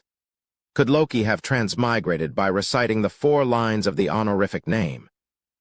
So, upon his arrival in this world, he recollected his actions from that time and attempted to recreate them, forging a connection with that evil god. Yes, he spoke vaguely when discussing such matters. The members of the April Fool's team shared a similar experience. Could it be that we were all brought here by the celestial worthy of heaven and earth for blessings? Or did he summon us to this world? He's highly suspicious. Hela contemplated this for a moment and nodded slightly. At our next gathering, we can revisit this topic and communicate with others with a clearer focus. Franca was taken aback. Will the members of the April Fool's team still attend? The problematic ones probably won't, Hela replied calmly. Even if we hastily arrange a gathering now, we'd have to notify them individually. This period of time is sufficient for Loki to revive and alert his associates. Lumion raised his eyebrows. Why does everyone need to be notified individually? Just invite the April Fool's team to an emergency meeting. They won't know if others will attend. It won't take long to inform a dozen of them. Chapter 390, Hidden Danger. Hela glanced at Lumion and fell silent for 2 seconds before saying, "All right, I'll get ready now." But don't get your hopes up. No matter how urgent the gathering is, you have to give others 10 minutes to disguise themselves. Otherwise, they probably won't come. 10 minutes, combined with the discussion they just had, was enough time for Loki to revive and alert his accomplices. Lumion's expression remained unchanged as he nodded gently. We have to give it a try. That's right. Capture as many as we can. With an incisive point, it'll be much easier to find the others, Franca agreed with Lumion. She suspected that Loki and his crew were responsible for the deaths of some members of the Curly-Haired Baboons Research Society. Without wasting any more time, the surroundings around Hela suddenly darkened, resisting the light of the 3 flames. Her figure vanished without a trace. This marked the beginning of preparations for the emergency gathering. Lumion's eyes flickered as he gazed at the decaying flesh teeming with dead maggots, lost in his own thoughts. Franca carefully examined her body and realized that there were no substantial or obvious injuries. The pain she had previously endured was a result of the impact on her mind. As her spirit body was soothed and treated, only faint cracks remained. Franca let out a long sigh of relief and said, "Loki is truly cunning and powerful. Fortunately, you thought to seek Madame Hela's help. Otherwise, we might have become his marionettes by now." Lumion wholeheartedly agreed. If he hadn't considered borrowing Hela's power and guessed that Loki could detect a certain trait in him, leading to the decision to bait him out tonight, perhaps the outcome wouldn't have been in their favor. When they were unprepared, Loki had approached them and attacked with full force. Neither he nor Franca could retaliate. He could still use the Blood Emperor's aura, which was relatively easy to activate and didn't require complicated procedures, to attract all official Beyonders. Then he could exploit the time difference to escape using teleportation. However, it would condemn Franca to be controlled. Of course, without the baiting operation, Lumion might have chosen to leave with Franca by traversing the spirit world and slipping out of Loki's sight before returning stealthily. You don't have to worry about becoming a marionette. Loki wants to groom you into a Sequence 4 demoness. Lumion casually reassured Franca. Franca was taken aback. He told me he's been yearning for a demoness marionette for a long time. Lumion calmly pointed out that Franca had been deceived. He lied to you. He even said that the 4-line honorific name meant to accelerate the progress was in fact a trap for me that could isolate most of the struggling commotions. Franca couldn't help but curse. Damn it, is there any truth in his words? As expected of the leader of April Fools, the New Age swindler who lives diagonally opposite Salle de Bal Unique, Franca muttered to herself.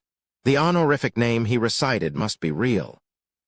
Him being able to use the traits we share and the power of that celestial worthy to directly locate me should be real too. As for the exact range, given the style he displayed, there's a high chance that it's nonsense. It can't be believed. What kind of traits could it be? If the transmigration was indeed caused by that celestial worthy, it's very likely that we have his aura or brand on us. And with his power, Loki can easily locate us within a certain range. Franca suddenly turned to look at Lumion. Loki should have recognized that you were fake during the gathering. You don't have the aura or mark of the celestial worthy on you. Yes, Lumion's mood sank. I'll have to share this detail with Madame Hela later and see if anyone can come up with a way to eliminate the celestial worthy aura on them. Otherwise, they'll be hunted down by Loki and the others in the future. Franca said as she looked at the wraith that had a dark green light seeping out and merging with a certain part of the corpse. What should we do with this Beyonder characteristic? This was a Sequence 5 Beyonder characteristic. She had her own thoughts about this spoil of war, but she didn't know Lumion's attitude. Madame Hela killed Loki herself, so the spoils of war must belong to her, Lumion said nonchalantly. He then pointed at the corpse of the other marionette. Why hasn't he manifested any Beyonder characteristics? That's right. He can't be resurrected too, can he? Franca muttered. Could it be that he's a bestowed who doesn't have Beyonder characteristics? Her plan was to give Madame Hela the Wraith Beyonder characteristic. Lumion nodded slowly. In the evening, I thought he was a marionette of the Sun pathway. Later, when I was under his control, every word he spoke sounded like crazy ravings. It could affect my mind and spirit body, which was different from the Sun pathway's style. Yes, he should be a bestowed of an evil god, made into a marionette by Loki. I'll ask Madame Hela later. Just as Franca finished speaking, Hela's figure in a black widow-like dress outlined itself in the empty mine. She said to Lumion and Franca, "In 5 minutes, we'll recite the incantation and enter the nation of the Everknight's palace." All right. Lumion took a deep breath and exhaled slowly. Franca immediately informed Hela about the possible common trait among the members of the Research Society. Finally, she asked, "Is there a way to confirm and eliminate it? A marionettist like Loki lurks in the shadows and can find us at any moment. It's truly terrifying." Hela pondered for a moment and replied, "Firstly, advance to Sequence 4 and become a demigod. Only then can you barely suppress the aura left behind by celestial worthy. Secondly, search for mystical items with hidden and secret-keeping effects. I can only think of these 2 solutions at the moment. I'll see if anyone else has a better idea at the next gathering." At that moment, Lumion looked at Hela and asked anxiously, "Madam, did you find out anything from Loki?" Hela took out a flask and downed another third. Her pale white face flushed as she said coldly, "When I asked Loki why he wanted to harm the other members, he said it was for fun and to create pranks to satisfy his emotions and mind. However, when I asked him why he wanted to harm Muggle, his answer was celestial worthy of heaven and earth for blessings." Hela didn't finish her sentence, but both of them understood what she meant. Selling the soul-summoning spell to Auror and guiding her to use it on herself seemed to be the will of the celestial worthy of heaven and earth for blessings. Why does he want this done? Auror is only a Sequence 7. She's just a nobody. Lumion lowered his head and muttered in pain. Hela replied coldly, "Probably because the original body of Muggle and her family are problematic." Lumion fell silent for a moment before saying, "Could Loki be lying? A person full of lies like him might not be telling the truth. In the dreamscape I created, he can't lie unless he gains the ability to maintain lucidity in advance, but that's impossible." Hela denied Lumion's guess. Dreamscape. Franca glanced at Hela and felt that this didn't match her impression of her sequence pathway. Lumion fell silent once again. Auror's transmigration was suspected to have been brought about by the celestial worthy of heaven and earth for blessings. After her resurrection, she had been targeted by the celestial worthy of heaven and earth for blessings because Roch Louise Sanson and her family were believers in inevitability. This made Auror's subsequent encounter seem like a predetermined tragedy. Seeing this, Franca changed the subject and pointed at the 2 marionettes' corpses. "Madame Hela, that Beyonder characteristic is the spoil of war you deserve. What we want to know is why this marionette didn't produce any Beyonder characteristics." Hela didn't refuse. As she watched the Wraith Beyonder characteristic emerge, she inquired about Franca and Lumion's feelings when they were controlled. After a brief exchange, she pondered and said, "This should be a bestowed who believes in an evil god." The corresponding sequence 7 is an orator, and sequence 6 is a singer.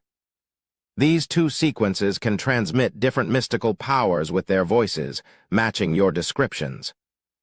In addition, Beyonders of this pathway often perform secret deed rituals at sequence 9 and obtain mysteries and knowledge through a formless door. Different people hear and experience different things, and the subsequent abilities they obtain will be different.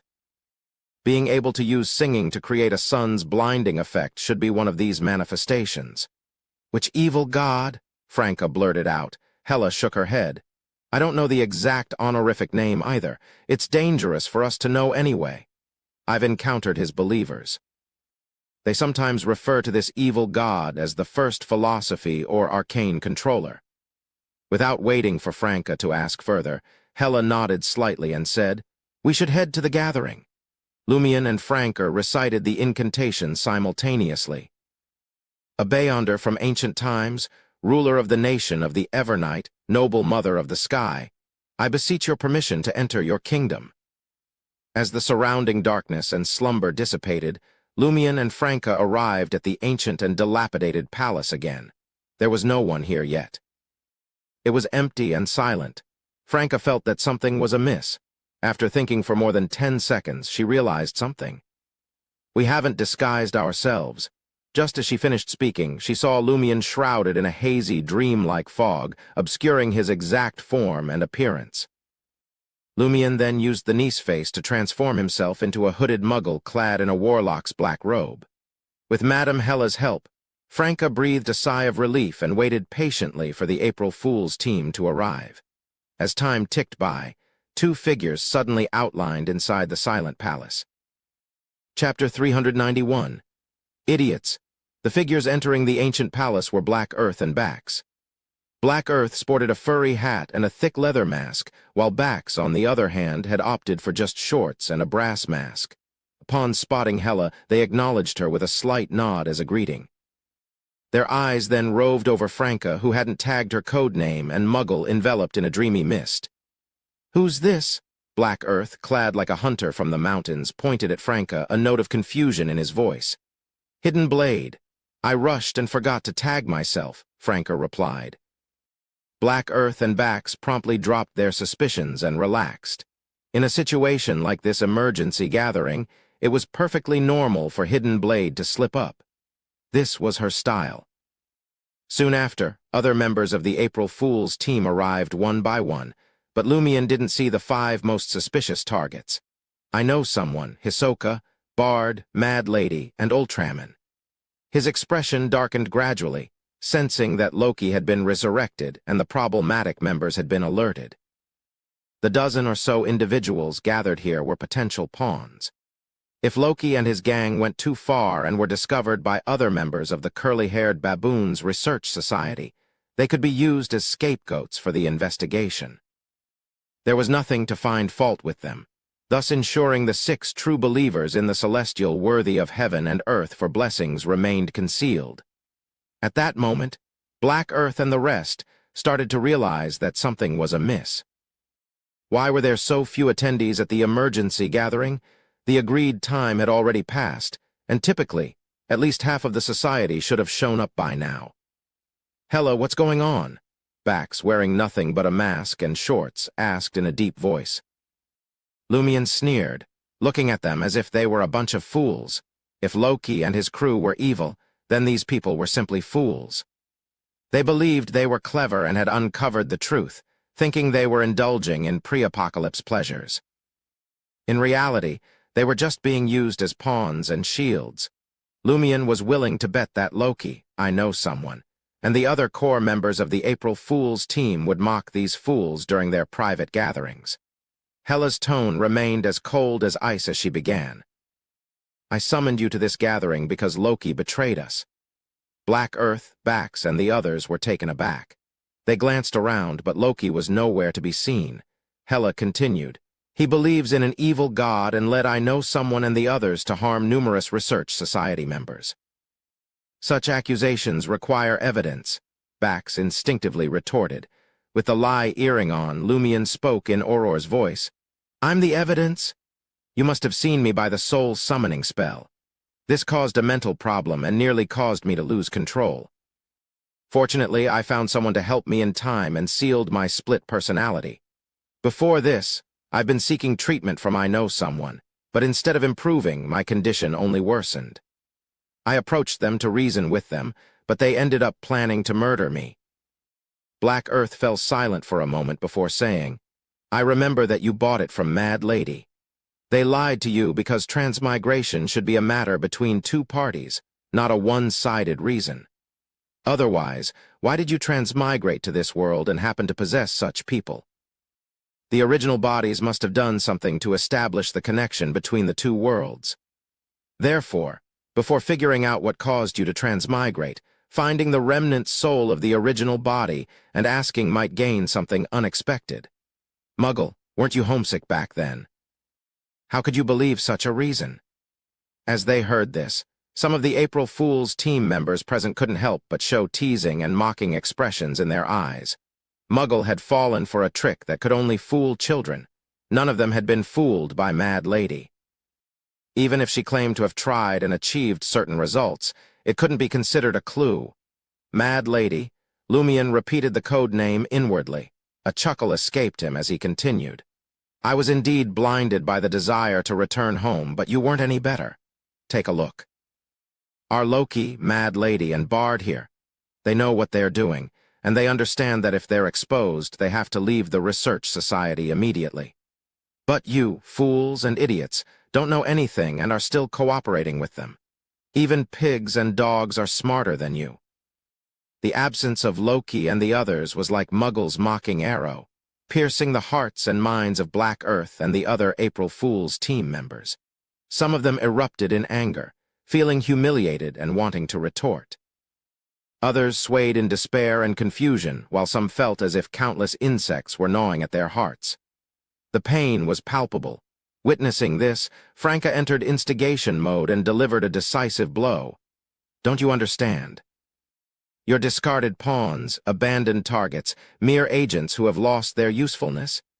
You've never been core members of April Fools. You've never earned Loki's trust. They only mock you behind your backs. Now that Loki and the others have been exposed, they can hunt down the Research Society members without fear. Who do you think will be the easiest for them to locate and target? The only thing you can do is recall the details of your dealings with Loki and the others, including the real-life pranks you executed, so that we can eliminate these traitors as soon as possible. Remember, leniency comes with honesty, resistance comes with severity. Black Earth, Bax, and the others followed Hidden Blade's logic and realized the grim possibility. They exchanged glances, their hearts clearly wavering. The few who had witnessed Loki and the others' capabilities couldn't help but tremble slightly. Finally, Franca dropped a bombshell. Don't think you can escape the hunt just because you can relocate. Let me tell you, Muggle's experience indicates that Loki and the others seem to have a way to track Research Society members within a certain range through some mystical connection. I'll share the specific method with everyone at the next official gathering. Black Earth gritted his teeth and said, There are too many details. I don't think I can recall them all in just a few hours. The other April Fool's team members nodded in agreement.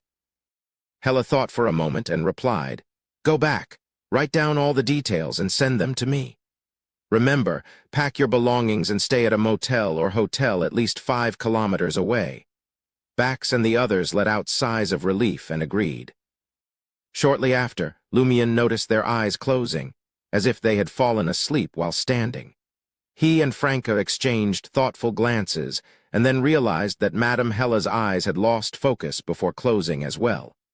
After a moment, Hela opened her eyes and said to Lumion and Franca, There are no hidden Loki helpers or believers in the Celestial Worthy. This is a precaution in case Loki had risked leaving an accomplice to gather intelligence. Franca came to a realization. In the next instant, Black Earth, Bax, and the others awakened simultaneously, reciting the incantation discreetly as they left the ancient and decaying palace. Lumion dispelled the niece face, took off the lie earring, and turned to Hela. Every time we use the incantation at a gathering, we should be tainted by the sealed artifact's concealment aura, right? Can we use this to track down Mad Lady and the others? Hela shook her head. They no longer have the corresponding auras. Clearly, she had tried it before. Lumion remained silent, exhaling slowly and silently. The trio left the nation of the Evernight and returned to the uninhabited mine beneath Trier. Hela put away the Wraith Beyonder characteristic and spoke to Lumion and Franca. If we can't uncover Loki and truly eliminate him, you can stay in Trier's market district for another 3 months at most. When that time comes, regardless of any unfinished business, you'll have to consider relocating. Why 3 months? Franca inquired, her confusion apparent. Staying even another week seemed perilous. Hela provided a simple explanation. While Loki has been resurrected with his Beyonder characteristics, he has lost all his marionettes. A marionetist won't rashly appear and attack others without a marionette, unless they are excessively confident and perceive you as weak, and you've already demonstrated significant strength. For a marionetist without a marionette, acquiring a suitable and powerful marionette requires planning, luck, and frequent replacements. You should have a window of 3 to 6 months. Understood.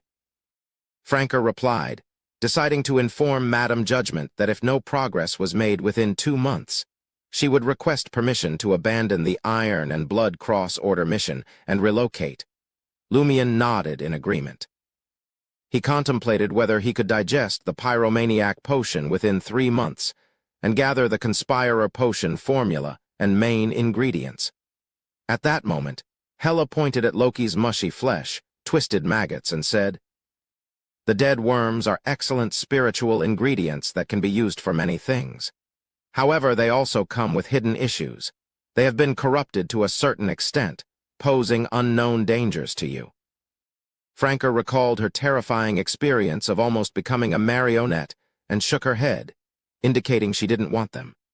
Lumion gazed at the countless maggots and the mushy flesh for a moment before suddenly summoning the crimson fireball floating on his shoulder.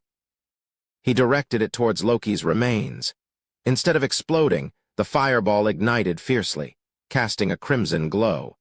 As he watched the maggots and flesh burn, Lumion felt as though he had digested the pyromaniac potion once more.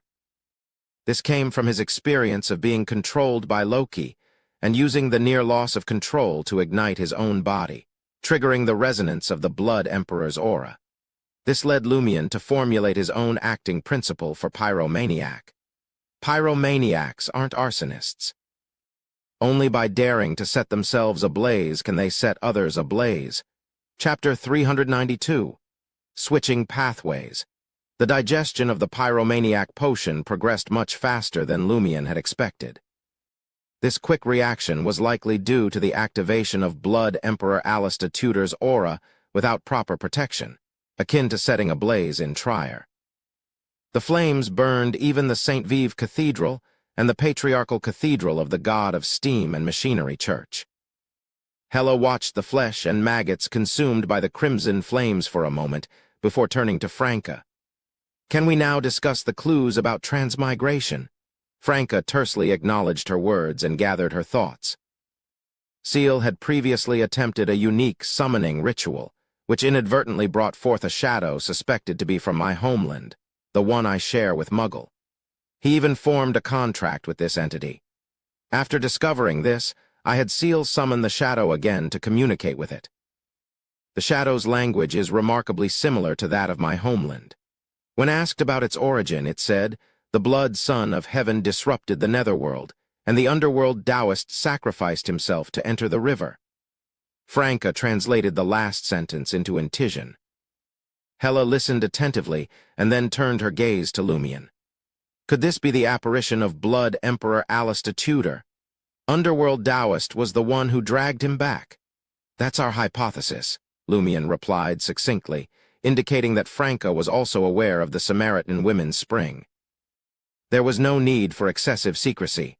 "Underworld Taoist?" Hela murmured the term softly. Franca continued to recount her and Lumion's theories, suspecting that the illusionary river behind the spring might connect to the original world of her and the curly-haired Baboons Research Society members. Hela remained silent, her dark eyes gleaming with a subtle brilliance as though concealing a galaxy. That covers most of it. Once we've dealt with the traitors in the Research Society, I'll share this information with everyone, Franca said after a brief pause. She also reminded Hela. Apart from April Fools, Loki's allies might be lurking in other teams. They tend to participate in activities without playing pranks and only reveal themselves during crucial moments. Hela nodded slightly and replied, I'll discuss how to handle this with Gandalf and the others. The woman then turned her gaze to Lumion. If there's nothing else, I'll take you back to the surface. Lumion withdrew his gaze from the flames and let out a deep breath. I'll take care of this. He crouched down and placed his hands in front of Loki's lifeless body. Rumble. Accompanied by a muted explosion and a slight tremor in the ground, the earth, carrying flesh, blood, and maggots, suddenly sank into the mire and rocks. Franca nodded in realization. This way, any remaining corruption on Loki's corpse wouldn't be exposed to cave adventurers who might pass by later. She assisted in carrying the corpses of the two marionettes over, contemplating whether to collect the wraith's teeth and nails. These were excellent spiritual ingredients that could be used to forge Beyonder weapons. If the wraith had lost control and transformed into a monster, Franca wouldn't feel any psychological burden dealing with his corpse.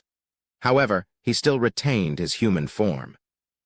Considering that she didn't lack offensive weapons or poison for coating them, Franca simply harvested the powder from the translucent wraith and absorbed its residual spirituality. After removing the clothes bestowed by the evil god and checking for any clues, Franca tossed the two corpses into the blazing pit. Once she had completed this task, she turned to Hela and asked with curiosity, Madam Hela, have you advanced to Sequence 4 and become a demigod? Otherwise, how could she have subdued Loki so effortlessly? Yes, Hela confirmed with a nod.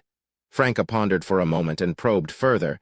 You used to follow the corpse collector pathway, but this time you displayed the power of the Evernight pathway. Did you use a mystical item? Was it similar to using a sealed artifact to enable everyone to enter the nation of the Evernight in concealment and participate in the gathering? The corpse collector pathway was also known as the death pathway. Hela's voice was icy as she replied. I've switched to Sequence 4 Night Watcher of the Evernight pathway. Why? Franca was intrigued by Hela's choice. While she had once contemplated switching to the neighboring Hunter pathway when advancing to Sequence 4, it was mainly to restore her body to its male form. Under usual circumstances, sticking to a single pathway until the end was generally the better choice. After all, the acting acquired in the earlier sequences were deeply ingrained in that pathway, making it easier and safer to become a Sequence 4 Beyonder of the same pathway. Of course, if one couldn't find the Sequence 4 potion formula and main ingredient for their pathway, they might consider switching to a neighboring pathway. It wouldn't necessarily lead to half-madness, and they could gain a mix of unique abilities. Franca had never seen any indication from Hela of wanting to switch pathways. When they discussed and exchanged information at the Research Society, Hela primarily focused on topics related to the corpse collector domain. Most of the materials and items gathered and sold were concentrated in this pathway. Could it be that the Sequence 4 potion formula, main ingredients, or corresponding rituals of the corpse collector pathway proved impractical? Franca speculated, drawing on her extensive knowledge of mysticism. Hela's pale face softened. She gazed into the darkness beyond the abandoned mine, her voice taking on a contemplative tone. If I continued along the death pathway, the deity I believe in would eventually transform me into a crucial vessel for specific moments. At this point, Hela wore a rare smile and spoke with a distant look in her eyes. It's already a challenge for her to maintain her humanity, so I shouldn't burden her any further. Franca was initially perplexed, but began to grasp Madame Hela's reasoning for switching pathways. Hela gave her a brief look and added, If I can advance to Sequence 3, I should either revert to the death pathway or switch to the warrior pathway. The upper ranks of the Evernight pathway are facing a severe resource shortage. Wow. Franca couldn't help but envision Hela wielding various sequence abilities from the Evernight, Corpse Collector, and Warrior pathways. She found it both impressive and formidable. She, too, felt a sense of excitement about the possibility of acquiring the abilities of a demoness and a hunter in the future. Meanwhile, Lumion incinerated Loki's mutated remains and filled the pit. Hela promptly obscured the area in darkness. When Lumion and Franca regained consciousness, they found themselves outside the abandoned mine near the entrance to underground Trier on Rue Anarchy. In the distance, they could hear faint movements coming from Rue des Blouses Blanches. "Phew, this is the most dangerous situation I've encountered since becoming a Beyonder," Franca said, exhaling deeply and speaking with emotion. "If Loki hadn't used me as bait to lure you here, there's a high chance I would have become a marionette." Lumion tersely acknowledged her words and remained silent. He took a step forward and began to walk down the street. Franca followed him and asked curiously, "Did Loki say anything when he tried to disrupt your mind with his trash talk? Although many of his words may be lies, they might contain valuable information. For example, the suspicion that every member of the Curly-Haired Baboons Research Society possessed the lingering aura of the celestial worthy." Lumion remained silent for a few moments before responding. He recounted how they harmed Auror, how they repeatedly disclosed her mental state and psychiatric treatment process, and how they shamelessly mocked her. His explanation was concise, but the simplicity of his words couldn't mask the anger that rose in him again. "Huh." Franca was initially surprised, but quickly grasped the gravity of the situation. "That psychiatrist, I know someone." Lumion nodded slowly. Franca contemplated the situation carefully, her anger growing with each passing thought. "Damn it, how can they be so evil? I fully support you in tearing them apart, dismembering them, skinning them, and stuffing them with grass." After several seconds of contemplation, she unleashed a curse. Lumion remained silent, seemingly weighing the feasibility of such actions. Franca glanced at him and hesitantly suggested, "When you faced the other April Fool's team members earlier, you held back and didn't kill them directly." Lumion chuckled. "Why should I kill those idiots? It's more agonizing, humiliating, and regretful for these individuals who believe they're clever when they realize how Loki and the others manipulated them. It brings me greater satisfaction than killing them. In the future, whenever anyone mentions Loki, it will be akin to insulting their intelligence to their faces, and they won't be able to escape it." Franca breathed a sigh of relief. She said to Lumion, "Rue des Blouses Blanches seems quite lively. I plan to stay at Jenna's tonight." "Heh heh." "Yes, I'll be informing my Major Arcana card holder briefly about this matter. I'll convey that if Loki isn't completely eliminated within 2 months, I would like to request a transfer out of the Market District. You, too, can apply to take charge of the Iron and Blood Cross Orders branch elsewhere." "I'll also write to my Major Arcana card holder," Lumion assured her, indicating that he wouldn't underestimate the potential harm Loki could cause. Lumion had always maintained a clear distinction between personal matters and official matters. Whether dealing with the Padre or investigating Loki, he had never considered seeking Madame Magician's assistance. However, this time, his use of the Blood Emperor's aura had caused quite a commotion, and it would be necessary to report it later. Seeing that Lumion remained rational, Franca felt at ease. She waved farewell and stealthily made her way toward Quartier du Jardin Botanique. Lumion averted his gaze and entered Auberge du Coq Doré, walking along the still-warm street. He had no desire to encounter the official Beyonders who might be searching for clues on Rue des Blouses Blanches at this late hour. As he pushed open the door to room 207, Lumion spotted a figure inside. It was Madame Magician, dressed in an orange waist-length dress and holding a wide-brimmed hat adorned with flowers. "Were you waiting for me?" Lumion inquired almost instinctively. Magician smiled. "What else would I be doing?" "How did you know I would come back here?" Lumion closed the door. Magician smiled and said, "This is a revelation of fate. Now tell me, why did you unleash the Blood Emperor's aura?" Chapter 393, Information about Celestial Worthy. Lumion was taken aback. Did it cause a huge commotion? He knew that once the Blood Emperor's aura was activated, it would undoubtedly attract the attention of nearby official Beyonders and powerful figures. It would be akin to setting St. Vive Cathedral on fire. The commotion wouldn't be small, but he never expected this to catch the attention of Madame Magician, who didn't seem to be in Trier, for her to rush over. He had intended to write a letter and report this matter. Madame Magician nodded seriously. Very. It even led some people to believe that the door to Fourth Epoch Trier had opened. The commotion is even greater than I had imagined. As expected of Blood Emperor Alistair Tudor, Lumion wasn't vexed or surprised. Instead, he calmly sat on the edge of the bed. It had already happened, so there was no point in feeling vexed or surprised. Moreover, even if he had to do it again, he would still do it. Lumion began recounting how he had posed as his sister to infiltrate the curly-haired baboon's research society and determine if there was anything amiss with the person who had sold her the soul summoning spell. He continued until Loki lost control and died, but no Beyonder characteristics emerged. It was suspected that there was a way for him to revive. There was also the honorific name of an evil god that Hela and the Two of Cups had pieced together. Magician didn't interrupt, but the smile on her face had vanished at some point in time. Do I need to recite the honorific names 4 lines intermittently, or can I just say them? Lumion finally asked. Madame Magician's voice was calm as she replied. Just say it. It won't be a problem as long as you don't use ancient Hermes, Jotun, and other unprotected Beyonder languages.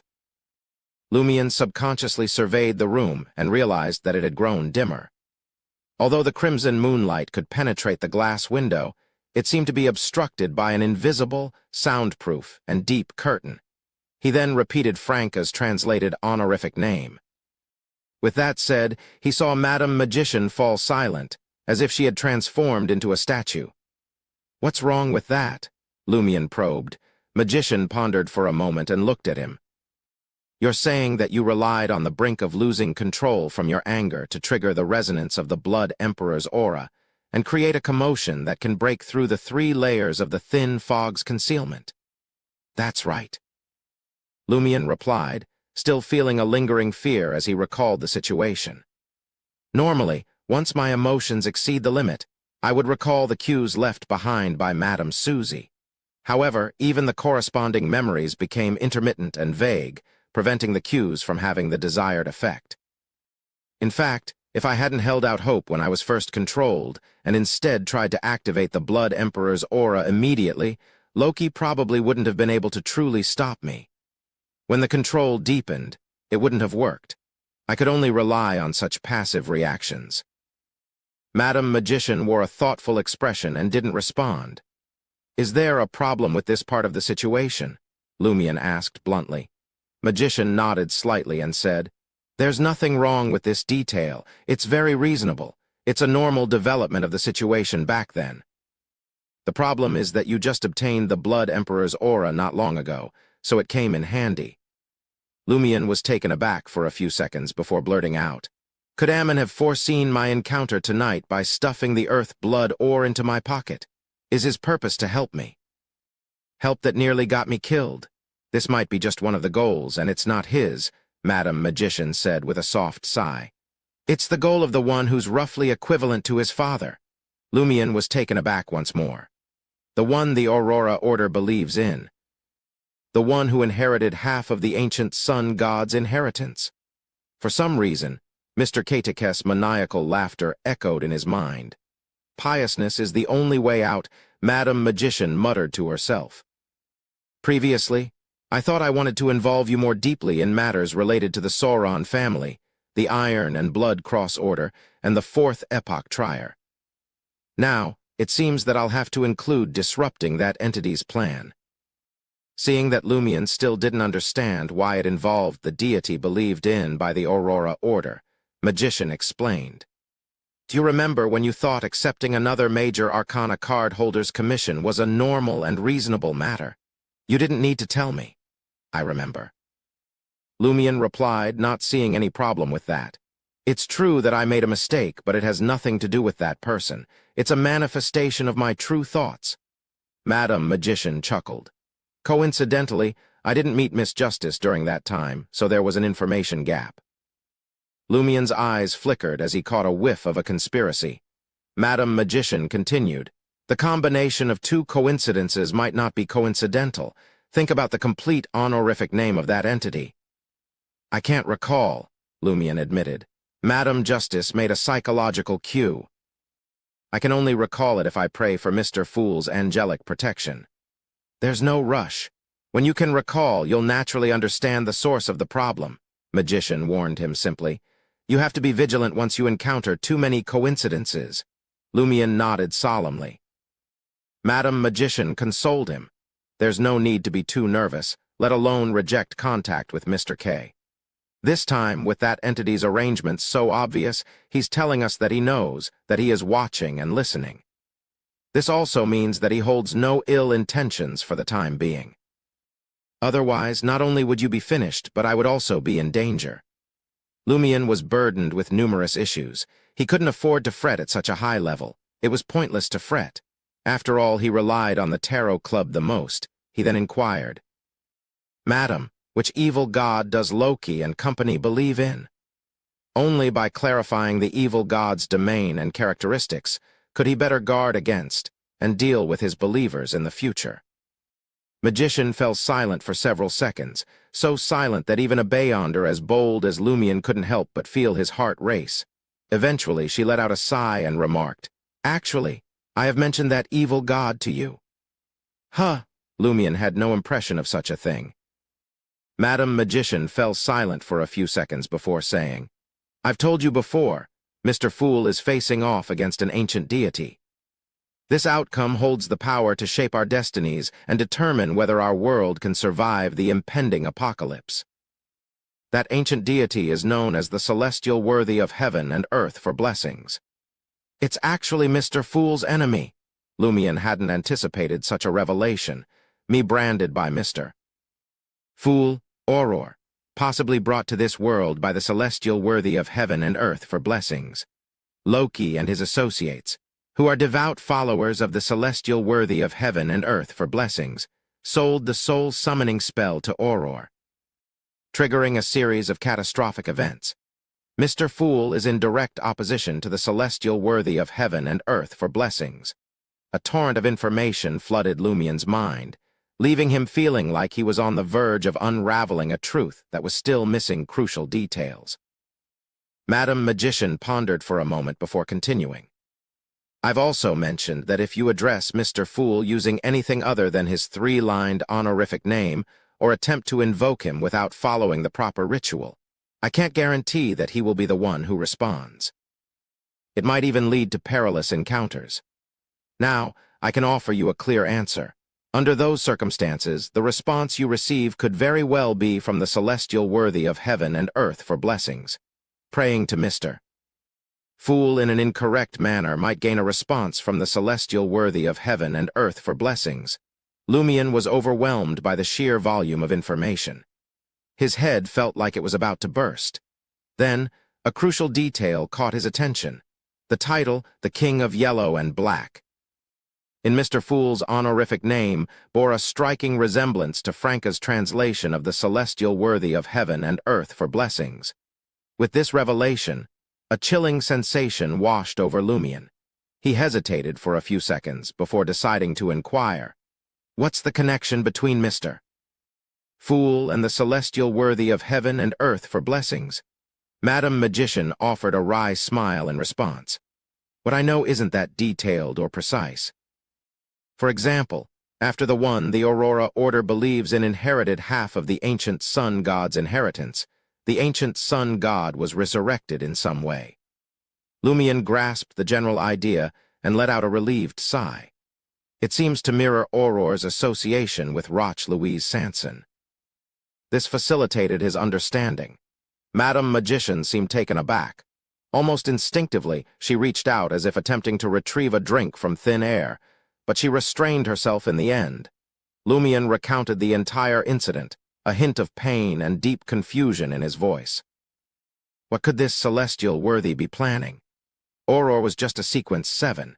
Even if Roch Louise Sanson and her family are devout followers of Inevitability, they wouldn't be able to do anything of significance. Madam Magician sighed once more. Perhaps he intends to hasten the arrival of the apocalypse and allow the evil gods beyond the barrier to invade more easily. In that case, in order to protect this world and us, its inhabitants, Mr. Fool might consider abandoning the confrontation and permitting the celestial worthies return intact. Lumion listened in a daze, a sudden thought racing through his mind. What would happen if Mr. Fool indeed chose to stop resisting the celestial worthy of heaven and earth for blessings? Magician didn't delve further into the topic. I can't share more information at this moment. In short, pursuing Loki and his associates is both your personal vendetta and a shared mission of our Tarot Club. If you're confident, take action on your own. If not, feel free to seek assistance from other major Arcana card holders at any time to eliminate the minions of the celestial worthy to the best of your ability.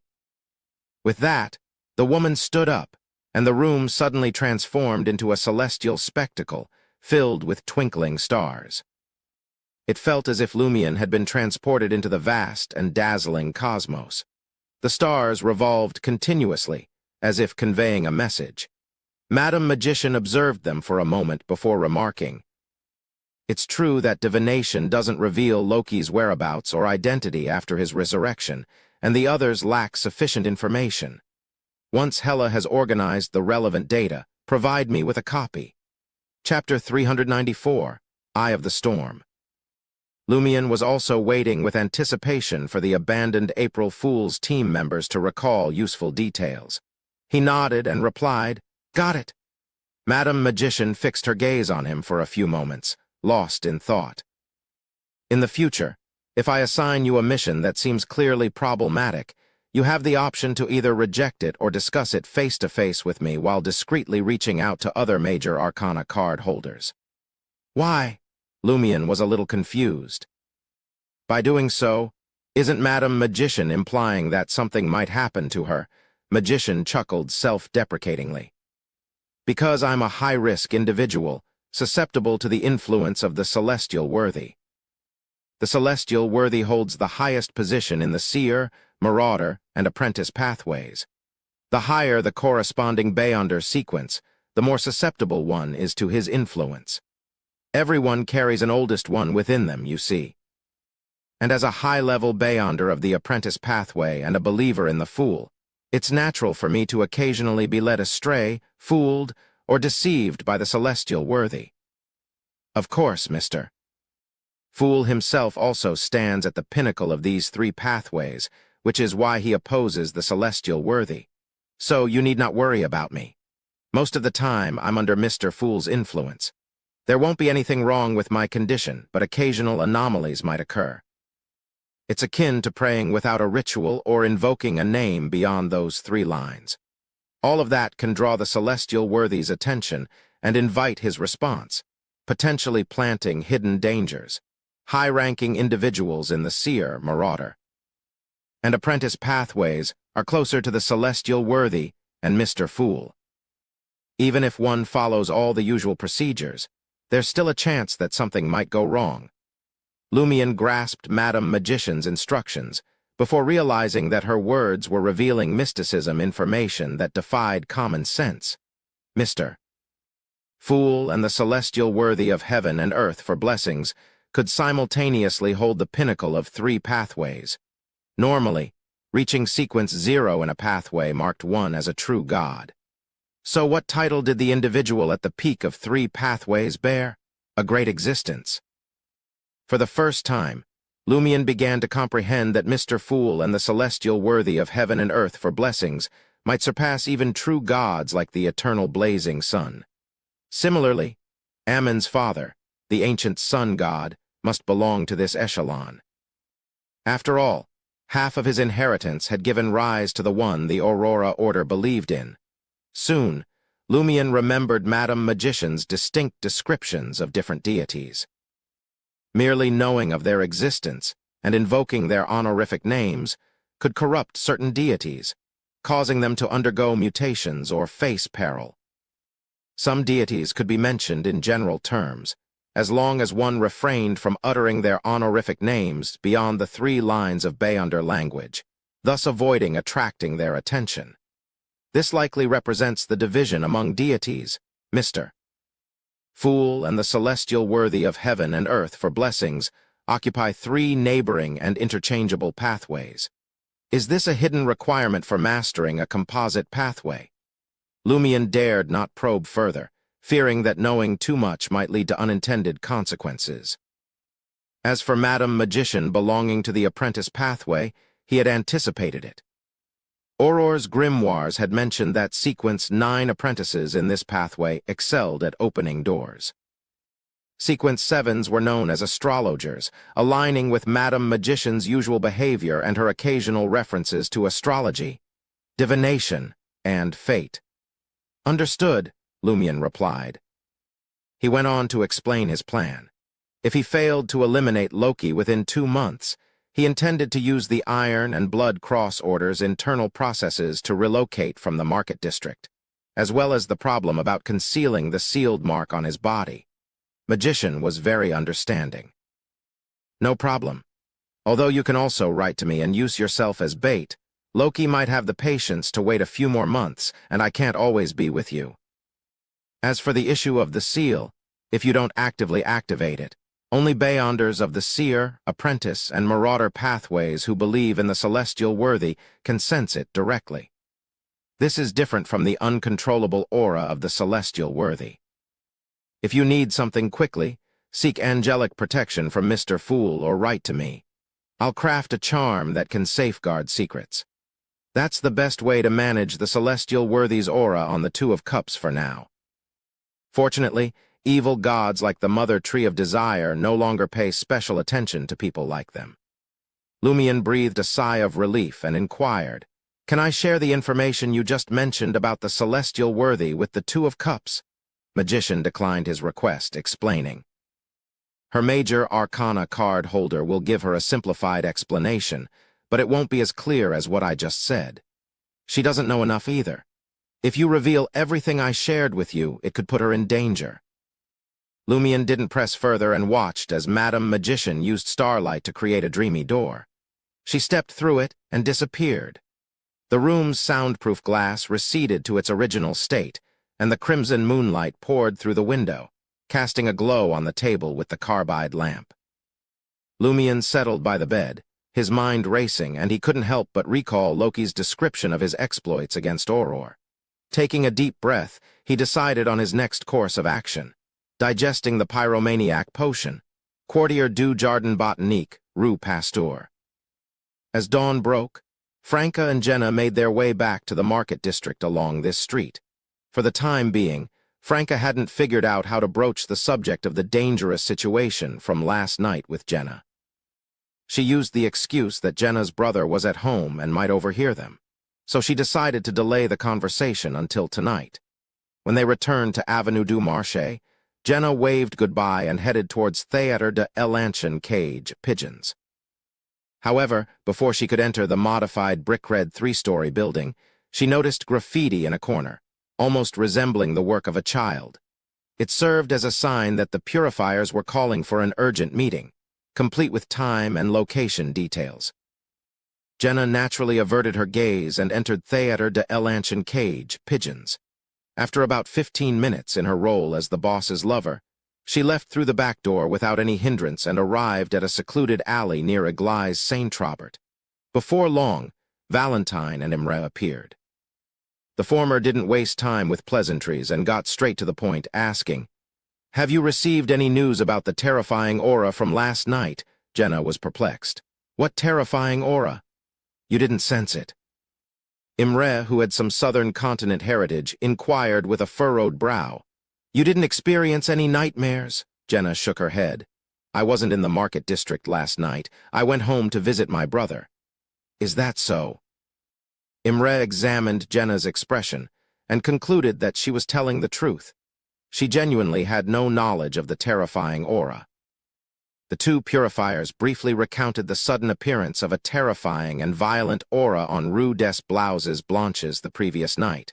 urging Jenna to be more vigilant towards anyone displaying unusual behavior lately. Jenna agreed and asked with curiosity, "Was that aura very noticeable?" "Why were you able to sense it even from the cathedral?"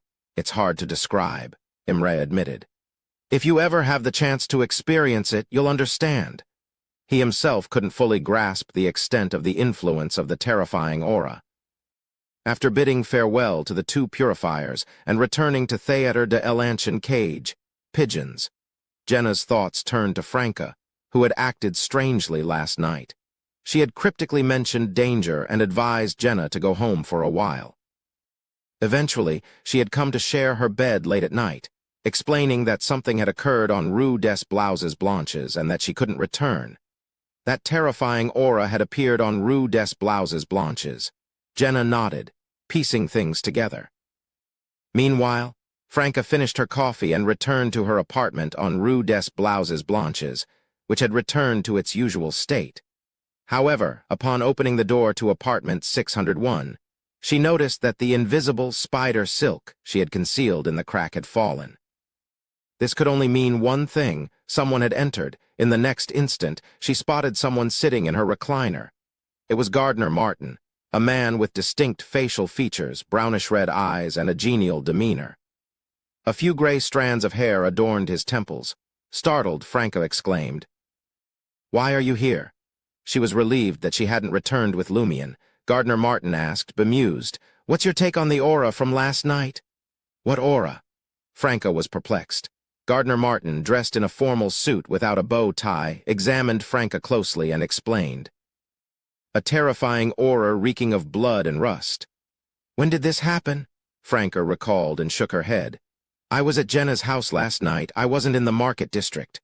Gardner Martin nodded slowly and smiled. "No wonder you didn't sense it." "Apart from Seal, Madame Hella, and me dealing with Loki, did anything else happen last night?" Franca walked to the coffee table in confusion, picked up her cup, and took a sip of water. "What happened?" Gardner Martin stood up and approached the window, looking down at Rue des Blouses Blanches. "Late last night, a violent and terrifying aura emerged from Building 6 on this street. It lasted nearly 10 seconds. Building 6? Building 6? Franca nearly choked on her own saliva. Isn't that the safe house I had rented through a lone merchant who had already left Trier? Isn't that where I fought Loki last night? Could Madame Hella or Loki have caused the commotion, or was it Seal?" Franca quickly regained her composure before Gardner Martin turned around. She felt as though she had missed many crucial details due to her fainting. "Rue Anarchy, Auberge du Coq Doré." Lumion, who had just returned from his morning exercises, had just changed into fresh clothes and was making his way to the first-floor hall when he encountered Anthony Reed, who had been deeply engrossed in his investigation regarding General Philip's widow and child. The psychiatrist glanced at Lumion and inquired, "What happened in the market district last night? I've had numerous individuals attempting to buy information related to it from me." Lumion chuckled. Perhaps a strange aura erupted from Rue des Blouses Blanches. Chapter 395, Progress on the Other Side. Anthony Reed, the middle-aged psychiatrist, observed Lumion's smile and mused, "Your performance suggests that this matter is personal to you." "Damn it, you can tell from that." Lumion had thought his smile, expression, and body language appeared normal. His response hadn't been exceptional, but he hadn't made any obvious mistakes. Anthony Reed continued, "Your smile and actions betrayed a sense of smugness, and your reaction tells me this matter is deeply intertwined with you. Could it be discerned even without mind reading?" It wasn't until that moment that Lumion realized his seemingly ordinary expressions and actions might conceal hidden information in the eyes of a psychiatrist. Anthony Reed calmly advised, "I'm telling you directly how I've interpreted your cues. In the future, when you find yourself facing a psychiatrist and wish to deceive them, it's best to prepare your emotions in advance and mentally rehearse your narrative as if it were genuine. If you'd rather not discuss the strange aura on Rue des Blouses Blanches, that's perfectly fine. I don't have the energy to gather information and trade it for money." Lumion contemplated Anthony's words and nodded gently. He then inquired, How's your investigation into General Philip going? Do you require our assistance?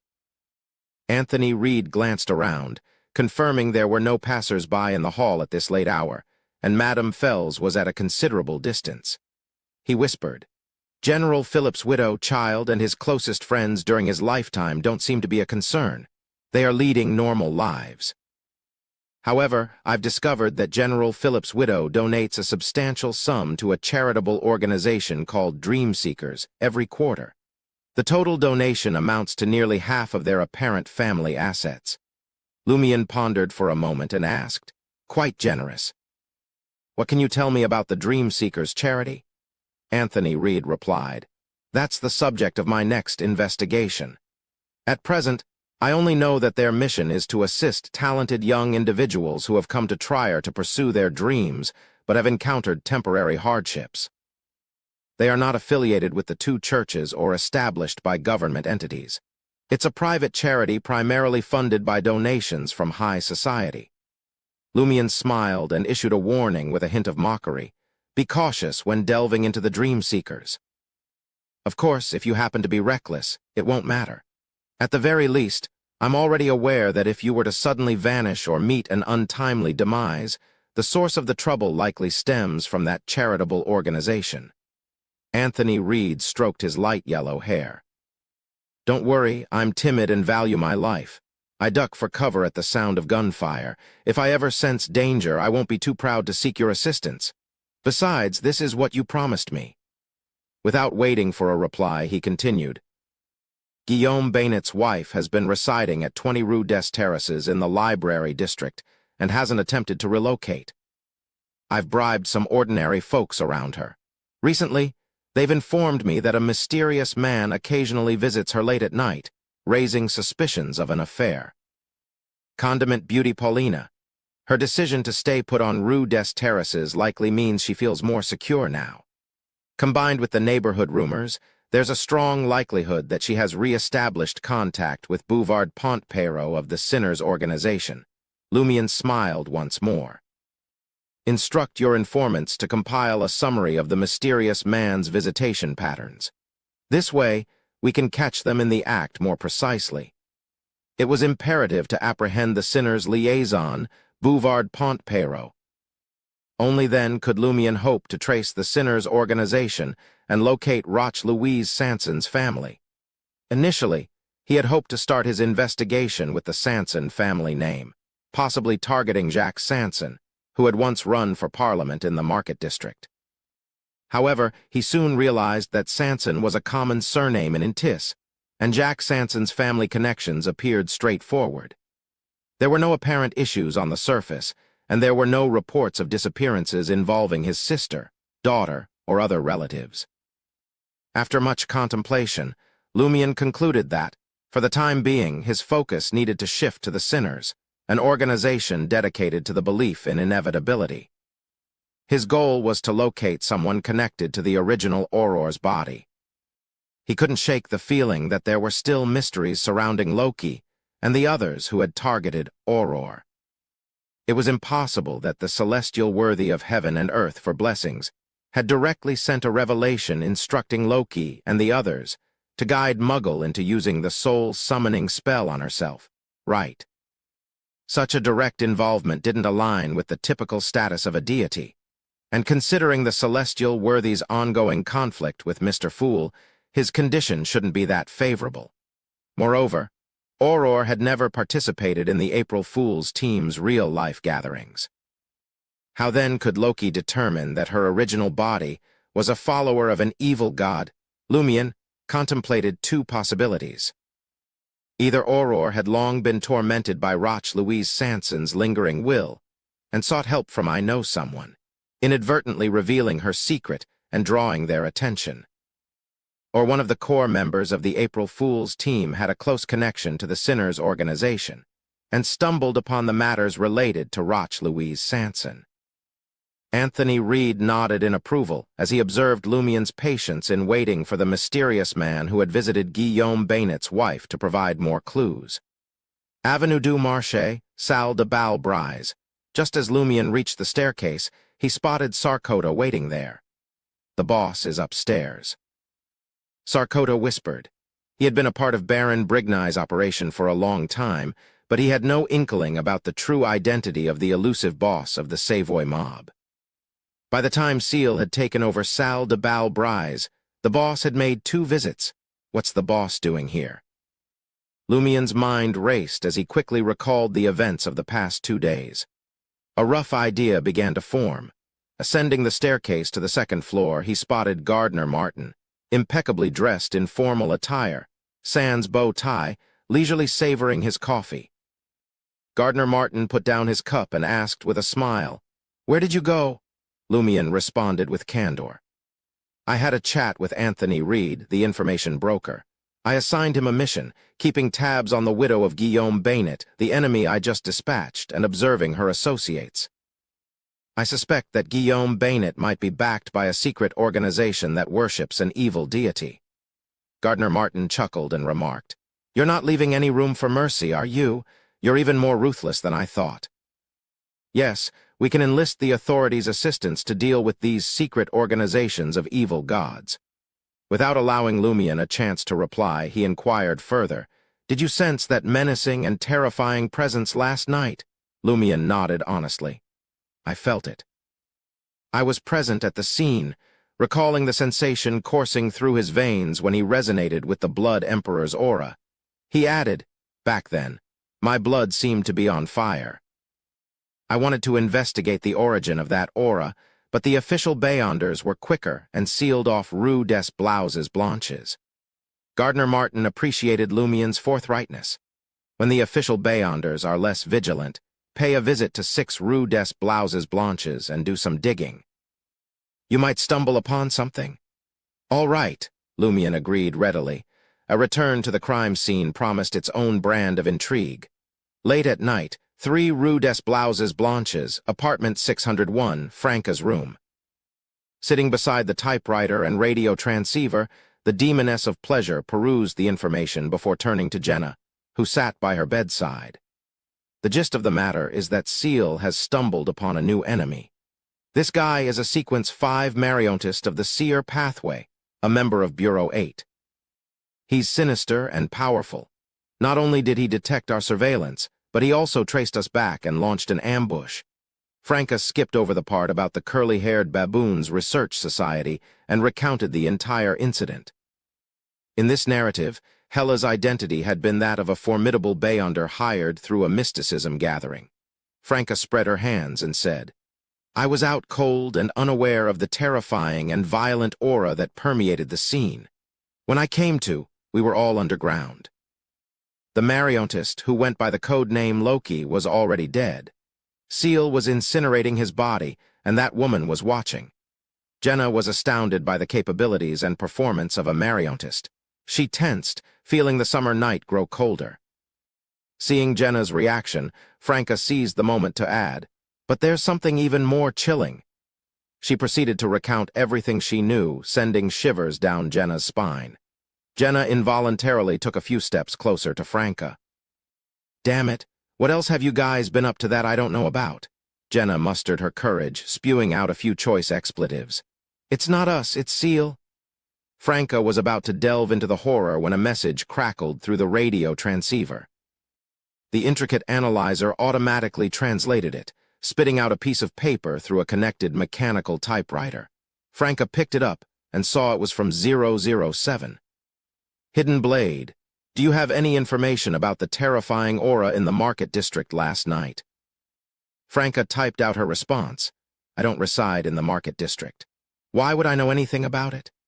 007 quickly replied, "Most of the information you provide and the favors you ask from me are related to or within the vicinity of the Market District. If you haven't set foot there in the past 6 months, I'll eat my own hat." Franca chuckled dryly and responded, under Jenna's watchful gaze, "I do have some knowledge about this incident, but I can't spill the beans right now. You'll get the scoop at our next gathering." As Franca conversed with 007, Lumien was resting in room 207 of the Auberge du Coq Doré. For the moment, he refrained from finding any acting possibilities. Despite having received treatment from Madame Hella and no longer teetering on the brink of losing control, as well as the auto-recovery at 6 a.m. There were lingering mental issues that required time and rest to slowly mend. Additionally, he needed to wait for Madame Hella to extract confessions from the April Fool's team members. Just before midnight, the pure silver skull emerged from the shadows, its teeth gripping a thick stack of papers. Chapter 396. Pure Evil? Lumion expressed his gratitude and took the stack of papers. He lit the carbide lamp and quickly skimmed through the confessions. Hella had already thoroughly read through them and had made notes on the essential information. This saved Lumion a lot of time. Besides, he didn't know much about the Curly-Haired Baboons Research Society's history. If he were the one making the choice, he might struggle to grasp the key points accurately. After nearly an hour of reading, Lumion had a rough understanding of the overall situation. There aren't many April Fool's members, and they don't meet often or play pranks frequently. They mainly operate in 3 areas: Trier, the coastal province of Gaia in the Phaenopotter Kingdom, and the West Balam region of the southern continent. The core members involved in the gatherings in Trier are Loki, I Know Someone, and Mad Lady. In the Gaia province, during the sea prayer rituals at Port Santa, the April Fool's team members who pulled pranks were Bard, Ultraman, and Mad Lady. Bard and Ultraman incited local college students to march in Torres, the capital of Gaia province. In the pranks that took place in the southern continent's West Balam, the core members involved were Hisoka and Mad Lady. At a private gathering in Trier, Loki jokingly mentioned that he had inherited an ancient castle. At another Trier gathering, I Know Someone suddenly felt inspired and wanted to hypnotize certain psychiatrists to make them conceive a solution to treat certain mental illnesses by destroying the frontal lobe. Madame Susie's accusation of malicious treatment that would forever calm patients turns out to be a prank by I Know Someone. That's true. Only someone from another world could skip previous speculations and come up with such an idea. His sole purpose was to see if the psychiatrists of this world were as foolish, bigoted, and despicable as to create an absurd tragedy that would leave a mark on medical history. The dozens or hundreds of patients who had completely lost their souls would never expect their tragic encounter to stem from an inhumane prank. Loki and I Know Someone are worse than I imagined. Lumion couldn't help but shake his head as he read the last page of the confessions. He believed that he had already witnessed the worst side of humanity during his tramp days. People had committed heinous acts for food, to escape trouble, to vent their emotions. They had murdered other tramps, sold companions to the mines while they were asleep, abducted children from the streets, bullied the weak, and humiliated them in various ways. Some had formed gangs and chased away other tramps every day, turning a blind eye to their suffering. But now, Lumion realized that these evils were clearly inferior to those of Loki, I Know Someone, and the other core members of April Fools. They were on a whole other level. Even demons from the abyss would have to address them as godfathers when they see them. Compared to them, the Padre can be considered a saint, Lumion muttered, setting fire to these people repeatedly in his mind. He exhaled and extracted useful information from these confessions. And Madame Hella's markings. At least 8 members of the Curly-Haired Baboons Research Society are suspected to have perished as a direct or indirect result of pranks by the April Fool's team. I Know Someone, like Loki, participates in every private gathering in Trier. But he has never been to Phaenopotter's Gaia province or West Balam. This suggests he likely resides in Trier as well. Similarly, Bard and Ultraman are suspected to be in Phaenopotter's Gaia province. Hisoka is located in the southern continent's West Balam. Mad Lady participates in private gatherings everywhere, and these gatherings occur within a month after an agreement is made. This implies that Mad Lady has a teleportation-like ability or item. The joke about Loki inheriting the ancient castle aligns with his dream. Perhaps I can start with investigating the appearance of the ancient castle to find Loki's whereabouts. I Know Someone displayed extensive medical knowledge at gatherings. not limited to the psychological domain. He was either a formidable general practitioner before transmigrating or possessed the body of a senior doctor. Could such a person be usually a doctor in disguise? He has the qualifications and ability to impersonate and earn a large sum of money. Bard loves to collect Emperor Rozel's diary pages and mock him in various ways. Could he have written Emperor Rozel's secret chronicles? Ultraman and Hisoka keep a relatively low profile during the gatherings, leaving no details worth pondering. Based on this information, Lumion finalized his next course of investigation. Firstly, he wanted to find the ancient castle from Loki's dream. Secondly, he aimed to delve into the medical profession, seeking clues about I Know Someone. Thirdly, he planned to wait for the next gathering to confirm whether the author of Emperor Rozel's secret chronicles was among the current Research Society members before pursuing the original author. As for the others, he would consider them after dealing with these matters and gaining something more valuable. Lumion summoned the Rabbit of Knowledge and had it copy the information before sending it to Madam Magician. What's this? Jenna looked at the pure silver skull emerging from the darkness, a little afraid to meet the pale white flames in its eye sockets. Franca smiled awkwardly and said, "This is the messenger of that formidable lady. She helped us organize the accomplices' statements." Franca snatched the thick piece of paper from the skull's mouth, not wanting Jenna to see the first-hand information. Revealing it would expose the curly-haired baboon's research society.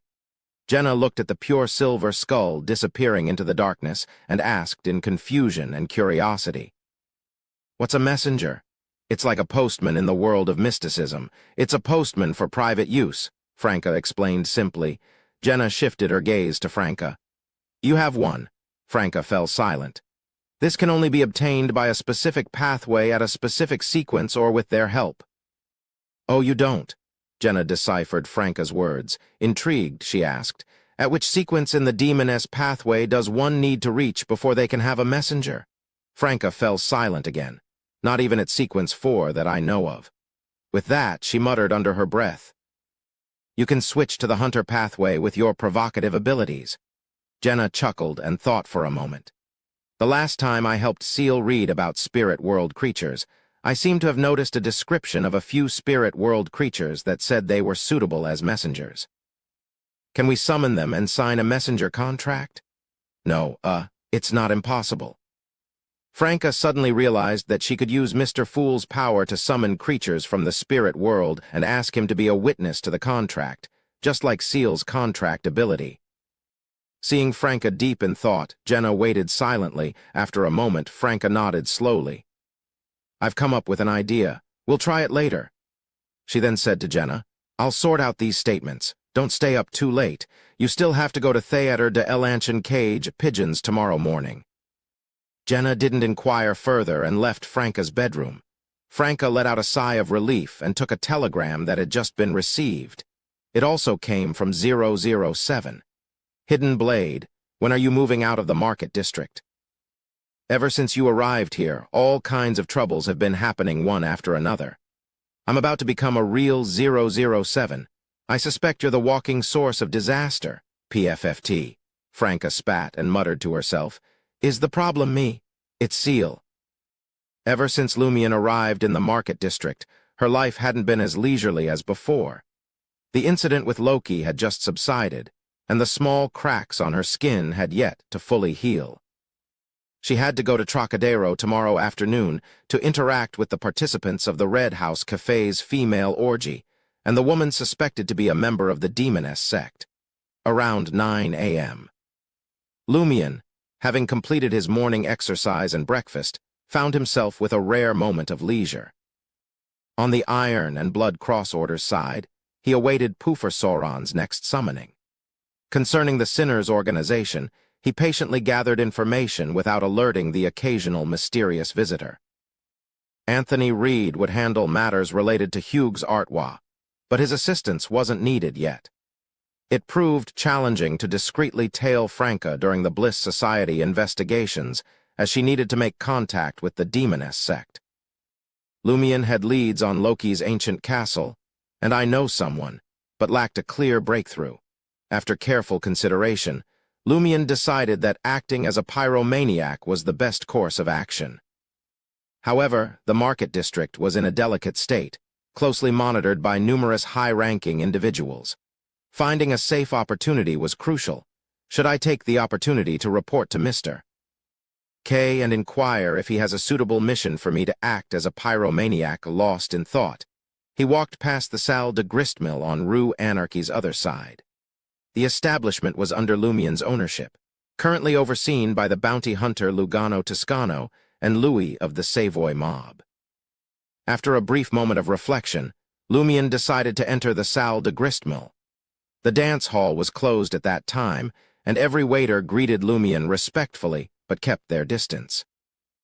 Lumion quickly spotted Lugano Toscano, the well-built bounty hunter with sharp features, thick eyebrows, and large eyes.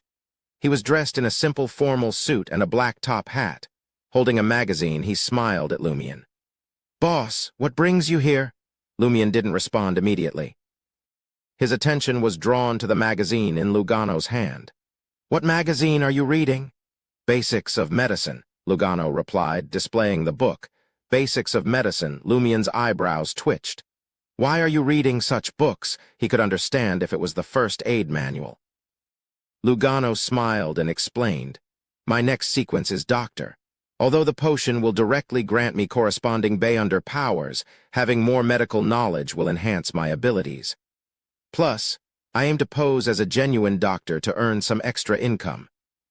Stumbling on the acting method coincidentally, Lumion's heart stirred as he asked, "Have you ever heard of frontal lobe removal surgery?" Chapter 397, Execution Ground. Lugano cast a puzzled glance at Lumion. "You've heard about this surgery, too." After a moment of thought, he forced a smile. "As expected of you, you're knowledgeable and have a wide range of interests. You even know about such cutting-edge surgeries." "Seems like you know a lot."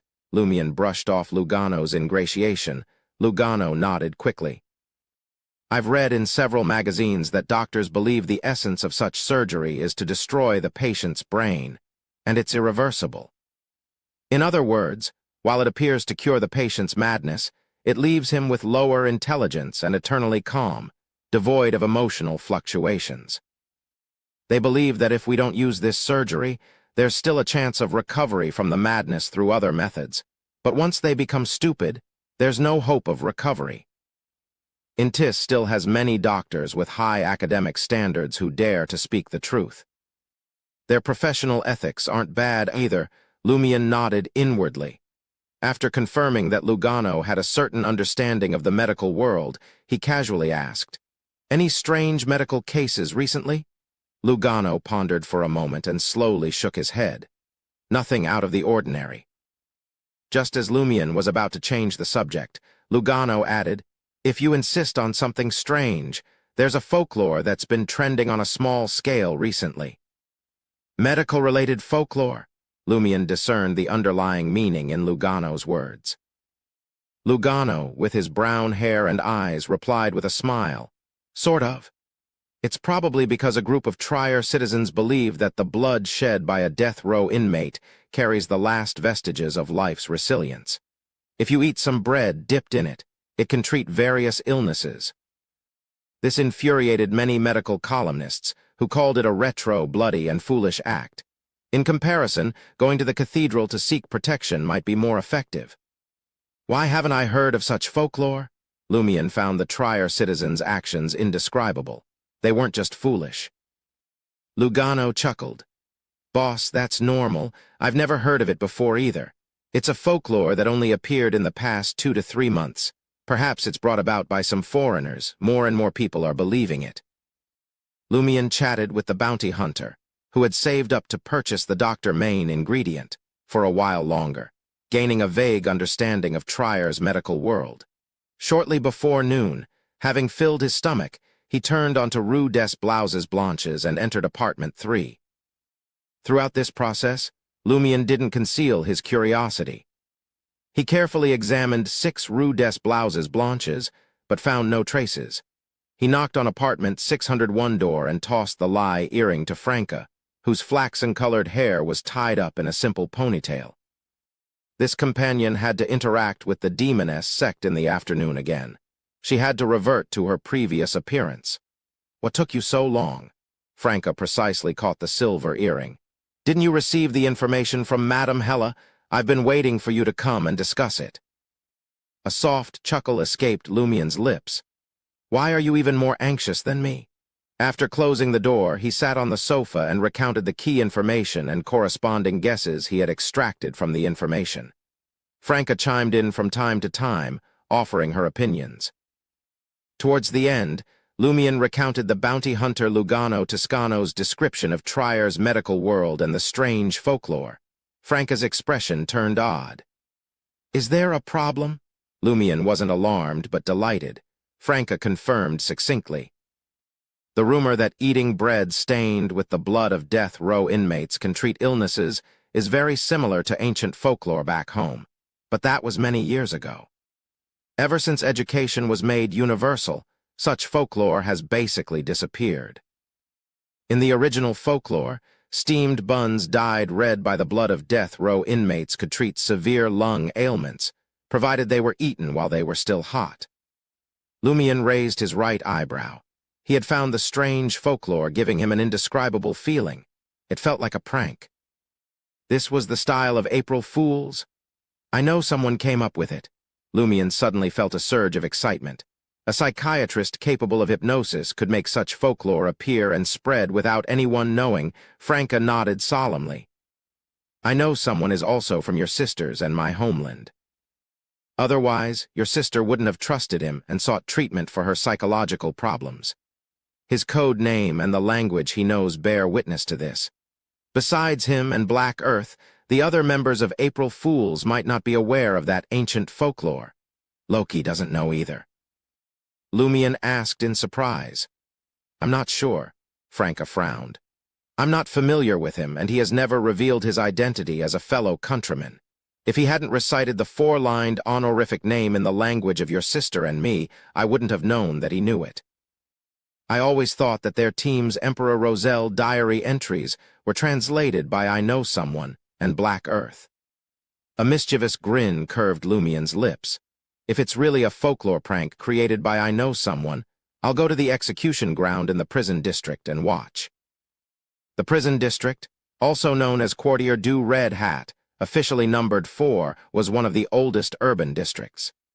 It boasted Intiz's most renowned prison, St. Mar Prison, hence the district's name. Near St. Mar Prison stood one of Trier's busiest execution grounds, Roy's Comprehensive Execution Ground. Be careful.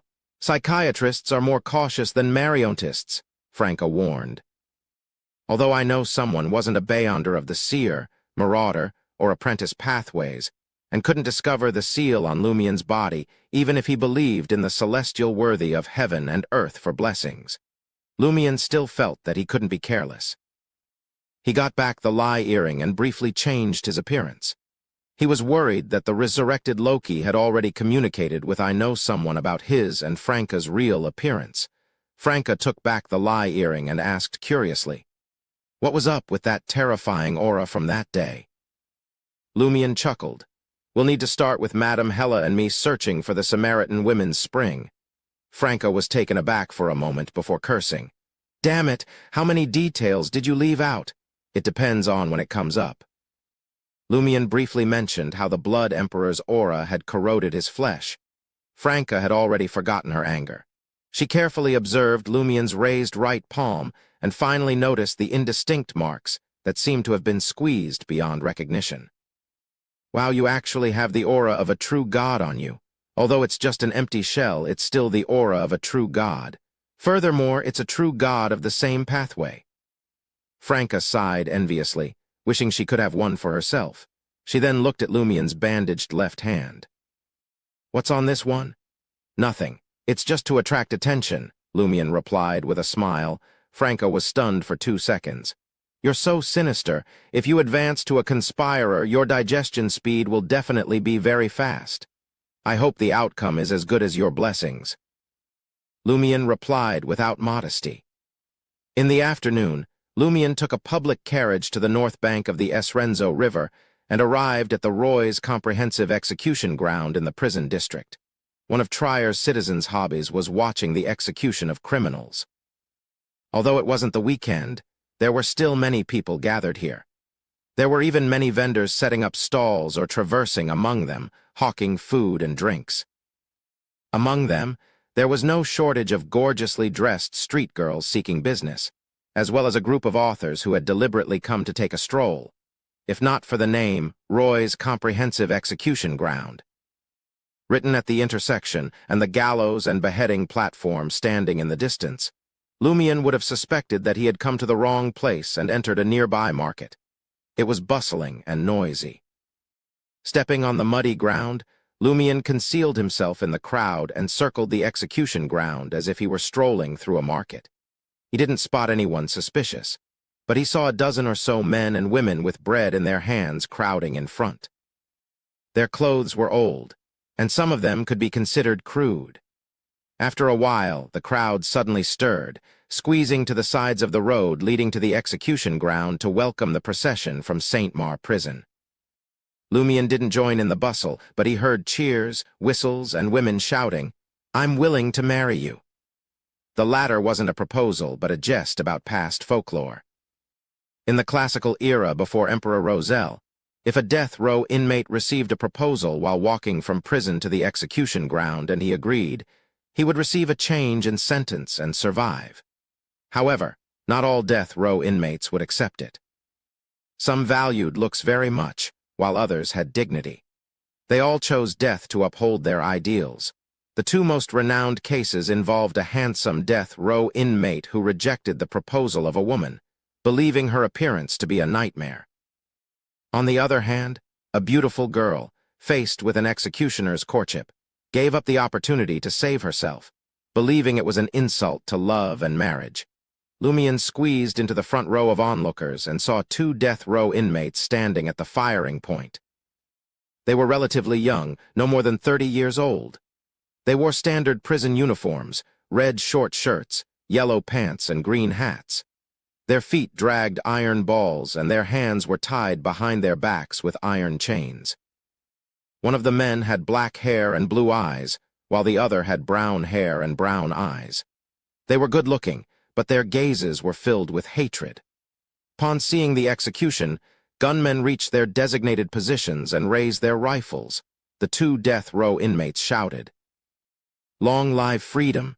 Return to glory!" After shouting, the two of them glared at each other angrily and collapsed amidst the gunshots, blood gushing out.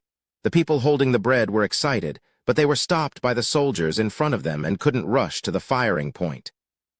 Once the condition of the two death row inmates was confirmed, the soldiers left in formation. The bread-wielding citizens charged towards the blood-stained soil. Lumion didn't look at them. Instead, he observed his surroundings to see who was enjoying this absurd comedy. Chapter 398. Human Blood Bread. Some of the citizens of Trier were curious and began asking around for the reason behind the commotion, while others watched with excitement.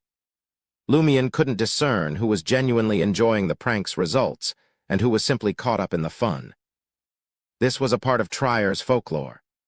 Lumion believed that even a formidable, higher-sequence psychiatrist like Madame Susie wouldn't be able to pinpoint the source of the commotion, identify the prankster, or distinguish the intentional misguidance from the innocent bystanders. Although Lumion had anticipated this, he couldn't help but let out a sigh.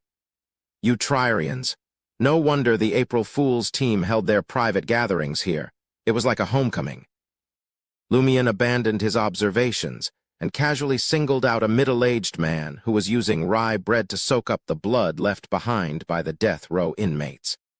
He waited until the man made a dash for an exit of the Roy's Comprehensive Execution Ground before quietly following behind. In a secluded alley devoid of barricades, Lumion took a few steps forward, blocking the path of the middle-aged man in a tattered linen shirt. Raising his bandaged left palm, Lumion inquired, as if he were a mobster giving a condescending glance to an ordinary citizen. "What have you got there?" The gaunt middle-aged man with short black hair replied timidly, "It's bread stained with the blood of death row inmates." And what's the purpose of this? Lumion adopted the tone of a curious monster with a touch of intrigue. The middle-aged man's fear was palpable. It can treat illnesses. Who told you it could treat illnesses? This was Lumion's main question. The middle-aged man answered in a daze. I heard it from Guillaume, who lives across the street. He said that his co-worker's child got better after eating this kind of human blood bread. The child of a co-worker's neighbor, Lumion, regarded it as nothing more than a rumor. Tracing its origin would be challenging. He studied the middle-aged man clutching the blood-stained bread and asked with contemplation, Is someone in your family sick too? Yes. The middle-aged man instantly looked downtrodden and filled with despair.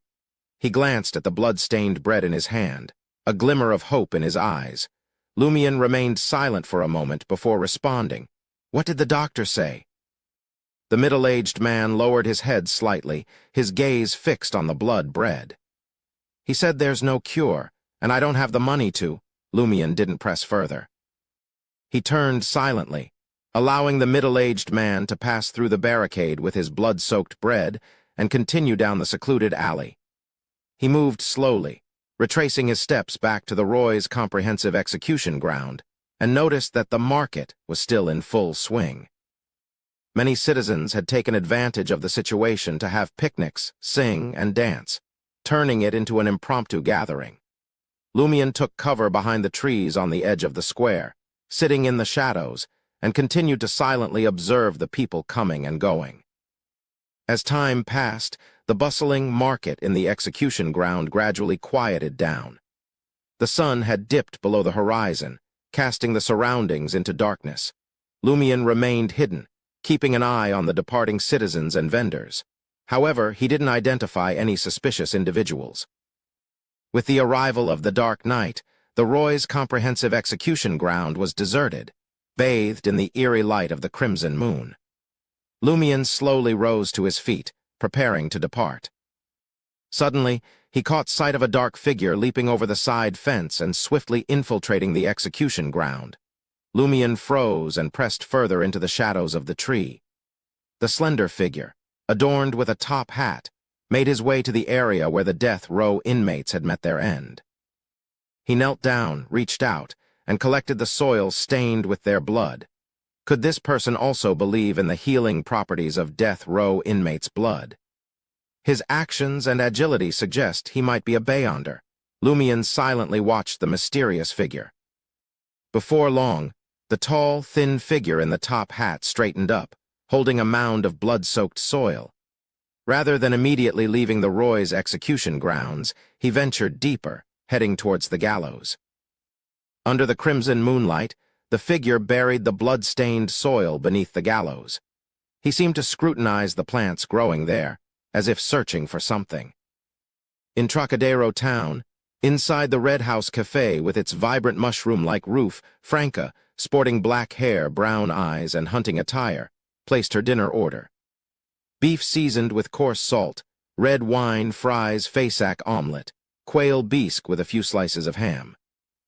Earlier that afternoon, she had engaged in a lively conversation with a group of ladies, and could sense the longing and desire in their eyes. Simultaneously, she felt someone secretly observing her, prompting her to stay until nightfall. As Franca neared the end of her dinner, a woman descended from the second floor. It was the demoness who had tailed Franca previously. Today, her long orange-red hair cascaded down her back, and she wore a white man's shirt, brown dungarees, and dark brown boots that accentuated her perfect figure. Her appearance was exquisite and clean, with an aura that was both pure and slightly wild. Without hesitation, the woman, presumably a member of the demoness sect, walked straight toward Franca, pulled out a chair, and sat opposite her. Franca deliberately assessed the demoness's appearance and figure with a masculine gaze. She smiled and watched as the woman sat down, waiting for her to speak. "Why are you here again?" the orange-red-haired demoness inquired, studying Franca closely. Franca smiled and replied, "Trocadero wine is my favorite wine. The scenery and atmosphere here are quite appealing." Noticing the demoness's disbelief, Franca added with a sly smile, "Besides, I've heard." She lowered her voice and insinuated, "There are female orgies here." The eyes of the demoness with long orange-red hair flickered. "Who told you that?" Franca looked at the demoness's face and said provocatively, "Once, I encountered a nymphomaniac who tried to ambush me, but I handled him." He claimed to be a peripheral member of an organization called the Bliss Society. The core members of this organization are lesbians, and they are trying to connect with participants in the female orgies at the Red House Cafe, looking to recruit new members. Franca wasn't sure if the demoness sect had any ties to the Bliss Society. After all, it wasn't inconceivable for organizations worshipping evil gods to form alliances to some extent, similar to how Hughes Artois had numerous heretics under his influence. Therefore, she confessed. This information to gauge the reaction of the person sitting across from her. As she spoke, she prepared herself for any potential surprise attacks. The demoness with long orange-red hair's expression shifted slightly, becoming more serious. The hostility and wariness in her eyes diminished, but there was a clear sense of repulsion. Oh, does she view the participants of these female gatherings as her lovers and is unwilling to let me, possibly wants a man near them? Franca couldn't help but mimic Lumien's tone inwardly and playfully tease. She was reasonably certain that the other party had never heard of the Bliss Society, but she had detected some signs. The demoness sitting across from Franca fell into deep thought, appearing to consider a potential issue.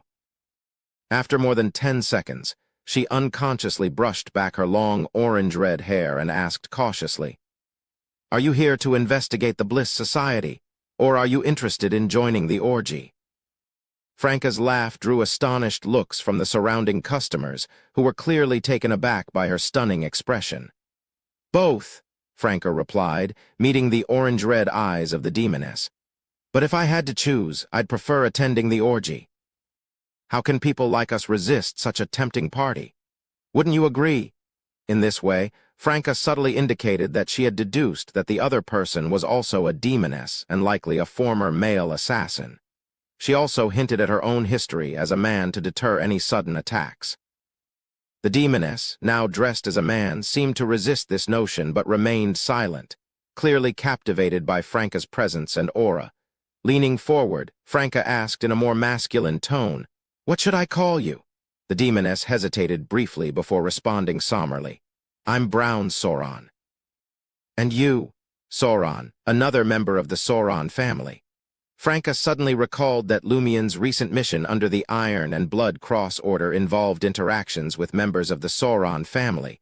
She didn't conceal her true name and smiled. "Franca Roland." Brown Sauron let out a silent sigh and continued, "Our party places great importance on the privacy and safety of all members. We can't allow problematic individuals to join. If you're truly interested, you'll need to undergo an audit." Franca didn't mind at all. She toyed with the buttons on her shirt and inquired with a grin, "So, where should we start this audit?" "Prison District, Roy's comprehensive execution ground." Under the crimson moonlight, the tall, slender figure in the top hat carefully unearthed a few handfuls of weeds from the ground beneath the gallows. The roots of these weeds emitted an eerie, blood-red glow, appearing especially otherworldly in the moon's dim light. This tall, thin figure had a prominent nose bridge, fair skin, and impeccably groomed medium-length black hair. His eyes were a striking shade of red, and he possessed a certain androgynous allure. Clad in a white shirt, a vibrant red bow tie, and a sleek black suit, he gazed with fascination at the peculiar weeds in his hand. He was on the verge of rising to leave the execution grounds. However, at that very moment, a curious male voice broke the silence. "What are you digging?" The lanky figure, who had been crouched beneath the gallows, looked up in astonishment. To his surprise, he realized that, at some unnoticeable point in time, a figure had materialized before him, peering down with a penetrating gaze. This new arrival had blonde hair and eyes as blue as serene lakes. He wore a simple white shirt and a black vest, giving him a youthful and refreshing appearance. How did he manage to approach me without detection? I didn't pick up on any scent or movement. The lanky figure's heart raced with alarm and trepidation. Chapter 399, Mandrake. The lanky figure, though startled, sprang into action. In a swift motion, he launched a powerful kick with his knee, lunging at Lumion, leaving only a blur behind. Rather than reaching out with his right hand, which was gripping the strange weeds, he extended his nails, etched with mystical symbols and patterns, appearing hard and razor-sharp. Darkness surrounding Lumion seemed to awaken, converging into pitch-black chains that aimed to ensnare him in place. Lumion's gaze remained resolute as he observed the rapidly approaching figure. He emitted a soft harumph. Two beams of brilliant white light shot forth from his nostrils, striking the target before he could evade in time. The tall, slender figure suddenly crumpled to the ground, unconscious. The illusory chains formed from darkness disintegrated into nothingness. Lumion, donning a different visage, grinned and shook his head. You actually opted for an attack rather than fleeing. Utilizing spirit world traversal, he teleported to close the distance with his target discreetly, preventing him from sensing the impending danger. When they were within mere meters of each other, escape or counterattack became impossible. At worst, both parties would sustain injuries. Hence, Lumion still had time for a greeting. If the other party cooperated and answered civilly, there might be no need for a confrontation. It was akin to a phrase frequently espoused by the curly-haired baboons research society, encouraging compliance through good morals. Lumion carefully observed for a few moments and confirmed that the tall, thin figure had indeed fainted. He bent down to examine the peculiar blood-red rooted weeds. Apart from their extraordinary spiritual properties, they seemed rather ordinary. After some contemplation, Lumion hoisted the unconscious figure and shook him vigorously. As the target began to stir, Lumion released his grip and stepped back. Based on the previous skirmish, Lumion suspected that the other party was a mid-sequence Beyonder from the apothecary pathway, specifically Sequence 7, known as Vampire. This meant that any human who consumed the corresponding potion to advance would eventually undergo a transformation into another species. Auror possessed substantial knowledge about vampires' characteristics and abilities, as the curly-haired baboons research society included two individuals known as Sanguines, one of whom bore the code name Headmaster.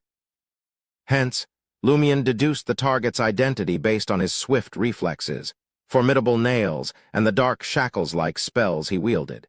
Since he wasn't a psychiatrist and didn't possess any similar items, they weren't truly enemies. The best course of action was to engage in a friendly and cooperative conversation. As soon as the lanky figure regained consciousness, he sprang to his feet and scanned his surroundings with a wary gaze. His eyes fell upon a blond youth standing by the gallows, dressed in a crisp outfit and wearing a friendly smile. Instinctively, he considered launching an attack, but a rational thought held him back. The other party had clearly demonstrated the ability to subdue him effortlessly, with the power to end his life or sell him at any moment. However, instead of harm, he had chosen to awaken him. This implied an absence of immediate malice. Moreover, it indicated a profound confidence in his own capabilities, as if he were unafraid of any resistance or escape. The lanky figure recalled the other party's sudden appearance and the peculiar white beams. He couldn't help but feel that even if the barons or even viscounts from his family were to confront him, the outcome wouldn't be so swift and one-sided. Coupled with his ignorance of the two white beams' nature and the corresponding pathway, he suspected that the individual before him had surpassed his expectations in terms of sequence. "What do you want?" the lanky figure inquired in a deep voice. Lumion remained composed, ready to employ the spell of harumph if necessary. "Are you a vampire?" "Sanguine," the lanky figure emphasized. Lumion cast his eyes skyward at the crimson moon and inquired with a smile, "Which family?" Though he possessed no knowledge of the numerous vampire families or the renowned last names, it didn't prevent him from assuming the role of an ancient being, wise and well-traveled. Sensing the fear in the lanky figure's demeanor, Lumion seized the opportunity to play this role, drawing inspiration from figures like the ancient monster Ammon who had lived for eons. "I hail from the Brutch family," the tall, slender figure declared with pride. "My name is Lanu Brutch." "What kind of family is this? I've never heard of them." Lumion nodded slightly and said, "Ah, the Brutch family." He glanced at the strange weed in Lanu's hand. "What is this?" "It's mandrake."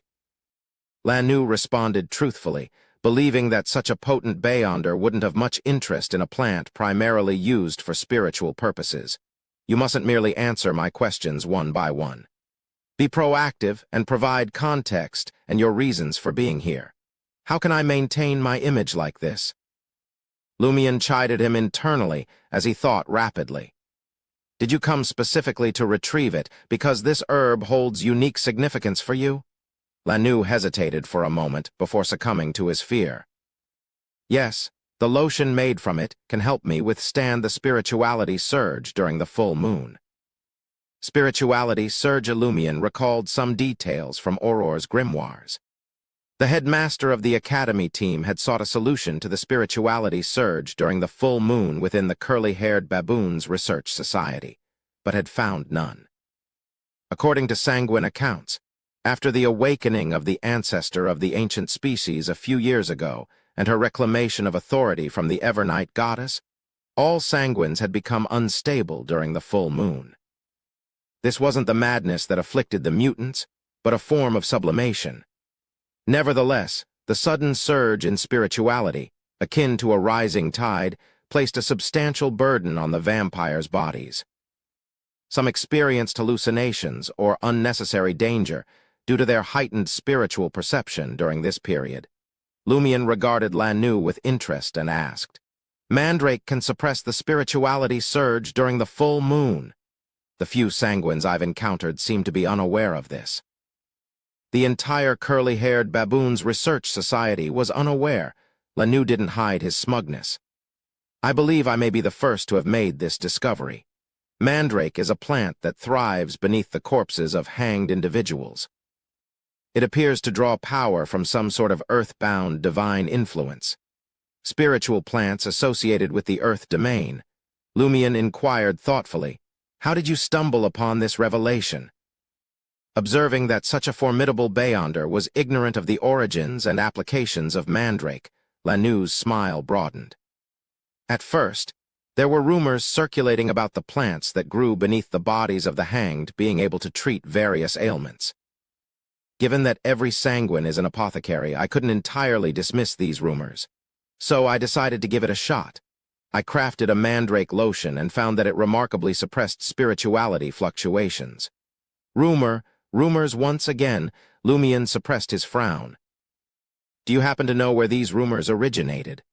"I'm afraid not," Lanu replied with a shake of his head. "In Trier, rumors abound. For example, in recent months, I was concerned that the reckless harvesting of mandrake by uninformed citizens might disrupt its growth. However, new rumors have surfaced, with people now chasing after blood-soaked soil from death row inmates. It's indeed a challenge to trace the origins of rumors in Trier," Lumion remarked, a touch of resignation in his voice. "Why did you bring soil stained with the blood of a death row inmate to the gallows?" Lanu proudly displayed his findings. "I've discovered that mandrake flourishes beneath the bodies of hanged individuals. While it's most effective, hanging people isn't a common occurrence. However, by using the blood of other death row inmates to nourish it, mandrake can still grow.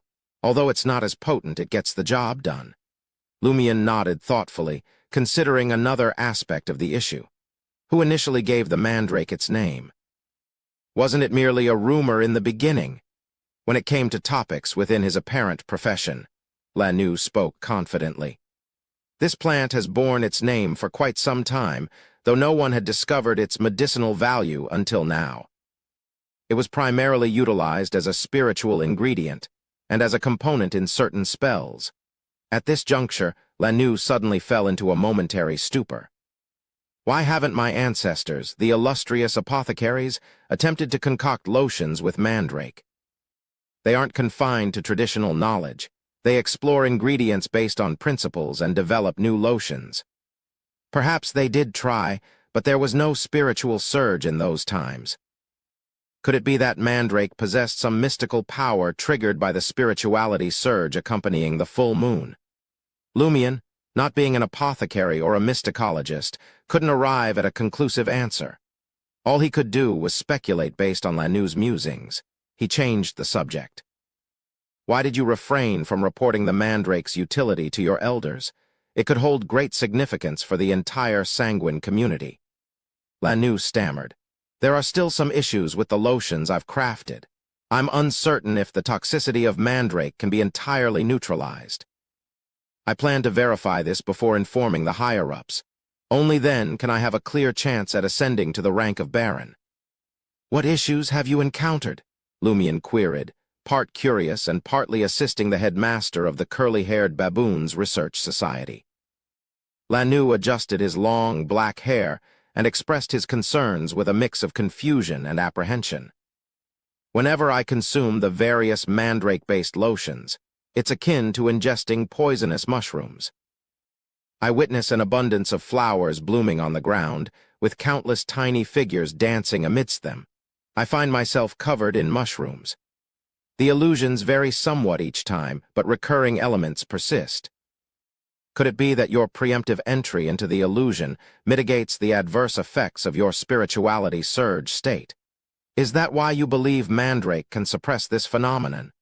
Lumion silently pondered. Without further ado, he activated his spirit world traversal ability and vanished from Lanou's view. A Sequence 5 traveler or an item of similar nature? Lanou heaved a sigh of relief, hazarding a rough guess as to why the other party could appear beside him before he could react. Coupled with the strange white beams, such a figure was undoubtedly formidable below the demigod level. Chapter 400. Transferring Burdens. The street lamps outside the window had already lit up.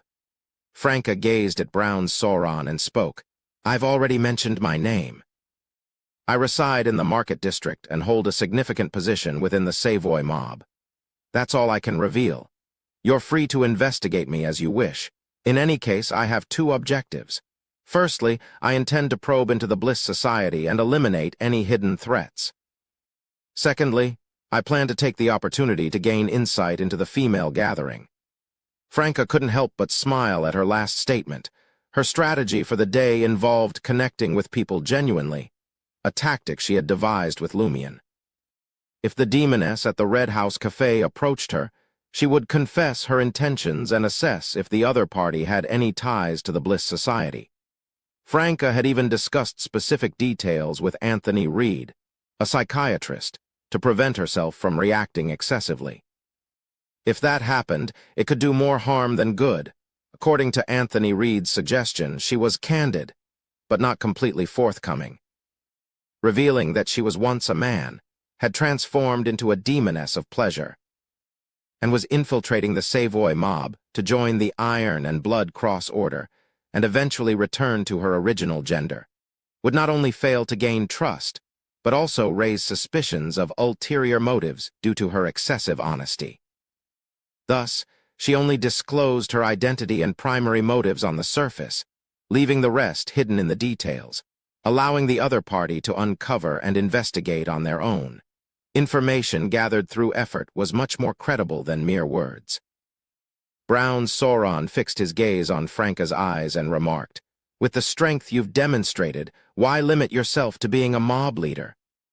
For something of great importance, I believe you would have done the same." Franca replied cryptically, hinting that she had also discerned the other party's path, approximate sequence, and original circumstances. With that, she raised her hand to touch the silver-white earring fastened to her right earlobe and added with a grin, "I forgot to mention that this isn't my true appearance. My disguise is quite effective. Otherwise, why did you lose track of me the last time?" Browns glanced at the silver earring, nodding in comprehension. Instead of delving deeper into Franca's identity, the conversation shifted toward the topic of the Bliss Society. Franca could discern that the demoness placed significant importance on the Red House Cafe's female orgies, and was cautious about any organizations or individuals with hidden agendas. "Are you telling me that you genuinely form romantic connections with some of the participants in these orgies and have developed feelings for them?"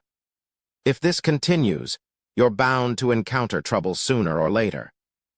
It's perfectly natural to have emotions, but seeking them in such gatherings is a sign of a narrow perspective. Can't you completely separate the spiritual from the physical? When there's too much spiritual connection, the desire for physical intimacy grows. Conversely, with too much physical intimacy, it's inevitable for souls to draw closer. As an observer, Franca offered her critique of Brown's Sauron's situation, drawing from the knowledge and experiences of 2 lifetimes that had led to her philosophical reflections. This insight allowed her to grasp her first principle as a demoness of pleasure to some extent. She didn't withhold any information. On the one hand, she suspected that the demoness sect had fostered such an innocent and emotionally driven demoness because they had their sights set on the Sauron family. On the other hand, she recounted the general activities and abilities of the Bliss Society. Upon hearing the name Sex Addict and its corresponding behavior, Brown's Sauron's expression grew serious and cautious. Franca knew when to conclude the conversation. She finished her after-dinner liqueur, rose gracefully, put on her blue bonnet, and departed from the Red House Café. As she entered the rental carriage and returned to the market district, her mind raced, analyzing potential vulnerabilities. I need to persuade Jenna to move out, but having her stay in my apartment might reveal my true gender. I must remind her not to display her assassin and instigator abilities for the time being. The issue with Seal is that if Brown's Sauron and Poofer Sauron frequently interact, they might discover that the affluent merchant's generous scion is, in reality, the leader of the market district's mob, exposing the Iron and Blood Cross Order's hidden agenda. Yes, Brown's is affiliated with the Demoness sect and doesn't share the same interests as the Sauron family. There is a significant likelihood that she would conceal this fact and exploit it. Brown's is brimming with emotions. Is she preparing for the affliction of a Sequence 5? Rue du Rossignol, Market District. Lumion teleported back to his safe house. While waiting for Franca to return lie to him and allow him to revert to his original appearance, he contemplated the rumors circulating about the human blood bread. It would have been manageable if I had discovered it from the outset, but now it's already widely believed. Hundreds or perhaps thousands of people have bought into it. Tracing it back to the source will be extremely challenging. Moreover, even if I locate the origin, the person responsible may be filled with false information and unable to identify their source. Finding a skilled psychiatrist who can hypnotize people is quite a task. The Mandrake rumor Lanu Brutch had heard appears suspicious, after careful consideration. Lumion decided not to dwell on it. He would report it to Madame Magician and explore the possibility of hiring someone like Madame Susie or even a high-ranking psychiatrist such as Madame Justice to investigate the source of the rumors. They were experts in similar operations and possessed all the abilities of I know someone, and even more. The matter concerning the celestial worthy of heaven and earth for blessings was a shared mission of the Tarot Club. Likewise, Lumion intended to burden the major arcana card holders with the other clue. Given his abilities, it was practically impossible for him to investigate it further. He believed that since Loki was operating within Bureau 8, there was a chance he had either subtly influenced some of his colleagues or been discovered by them. All these were potential leads. However, based on his experiences dealing with a marionettist, Lumion recalled the events at the Alone Bar and the puppet show in the basement. It wasn't as murky as he had initially thought. It exuded an aura of malevolence, obscurity, and terror, and he could distinctly perceive the tangible danger concealed within the various details. He suspected that most of the spectators at the Marionette Theater were, in fact, marionettes themselves, fitting the bar's name. Alone. It seemed that there was only one living person amidst the marionettes. Of course, this was somewhat exaggerated. It was evident that a few Bureau 8 members were working as bartenders and waitstaff at the Alone Bar, including Loki and Lee. Nevertheless, Beyonders capable of manipulating an entire theater filled with marionettes were far more powerful than Loki. They likely exceeded Sequence 5, and might even be demigods of the seer pathway. Regardless of Lumien's confidence, he didn't believe he could uncover any clues in a bar protected by a demigod. He didn't dare to attempt it. Only the major arcana card holders of the Tarot Club could conduct a thorough investigation in that direction. Without hesitation, Lumien unfolded a letter and began reporting his findings to Madame Magician. As the doll messenger was summoned, it cast a glance at Lumien and remarked, "Do you enjoy dressing up? Is that because I'm wearing a new face?" Lumien smiled and replied, "It's a necessity in certain situations. Disguises help ensure that one remains unrecognized when carrying out certain tasks." The messenger nodded slowly. "No wonder you can't tell I'm different every day." Lumien gazed at the light golden attire of the doll. Messenger, unsure whether to offer a truthful response or a white lie. "In what way is it different from before?" Observing Lumien's silence, the messenger snatched the letter and stated sharply, "My hair is smoother, my skin is more elastic, and my dress is new."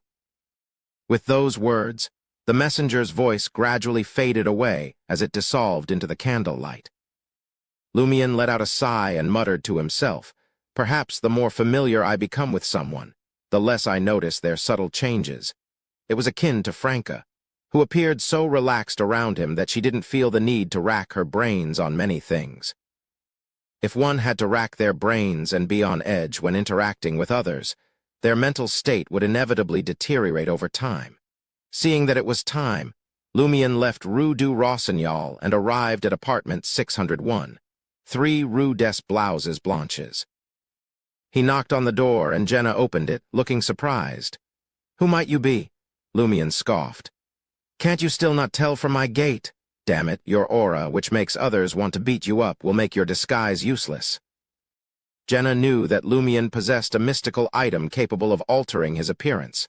Once Lumien entered the living room, he glanced around. "Where's Franca?" "She hasn't returned from her visit to the Red House Café." Jenna replied, already aware that Franca had intentions of engaging with a member of the Demoness sect. She had also heard her companion mention the secret organization's animosity towards female assassins. Lumien stroked Franca's mirror substitution in his arms and settled into an armchair when he saw that nothing was amiss. This was Jenna's usual spot. Jenna rolled her eyes at him and perched on the armrest of a nearby chair. She asked thoughtfully, "Why do you have so many enemies?" "How many of them are there?" Lumien had briefly recounted the Cordu disaster, but had omitted much of his past. He replied simply, "The soul-summoning spell that caused my sister's problem was acquired from an organization called April Fools. They intentionally sold it to my sister.